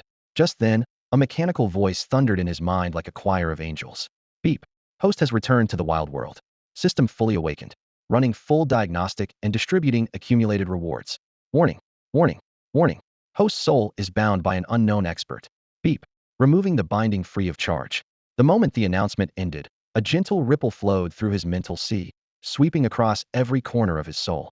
A crisp crack rang out, and the weight, the suffocation, and the icy dread that had pressed on his heart vanished in an instant. The system had erased the shackle Lin Song had planted in his mind. Not only that, but the pain-racked body that had just gone limp now felt as though it had been flooded with some mysterious power, springing back to life. Beep. The system's negligence has placed the host in danger. All forthcoming rewards will be drastically enhanced. A cold, mechanical voice detonated inside Su Changsheng's mind. Before he could respond, a stream of notifications followed. First, the host cultivation will be raised to the sky-reaving realm. Second, the host's 14 contracted beasts will ascend to the same realm. And from this moment on, master and beasts will advance in perfect sync. Third, the host's total energy will forever be 100 times greater than that of any peer at the same stage. Each announcement struck him like a sledgehammer. Su Changxing stared, dumbfounded. What kind of system is this? Isn't it flat out giving me a cheat code? Lin Song had once swaggered about, claiming he was a sky-reaving powerhouse. Now, with a few sentences, the system had hurled Su Changxing across the chasm beyond the heavenly Dao realm and planted him on the very same summit. That alone would let him match Lin Song blow for blow, but the upgrade didn't stop there. All 14 of his beasts had broken through as well. In an instant, 15 sky-reaving combatants had emerged from thin air. By Lin Song's own words, a single cultivator at this level could found a sect in the wilderness and rule a territory. What, then, did 15 of them mean? Su Changsheng didn't dare pursue the thought. One line echoed in his head. An enemy like Lin Song could be snapped out of existence. The third reward was even more frightening. With energy 100 times that of his peers, he equaled the combined might of 100 cultivators, and the fusion of that power was no mere some melding all that force into one body meant explosive amplification. Put simply, he could crush Lin Song single-handedly. This system is unreal rewards on demand, not the slightest bit stingy. Su Changsheng's heart pounded. He half wished he could strap a few hundred more of these systems to himself. The prompts still weren't finished. Basic rewards delivered. Now issuing grand package. B-Post's Beast Space meets the minimum requirements for the world-opening realm. Upgrading Beast Space to a world-opening world. A world-opening world? What's that? The question flickered across his mind, and at once a tide of energy surged through him, as if it would tear him apart and rebuild him in the same breath. The rewards had only just begun. As an upper realm, the Wildlands was naturally saturated with energies several times denser than those of the Beastmaster world or the Beast realm. Now those once diffused currents broke loose like a flash flood, roaring towards Su Changxing. In a blink, the 14 contracted beasts he had left in the Beastmaster world were forcibly summoned to his side. Scales and feathers flared as violent energy poured into them as well. Bathed in the vast, pristine flow, Su Changsheng could feel every fiber of flesh and every bone reshaping the same kind of life-level evolution he had once forced by swallowing countless rare elixirs. The difference was that, guided by the system, all the expected burning and tearing were wiped away, replaced by a tingling euphoria that reached even his marrow. His mind, sharpened by the exhilaration, registered every subtle change inside him. More than that, he sensed his very soul being refined by the surge. The repulsive force that had always targeted outsiders in the Wildlands quietly faded, as though the realm had finally accepted him. It lasted only moments, yet the results were staggering. Su Changsheng and his 14 beasts rocketed through realms as if fitted with boosters. The Beastmaster power that once coursed through his meridians converged in his lower dantian, solidifying into a dark gold sphere less than 3 centimeters across, yet radiating an aura that could make even mythic beings tremble. The energy packed inside was 100 times that of a typical Sky Ravager cultivator, enough for him alone to level this entire region if he unleashed it. Sensing the orb, sudden clarity struck him. As long as it remained intact, no wound he suffered could truly kill him. A glance at his beast showed similar glowing spheres of various hues nested within them, each a hallmark of the Sky Ravager tier. The moment man and beasts alike stepped into the Sky Ravager realm, the rampaging energies inside the room snapped silent, and the gale died away. In an instant the chamber returned to deathly stillness, as if nothing had occurred. Yet the palpable pressure spilling from Su Changxing and his companions made their newfound power undeniable. On any other day, even a mortal would have noticed such commotion, but no one came knocking. Su Changxing understood the system had muffled it all. Without that cover he would have been forced into the open far sooner, something he had no desire to face on his first day in the Wildlands. After all, he had only just arrived and still knew little about the place. Even if his current strength was already enough to crush Lin Song, who could say how strong the lord of this land really was? Perhaps he was only at the same Lutian realm as Lin Song. Or maybe he stood on a level far above it. Su Chongxing had always been cautious. Dropped into an unfamiliar environment, he would never charge ahead simply because his power had skyrocketed. He silently thanked the system for blocking out every trace of commotion, giving him the leisure to examine his new strength. Then a thought struck him. What about the Kaitian world? Unlike the dramatic surge in his abilities, the beast-taming space's upgrade into the Kaitian world had caused no perceptible change. The system called it a mystery grand prize, yet it remained so low-key. How could he not be curious? With that, he focused his consciousness inward to take a closer look. Bang! A deafening crash exploded behind him. A dark blur shot toward him, the force of its approach almost theatrical. Compared with his current perception, it moved no faster than a tortoise. He merely tilted his body, and the object whistled past his sleeve. When he turned, he realized it was his own door, now sporting a huge boot print that broadcast the intruder's rudeness. Su Chongxing frowned. He had just arrived. He hadn't offended anyone. Why was someone kicking in his door? Outside stood a bare-chested brute, muscles knotted, murder in his eyes. A 2-meter cleaver dragged behind him, the iron edge scraping the ground with a teeth-grinding screech, streaked with blood that had yet to dry. The aura was oppressive, yet to Su Chongxing the man was merely high-stage Tiandao realm. Even if the fellow hacked at him for a year, Su Chongxing doubted a single mark would appear on his body. The brute mistook Su Chongxing's calm for terror and sneered, contempt practically dripping from his gaze. Kid, do you realize your arrival just cut everyone's resources in half? He produced a bulging burlap sack from Waknoshir and flung it at Su Chongxing's feet. Thud, the bag landed, kicking up a cloud of dust. What's that supposed to mean? Su Chongxing asked coolly. He had a good guess. The sack likely contained the cultivation resources Lin Song had prepared so he could quickly reach a level worthy of absorption. How that angered these people, however, was still a mystery. Fine, fine, fine. The brute's fury boiled over. A bug like you dares talk to me like that? Kneel. With a roar, he raised his massive sword and brought it down towards Su Chongxing's head. The blade howled through the air, an intimidating sight until a flicker of fear crossed the brute's eyes. Someone Lin Song valued couldn't be casually maimed. At the last second, he twisted his wrist, striking with the flat instead of the edge. Su Chongxing didn't move an inch. A hint of mockery tugged at his lip. If you want talk properly, then talk on your knees. Before Su Chongxing could finish speaking, a dark silhouette flashed behind him. In the blink of an eye, the door that had been lying quietly on the floor shot upward, sailed past the burly man, and slammed back into its frame. Bang. The panel closed with a dull thud, shutting out every prying eye outside. The room had yet to settle when a terrifying surge of power erupted from Su Chongxing. Spiritual pressure crashed down like a collapsing mountain, engulfing the brute. A massive weight poured onto the man's head, forcing his shoulders to buckle. The strength to hold his sword vanished. Clang! The greatsword slipped from his hands, its heavy blade smashing against the floorboards with a thunderous boom. He crashed to his knees. The planks shattered beneath him, blood spreading along the cracks.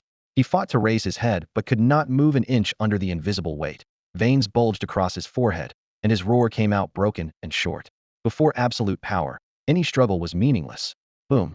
An even heavier force pressed him deeper until his body was nearly embedded in the wood. Under the crushing pressure, beads of blood seeped from his pores, a pitiful sight starkly contrasting his earlier swagger. Su Chongxing pulled a stool from his beast-controlling space, set it casually in front of the man, and sat down. He then planted one boot on the man's half-buried head and asked, his tone as mild as talking about the weather, "Can we have a proper conversation now?" The brute's attitude flipped at once. Muffled by blood and splintered wood, he begged, "Please spare me." His abject desperation was unmistakable. Su Chongxing showed no mercy. He recalled that earlier Slashblade reversed or not. A single hit would have left him bedridden for half a month had his strength not risen so sharply. Against thugs who strike to maim from the outset, only greater ruthlessness can truly subdue them. With that in mind, he pressed down harder, grinding his boot through flesh and blood, the sticky resistance unmistakable. A shrill, wordless scream filled the room. In that brutal instant, Su Chongxing suddenly realized that even without consciously drawing it, the enemy's energy was pouring into his body so long as the opponent was gravely wounded and in contact with him. Being forcibly stripped of power is always accompanied by excruciating pain. So this is the sky-plundering realm?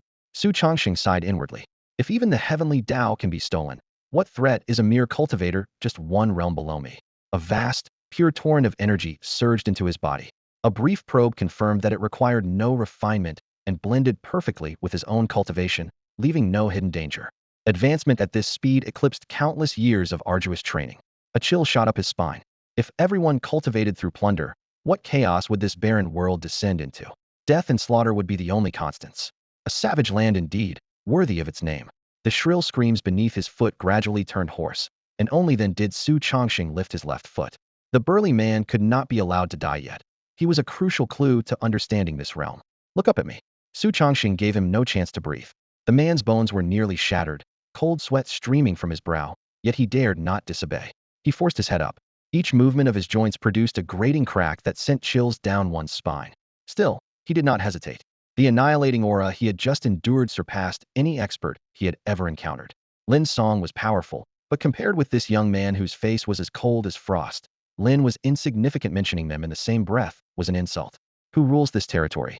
Who is the strongest, and what realm are they in? Su Chongsheng asked bluntly. This is a livestock farm run by the Devouring Spirit sect. The strongest here are Lin Song and Jin Taixian, both at the peak of the sky-plundering realm. There are 5 other sky-plundering experts at the middle and lower stages, the man replied hurriedly. A livestock farm? Su Changsheng's expression froze. The name alone revealed its purpose, raising batch after batch of piglets until they were ripe for harvesting. Judging by the man's reaction, the Devouring Spirit sect likely operated countless such farms, each built upon the downfall of innumerable worlds. Why would my resources affect yours? Su Chongxing asked, his voice icy. The burly man gave a wry smile and muttered, we meat pigs only get the crumbs left behind by real powerhouses. He stole a glance at Su Chongxing. Seeing the other's icy, emotionless face, he relaxed a little and lowered his voice.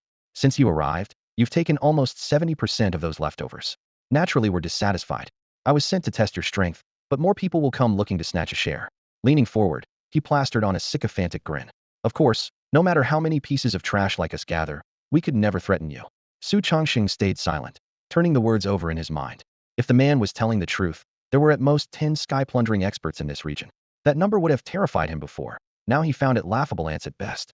With this judgment, he quickly sketched out his next move. If Lin Song behaved, he would use the time to grow familiar with his swelling power. If Lin Song stepped out of line, he wouldn't hesitate to drench the land in blood. In his current state, only a handful of the Wasteland Realm's peak overlords could stand against him. The silence dragged on. Sweat soaked the burly man's forehead. In this territory, meat pigs had no dignity and could be butchered on a whim, especially by someone like Su Chongxing. What realm comes after sky plundering? Su suddenly asked. He meant to squeeze every last useful fact from the man. A terse interrogation followed. Su held absolute control, while the burly man whose name was Tian answered meekly. As they spoke, Su Chongsheng gained a clearer picture of the Wasteland realm. 1 palace, 2 valleys, 3 sects, 6 great powers sit atop this world, unmatched in both might and numbers. The 1 palace is the Ethereal Palace, its location unknown. Rumor says its disciples hide within an ancient secret domain, ignoring worldly affairs. Whenever one emerges, calamity sweeps the realm. The 2 valleys are Heartless Valley and Devoted Valley. Once twin branches of a single super sect, they splintered after millennia of clashes over doctrine and resources. Heartless Valley occupies the deep south. Devoted Valley is rooted in the southeast. Their only shared trait is that both admit women exclusively, and each one was a peerless beauty. The 3 sects were the Shirling sect, the Yusho sect, and the Tianma sect, with the Shirling sect where Su Chongxing now resided clearly taking the lead. All 3 followed demonic paths, cultivating by stealing the life force of living beings, and their methods were unspeakably cruel. Every leader had blood on their hands, each more vicious than the last. Even the seemingly normal Yusho sect was nothing like the contract-based beast-taming Su Chongxing knew from the beast-taming world. Its disciples raised their beasts to the brink of saturation, then, when the flesh was richest, swallowed them alive to strip the bloodline and fuse it with their own, until their bodies became indistinguishable from the savage creatures they consumed. There really isn't a single decent thing in this wild realm. How could such evil sects hold power? Su Chongxing sighed after they finished speaking. As a heavenly path cultivator, Tian Bo could dominate everything in the beast-taming world, so he heard the remark clearly. He gave a bitter smile. Any good men in the wild realm were ground to dust long ago. Only the wicked survive, and you have to survive before you can talk about anything else. Su Chongxing chuckled. You're right, but that has nothing to do with me. As long as they don't provoke me, I'm not interested in playing Heaven's executioner. His gaze sharpened on Tian Bo. But how will you prove that everything you just said is true? Su Chongxing would never lower his guard around a stranger who had tried to kill him. He had plenty of ways to test the truth without such skills. A lone wanderer in the wild realm wouldn't last long. At his words, Tian Bo's face went pale. He dropped to his knees with a thud and kowtowed. My lord, every word is true. I wouldn't dare lie to you even if I had 10,000 lives. Su Changxing's expression didn't change as he slowly rose. A snow-white fox appeared on his shoulder, its fur crystalline, 9 tails fanned out like feathers. It was his charm-type contracted beast, the 9-tailed celestial fox. The moment the fox emerged, Two rainbow beams shot from its eyes and pierced Tian Ba's forehead. His pleas halted instantly. He stood up woodenly, like a puppet on invisible strings. In the blink of an eye, this high-level heavenly path expert was completely enthralled, incapable of resistance. Is there a single false word in what you told me earlier? Su Chongqing asked, staring at the now lifeless body. Tian Bo answered mechanically. My lord, there are 20 sky-plundering realm cultivators here, at least 8 at the peak. This pig farm is very close to another. At the first sign of trouble, at least 10 more sky-plundering cultivators will rush over to help. His voice was dry and cold, like rusty gears grinding. Heh, just as I thought. A contemptuous smile curled at Su Changsheng's lips. Tian Bo had casually concealed half the experts and all the potential reinforcements. Had Su Chongqing attacked in ignorance, he would have been surrounded before he knew it. Even with superior combat power, escaping unscathed would have been uncertain. The man's scheme was truly venomous. All right. Su Chongqing reached up and lifted the nine-tailed celestial fox from his shoulder, cradling it in his arms. As his fingertips brushed the creature's plush, snow-white fur, the warm, velvety texture soothed the gloom that had been weighing on him. At his command, the fox's twin pupils flared. Two dazzling beams shot straight into Tian Ba's brow. He had been standing ramrod straight. The light flashed, and his body collapsed as if its support had been yanked away, hitting the wooden floor with no resistance. Bang! The impact echoed through the cramped room, leaving a shallow dent in the boards. Blood welled from the back of Tian Ba's skull, spreading rapidly across the floor. Yet the gruesome wound was not the fatal blow. On a level invisible to the eye, the rays had shattered most of his consciousness. Independent thought and moral judgment were gone. Absolute loyalty to the fox and to Su Chongqing was now etched into what remained of his soul, unshakable until death. Su Chongqing summoned Fuyao. Emerald healing light flooded Tian Bo, knitting flesh, organs, and bones in an instant. Moments later he was on his feet again, no longer frenzied, merely blanketed as he stood behind Su Chongqing with sword in hand, like a silent iron sentinel. Su Chongqing had no need for protection.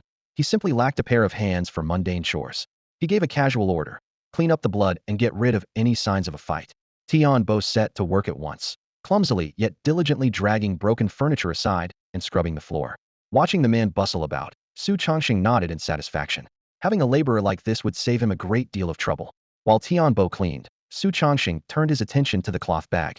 Lin Song had said it held nearly 70% of their resources, yet the spiritual ebb from the outside felt surprisingly meager. If the top elders usually trained on such scraps, how had they kept their strength? He loosened the bag's seal. Instantly, a surge of energy so dense it seemed viscous burst forth like a mountain wind, forcing him to step back half a pace. Well, now, he muttered, intrigued. He grasped the bag by its bottom and gave it a firm shake, intending to empty everything at once. For several minutes, he kept shaking. Rare herbs, spirit crystals, and pills piled into a small hill, yet the mouth of the bag remained a bottomless well, spitting out treasure without pause. Su Chongqing clicked his tongue. Lin Song really went all out. The resources already on the floor would once have been enough to propel him from the heaven-bestowed realm clear to the heavenly Tao realm, leaving only a short gap to the sky-seizing realm. With his stacked advantages, he had never known bottlenecks. Given enough energy, every breakthrough came in one swift push. Now, however, he stood at the pinnacle of the sky-seizing realm, and the power stored within him was 100 times that of any peer.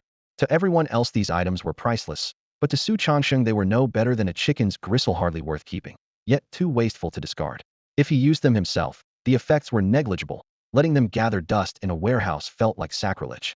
With no friends or relatives here, he had no one to give them to, and he certainly would not squander them on the half-wit Tian Bot had. Would be like Zhu Beiji munching on a ginseng fruit. Pure waste. Beep, large quantities of unusable resources detected. System shop is now online.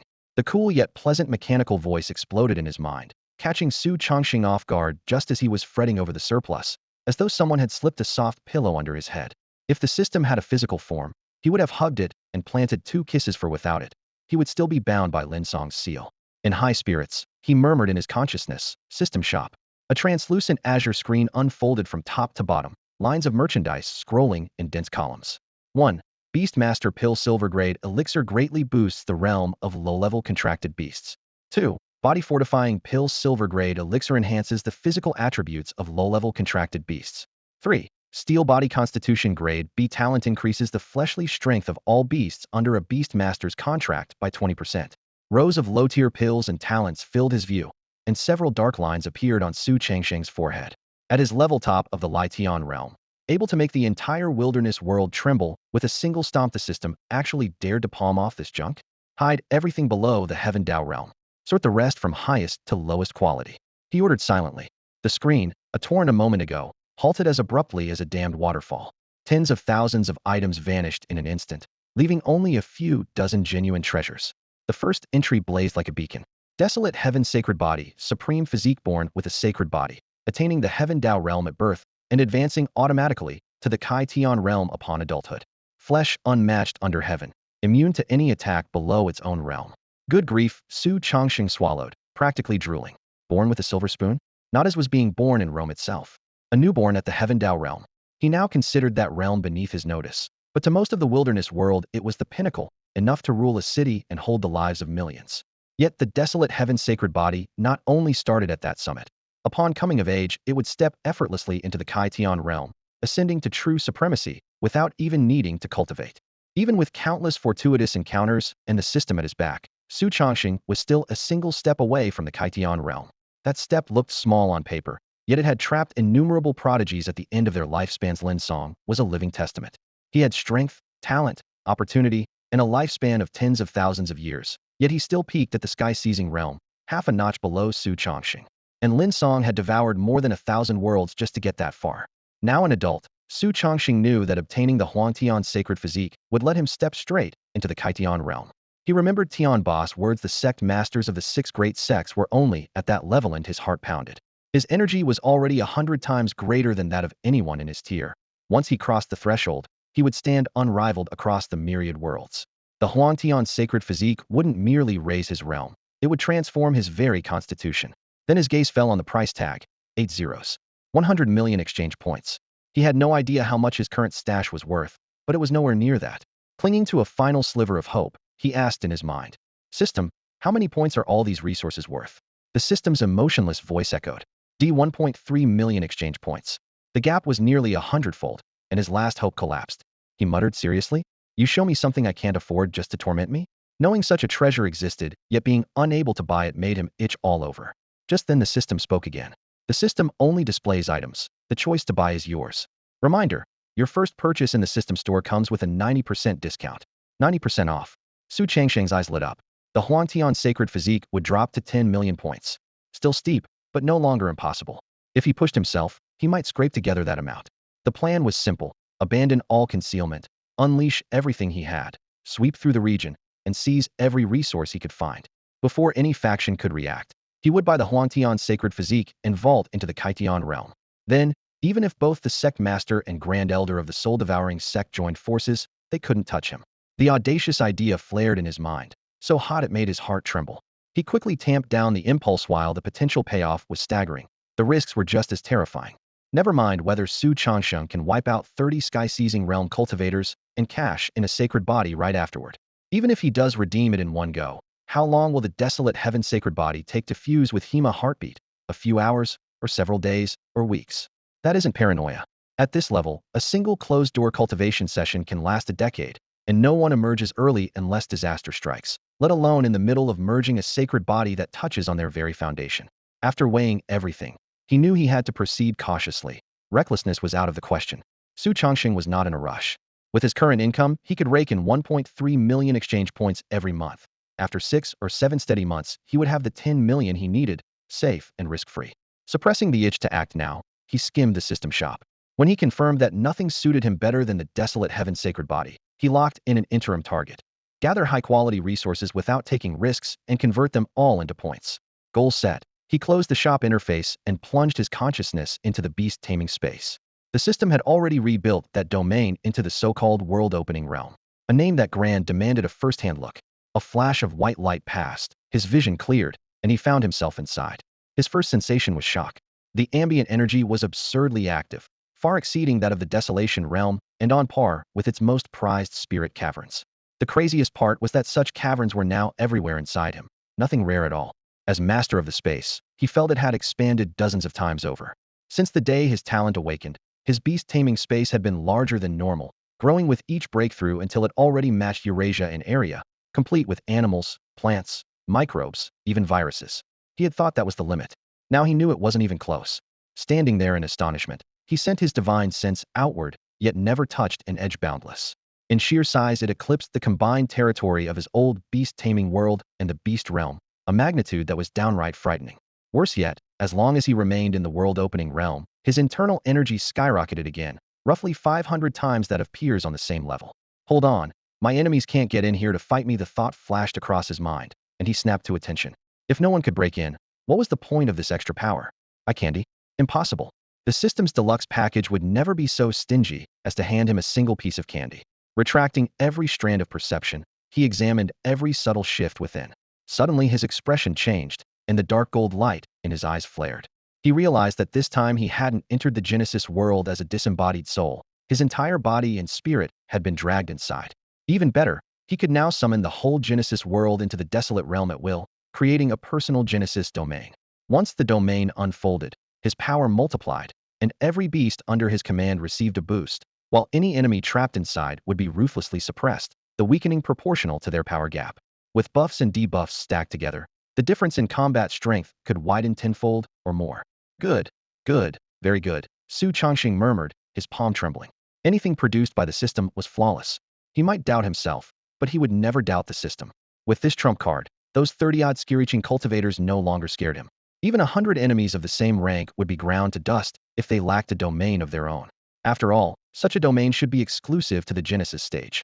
Unless the opponent was cheating as well, they stood no chance. After confirming everything, Su Chongqing willed himself out of the Genesis world. A flash of white later, his mind and body were back in the dilapidated room in the desolate realm, where the burly Tian Bo was still scrubbing away bloodstains. Did you see me disappear? Su Chongqing asked. Tian Bo froze, lifted his head stiffly, shook it, then nodded. So which is it? Su Chongqing frowned. Scratching his head, Tian Bo stammered. I kept my head down cleaning, so I didn't see you vanish, but I could feel your presence suddenly gone.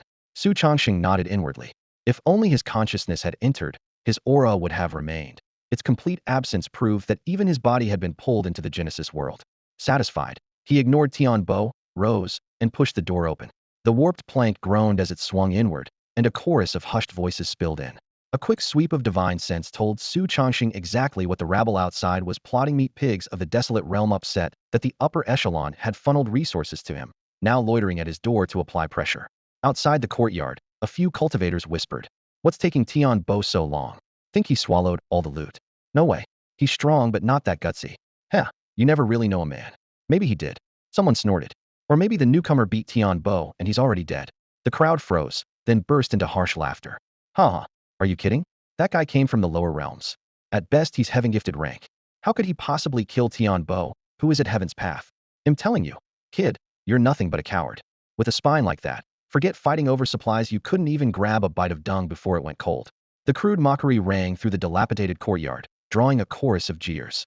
Arms folded, the speaker lounged against the doorframe, contempt gleaming in his eyes. Still, he refused to back away in this bone-grinding wasteland. Anyone who crumbled under a few insults would have been reduced to skeletons long ago. Creak. The wooden door groaned, as if fingernails scraped across sun-cracked boards. The laughter died instantly. Dozens of eyes swung to the doorway, and the air tightened like a vice around their throats.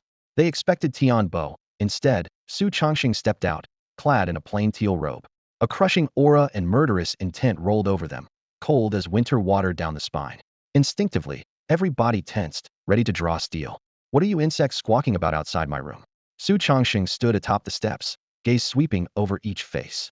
His voice carried no warmth, only icy disdain. The words lit the powder keg. A mere newcomer from the lower realms had called them insects? Fury surged in their chests. These were once Heaven-Dao cultivators, peerless prodigies, dragged here by the devouring spirit sect to be humiliated. Now a self-proclaimed weakling dared insult them. Unforgivable. A dozen figures kicked off the ground, gravel spraying as they lunged like tigers, killing intent sharpened to a blade aimed straight at Su Chongqing's brow. He didn't flinch. To him, the Heaven-Dao masters rushing in might as well have been gnats. A faint curl lifted his lip. Suit yourselves. Before the words died, he raised a finger. Fire-aligned spiritual power answered in a roar. In an instant, a towering wall of flame erupted, crimson tongues howling skyward as a blast furnace of heat rolled outward. The temperature spiked, air wavered, sweat popped on brows and soaked shirts against spines. The inferno surged forward without pause, unstoppable. Pupils shrank, there was no time to dodge. A single ragged scream split the silence, then cut off as abruptly as it began. The flames collapsed with a thunderous hiss, leaving only searing air that blistered the stone. Of the attackers, not even charcoal remained, just a dozen heaps of blackened ash swaying in the hot breeze, proof that half a minute earlier they were strutting giants. Su Changsheng lowered his finger, voice flat. From this room outward for 1 kilometer, no one approaches. Faces blanched in the heat finally grasped the new rule, taking one step closer meant death. Creak. The door shut again, sealing off sight and heat alike. Su Changsheng deemed them unworthy of another word. The moment the door slammed shut, every trace of arrogance vanished from their faces. In its place spread a fear so fierce it broke through the walls of their chests. A so-called country bumpkin from the lower realm had just unleashed a power so overwhelming it felt like a tidal wave, shattering everything they thought they knew. The acrid smell of burnt flesh still choked the corridor, and the pile of charred debris on the floor stabbed at their eyes. Each glance dragged them back to that scene. A wall of fire erupting out of nowhere, swallowing a dozen of their top fighters and grinding them into ash. No screams, no counterattack, just life erased in an instant. They could still see those final expressions, frozen in the flames. Terror, helplessness, and the regret that came too late. The first to rush Longsheng's way had been the best of the livestock-proud, swaggering elites. A heartbeat later, those proud elites were nothing but soot. The memory called up an older dread, the fear of those sky-reaving experts who once ruled over them, and their legs nearly gave out. Silence dropped like a stone. Relief, horror, and the shaky luck of the living tangled on every face. At least it wasn't me. At last someone croaked, barely louder than a whisper, "What now? We can't even fight him." He pressed himself flat against the wall, afraid even the faintest sound would draw the god behind the door, yet his eyes kept flicking toward the crack. The others traded helpless looks and shook their heads. What else was there? Run. A cultivator of that level was out of their league. Report Longsheng's true power to their superiors? Absurd. They were livestock, nothing more. What reward could they expect? Worse, it might paint a target on their backs. Only a fool would take that risk. Behind the door, Su Changsheng pulled his senses back like a receding tide. He smirked. Had expected more tricks, but they scattered at the first hint of danger. Sensible. If they had tried anything, they would have ended up like Tian Bapapets in his palm. Since they had backed off, he let them go. Too many puppets moving strangely would draw attention, and that didn't suit him. His gaze shifted to the corner. Tian Bo had already swept away every scrap of ash, then stopped, blanketed and motionless. Everyone else was smart. Why were you so stupid? Su Changsheng murmured. Trying to frame me only cost you your life. Tian Bo's body was technically still alive, but his fate was worse than death. His soul, torn yet intact, was trapped in a clear prison able to see, hear, and feel everything his flesh experienced, but never again in control. All he could do was watch himself serve the enemy he once tried to destroy. The helpless torment cut deeper than any blade, and he had no one to blame but himself. If he hadn't tried to frame Su Changsheng, the worst Su would have done was kill him and be done with it. He would never have been put through such torture. Just as Su was silently reflecting on this, a mature, commanding voice suddenly exploded in his mind. Su Changsheng, come to me at once. Zu's expression didn't change. He simply answered in his sea of consciousness, very well. There was no need to wonder who it was, aside from Lin Song. Who else could it be? As the true ruler of this area, Lin Song had been tracking his every move faster than Su had anticipated, leaving him no room to breathe. Looks like the old bastard is taking a special interest in me, Su sneered inwardly. It was that need for control that kept Lin Song's eyes on him, and now that Zu's strength had surged, the man certainly wouldn't let him roam free. Following the route he remembered, Su stepped into a magnificent palace. Unlike his own shabby wooden hut, this place was breathtakingly lavish. It sprawled across hundreds of acres, its ridges and walls set with top-grade spirit stones, streams of spiritual energy visible in the air. Merely breathing here accelerated one's cultivation. On either side of the corridor stood stunning maidens draped in gauzy veils. The fabric was as thin as a cicada's wing, offering almost no concealment. Pale skin and graceful curves were on full display. When they lifted their eyes, their gazes were shy or flirtatious, as though awaiting orders. What sickened Su even more were the equally scantily clad, handsome young men. Seeing his striking features, some boldly struck seductive poses and tossed him coquettish glances, scenes so garish they stung the eyes. Disgusting, the old lecher swings both ways. Su cursed inwardly, but he didn't slow. Soon he stood before Lin Song's door. Knock, knock, knock. 3 measured raps landed, and a familiar, indifferent voice immediately called out, "Enter." Su pushed the door open. Lin Song lounged on a soft couch, drinking with a white-haired youth in blue robes. "Oh, so this is the peerless prodigy Elder Lin brought back from the lower realm?" The youth asked first. Though his face was boyish, his voice was hoarse and ancient, like an old man weathered by time. Su said nothing and merely inclined his head. "Heh, geniuses are always arrogant," the youth commented with a smile. Lin Song snorted, contempt flickering in his eyes. "Elder Jean, you flatter him. Genius? He's no better than livestock. Well, fatten him up and then butcher him." Fixing Su with a gaze as if he were a plaything, he added, "I've already planted the celestial curse in his body. Even if I told him to eat mortal filth, he'd have to open his mouth and swallow. Mortal filth, of course, meant excrement. The moment the words fell, the two exchanged glances and burst into laughter, their cackles echoing through the room as though Sue were nothing more than an animal to toy with. Sue stood in the doorway, listening to their grating laughter, his expression calm as still water. Anyone who had climbed this high yet flew into a rage over a few insults would be a true fool. Su Changsheng replayed Lin Song's words in his mind. The white-haired youth had called the boy Elder Jean, so he had to be Jean Taisien, another peak Luitian realm powerhouse. Two cultivators of that caliber, could they last even 5 seconds against him if he went all out? A few taunts were hardly enough to shake him, but that didn't mean he would let so-called weaklings trample him. The raucous laughter beside his ear stopped cold. Lin Song's voice, sharp as ice, pressed in. Come on, tell me that's your real strength? Hold on, Elder Lin, the white-haired youth cut in with mock concern. We can't let a genius talk while standing. He'll tire himself out. Naturally, he should kneel. A chill glinted in Lin Song's eyes. You heard him. Kneel. This wasn't just for fun. Public humiliation. Forced kneeling break a man often enough and head fall to his knees, even without the Tianxian curse. Once that habit set in, Su Changsheng would be Lin Song's pet. But Lin Song's plan unraveled. Su Changsheng didn't kneel. Instead, he lifted a pair of frost-cold eyes that made Lin Song's chest tighten. Refusing a toast to drink a forfeit, are we? Lin Song sneered. Spiritual power detonated inside him, surging straight for Su Changsheng's sea of consciousness. The Tianxian curse activated. A cruel smile curled his lips. He could already picture Su Changsheng writhing on the ground, begging for mercy. Then a frigid gust slammed into him, stinging the grin off his face. A dark blur shot forward too fast to register. What? Before the thought finished, a single hand closed around his throat and hoisted him off the ground. Gah! Air vanished. He clawed and thrashed, desperate for a single breath. Only then did he see the face below Su Changsheng's. Impossible! He screamed inwardly. The Tianxian curse was the wasteland realm's cruelest shackle. No one had ever broken it. Yet Su Changsheng stood there, curse ignored, strength exploding until Lin Song couldn't even move. Confusion, terror, and disbelief drowned out the pain. Su Changsheng's calm voice drifted up. Laugh. What happened? Don't you love to laugh? His fingers tightened around Lin Song's neck. Bang! A muffled crack resounded above. Scarlet blood, laced with yellow-white tissue, splattered across the room. A dull crack exploded a heartbeat later. Su Changsheng had shattered Lin Song's neck with a single palm strike. Thump!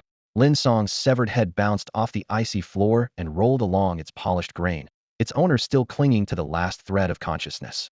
Even at the peak of the sky-seizing realm, he was too stubborn to die at once. Reduced to a head, he still lived. Freed from Su Changsheng's grasp, Lin Song's eyes spun frantically, searching for his friend Jean Taxian. We hadn't help arrived? His gaze swept the corner, and his pupils shrank so hard they nearly burst. Another white-haired head lay quietly in the shadows, staring back at him. Who else could it be but Jean Taxian? In the same instant, Su Changsheng had crushed two masters at the pinnacle of the sky-seizing realm. Lin Song could never have imagined such power. Splash, splash, splash. The sound of footsteps echoed through the pool of blood, each step carrying an undertow of despair. From his low vantage, Lin Song could only see Su Changsheng's knees, yet he felt every heavy stride drawing closer. Panic shattered his composure, and he rasped for mercy. Brother Su, stop. Elder Jean and I are registered elders of the Devouring Spirit sect. If we die, our soul lamps will go out, and countless experts will come for revenge. You're a ancien millennia talent. Don't ruin your future in a fit of anger.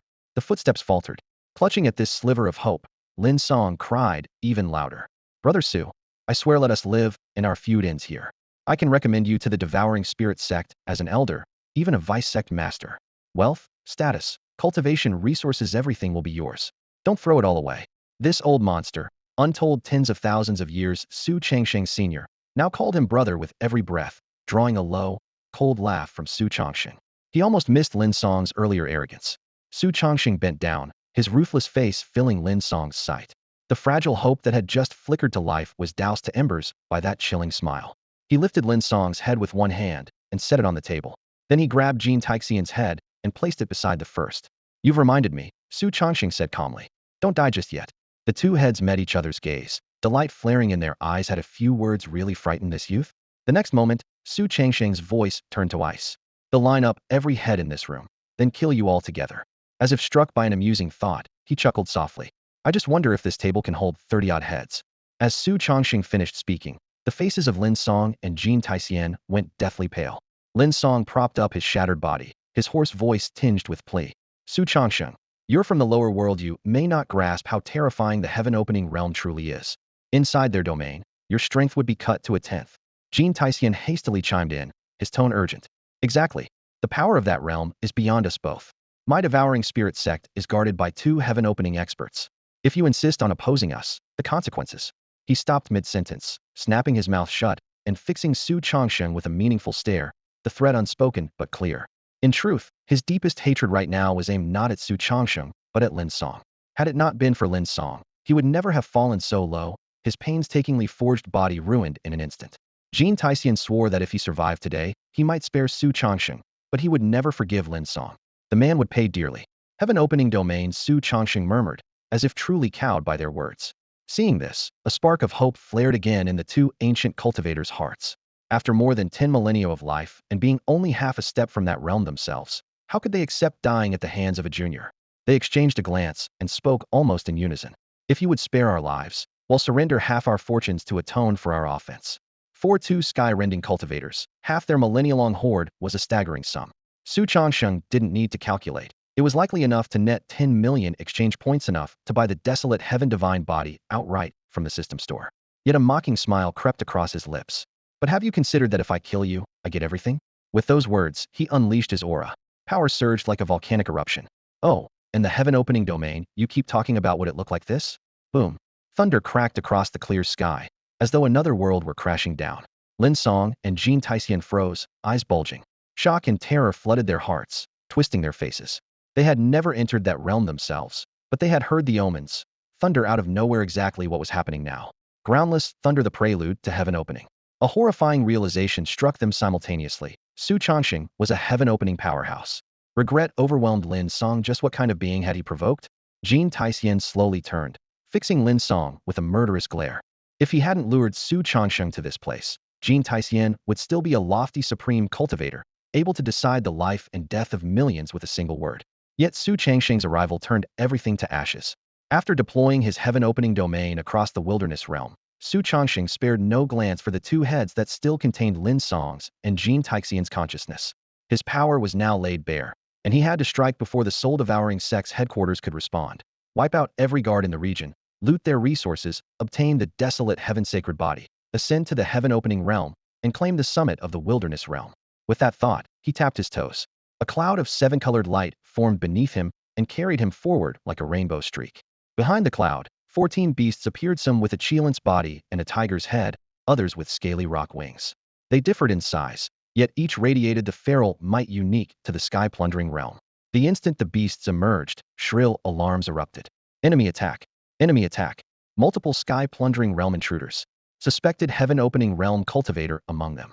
Dark sentries of the soul-devouring sect shouted from every direction, voices rumbling like thunder. An ordinary invader would have been stretched thin by so many converging warnings. But today their foe was Su Changsheng. He raised both hands and slashed the air. Space rippled violently as a massive black gear materialized, nearly crushing the surrounding void. Spinning blades of distorted space sharper than any divine weapon shredded the hidden guards to pieces. Crimson droplets slid down the gear's teeth in a ghastly rain. In the span of a single breath, the entire picket force was wiped out, without time to sound a second alarm. Su Changsheng made no effort to hide his aura. Even without the sentries, his energy alone was enough to alert the remaining defenders.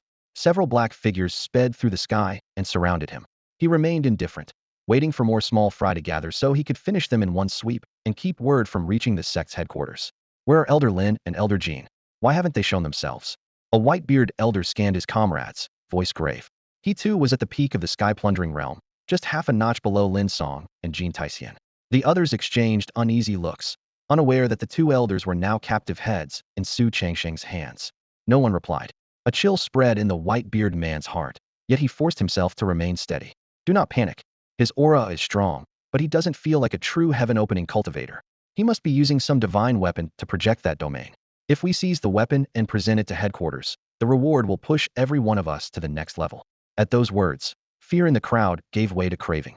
Their gazes toward Su Changsheng burned with greed and longing, the old man's promise having fanned their avarice to life. The old man was no amateur. Even as enemies, Su Changsheng had to admire the white-bearded leader for a moment. The man chose not to threaten or coerce his followers, but to stoke their greed, turning every sky-seizing expert against Su Changsheng of their own volition. Such manipulation of human nature often fuels aggression far better than brute force. Unfortunately, absolute power makes scheming pointless. With a silent sigh, Su Chongqing let his previously restrained open heaven domain explode outward. Phantom images billowed into being: icy peaks, towering ridges, surging oceans, exotic flowers, fierce birds, and beasts, all clinging to the devouring spirit sect cultivators like maggots on bone. Their strength plummeted in an instant. Faced with ordinary Heavendao opponents, they would now struggle, let alone Su Chongqing and his 14 contracted beasts.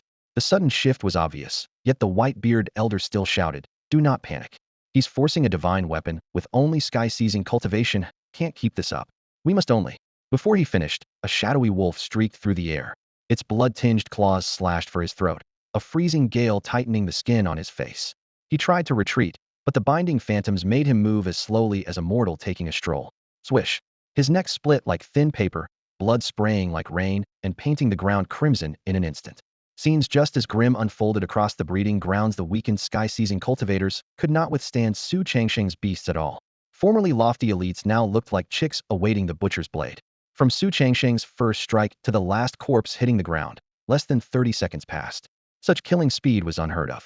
Remember, these were first-class fighters. Fewer than 20 people in the entire Wild Realm had ever reached the open heaven level, and the tier below that was sky-seizing. In other words, the victims ranked at least within the Wild Realm's top 500, yet they crumbled before Su Chongqing without the slightest resistance. Multicolored lights reformed into an auspicious cloud that carried Su Chongqing back to the ground. He glanced at the scattered bodies and frowned. Unlike in the beast-taming world, these people carried no spatial rings for storing their resources. Killing them was easy, but their treasures were nowhere in sight. Fortunately, he had anticipated this and deliberately spared one member of the devouring spirit sect. Though not yet dead, the man was on his last breath. Pupils unfocused without aid, he would be gone in less than 3 minutes. Su Chongqing lifted his hand slightly. An emerald light gathered like a tide before flooding into the dying man. Within a few heartbeats, the gaping wounds all over the cultivator's body closed and scabbed. Apart from his tattered robes, he was completely healed. The divine sense that had almost dispersed reformed. The Shurling sect disciple let out a low groan and sprang up from the pool of blood, his eyes darting around. Broken flagstones, the corpses of his fellow disciples, and Su Changsheng's impassive face. Every detail reminded him that the hellish slaughter he had just witnessed was all too real. What he couldn't understand was why Su Chongqing had spared him. The thought had barely surfaced when Su Chongqing spoke coolly. "Tell me where you usually store your cultivation resources." A hint of bewilderment flashed across the survivor, Zhang Jun's eyes. How could someone so powerful not know something every sect member took for granted? It proved this fearsome stranger was probably from the lower realm and had stepped into the wilderness realm less than a month ago. A spark of hope flickered in Zhang Jun's chest. If the man didn't understand local rules, maybe there was still a chance. Zhang Jun drew a deep breath and lowered his voice. "Senior, if you want the answer, you must first promise to spare my life when I am done. Otherwise, I would rather die than reveal it." His tone was respectful, yet the native arrogance of the wilderness realm still seeped through. Su Changsheng's brow didn't so much as twitch. His reply was icy. "Is that so? Then die." No threat, only cold certainty. Zhang Jun's face went ashen. He staggered back, shouting, "No, no, please." He never finished. A snowy figure padded forward from behind Su Changsheng's nine-tailed celestial fox. Sleek white fur clung to its body, 9 tails swaying lightly in the air. Its pink, slit pupils suddenly brightened, and 2 soft yet bewitching beams locked onto Zhang Jun. He froze, then moved toward the fox like a puppet on strings. In the next instant, the poised tails snapped straight as blades. With a sharp crack, they lashed Zhang Jun, flinging him through the air. Blood sprayed from his mouth as he hit the ground and tumbled. Su Chongqing stepped forward, looked down at the fallen man, and spoke in a level voice. "Now, tell me, where do you keep the resources for your cultivation?" Hearing Su Changsheng's question, Zhang Jun suddenly froze mid-struggle. As though seized by an unseen force, his gaze locked onto the 9-tailed celestial fox. Its snow-white, mirror-bright fur looked to him like the wings of a divine angel, and he slipped into a dazed fascination. After a heartbeat, he shouted back to Su Chongqing, his voice quivering with excitement. "Wasteland realm cultivators create a personal storage space within the heart as soon as they form their foundation. As their cultivation rises, that space expands and even gains strange functions. All their resources are sealed inside it. Rip out the heart, and the space collapses, causing the contents to spill out. Here, the sect's core resources are kept inside Elder Gene's and Elderlin's hearts." Finished, Zhang Jun's eyes burned hotter at the fox, drool dripping unheeded from the corner of his mouth. Su Chongqing had what he needed. He lifted a finger. A spark flared and bloomed into a vicious fireball that slammed into Zhang Jun's skull. The heat and force vaporized the head in an instant. Yet the flames never touched the torso, had kept the blast tight around the priceless storage heart. The organ could hold worlds, yet it was as fragile as any mortal heart. A single crack would make the inner space implode, its riches lost to the void forever. Staring at the headless corpse, Su Chongxing sighed. During the battle he had struck too hard, shredding most bodies beyond salvage. Not even intact skin remained, much less hearts. Fortunately, Lin Song's and Jin Taixian's corpses were still whole. Those were the real haul of this raid. The casual bundle Lin Song had tossed him earlier had already fetched 1.3 million points. Now he faced the entire stockpile of one of the 6 great sect outposts of the Wasteland realm. How much would it be worth? Tens of millions? 100 million? The idea made his pulse quicken. He ordered his beasts to work, carving out the hearts from every corpse and arranging them in neat rows. All but 13 were ruined beyond use. A faint phosphorescence shimmered over the blood-red hearts, followed by the barest ripple of spatial energy. The ripple was thin as silk, but the yield was staggering. 13 miniature mountains of resources rose before him, their surging power making the spiritual energy in his own body hum. Any single pile surpassed everything he had gained thus far. System, convert all of this into exchange points, he said inwardly. Almost at once, the system's mechanical voice echoed in his mind. Beep conversion complete. Total, 33 million exchange points. The number flashing across Su Changsheng's mind made his heart lurch. 33 million. The discounted Wild Heaven Sacred Body cost only 10 million, meaning he could secure it and still have points left for other priceless treasures. Even better, the hearts of Lin Song and Jin Taixian still unconverted remained off the books. Thrilled, he urged the 7-colored cloud beneath his feet to billow and carried him back toward the room where Lin Song's head was kept. You. The door burst open and Lin Song cried out. Su Chongxing had been gone for less than 5 minutes. Yet he returned effortlessly, his clothes now soaked with fresh blood. Lin Song knew Su was uninjured and his beasts would never bleed so much. The blood could only belong to experts of the soul-devouring sect. That meant the entire outpost had been slaughtered in mere minutes. Terror gripped him, and he wondered if the sect's leaders would risk provoking such a monster for one insignificant stronghold. Su Chongxing wasted not a heartbeat. He calculated silently. When he killed the first soul-devouring cultivator, the soul lamp at headquarters would have gone dark. By now the sect must have sensed danger and dispatched its fastest reinforcements. He could sweep through Rift Heaven opponents, but he had never truly fought a sky-breaking cultivator. Time was now a blade's edge. The thought flashed. He stepped inside, flicked his wrist, and a razor-bright arc sliced out. 2 heads flew at once. Instantly the air split as if cut by an unseen saber. A pitch-black fissure opened, spread to half the height of the wall, and unleashed a horrifying suction. Crunch, crunch. The sound of flesh and bone grinding echoed from the rift, then stopped. Like a satiated beast it snapped shut and vanished, leaving only 2 headless corpses sprawled on the floor. Blood still spurted from their necks, highlighting the cold severity in Su Changsheng's eyes. Seizing the lull, a chill gleam flickered at his fingertips. He split open the chests of Lin Song and Jin Taixian and wrenched out their hearts.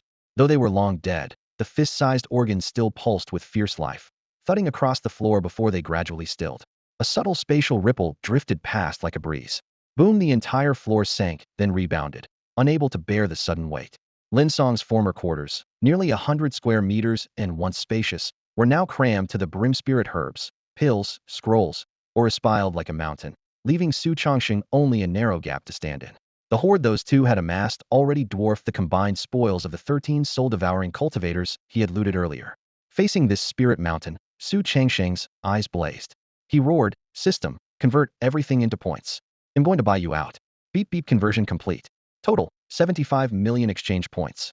Current balance, 109.3 million exchange points. The moment Su Chongxing exhausted the last of the resources, the system thoughtfully projected his updated balance. The numbers raced across the panel: 1.3 million, plus 33 million, plus the 75 million he had just earned before freezing at a staggering 109.3 million. He stared at the string of zeros, fingertips trembling. 100 million. Even at full price he could now afford the Wild Heaven Sacred Body without the slightest effort. If one outpost could generate such terrifying wealth, how much would he gain by stripping the entire devouring spirit sect bare? And what astronomical total awaited if he subdued all 6 so-called great sects? The end number was beyond anything he could picture. Yet he understood that every grand ambition hinged on one thing: power. Without it, all the resources in the world were nothing but castles in the air. This time, though, the situation was different. The instant he himself stepped into the opening heaven realm, the 14 bonded beasts beneath him would ascend in unison. When the Wild Heaven Sacred Body was fully integrated and his breakthrough complete, he would command 14 opening heaven allies from the outset. Across the entire wasteland, the number of opening heaven experts didn't even reach 15. No one could rival him in sheer lineup. Add to that his trademark hundredfold energy advantage over peers, and once he held out until that moment, the world would be his playground. Resolved, he summoned the system store. Wild Heaven Sacred Body Purchase. Beep first time buyer detected. Item discounted to 1/10 of its original price. Beep Wild Heaven Sacred Body purchased successfully. Fusion available at any time. Beep current balance. 99.3 million. He didn't fuse the physique right away. Instead, his thoughts flicked rapidly. Opening Heaven Spirit Gathering Array. Undying Celestial Lotus. Cycly Off-Life Pill. Glyphs and elixirs found only in myth materialized around him. Fiery runes spread like living flames. The lotus exuded swirling mist, and twin-colored pill radiance danced in orbit. As the array activated, the vast chamber shuddered. From a bird's eye view, elemental energy for 10,000 li surged toward him like an unbridled flood. Dense aura condensed into liquid, the liquid into a fine rain. Under the crushing pressure, beads of moisture clung to his bare skin. Overhead, layers of auspicious clouds bloomed, showering pure energy that landed precisely on him and the array's core. Not a drop wasted the true might of the 3 million point opening Heaven Spirit Gathering Array. When you're rich, you really can do whatever you want. Su Changsheng wasn't spending his contribution points on a whim. Gathering an immense amount of energy would let him merge the Huangtian sacred physique far more quickly. At his command, the points turned into streams of spiritual light, pouring into his meridians like a waterfall. Wherever the light passed, his skin gave off a faint golden glow. He then produced a pill marbled in black and white. After a brief pause, he tossed it into his mouth. A blast of scorching heat burst from his lower abdomen. Black and white radiance coiled into the shapes of dragons and serpents, racing through his meridians with a thunderous roar. Dense, almost tangible vitality churned inside him, forcing a muffled groan from his throat while sweat rolled down his forehead. He had sampled countless elixirs, yet none had ever struck him with such raw power. He swept his gaze around the chamber. Rare spirit herbs cushioned the floor, ancient divine wood constructs formed the array, and multicolored lights flickered like lamps on every side, ready to suppress any mishap. Satisfied that nothing had been overlooked, he drew a deep breath and muttered to himself, "Fuse the physique, everything is ready. All that's missing is the east wind." 1,000 li away, at another stronghold of the devouring spirit sect. In the center of a stone hall, dozens of sky-seizing cultivators sat in silence, the air so heavy it felt frozen. Headquarters had just reported that the soul lamps of 25 sky-seizing elders, including Lin Songjin, had gone dark within 5 short minutes. The news struck them like a block of ice.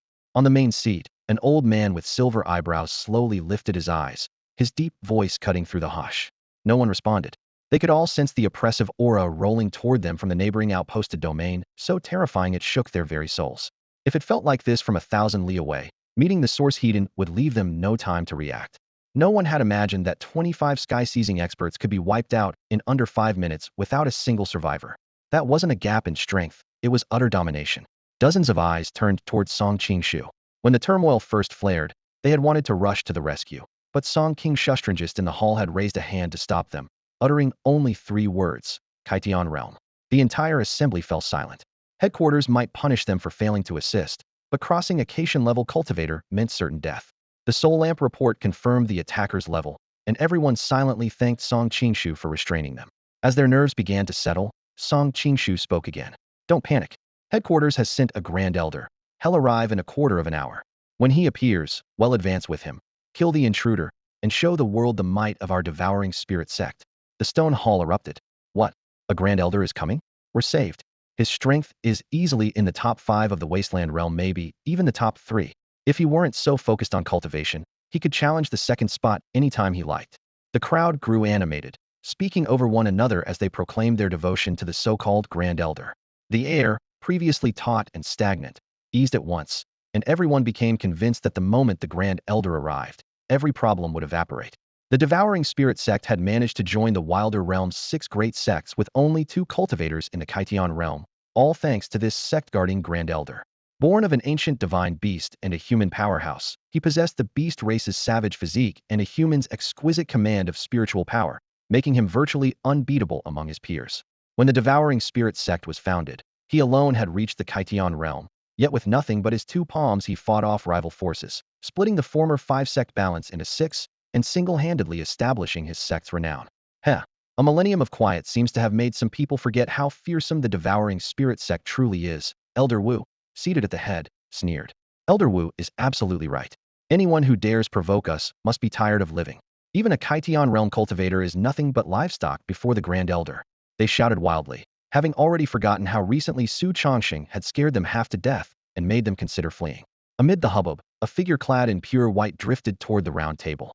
He neither restrained his aura nor softened his steps, yet no one noticed. He strolled right up to the host's seat, stopping half a pace away, and the argument continued unabated. Several glances passed over him, only to slide away as though he were thin air. Ahem, ahem. Two light coughs cut through the din, plunging the hall into instant silence. Only then did they see an elderly man in white standing beside the seat of honor. His robe and skin gleamed like warm mutton fat jade, and the hair and beard that draped to his chest were equally snow-white. On a bustling street, he would have drawn countless stares, yet a moment ago, standing less than half a meter from their leader, not one person had sensed him. At such range, had he struck, the seated elder would have had no chance to survive. Though startled, the host had ample experience. After a single heartbeat, he dropped to his knees and cried in a quavering voice, "We welcome the Grand Elder." The others woke from their trance, fell to their knees in unison, and shouted, "We welcome the Grand Elder." The figure clad in pure white was none other than Yi Fan, Supreme Elder of the Devouring Spirit Sect, and a peerless powerhouse ranked among the top 5, perhaps even top 3 in the Wasteland realm. He lifted a hand in a casual gesture, motioning everyone to rise.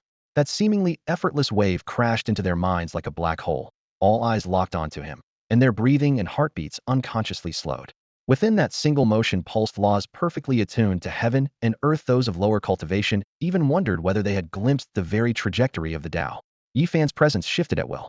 When he concealed his aura, people mistook him for air, a drifting leaf, a speck of dust. Yet the moment he chose to reveal his edge, he became the brightest point of light amid a crowd of thousands. "Tell me what intelligence you've gathered," Yi Fan said, snapping everyone from their trance. Silence filled the hall. Su Chongsheng had been in the Wasteland realm for less than 12 hours. Even Lin Song knew only a few fragments, and the rest knew nothing at all. All Yi Fan received were shaken heads and blank faces. Unruffled, he nodded. "Then we go. If someone dares tug at the Devouring Spirit Sect's beard, they'll see who it is." With that, he glanced toward the billowing auspicious clouds 1,000 li away. A colossal surge of energy was ripping the heavens apart, and even he felt his skin prickle under its pressure. Yet the Devouring Spirit Sect had survived in this realm by never retreating from raw force. If the Supreme Elder flinched now, the sect's prestige and its future talent would collapse in an instant. Resolute, he clenched his hand. Space before him twisted, and a tunnel of pure white light burst open, tidal waves of spatial power sweeping through the room. Wooden chairs shattered, elders were flung aside, yet Yi Fan, standing at the eye of the storm, did not sway. He stepped into the portal. In a blink, the swirling radiance swallowed him. The leading elders steadied themselves and, nerves taut, followed. Light and shadow flickered. Within a few breaths they had crossed 1,000 li and arrived before the pillar of energy. Thunder boomed. Heaven and earth's spiritual power poured into the beam, raging wildly. Even these Devouring Spirit Sect experts felt their true essence forced into resonance. Their meridians trembled, their cultivation nudged half a step forward. They drew in the mist-laden air, startled by the terrifying pace at which Su Chongsheng was cultivating within. "Supreme Elder?" An elder behind Yi Fan asked in a low voice, seeking orders. Yi Fan raised a hand to cut him off. "Everyone, advance on the beam. Prepare for battle." His gaze was razor-sharp. The instant he arrived, he sensed something amidst the air carried raw traces of an opening heaven domain. Such immature fluctuations could only come from a junior who had just stepped, or had yet to fully step, into the heaven-opening realm. The one ravaging this breeding ground was no battle-hardened monster, but a rising prodigy. Fixing on the sky-piercing column of light, Yi Fan sent his senses into its core. At its heart, that junior was at a critical breakthrough, their aura climbing like wildfire, unstable and fierce. If anyone interrupted now, at best their efforts would be wasted. At worst the energy would riot, leaving them gravely wounded or dead on the spot. "Huh, old child," Yi Fan chuckled under his breath. With a wave of his hand, he led his followers towards Su Changsheng's secluded cultivation chamber at breakneck speed. Their target was at a critical juncture, making this the perfect moment to strike. Yi Fan calculated quickly. The instant Zeus' soul lamp flickered out, he had rushed over without pausing, and less than 10 minutes had passed. For cultivators of their caliber, who measure closed-door training in months, or even years, 10 minutes is shorter than a catnap, let alone enough time for a breakthrough. Inside the cultivation chamber, Su Chongxing sat cross-legged in the heart of a pillar of condensed energy. A dark gold sigil had surfaced between his brows in the shape of a vertical eye, swelling and shrinking as if struggling to open. He knew that once this eye fully unfolded, he would step into the heaven-opening realm. The power of the desolate heaven's sacred body was fusing rapidly with his flesh and blood. He could feel the very essence of his life being reforged. Strength, constitution, every function of his body was soaring at a speed the naked eye could follow. Such a violent transformation demanded a vast supply of energy. Fortunately, the items he had bought from the system shop had shortened the process drastically. What should have taken several hours was now more than 90% complete in barely 10 minutes. By his estimate, he needed another 2 minutes to fully digest the desolate heaven-sacred body and vault into the heaven-opening realm. Clack, clack, clack. Urgent yet steady footsteps sounded outside.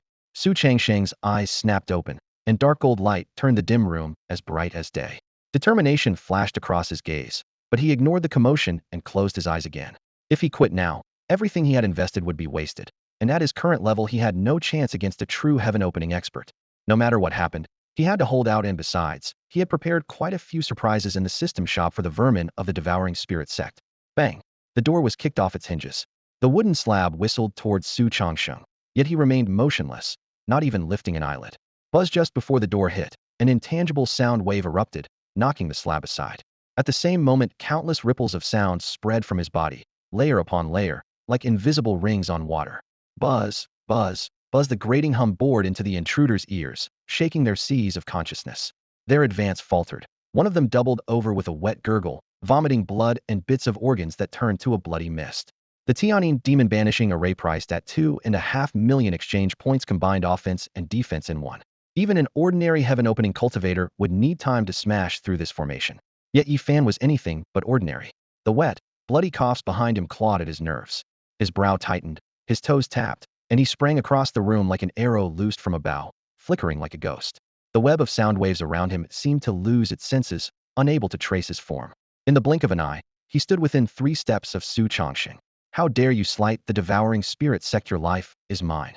Yi Fan roared inwardly, driving his right fist towards Su Changsheng's face.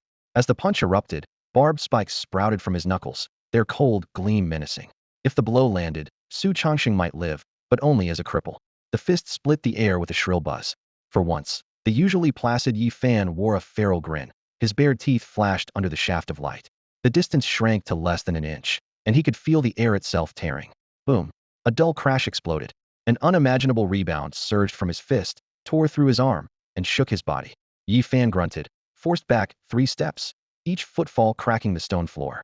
The grin vanished, replaced by raw astonishment. Su Changsheng had not moved, yet he had stopped the punch heat in, snapping several of the spikes. Staring hard, Yi Fan saw that the man in black now wore a dazzling layer of silver armor. Frost Knight imperishable armor, worth 2 million contribution points, famed for absolute defense, said to withstand a heaven-opening cultivator's full-force strike. Now it was riddled with fractures. Crack, crack. Under Yi Fan's gaze the argent plates shattered, falling like snow to gather at Su Changsheng's feet, making his robes appear even colder and more solitary. One punch shatters your trinkets. What else can you rely on? Yi Fan snarled inwardly. Spiritual power surged, barbs once more covering his fists. He sank his waist and lunged again. The next instant, a blinding, soul-seizing dark gold light burst before his eyes. The pressure that slammed into him would chill even a heaven-opening cultivator, as though a mountain had dropped from the sky. Yi Fan froze mid-motion, every hair standing on end. A young, indifferent, and arrogant voice echoed by his ear. There are 3 million heroes in the world, each must bow when they see me. However vast the desolate realm and however many its champions, I, Su Changsheng, alone can bring it to heel. The voice was soft, yet it echoed like a mountain valley, lingering in everyone's ears. As the words faded, Su Changsheng's domineering, aloof aura stabbed straight into their hearts, leaving even Yi Fan and the others speechless. An instant later, a crushing pressure rolled out from him, as though thousands of mountains and seas pressed down at once. Even the air beside him visibly shuddered, rippling like water under the weight. Bang, bang, bang. Knees slammed into the ground one after another, heavy as war drums pounding on the soul. Without lifting a finger, Su Changsheng's mere presence forced almost every foe to kneel. His overwhelming majesty chilled the blood and shattered their resolve. They struggled to look up at the young figure ahead, eyes filled with shock and confusion. The enemy hadn't even struck, yet they were already helpless. Humiliation and pain twined around their hearts like thorn vines. Still, the disciples of the devouring spirit sect had not lost all hope, for opposite Su Changsheng stood another figure, their grand elder, Yi Fan. As long as Yi Fan was there, they believed even the fiercest pressure would feel to him like a passing breeze. But kneeling behind him, they could not see his face. Yi Fan's complexion was paper pale, a bright trickle of blood at the corner of his mouth. To withstand the pressure Su Changsheng shed so casually, he had nearly drained his cultivation, yet still could not fully protect himself. All he could do was fight to stay upright like the heaven-rating elders behind him. Bloodshot veins spread across his eyes, his vision blurred, and his limbs, meridians, and bones howled as though tearing apart. He knew with brutal clarity that with each breath he endured, the risk of his body exploding grew. He had no time for pain. In a flash he searched for a solution. One brief exchange told him everything. The absurdly young powerhouse before him was someone he could never resist. To fight was certain death. Thoughts racing, Yifan forced his failing body upright, slowly clasped his fists, and said, "May I ask which sect Senior hails from? This matter began with the fault of my devouring spirit sect. One day I shall bring generous gifts and personally beg your pardon." Before the other could assign blame, he had already shouldered it all and offered ample compensation, begging only for mercy. His stance was humble enough to grovel in the dust. Yifan's sudden action left the Shirling sect cultivators behind him stunned. Their faces turned ashen as they stared, incredulous, at the Taishang elder once revered almost as a deity now bowing and scraping before Su Chongqing. In that instant, their entire world seemed to collapse. "Taishang, how could you?" From the crowd, a disciple who had been kneeling suddenly tried to rise. Raised on tales of the Taishang elder's single punch founding the sect, he could not bear to watch his idol grovel. Besides, sheltered behind Yifan, the pressure they felt was barely a tenth of what Yifan endured. Terrifying as Su Chongqing was, they did not believe Yifan much weaker. Smack! A crisp slap split the air. A dark silhouette flew backward, smashing into a stone wall and leaving a human-shaped crater before sliding to the outer corridor, groaning in pain. The attacker was not the enemy Su Chongqing, but their own Taishang elder, Yifan, who struck first and sent his own disciple flying. The sight chilled every Shirling sect member to the bone. The wounded man's broken moans pierced their hearts like needles, feeding confusion and fury. Yifan shook out his hand, cast a cold glance over the crowd, then strode quickly to Su Chongqing and bowed. "My sect's disciple was rude, Dao friend. Please forgive the offense." He understood exactly what his followers were thinking, yet he understood something else even better. Had he not acted, that reckless disciple would have left neither groan nor corpse behind. The fact the man was still alive meant Yifan had saved him. If Su Chongqing had struck, death would have been certain. Hands clasped behind his back, Su Chongqing watched Yifan's performance without expression. Questions? Flattery? Not worth answering. Everyone else knelt, and yet Yifan dared to stand. To Su Chongqing, the Shirling sect's cultivation methods were parasitic, plundering energy from other realms' beings. Had he not intervened, both the beast-taming realm and beast realm would have been annihilated in the last tide of evil spirits. In his eyes, the sect was an irreconcilable enemy. Killing them all would be a righteous act. His voice turned icy. "Who gave you the nerve to stand before me and speak?" The dark gold glyph at his brow flared, and a torrent of power converged. A breath of death enveloped every inch of Yifan's flesh. His pores tightened, every hair standing on end. Deep within, the slumbering divine beast bloodline reacted to mortal danger. Countless black barbs burst through his skin along the seams of his bones, cocooning him in a spiked sphere. From inside came Yifan's strained, rapid voice. "I was wrong. Spare me, Lord." Before the words faded, he slammed to his knees. The spikes retracted, and he dropped every defense. Yifan knew all too well. Even if he poured out a lifetime of mastery, he could not withstand a casual strike from Su Chongqing, an instinctive judgment of one who had touched the Genesis realm. At the brink of death, what was pride worth? After tens of thousands of years of war, he had weathered countless storms. Kneeling to an enemy before junior disciples did not trouble him in the slightest. Yifan's sudden submission not only stunned the experts of the devouring spirit sect, but also forced Su Chongqing to halt the attack he had been ready to unleash. Confronted with this unexpected kneel, Su was genuinely surprised. As the leader of one of the 6 great sects in the Wild Realm, Yifan still had the shamelessness to discard every shred of dignity. The air froze as if someone had hit a pause button, and an awkward silence spread. After only a heartbeat, black light flickered between Su Chongqing's brows, and a vast torrent of power coalesced. With a sharp hiss, a jet-black beam shot from his forehead, not at Yifan but across the gathered disciples of the devouring spirit sect. Su had never meant to kill Yifan. The old schemer was still useful to him. The screeching cultivators who had come with Yifan, though, meant less than ants in his eyes, and he slaughtered them without a second thought. Where the black beam swept, death followed. Screams rose and were instantly swallowed by a merciless quiet. In front of Su Chongqing, screeching experts were as fragile as paper. With a flick of his fingers he reaped dozens of lives. Still, he deliberately held back, leaving one survivor alive for what he planned next. The wails behind him made Yifan's lip twitch, and a mixture of emotions churned in his chest. He was grateful he had knelt quickly enough, or that beam would have hit him. Yet the pain was unbearable. Those screeching cultivators were the core strength of his sect. Losing 40 or 50 in a single day would cripple the devouring spirit sect, no matter how deep its foundations. 2 outposts had already fallen today, and who knew how many more would be lost? The thought felt like 1,000 steel needles piercing his heart. Seeing the subtle tremor of Yi Fan's brow, Su Changsheng's voice turned icy. Instead of mourning them, you'd better focus on how to keep yourself alive. One short sentence turned Yi Fan's pain into pure terror. His life now rested entirely in Su Changsheng's hands, and he dared not be distracted. In a flash of movement, Su Changsheng seized the lone surviving elder and flung him before Yi Fan. Terrified beyond reason, the elder's robe was smeared with grime, and he shook like a leaf, totally incapable of resisting. Su studied the man's panic with satisfaction. Only when someone truly tasted fear would they behave. Against hardened villains, you simply had to be more ruthless. Tell the remaining leaders of the Devouring Spirit sect to ransom this so-called Grand Elder's life with every resource the sect has gathered. Su casually tossed the trembling elder at Yi Fan's feet. His words were cold as frost and rang clearly in both men's ears. It was blatant extortion, treating Yi Fan as nothing but a bargaining chip to force the Devouring Spirit sect to hand over its wealth. Such audacity had not been seen in the wild realm for nearly a millennium.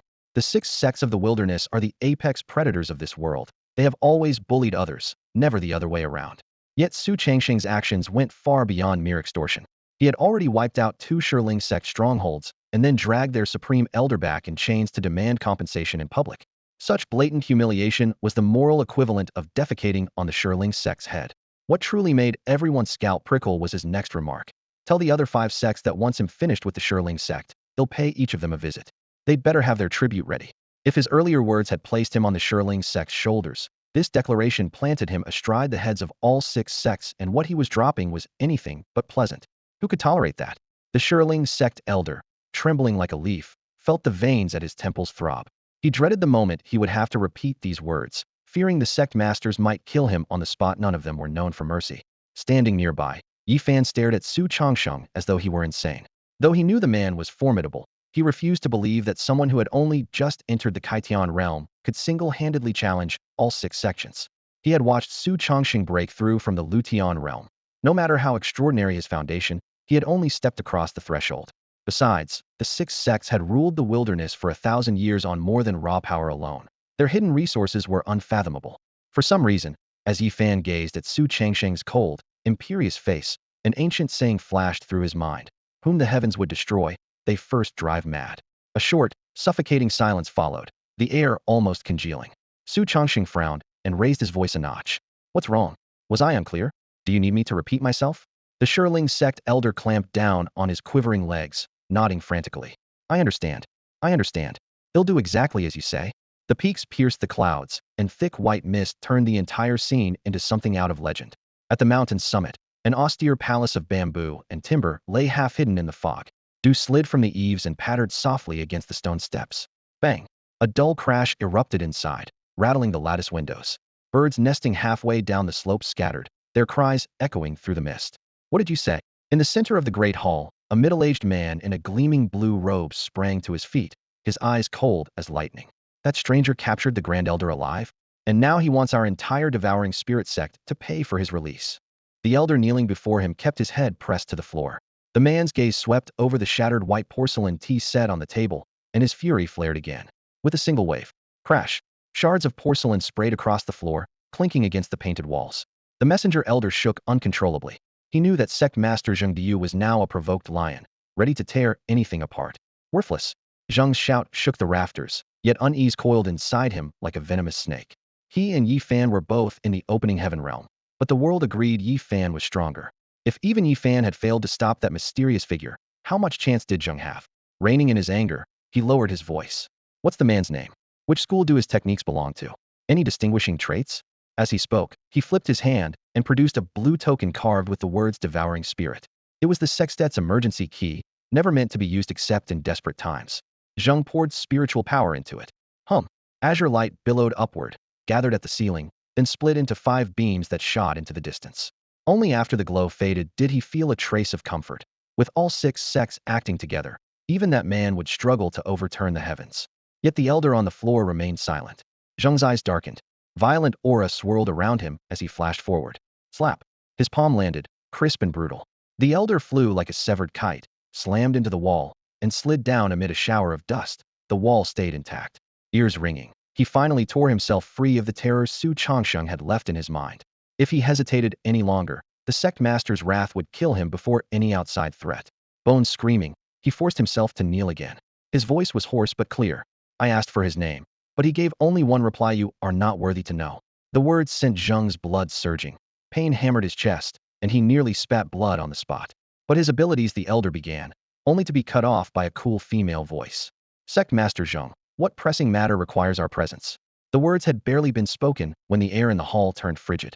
A skin of frost crept over the jade steps and pillars, and a flash of gleaming white entered everyone's sight.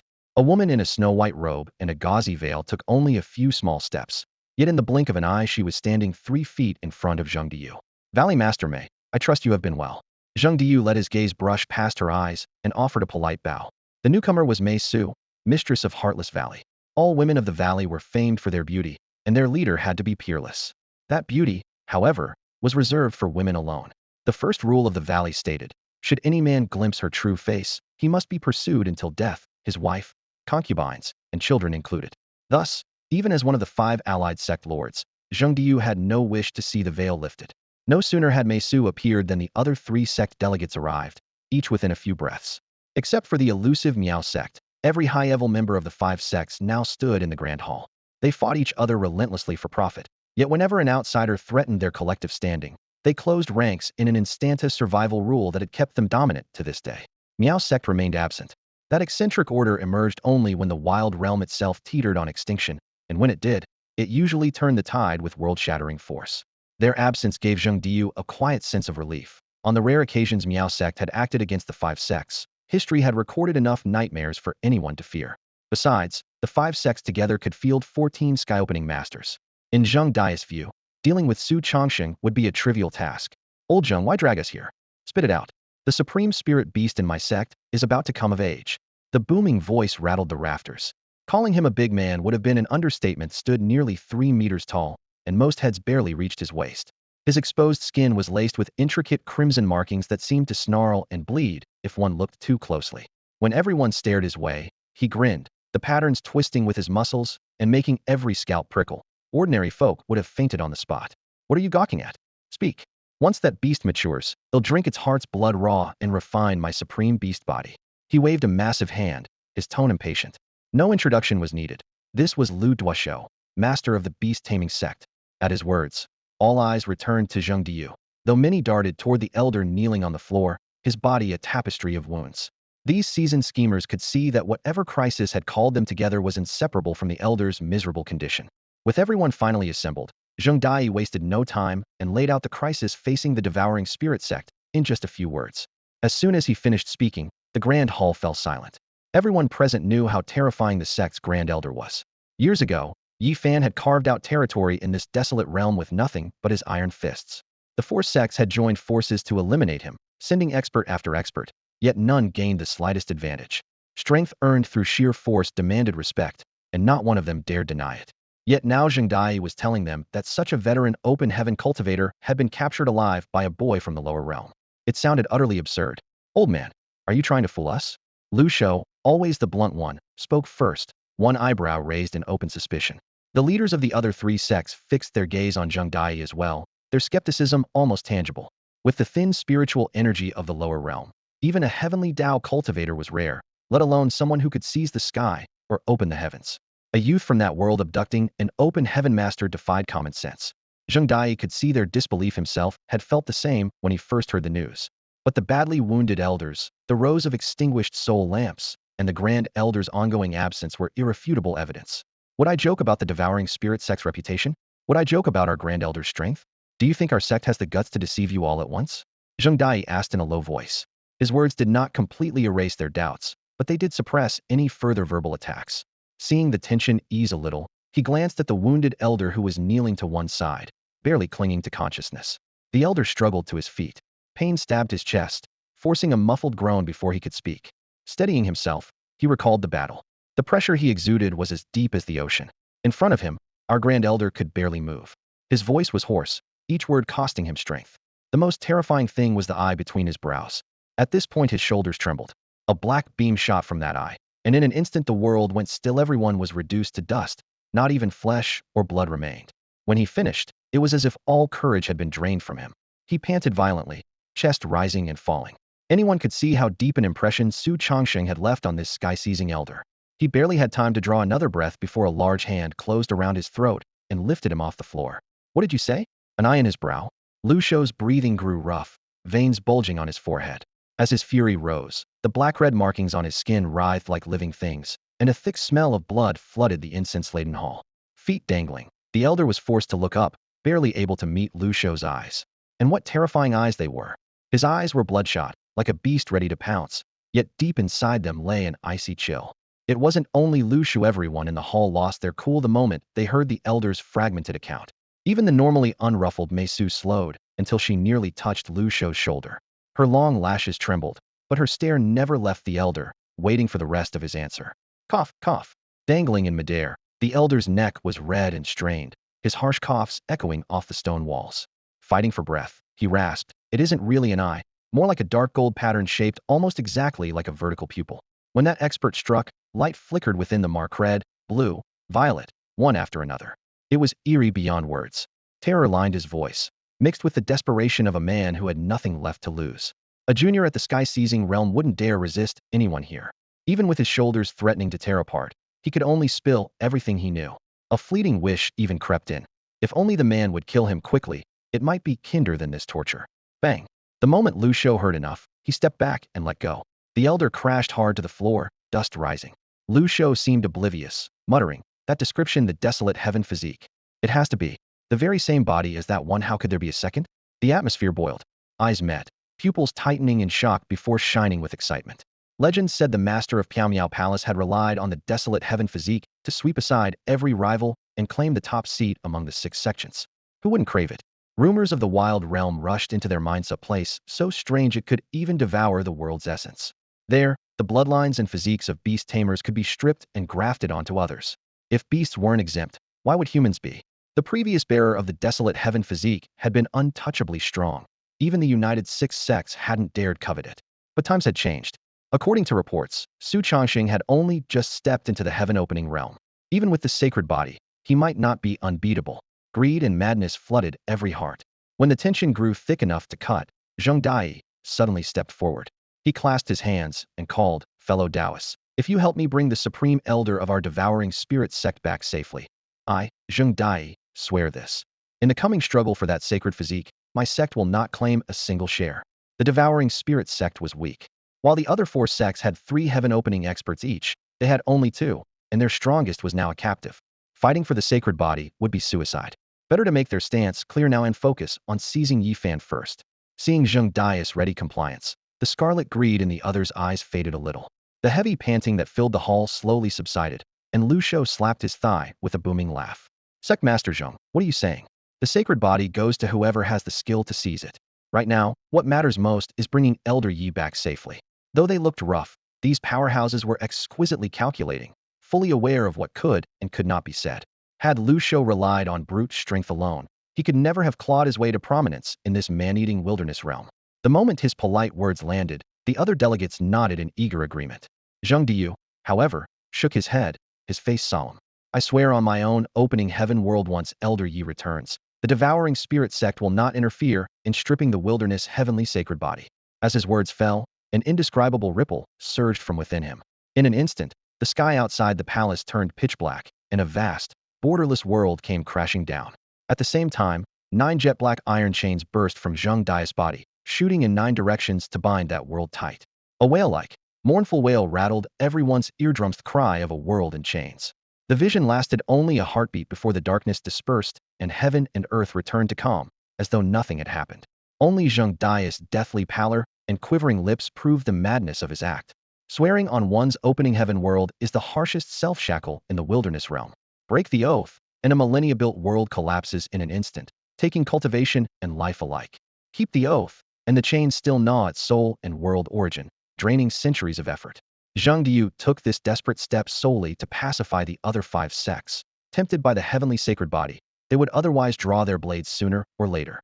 "Sect Master Zheng, was that really necessary? Would we ever doubt you?" Lu Shou sighed theatrically, regretting aloud while satisfaction flashed in his eyes. The other 3 representatives looked equally pleased. "You pack of dogs, Zhang Diyu cursed inwardly, though his expression remained calm. A moment later he laughed heartily. Enough of that. Let's talk about how we're going to deal with the newcomer powerhouse. Two flowers bloom upon separate branches. While undercurrents churned within the devouring spirit sect, and scheme after scheme against Su Chongxing took shape, Su Chongxing himself remained perfectly at ease. Since fully stepping into the opening heaven realm, his personal world could finally shelter living beings. Unlike a contracted beast, his ability affected every living creature, even other sky-opening cultivators. The strangest part was that no matter how high an intruder's realm or how great their power, the instant Su Chongxing drew them into his open heaven world, they dropped to the level of an ordinary mortal. After confirming this rule, he tossed Yi Fan inside as a prisoner. Then, to test the phenomenon, he released him again. Within roughly a minute, Yi Fan's lost cultivation returned in full, a result so bizarre it defied belief. With Yi Fan dealt with, Su strode outside. The once spacious, orderly ranch now lay in ruins from the recent battle. Wide swaths of ground were scorched and cracked, walls lay shattered, and Lin Song's grand palace had collapsed into rubble, leaving only a few battered structures still barely standing. Su walked through the dust and broken stone, his boots crunching on the debris. At the courtyard gate, he halted and looked up. Ahead, more than 1,000 people were kneeling in a dense mass. Hands and foreheads pressed to the dirt, they lay half prostrate in humble reverence. These were the meat pigs the Swallow Spirit sect had captured as living resources. Su had slain only sect disciples. The innocents were unharmed. Though he now possessed overwhelming strength, Su refused to live like the 6 sects of the wilderness realm, leeching off countless lives across tens of thousands of lower worlds. He preferred to climb on his own talent and effort. Gazing at the kneeling crowd, he spoke in a deep voice. This Swallow Spirit stronghold is gone. Go wherever you wish. He paused, then added, rest easy. They'll never find you again. In fact, the Swallow Spirit sect will soon cease to exist in the wilderness realm. His words hit like a hammer, and the crowd jerked their heads up. Tears, shock, and disbelief welled in their eyes. They had known Su was powerful, but they had never imagined he could wipe out one of the legendary 6 sections. Had they realized he had just captured Supreme Elder Yi Fan before the man could even fight back, their amazement would have turned to awe. Even without the details, his ironclad tone and king-like presence made them believe every syllable. When he finished, he waved a hand. Go on, don't block the way. Yet no one moved. Zu's eyes softened with doubt. Did they not wish to return home? As if sensing his thoughts, a young man stepped forward, cupped his fists, and said crisply, we want to follow you. Follow me. Su chuckled, calm yet edged with steel. Do you realize what I am about to do? I intend to fight all 6 sects of the wilderness realm. The words fell like thunder, sparking a restless stir among the crowd. This youthful, mysterious powerhouse had already defied the Swallow Spirit sect, and now meant to challenge all 6. In other words, he planned to stand alone against the entire ruling power of the realm. Such ambition and courage surpassed anything they had ever dared to imagine. Oh man, has he lost his mind? The crowd erupted with hoarse whispers. How dare he? Damn it. I was hoping to follow that big shot for a bite to eat, but he's obviously suicidal. We can't afford this. Out finally got my freedom and am not ready to die. The voices were low, yet every word reached Su Changsheng's ears. Su Changsheng's expression stayed cold. He said nothing. How could sparrows fathom a swan's ambition? These people, kept like pinned livestock and long since numb, weren't worth his breath. After the brief uproar, those who had been kneeling slowly stood. The polite ones bowed deeply to him before leaving. The surly ones brushed off the dust and strode away, as if they had never begged for their lives moments earlier. Su Chongxing was unsurprised few were willing to share hardship with him. Clearing this stronghold had been for his own freedom. Their escape was merely incidental. Whether they felt grateful meant nothing to him. Still, he wondered if they would regret walking away when they learned that he had become the most powerful force in Huangjia, able to dominate the entire realm. To his surprise, after the thousands dispersed, several dozen people remained, still kneeling respectfully, including the young man who had spoken to him earlier. Now that his strength was at its peak and danger no longer threatened him, Su Changsheng's curiosity stirred. His gaze settled on those who had stayed. So, none of you want to go home? Planning to follow me into madness? He asked with a faint smile. The young man slowly lifted his head. Rage blazed in his eyes like the noonday sun, forcing others to look away. He growled through clenched teeth. Home? We don't have homes. Parents, mentors, brothers, sisters, lovers, every last one killed by that bastard Shirling sect. He broke off, yet the meaning was clear. Su Chongxing sighed softly. His eyes fell on the blood seeping between the young man's clenched fingers, then swept over the kneeling group. Their hands were buried in the dirt, veins bulging, bodies trembling, as though that single cursed bastard Shirling sect had torn open their deepest wounds. Bastard Shirling sect. Su Chongxing cursed inwardly, a flicker of murderous intent crossing his mind. Wiping out entire family, such cruelty was beneath contempt. After a moment of silence, he lifted both hands, holding them level. In a clear voice he said, "Stand up, all of you." As his words fell, a surge of power, solid, yet gentle, spread from his palms, rippling across the ground and lifting everyone who was still kneeling to their feet. A gentle, sun-warmed energy soothed the hidden wounds inside their bodies. Waves of comfort rolled through flesh, meridians, and marrow, sweeping away the pain and fatigue buried deep within their hearts. Amid the pulsing current, Su Changsheng's clear, steady voice reached them. "Since you've chosen to follow me, we're brothers bound by life and death." He understood his own strength was 99% certain he could overthrow all 6 factions of the Wasteland realm. The young men before him, however, knew nothing of this. To them, even the weakest soul-devouring sect was an unshakable giant. One man vowing to crush all 6 sounded like suicide. Yet they still chose to stand at his side. The slaughter of their families and the torments of the breeding pens had turned their hearts to ash, and a quiet longing for death had taken root. Su Changsheng would not let that death wish take hold. He wanted them to live long enough to avenge themselves with their own hands. At that thought, he flicked his wrist. The gate to his open sky world yawned wide. Baskets the size of mountains toppled, spilling an ocean of priceless herbs at their feet. These were leftovers from his own breakthrough, bought from the system's store. Each stalk could help a heavenly Tao cultivator break his shackles and rise straight into the skyrending tier. In the 6 factions, a skyrender already stood among the upper ranks, strong enough to survive, and even to strike down a hated foe, so long as an open sky expert stayed out of the fray. Now that Su Changsheng and his contracted beasts had entered the open sky realm, the herbs meant nothing to him. Trade them back? He already possessed the desolate heaven's sacred body. Nothing else in the store interested him. Better to let these treasures forge the young men before Hema. Small act of kindness. We can't accept this. The herbs are too valuable. The leading youth stammered, waving his hands while the air around him thickened almost to liquid.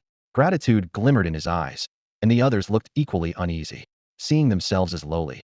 How could they dare consume such heaven-defying gifts? Su Changsheng's gaze was rock steady. "If I hand it to you, you take it. Your cultivation is too low. Tag along like this, and you'll only slow me down. Do you expect me to protect you while I'm fighting? A gift given is a gift kept. There's no sending it back." As soon as Su Changsheng spoke, no one had any excuse left, and they reluctantly accepted his gift. He flipped his palm. A flash of light revealed more than a dozen lustrous spirit herbs, each radiating a potent medicinal scent as they floated in midair. With flawless precision, he handed a herb to every cultivator who had chosen to stage stock. Was enough for a Heaven Dao expert to shatter his limits and ascend directly to the sky-seizing realm. That perfectly calculated, just enough quantity silently declared that he still had far more in reserve. Back when he sought to fuse with the sacred physique, he had nearly emptied his account close to 100 million contribution points. By the Swallow Spirit sect's exchange rate, that fortune could have purchased more than 1,000 pieces of heavenly treasure. Roughly 80% was burned up in one go during the fusion, yet 200 to 300 top-tier items remained enough to raise hundreds of sky-seizing experts in short order. For cultivators who normally scrape by on the sect's leftovers, holding herbs of such quality was intoxicating.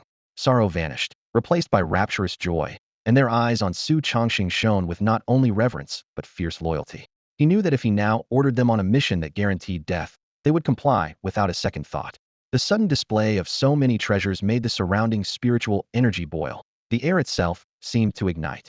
Those who had already turned to leave were still within range when a surge of power washed over them. Energy poured through their pores, which opened greedily to drink it in. What's going on? Why did the energy spike like that? This feels incredible. My cultivation bottleneck is loosening. If we could stay in an environment like this, breaking into the sky-seizing realm would be child's play.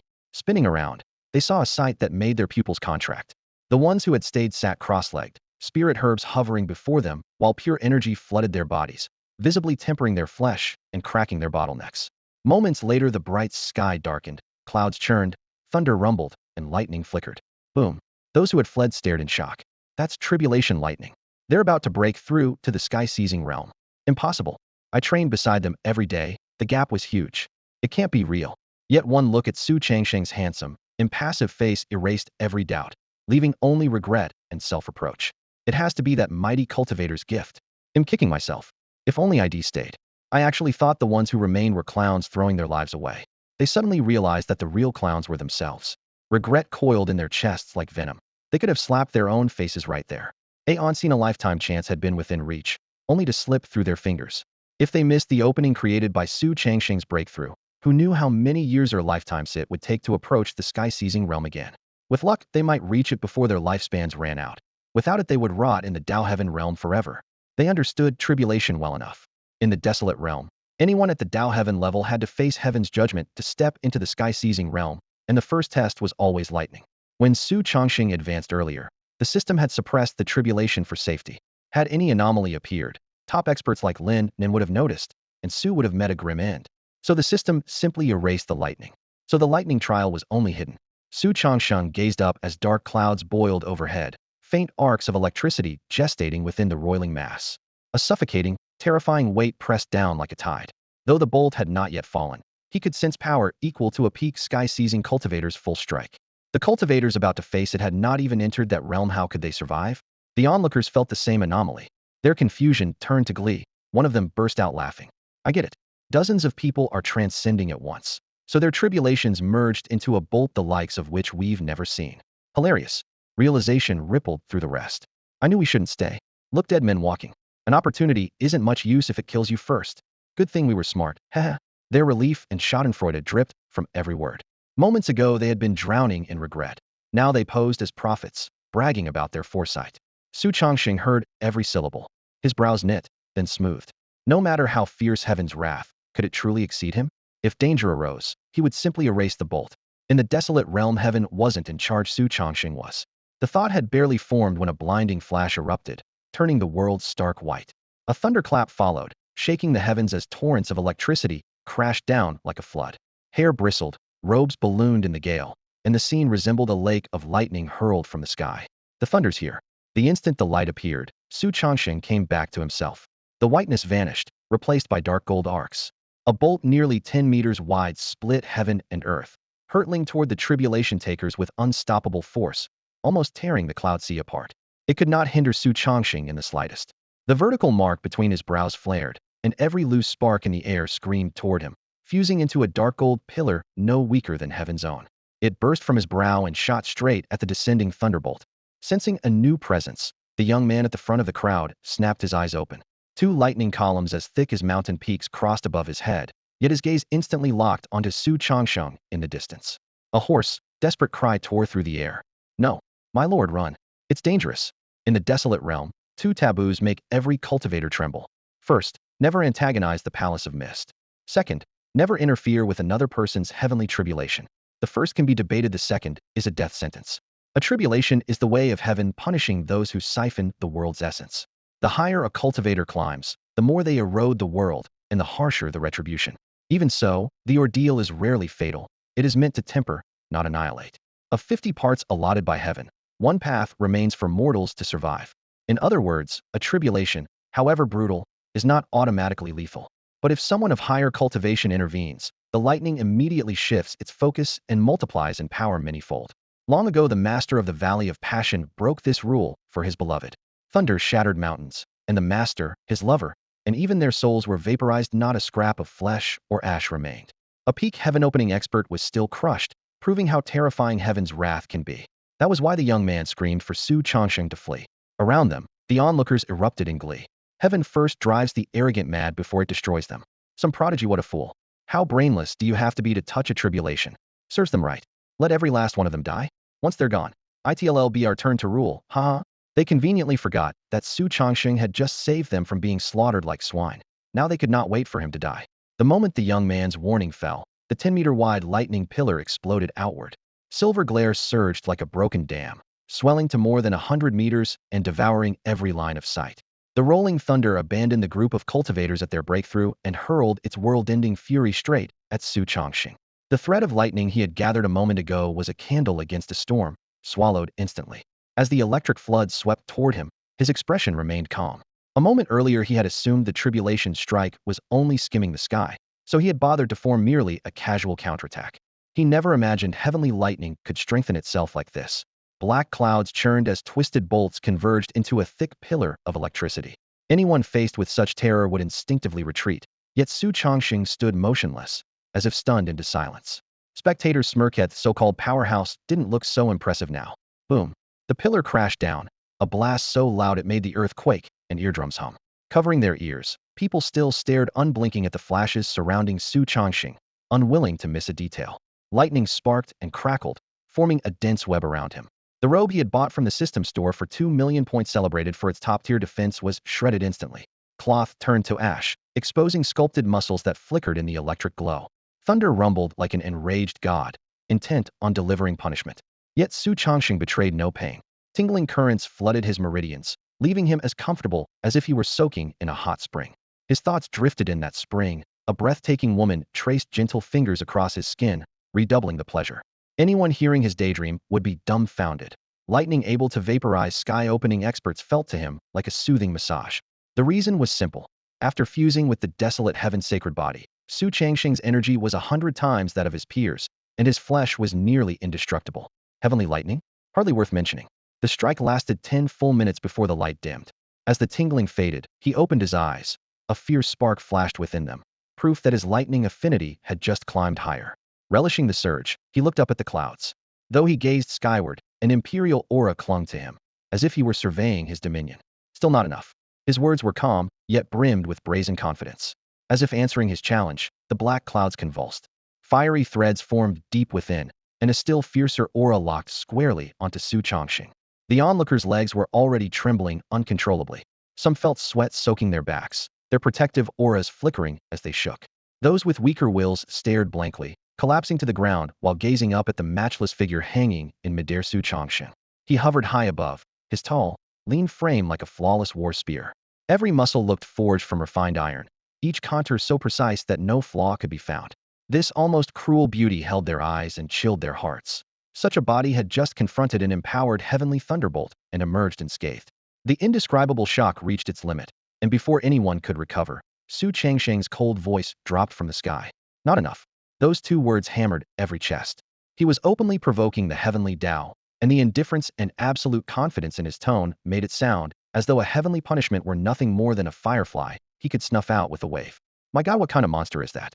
Someone blurted, unaware that every syllable trembled with terror. The quick-witted sprang up to flee, throwing back a shout.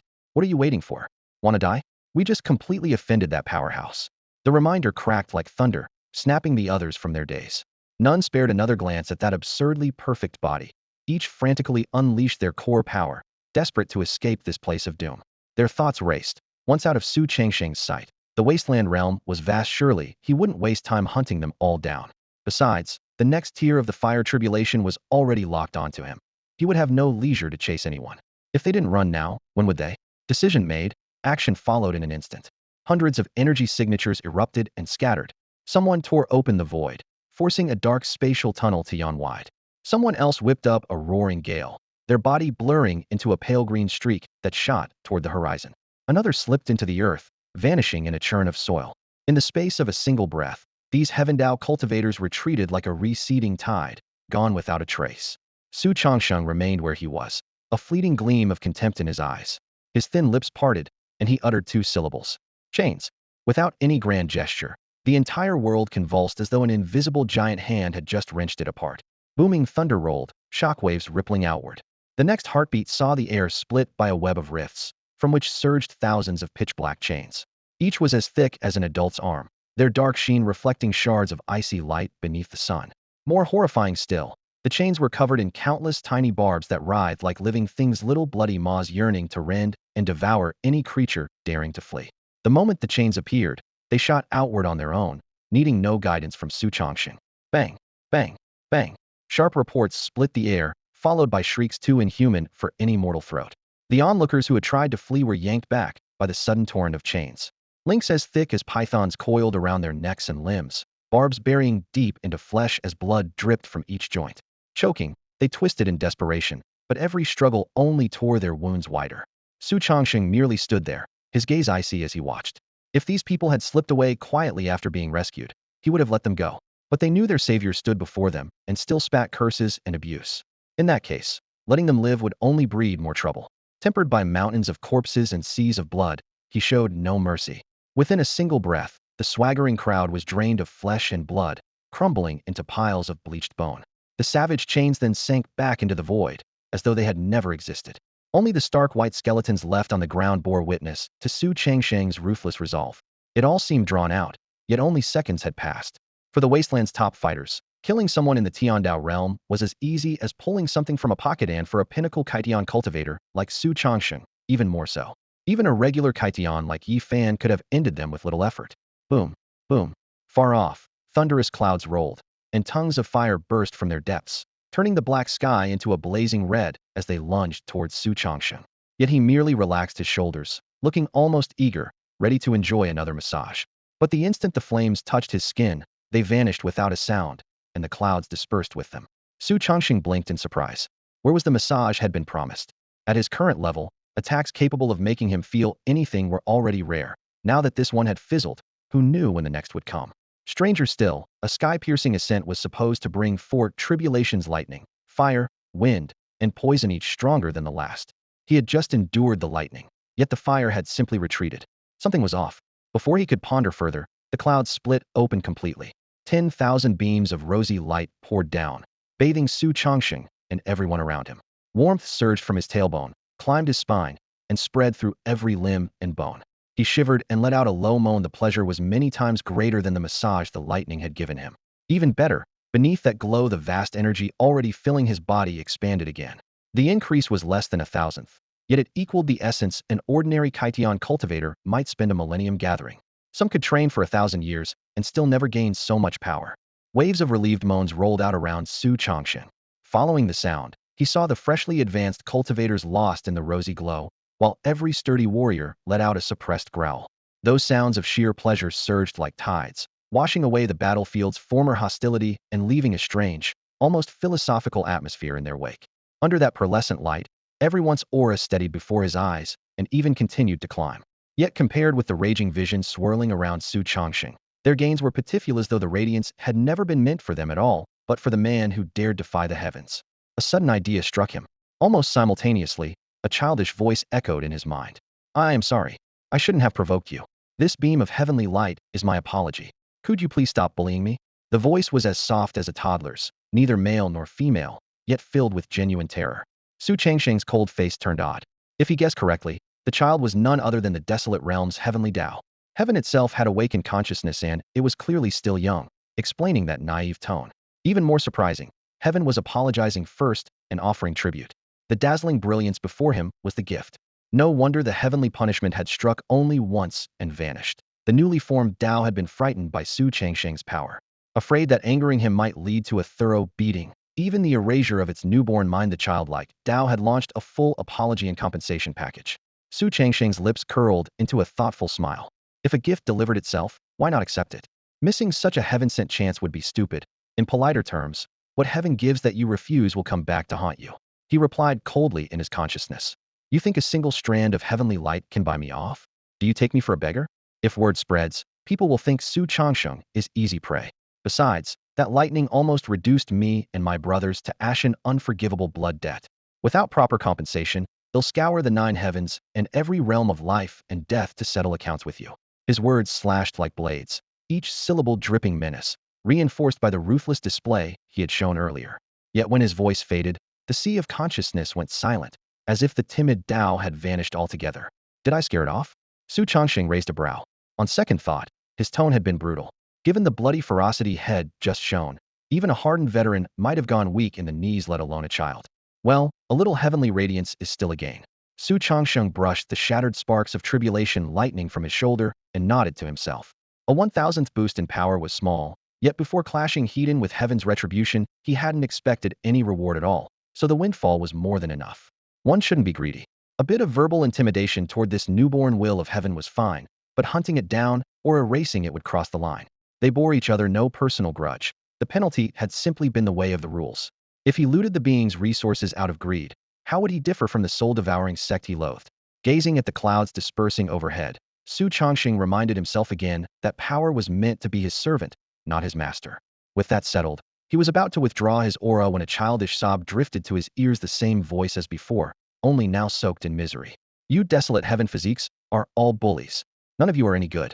Boo-hoo boo-hoo. The will of heaven wept and complained, stirring a trace of sympathy in him. I'll give you a bit more, all right? No, not a bit, double what I gave before. Just stop bothering me, okay? One desolate heaven physique is already hunting me, and I can barely hold on. If another one shows up, I might as well kill myself. The voice carried a desperate finality, as though it truly meant mutual destruction. Easy profit was always welcome, so Su Changsheng answered in a deep tone, fine. He'll accept your request reluctantly. The moment he spoke, the sky blazed. 10,000 rays of multicolored light poured down, far denser and brighter than before. The radiant flood swept over his flesh and bones, sending warmth surging through him, his cultivation soaring step by step. Eyes closed, he savored the satisfying fullness as body and spirit shed their old limits, delight swelling within him. While the luminous rain was still falling, he chuckled and probed. A fight makes friends, doesn't it? We're practically brothers who've shared life and death. Tell your big brother hoes that other desolate heaven physique? Why is he after you? Spell it out, and I'll see what I can do. Gently coaxed, the naive consciousness let down its guard at once, the sobs flipping into laughter. Big brother, you're the best. That old geezer, he's the palace master of Misty Palace. Looks like a withered turnip, ugly as sink and hold a candle to you, brother. It blurted out the pursuer's identity, then piled on flattery with full enthusiasm, leaving Su Chongqing struggling not to laugh. Right now, the will of heaven felt like a child who had been isolated for ages and had finally found someone willing to listen, babbling on about nothing in particular. Su Chongqing stood with his hands clasped behind his back, listening quietly. He never interrupted. Every breath and every meaningless word was sifted like sand through a sieve until only the nuggets of real value remained. The first name to surface was Yuan Shifei, master of Pyamiao Palace. This man possessed the wild heaven-sacred physique and had entered the heaven-opening realm 10,000 years ago, making his depth impossible to gauge. The will of heaven recalled, with a note of self-mockery, that Yuan's last appearance had been 1,000 years earlier. At that time, countless experts of the desolate realm had grown resentful of the palace's lofty status, and more than a dozen heaven-opening cultivators joined forces in rebellion. For half a month they scoured the land, overturning mountains and rivers, yet they failed to find so much as a single brick of the palace gate. While the rebel alliance gathered to strategize, Yuan Shifei descended quietly from the void. A battle erupted at once, but lasted less than 10 minutes. What exactly happened? No one but the combatants ever saw. When the dust settled, the alliance had disintegrated, and every sect doubled the tribute it paid to Pyamiao Palace. From that day on, no one dared provoke the palace, nor did anyone risk offending Yuan Shifei's authority. I hadn't fully awakened back then, but these scraps of information let me piece the story together. The will of heaven muttered, then raised its voice. Still, big brother, I am certain your strength is at least equal to his. Su Changsheng's eyes lowered, but a cold light flickered in their depths. Moments ago he had withstood heavenly punishment with nothing but flesh and blood, yet in the will of heaven's appraisal, he merely ranked no weaker than Yuan Shifei. The being could not even say for certain who would win between them. Apparently, the lord of Pyamiao Palace was indeed worth some attention. The word some had barely surfaced when a faint smile curved Su Changsheng's lips. What he had revealed today was no more than a fifth of his peak strength, if that. The boost from the wild heaven's sacred physique was frightening enough, but the system's reward of 100-fold energy was even more daunting. As long as Yuan Shifei remained at the heaven-opening realm, Su was certain the man had no chance of victory. The nearly boundless sea of energy swirling inside him alone could drown Yuan Shifei outright. But the will of heaven was already as frantic as an ant on a hot pan. Brother Su, you have to help me. You're the only one in the world who can go toe-a-toe with that old codger. Its voice hitched, almost choking with emotion. If you don't act, he'll devour me completely. Then your sweet, adorable little brother will vanish from existence. Can you bear that? And once he absorbs me, his power will soar. The first person he'll come after is you. The words came faster and faster, shooting out like arrows. From what I know of Yuan Shifei, he will never tolerate anyone whose strength even approaches his own. He pursues absolute control over the desolate realm. An unpredictable factor like you, big brother, he will eliminate at the first opportunity. Whenever a powerhouse has threatened his standing before, he has never hesitated to kill them, family and friends included. A man like that deserves 1,000 deaths. Tiando's voice hammered through Su Changsheng's mind in a rapid-fire barrage. It was surprisingly shrewd. Instead of begging for help, it first broke everything down with clear logic, and every argument sounded perfectly reasonable. But Su Changsheng was no blind believer. He seized the moment to ask what mattered most to him. How did Yuan Shifei, lord of Pyamiao Palace, discover you the very instant you appeared? Where is his sect hidden, and what kind of foundation does it possess? He had to get these answers. With his current cultivation, he had never sensed Tiando's presence at all, yet Yuan Shifei noticed it before anyone else did. That old fox truly outperform him? Su Changsheng doubted it, but he dared not grow complacent. As a great statesman once said, despise the enemy in strategy, but respect him in tactics. A meteoric rise in power was no excuse to look down on everything. Besides, his earlier declaration had already offended the 6 sects of Huangjia, Pyamiao Palace included. He and Yuan Shifei could never share the same mountain. Yuan Shifei would not tolerate an unexpected powerhouse, and Su Changsheng refused to let a tyrant who treated human lives like weeds keep ruling this realm. Since their conflict was destined to be mortal from the start, the simplest rule applied. The enemy of my enemy is my friend. The meat pigs once kept by Shilingzong knew nothing of upper-level secrets, so there was nowhere else to inquire. For now, Tiandao was his only source of information. Sure enough, when Su Chongsheng pressed further, the childlike voice suddenly rose, dripping with hatred. Of course he knew. How could he not know? The killing intent in those two short sentences seemed ready to burst from the soul sea and tear Yuan Shifei apart. He forced this wisp of consciousness into being. Tiandao seethed. I was originally the Huangjie Tiandao, ruler of this realm and tens of thousands beneath it, supreme above all. Had my awareness awakened naturally, the moment I opened my eyes I would have been absolutely invincible. Kaikian realm, Yuan Shifei, either could have been erased by a single thunderbolt. How could I be hunted everywhere by that old scoundrel? Its sigh was heavy, filled with bleakness. The price of forced catalysis is a flawed intellect. The cruelest part is that I can clearly sense my own defects, yet I am powerless to save myself. Brother, tell me, isn't Yuan Shifei my sworn enemy? A curse slipped out, proof of how deep the hatred ran. Su Chongsheng could fully understand. If everything was true, killing Yuan Shifei 1,000 times would not be enough. An ultimate will that should have stood at the pinnacle of the world had been shoved into the cage of a half-wit. No one could endure that. Still, I was born of the heavenly Tao itself. Fragmented as I may be, someone like Yuan Shifei could never bind me for long. The heavenly Taos will seem to whisper by his ear, its voice tinged with relief and pride. I slipped away when he focused all his strength on suppressing the outsiders, it said. The words sounded calm. Yet Su Chongsheng knew escaping from Yuan Shifei was anything but easy. The will clearly had no desire to dwell on the life or death details, and he had no intention of pressing it. He simply nodded to show he understood. Su Chongsheng then asked a second question. The will answered without hesitation. The ethereal palace sits high above the 9 heavens of the wasteland realm. Space and time twist chaotically there, and violent energy tides surge everywhere. Even a heaven-opening expert who enters unprepared could lose their sense of direction or be torn to shreds. With me guiding you, however, you will be safe. After all, that place is where I was born, and I still know it well. It immediately followed with intelligence on the personnel. The ethereal palace has very few people. I have only ever seen 7, Yuan Shifei included, yet every one of them stands at the pinnacle of the heaven-opening realm. In today's wasteland realm, any one of them would rank among the top 3. The weakest is on par with Yi Fan, whom you captured alive. Su Chongsheng gave a faint nod. 7 heaven-opening cultivators sounded daunting, but not unassailable. The 14 contracted beasts under his command were all heaven-opening as well, so in sheer numbers he was not at a disadvantage. With the key information sorted out, Su Chongsheng turned to the matter of their deal. Little brother, I'd truly like to help you, he said. But you know I'm already fighting the 6 sects of the wasteland on my own. Am stretched thin as it is. Where would I find the time to shield you from the ethereal palace? My strength is limited, and so is my goodwill. He suddenly changed tack and revealed his real intention. Unless you can offer something that lets me power up quickly. For example, that strand of heavenly Tao divine light you gave me before. Bring your elder brother a few more of those. Take whatever benefits you can. That was his philosophy. Since the heavenly Taos was asking for his help, it had to pay. Su Chongsheng was no one's lackey. A few flattering big brothers would never make him butt heads with Yuan Shifei. If he was going to act, he wanted tangible profit, especially when the palace master was not someone to be taken lightly. As his words faded, silence descended. After a moment, the heavenly Taos spoke again, helplessness in its tone. Since big brother needs it, little brother will offer it. The remaining divine light is all yours. Afraid Su Chongsheng might ask for more, it hurried to add, I'm really squeezed. There's nothing left. It was not an exaggeration. The will had only just awakened, and in its damaged state it was already remarkable that it had managed to store any strands of divine light strong enough to enhance a heaven-opening expert. Clearly it had always lived frugally. Su Chongsheng accepted the light without the slightest hesitation. Rest assured, he said solemnly, since I've taken your payment, I will see the job done.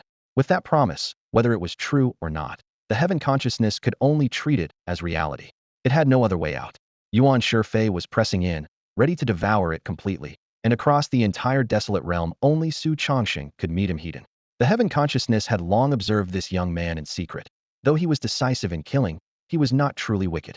Compared with Yuan Shifei, Su Chongsheng was the only one barely worthy of its trust. A deep sigh, heavy with despair and tinged with madness, thundered through Su Chongsheng's mind. As it echoed, the dying light at the horizon suddenly flared, dazzlingly bright, then poured down like a breached dam, crashing onto him. The glow was at least 10 times stronger than before, a sign that the heaven consciousness had pushed all its chips onto this single bet. Su Chongsheng drew a long breath and opened himself to the incoming power. As the radiance washed over him, he felt the energy within his body swell at an unimaginable pace. Within mere seconds his total reserves had risen by nearly 1%. To an ordinary mortal, 1% was trivial. To someone at his level, it equaled a height many opening heaven experts could never reach in a lifetime, and it happened in the span of a single breath. More frightening still, the surge showed no hint of slowing. 2%, 3%, 4% the numbers kept climbing. At the same time, his control over that power grew ever more precise. The same force could now unleash greater might at a fraction of the cost. For him, this sharpening of finesse was even more precious than the raw increase in energy. The transformation did not end there. As the radiance continued to batter him, the unique breath of the desolate realm seeped into his flesh, bones, and soul. With each passing moment, a primal, imposing aura spread from Su Changsheng as though the very source of heaven and earth had awakened within him. Cultivators nearby, who had also been meditating, snapped their eyes open and stared in disbelief at the figure in the light. The lofty presence bearing down on them blurred the line between man and the supreme Tao that governed the realm. Su Changsheng was unaware of just how drastically his outward aura had changed, but he clearly sensed the realm's energies growing ever more intimate toward him. More strangely, a daring thought surfaced at the back of his mind. Perhaps he, too, could summon heavenly tribulation. The moment the feeling surfaced, it swelled inside Su Changsheng. With a flick of his thoughts, he raised his left hand, spiritual light swirling around his fingertips. In the next heartbeat, rosy clouds boiled across the sky, and a dragon forged of lightning writhed among them. Thunder detonated overhead, arcs of electricity knitting into a vast net. Violet-white scales gleamed with the unmistakable aura of the Tao of heaven, a power that could temper ordinary cultivators in unexpected ways. Su Changsheng's gaze cut through the storm, tracking the energy within the thunder dragon, yet his brows slowly drew together. For all its spectacle, this strike was nothing more than a routine tianfa, barely enough to threaten a Luotian realm expert and utterly harmless to a Cadian realm powerhouse like Yi Fanstyle without substance. At his current level, even a casual blow from him was far stronger. Sensing his disdain, the voice of the Tiandao echoed through his sea of consciousness. Don't underestimate this ability. Raw power is only part of the story. The true value lies in the fact that summoning Tianfa means the laws of this world have acknowledged you. Once the Tao of heaven recognizes you, your fortune across Huangjia and its subsidiary worlds will soar, and everything will go your way. After that recognition, I can also aid you within certain limits. Otherwise, if I act on my own, I'll suffer a backlash from the rules. You know I'm incomplete and heavily restricted. The explanation wiped the disdain from Su Changsheng's face. He had once seen the Tiandao strike directly. That Tianfa couldn't hurt him, but it had been enough to sweep aside ordinary Cadian realm cultivators. From now on, whenever he faced a formidable foe, he would have a terrifying ally at his side. As they conversed, the glowing clouds dimmed and vanished. Su Changsheng immediately turned his senses inward. A moment later, his usually impassive features showed rare shock and fifth. This burst of Tiandao radiance, added to the previous two, had boosted his reserves by a full 20%. His original energy pool was already 100 times larger than that of other experts at his level. Now he had gained another fifth out of nowhere, the lifetime accumulation of 20 top-tier Kaitian cultivators. The increase was staggering. Even more frightening, the boost wasn't limited to raw quantity. After the baptism of brilliance, his control had skyrocketed. Previously, he could deploy the 14 attributes in his body only one at a time. Mixing them would weaken the strike or make the technique collapse. Now he could wield 7 or 8 attributes simultaneously without the slightest conflict. Interwoven, their combined force dwarfed any single element. By any calculation, Su Changsheng's overall strength had risen several-fold. No wonder Yuan Shifei wanted to swallow the heavens well. The resources it has revealed so far would already give me a huge boost. If I could devour it completely. A surge of excitement flashed through Su Changsheng, but he immediately buried the thought, refusing to let the heavens will catch even a trace of it. Although its voice could appear directly in his mind, it couldn't read everything he was thinking unless he opened himself to it, and he knew that well. Big brother, let's head for Piaomiao Palace and crush that old fool.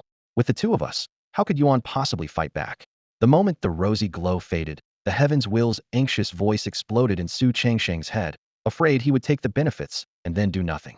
It was powerless against both Yuan Shifei and Su Changsheng. If either one abandoned it, only annihilation awaited. No hurry. Su Changsheng opened his eyes, the dark gold pupils narrowing as a chill flashed through them. The heavens will felt the world spin, thinking he was about to turn hostile, but his next words let it breathe a sigh of relief. First we deal with the 5 sects small fry. They're already at our doorstep. From the moment the 5 powers of the wasteland realm, the likes of the devouring spirit sect set their sights on him. Only a few hours had passed, yet they had already assembled in full force. Su Changsheng sighed inwardly. Brutal as they were, treating lives like weeds, their decisiveness and efficiency left the beast-taming world far behind, which was why they thrived in a survival-off defeatist realm. A sweep of his divine sense picked up 13 vast Cation-level Orasth remaining peak combat strength of the five sects. Luitian cultivators numbered 3 to 400, packed so tightly they were almost shoulder to shoulder, while Tyandistage practitioners were a sea without end. Beyond them were 5 unusually strange and powerful energy signatures, each deeper than those of the 13 Kaition experts, obviously the hidden trump cards of the five sects. Heh, they really brought out the whole army. A cold smile curved Su Changsheng's lips. Provoking the five sects and forcing them to come out in full was his plan all along. This way he could harvest them in one sweep and save himself a lot of searching later. As the enemy auras pressed ever closer, he hesitated no longer. He shouted, "Move out, your chance for revenge has arrived."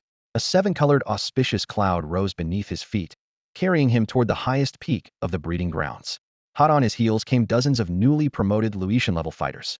They still didn't know the five sects were near, but they understood their benefactor needed help, and in the same instant each one poured out spiritual power, unleashed their arts, and raced after Su Changsheng. Mountains encircle this outpost of the Shiling sect on every side. A broad complex sprawls across the valley's only flat ground. At first glance, it would be an impregnable fortress in any ordinary war. Yet to Su Changsheng, the rolling ridges are no sturdier than paper, ready to be torn apart with a flick of his hand. Their sole value is to give him a vantage point over the enemy. On the summit, an icy wind howls, whipping his robes so hard they drum against the air. Su Changsheng lowers his gaze. At the foot of the mountain, a black tide of soldiers stretches layer upon layer beyond sight. Each speck tiny as an ant from Hiray's, a heavenly Daorealm cultivator who could decide a city's fate elsewhere. Today they are merely scenery for this battle. Deep within the ranks below, Zheng Diyu strides beside more than a dozen Kadian realm experts, trading whispers. He broke into the Kaitian realm and immediately drew heavenly Dao radiance. The legends about the Huangtian sacred physique are true, and that column of light, anyone would covet a boon that large. Humph. The radiance may have swelled his power several-fold, but his aura is hollow. He may not fight any better than before. Exactly. A sudden surge always leaves flaws. The 13 of us together can't possibly lose. Their banter is light, as if victory were assured. 13 against 1, plus their sex trump card treasures, how could they fail? Even so, caution is still needed. Their opponent bears the Huangtian sacred physique. The master of Jueching Valley, Mei Su, suddenly speaks, her voice cool and grave. Don't forget, that other one has the same physique. The lively mood crashes to a halt. Smiles vanish, their pace quickens, and their thoughts grow heavy. Most of them had fought a millennium ago against Yuan Shifei, and know all too well how terrifying the Huangtian sacred physique can be. If they can push Su Changsheng to his limits today, even at the cost of blood, it will be worth it. Their advance speeds up, and the distant ridgeline that was only a silhouette rapidly sharpens. On the highest peak, Su Changsheng stands out against the wind and snow. Zheng Diyu exchanges a glance with his companions, then shoots skyward, an unseen gale propelling him toward the summit. In a heartbeat, only 100 meters separate him from Su Changsheng. With the Shiling sect's Grand Elder captured, the duty of negotiating before the battle naturally falls to him. The middle-aged man slices through the air, robes snapping. Su Changsheng's expression stays calm. The gap in cultivation is simply too vast, so vast that he feels no urge to strike first. If Zheng Dai could have heard Su Changsheng's true thoughts, he would have been furious enough to spit blood. A distinguished heaven-opening realm powerhouse, one of the 6 sect masters of the desolate realm, could decide the fate of billions with a single word, yet such a figure could not even catch Su Changsheng's eye. I am the sect master of the Shiling sect. Hand over our supreme elder at once, and I might let you die quickly. Otherwise, the agony of 1,000 poisons gnawing at your heart is not something you want to taste. 100 meters away, Zheng Dai's chest rose and fell, his thunderous voice trying to cow his opponent. Yet his nerves were drawn tight. This was a man who had captured Yi Fan in an instant, and Zheng was far weaker than Yi Fan. In other words, if Su Changsheng wished, Zheng had almost no chance of leaving alive. The Shiling sect was now the weakest of the 6 sects, so this high-risk task naturally fell to him. Worse, he had to stall for time while his companions prepared their contingency. No matter how loudly he roared, Su Changsheng remained indifferent, studying him like a clown on a stage. A chill crept through Zheng Dai, but he forced himself to keep up appearances. Surrender now, he barked. We might spare a few of your followers. I know you're strong, but all 13 heaven-opening experts of the desolate realm are here. No matter how powerful you are, do you really think you can defeat 13 of us at once? Su Changsheng showed no reaction, but the dozens of mortal cultivators behind him drew sharp breaths. 13 heaven-opening experts, the stuff of legends, and today they're all here. If we can kill even one of them, our lives will have been worth it. Their families had been butchered by the Shiling sect, leaving only searing hatred. Threats meant nothing to them. At the foot of the mountain, strange ripples of energy quickly gathered. Su Chongxing glanced down and made his judgment such tricks were worthless against someone of his caliber. Whatever trump cards the other 5 sects had prepared, they would not shake him in the slightest. They had no idea what kind of monster they had provoked. At last Su Chongxing spoke, his tone flat. "And stare to yap at me?" The moment his words fell, the clear sky was swallowed by a viscous darkness, as though night had been poured over the world. A low, seductive whisper drifted out of the gloom and slipped into Zheng Dai's ears. In a blink his face flushed, veins bulged, and his muscles swelled like overfilled bellows, as if he would burst at any second. Bang! A dull report echoed in midair. Blood mist erupted, and shattered limbs rained down like a storm. The Shiling sect master Zheng Dai was obliterated in an instant before Su Chongxing. Strangely, the drifting blood mist gathered again, reforming into a human shape. Zheng Dai reappeared, terror etched across his face. He dared not linger, turning into a streak of light that shot toward the ground. Yet the darkness clung to him like maggots on rotting flesh, pursuing him relentlessly. The skin covering Zheng Dai's body glowed blood red, wrinkled and raw like that of a newborn. Had the Shuning Huati would not flared at the last moment and wrapped him in its protective halo, he would already have been reduced to dust. The thought flashed through his mind the instant his flesh was rebuilt, followed by a stab of agony. Treasures of this caliber numbered only 2 or 3 in his entire arsenal. Yet one had been shattered in a single exchange with Su Chongxing. Before he could draw a breath, a tide of viscous darkness surged behind him. Its bone-chilling malice was unmistakable. One more touch, and he would perish. Roaring inwardly, Zheng Dai ignored the fragile new flesh knitting over his bones and summoned a violent gale. Dust and gravel whirled into the air, compressing into a spiked boulder that enclosed him layer after layer. Inside the heavy blue-gray sphere he felt a shred of safety and immediately drove it downward toward the crowd below. The scene was pathetic, a far cry from his earlier arrogance. The mighty master of Shiling Zong now fled before Su Chongxing like a stray dog. Poochie, Poochie, Poochidole popping sounds burst across the sphere's surface. Zheng Dai's heart lurched. Fist-sized holes appeared and spread at a speed visible to the naked eye. The defense he prided himself on was nothing against the darkness Su Chongxing had casually summoned. In the blink of an eye, the massive stone ball was riddled with holes. Life force drained away. With a savage glare he poured out his remaining energy, and a suit of pale gray armor clamped over him from head to toe, sealing even his eyes. The plates were thick and seamless, their protection astonishing. He immediately released the wide area perception unique to the heaven-opening realm, planning to navigate by divine sense. Yet the moment his consciousness extended, it plunged into a mire. What once reached for thousands of li was crushed to less than a meter, and the circle kept shrinking. The flesh-devouring black mist was silently closing in. Death coiled around his heart like a venomous snake, and the face behind the helm twisted. Drawing a deep breath, Zheng Dai gathered every ounce of strength and blasted forward like an iron battering ram, ramming straight into the ink-black tide. Such desperate ferocity was worthy of a heaven-opening cultivator. But most things in this world do not bend to a man's resolve. The courage and power Zheng Dai mustered on the brink of death were laughable before Su Chongxing's absolute might. Zheng Dai had barely stepped into the darkness when his stride froze. It felt as if he were wading through liquid Taran unseen. Dreadful force bound him from toes to shoulders. Power pressed in from every direction, clinging to his skin like 1,000 chains.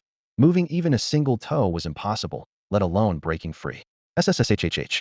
A familiar, bubbling hiss burst beside his ear, low and viscous, like death whispering against his eardrum. The shadow of annihilation closed in, yet he could only watch, paralyzed, as despair swallowed him.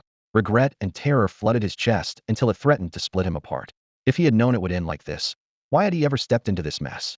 What do I care whether that old doggy fan lives or dies? What's Shiling Zong's rise or fall to me? I'm an open heaven cultivator. If I wished, I could leave and roam free for 10,000 years. The thoughts raged through his mind, but they shattered the instant Su Chongxing appeared. Fury scorched away reason, and he roared, "I hack you all." His bellow triggered a violent surge of spiritual power. It erupted skyward, a tidal wave of pressure that made every onlooker's chest quiver. An open heaven expert about to die right before their eyes. Such a scene smashed their understanding. In their world, an open heaven cultivator was a supreme king. Even if one fell, it should be in a cataclysmic duel with a peer, never in such helpless, wretched fashion. The Heaven Dao and sky-reaving foot soldiers saw it clearly. From Su Chongxing's first move to Zheng Dai's death, less than a minute passed, and that long minute existed only because Zheng Dai relied on a life-saving artifact. Without it, he would have been slaughtered in seconds. That kind of efficiency shattered every notion they held about strength and weakness. How could they hope to survive this war? After a brief silence, the once-orderly army erupted into chaos, panicked breaths, and clattering armor merging into a single roar. Behind Su Chongxing, however, dozens of sky-reaving cultivators wept with relief, their knuckles white with emotion. Zheng Dai had destroyed their homes and families. Now, seeing their nemesis cut down by Su Changsheng, they would have gladly traded their lives on the spot without a second thought. At the same time, the 12 remaining open heaven experts at the army's front showed no grief at all. On the contrary, delight trembled at their lips. Lu Shou of Yusho Zong even stepped forward and said with a broad smile, "Heh, that fool Zheng Dai actually believed we'd trust him just because he swore an oath? Ridiculous." In the end, he was nothing but fodder for the blood god formation. With the essence of one open heaven cultivator and the life force of tens of thousands of heaven Dao and sky-reaving soldiers, I can't even imagine how powerful the array will be this time. The others nodded without hesitation. Among the 6 sects of Huangjia, Miao Gong had always led the way. Shiling Zone, though it claimed equal standing, had been marginalized by the other 4. Its late founding left it ignorant of many secrets, including the so-called blood god formation. This ancient, sinister array had come into Yusho Zong's hands 10 millennia ago, and its might depended entirely on the number and strength of its sacrifices. In the past, offering only large numbers of heaven Dao and sky-reaving cultivators allowed the formation to contend with 3 or 4 open heaven experts. Now, with Zheng Dai's open heaven blood as the catalyst, its power was about to reach an unprecedented peak. As soon as Lu Shou finished speaking, a surge of crimson light shot into the sky. The pillar of blood, thick as a mountain, tore through the darkness Su Changsheng had just summoned. Scarlet and black collided in midair, raising a howling gale. In a heartbeat, the blood-red beam congealed overhead into a massive barrier, sealing off the summit, the foothills, and the tens of thousands of cultivators who had arrived with the 5 sects. A moment later, the barrier's surface bulged with muffled pops as countless scarlet eyes snapped open, their frigid gazes sweeping across the crowd. Filaments of blood dangled from each pupil, writhing like living things before lashing at every head in sight, sparing neither friend nor foe. Wherever a strand pierced, flesh shriveled and fell away, bones clattered to the ground, and the victim's blood and gore were drawn back along the filaments to be devoured by the ravenous eyes. The flow of flesh and blood continued until the myriad eyes swelled, squeezed together, and finally merged into a single sky-spanning vertical pupil. Each blink launched blade-shaped bursts of crimson light, every one as powerful as the full-force strike of an ordinary sky-opening realm cultivator. Atop the peak, Su Changsheng's sleeve snapped in the wind as torrents of energy erupted from him. Layer upon layer of a prismatic shield unfolded, blocking every strand of blood. He gazed at the towering pupil, a hint of amusement curling his lips. Not only was this blood god array formidable, it could remain completely hidden without sacrifices. Had so many offerings not been fed into it at once, no one would have noticed. Its speed was impressive, he mused, but still slower than Su Changsheng. Even so, he made no move to stop it. The blood god array was helpfully sweeping away the heaven-plundering rabble, sparing him the trouble of hunting them down. As for the array at full power, disastrous to other sky-opening experts in his eyes, the only question was whether to use one hand or a single finger. Either way, it would be an instant kill. The moment the pupil finished forming, 12 figures flashed before Su Changsheng, their crushing auras accompanied by the eerie red pupil floating behind them. "Ha, your time is up.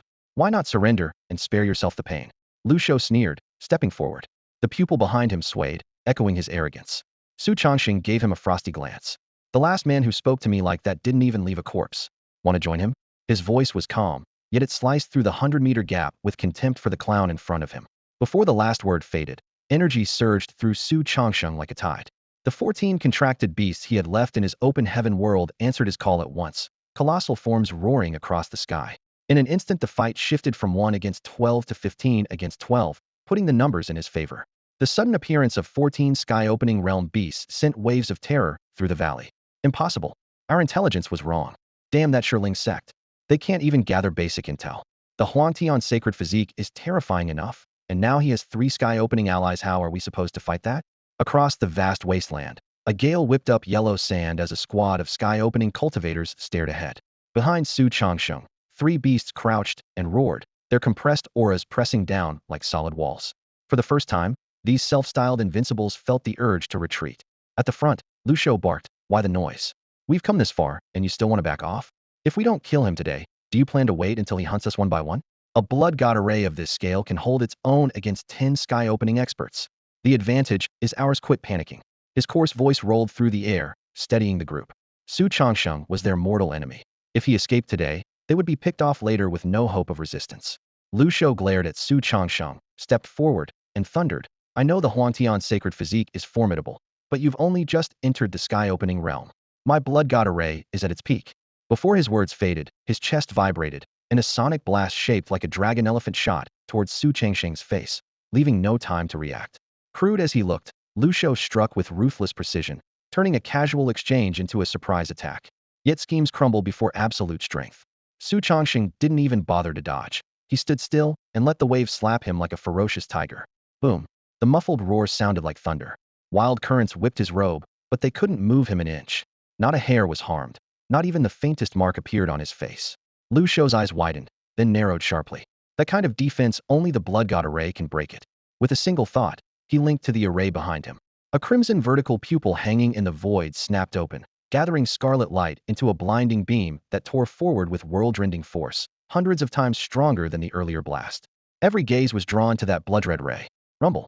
Just as the beam neared its target, the sky exploded with a deafening crack. Thunder? The same doubt flickered in every mind. At their level, battle aftershocks should erase any natural phenomenon. Where could thunder come from? An instant later, a majestic voice poured directly into their souls. I am the heavenly Tao of the wilderness realm. Since its creation, the blood god array has slaughtered tens of millions and is intolerable to heaven. Therefore I pronounce judgment. The blood god array and its wielder shall be destroyed, that all may take heed. The instant the resplendent heavenly chime rang out, bolts of lightning burst across the horizon like venomous serpents, then quickly gathered into a colossal hand of pure white electricity. Its 5 fingers spread wide, carrying the weight of a mountain as it slammed down from the sky. Crackle. Boom. The blinding glare and deafening peal fused into a white torrent that swept over the battlefield in a heartbeat. The strike was impossibly fast. Everyone but Su Changsheng saw only a flash of white before the thunderous shockwave hurled them into the dust. High-pitched currents tore at their eardrums, and before they could regain their footing, a scream so shrill it scarcely sounded human split the air. Sizzle. The nails on a blackboard wail made their skin crawl. Forcing their eyes upward, they saw the crimson giant eye that had hovered overhead reduced to a charred husk under the lightning. The enormous body hung stiff in midair, its cracked black skin drained of all color. Only the eyeball twitched now and then, proof it was not yet quite dead. In this ruined state, however, it could no longer take part in the fight. In other words, the strongest weapon, the 5 branches of Shirling Zong, had pinned their hopes on. A force that had not even unleashed its full power had been crippled in the opening exchange by this so-called will of heaven. What did they have left to withstand Su Changsheng's coming assault? This is impossible. Lu Shou stared at the charred crimson corpse suspended in the air, his voice and body trembling. The blood god array, how could it? Images flashed through his mind. The blood god array he had nurtured for 10,000 years, and the freshly sacrificed Zhengdai genuine Kadianrion powerhouse. Lu Shou had believed the array would become the strongest in history. Even if it could not crush Su Changsheng, it should at least suppress him. Yet before the real battle had even begun, the array had disintegrated. After surviving tens of thousands of years of hardship and slaughter, he now stood slack-jawed, muttering, "Can anyone tell me what the hell this so-called will of heaven actually is?" Born in the wasteland realm and hardened by myriad battles, he had never heard the name. In truth, the will of heaven existed only recently. Aside from a handful within Piamiao Palace, no one knew of it, and the palace, lofty as it was, had no intention of sharing the secret. I've done my best. The rest is up to you. A childish yet exhausted voice echoed in Su Changsheng's sea of consciousness. It was the will of heaven. That single strike had drained almost all its power, but to prove its sincerity and loyalty, it had to act in this pivotal fight. Having chosen Su Changsheng, it would spare no effort to aid him, hoping to earn more of his attention. All right, leave it to me. Su Changsheng replied calmly in his heart. The crimson eye had always been a nuisance rather than a mortal threat. With someone else removing it, so much the better. Unlike the easy confidence around Su Changsheng, Lu Shou's group wore grim faces. 14 spirit beasts of every shape and size stood behind Su Changsheng, their surging auras pressing down like a tide. The urge to retreat exploded in Lu Shou's party, yet they knew slipping away unscathed was almost impossible.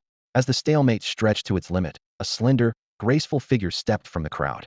To everyone's surprise, it was Mei Su, mistress of Jueching Valley. She still wore snowy white, aloof and noble like a snow lotus. A gauzy veil hid her face, revealing only a pair of limpid eyes that seemed to hook the soul.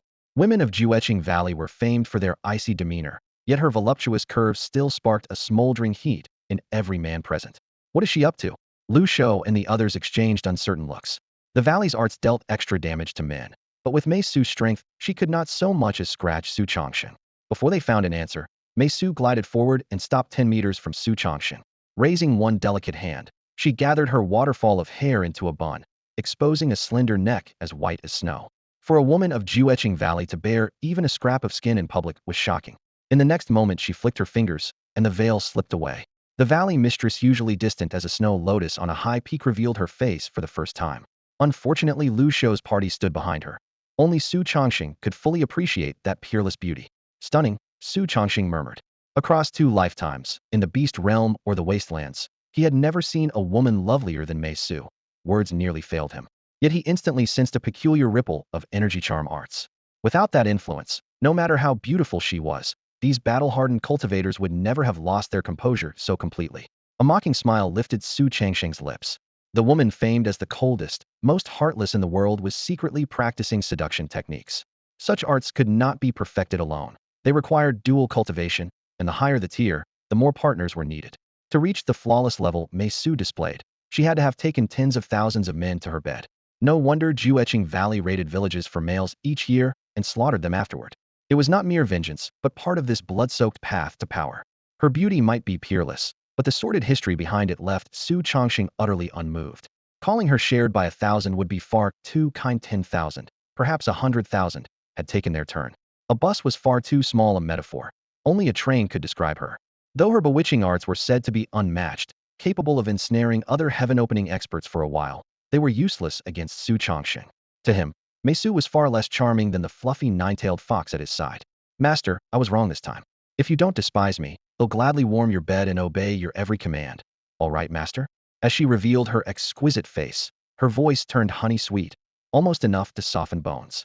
At the same time, an almost invisible pink energy seeped from her snow-white skin and drifted towards Su Chongqing like a tide. Humph! Su Chongqing snorted. His aura erupted, the air swirling into a violent storm that pulverized the approaching pink mist. Filthy bitch! You dare act coy in front of me? He thundered, raising a hand only to be preempted. 2 silhouettes sprang from behind him, one black, one white. The black figure was bloodshade, murderous intent made flesh. The white was the nine-tailed celestial fox, its 9 fluffy tails snapping straight like snowy swords, cutting off Mei Su's escape. What scum dares seduce my master in front of this fox? The fox snarled, its fur bristling. All 9 tails whipped down with a shrill whistle, aiming squarely at Mei Su's delicate face. Startled, Mei Su tried to retreat, but backed straight into expanding darkness. Bloodshade had already appeared behind her, its icy presence flooding the space and forcing her to halt. A heartbeat later, razor claws slashed forward. Rip! For crimson lines opened across her neck as sharp talons skimmed her flesh. Bloodshade did not kill. The claws merely pinned her in place, reserving its ire for its companion to vent. At that instant, the fox's 9 tails, coiled with full force, smashed into Mei Su's face without mercy. Despite its usual cuddliness, the fox was a genuine heaven-opening beast, and its muscles exploded with raw power. Bang! She was flung high, spinning like a kite with a snapped string. Teeth mixed with bloody foam scattered through the air, more than a dozen pearly shards tracing a crimson arc. Half her mouth was shattered, blood streaming from the corner of her lips and dripping off her chin. Lu Shou reacted at once, leaping up to catch the tumbling Mei Su. What landed in his arms was shockingly soft, stirring a flicker of desire. He couldn't help glancing at the legendary beauty, thinking, I might be the first man in the wasteland to see the Valley Master's true face and live. But when he saw it, his pupils contracted. Mei Su's features were covered in bleeding welts, grotesquely swollen by the blow, unrecognizable. She now resembled a freshly boiled pig's head, easily twice its normal size. Badly wounded, Mei Su lay in his arms, gasping for breath. In that instant, Lu Shou caught another glimpse of the shattered teeth in her mouth, her gums smeared with blood. He curled his lip and tossed the beauty, Mei Su, from his arms as if discarding a rag. With a dull thud, Mei Su's face slammed into the hard ground once more. Gravel sprayed in every direction, and her already mangled features could only have become even more horrific. Lu Shou had never pretended to be a good man. All he wanted was to see the true face of the heartless Ravine's master. The result was a crushing disappointment, and he mocked himself inwardly. We're all going to die anyway. At least the trip wasn't wasted. Coarse by nature yet surprisingly meticulous, he remained unervingly calm as death crept closer, even finding the leisure to give Mei Su a few more glances. As for survival, not even worth considering. Sure enough, the moment he let go, 2 guardian beasts lunged at him with a roar. The first had a dragon's body and a human head. Crimson scales radiated heat like molten rock, and every twist of its serpentine torso warped the air. Its face, uncannily, looked almost identical to Su Changsheng's. The second was snow white from head to tail, yet scarlet flames licked around its 4 hooves. Arcane energy coiled around its frame, and even the lightest step sent sparks flying. Meanwhile, the other 6 cultivators were each hemmed in by 2 different beasts.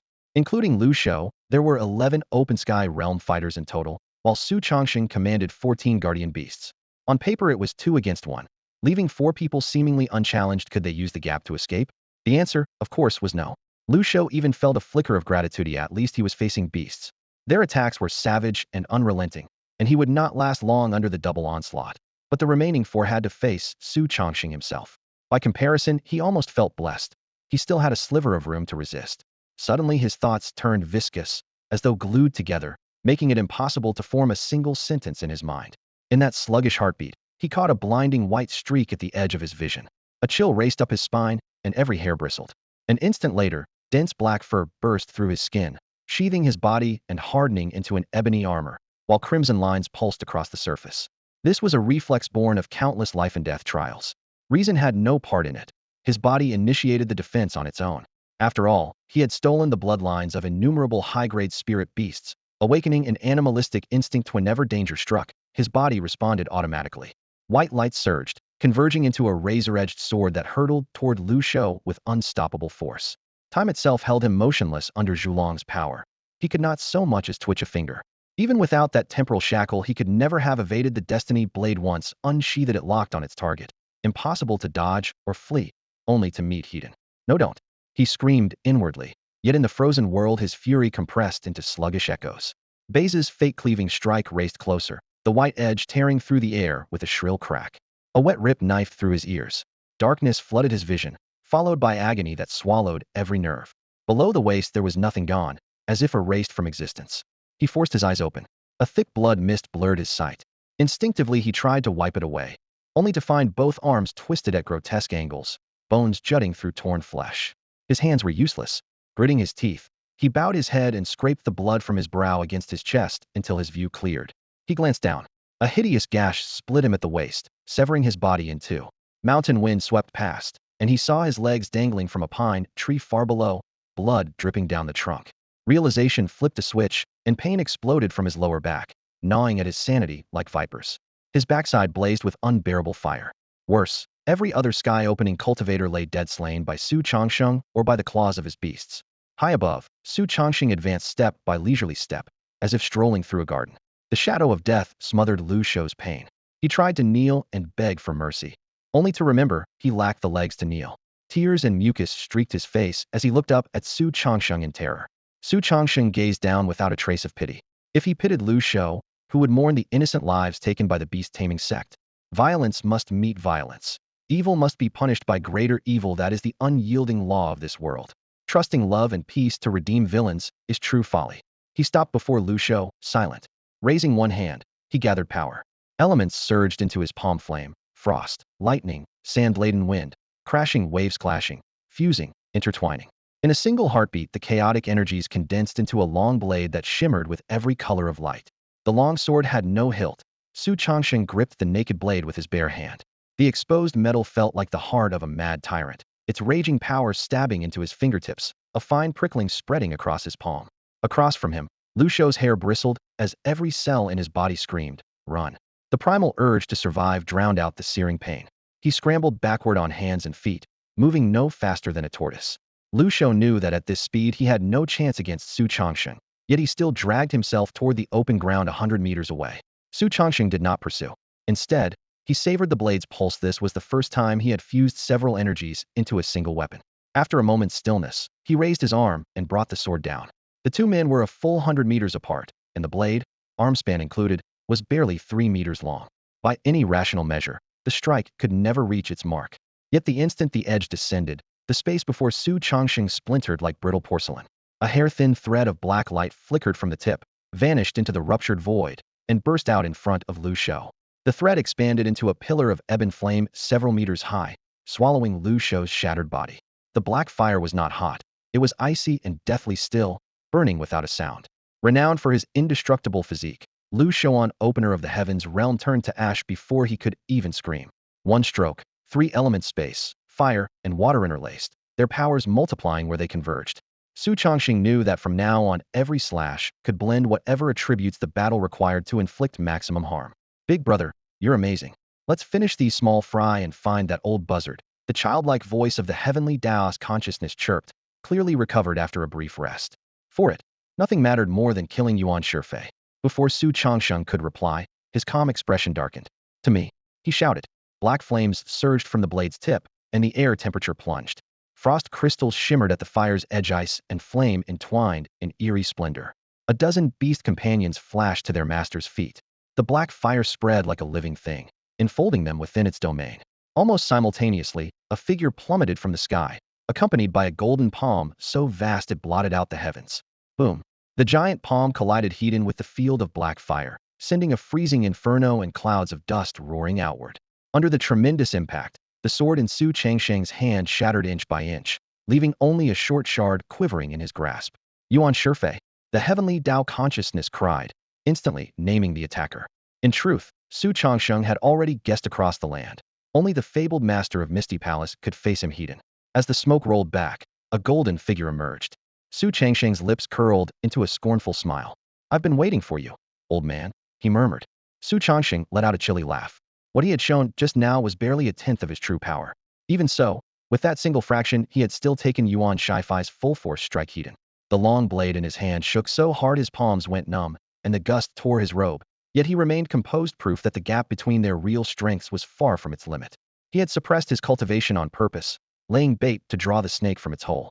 If he had revealed his peak state at the start, the cautious Yuan Shifei would have slipped back into the shadows, and dragging that old fox out again would have taken endless effort. The arrival of the Shiling sect gave him the perfect stage, and the grand game Su Changsheng had prepared began in silence. Any clash between top fighters in the desolate realm was guaranteed to alert Pyamiao Palace. As long as the power he displayed stayed within Yuan Shifei's perceived control, the man would rush to appear, eager to strangle this future threat in its cradle. That was Yuan Shifei's usual style. After all, someone this fierce the moment he stepped into the open heaven realm would be unimaginable once fully grown. When the dust finally settled, Yuan Shifei's figure sharpened from blur to clarity. He was nothing like the grotesque monster the Heaven Tao consciousness had described. Dressed in spotless white, hems fluttering, he looked almost otherworldly. His face remained that of a young man, yet the deep, time-worn gaze in his eyes betrayed the age he carried and lent him a unique allure. Young man, you're impressive, he said in a cool, appreciative tone. You actually withstood a blow at half my strength. He clasped his hands behind his back, expression solemn. Stay out of the Heaven Tao affair, and everything in the desolate realm save the lands of my Pyamiao Palace can be yours. Am old and seek only a higher realm, not mundane power. His eyes were earnest, as though truly awaiting Su Changsheng's answer. Su Changsheng snorted. An ancient monster who had lived countless millennia had long since perfected the art of pretense. Lies came more naturally to him than truth. If Su believed even half of Yuan Shifei's words, he might as well twist off his own head and kick it like a ball. Half his strength? Others might not sense it, but he knew the earlier palm had been unleashed at full power. As for ceding territory, that was a bedtime story for children. Once Yuan Shifei devoured the Heaven Tao consciousness and boosted his strength, Su would be the first one he dealt with. This sudden affability was merely stalling for time while he mended the meridians damaged in the previous exchange. Indeed, though Su Changsheng's blade had shattered in that clash, Yuan Shifei had suffered no light injuries either. That frigid black flame, once it touches bare skin, even someone of his rank can't simply ignore it. If he forces a move while the fire is still eating away at him, his power will be drastically reduced. Everyone saw it with their own eyes. The dark fire, summoned with only a tenth of Su Changsheng's strength, wrapped around Yuan Shifei's hand like a venomous serpent. Dispelling it isn't easy, but it's not impossible. While squaring off against Su, he quietly triggers a secret technique and tears the flame away, ripping off flesh as though pulling at rotten cloth. His once pale hand turns into a bloody mess, and bright red stains spread across his pristine robe in an instant. Yuan Shifei doesn't even frown at the pain. He simply folds the wounded hand behind his back and waits, gaze icy, for Zu's next move. If he can avoid fighting now, so much the better. Once he absorbs the will of heaven, he can take his time teaching this brat a lesson. Su Changsheng, don't let that old relic fool you. Don't be stupid, I'm begging you. Seeing Su hesitate, the will of heaven shouts in panic, dropping the respectful brother Changsheng and calling him by name. When grown-ups are talking, kids don't cut in. Do I need you to tell me how to handle this? Su answers in his mind, his lips unmoved. Yuan Shifei is stalling, but so is he. In a hidden fold of space, a black greatsword nearly 100 feet long takes shape. It devours light like an abyss, yet ribbons of colored brilliance dance across its surface, the primary hue a deathly obsidian. Only when the blade is fully formed does Su lift his eyes, his voice cold. Old man, who do you think you are? You're in no position to bargain with me. The atmosphere snaps taut. Yuan Shifei's mouth twitches, knew the boy was arrogant, but not to this degree. Head crushed that sword with one slap, and the kid still dares talk big. Heh, you're asking for death, so don't blame me. Yuan's sure face sneers, his white teeth flashing in the sun. Arrogance is fine, kid, but stupid is not. As the last word falls, he vanishes without a ripple of spatial energy. It's pure physical speed, a gift of the desolate heaven's sacred body, fast enough to mimic teleportation. Yet to Su Changsheng, it's still far too slow. Both men wield the same sacred physique, but Zu's energy reserves are 100 times those of an ordinary powerhouse. Even with Yuan's deep foundation and extraordinary talent, his total energy is only a fraction of Zu's. Against such overwhelming disparity, every scheme is doomed to fail. The speed Yuan Shifei prides himself on is nothing worth mentioning in Su Changsheng's eyes. That's all for today. Thank you so much for watching. I hope you guys enjoyed. If you wish to have another part of this recap, please give us at least 1,000 likes. Please don't forget to comment and subscribe to our channel for more content like this. Until next time.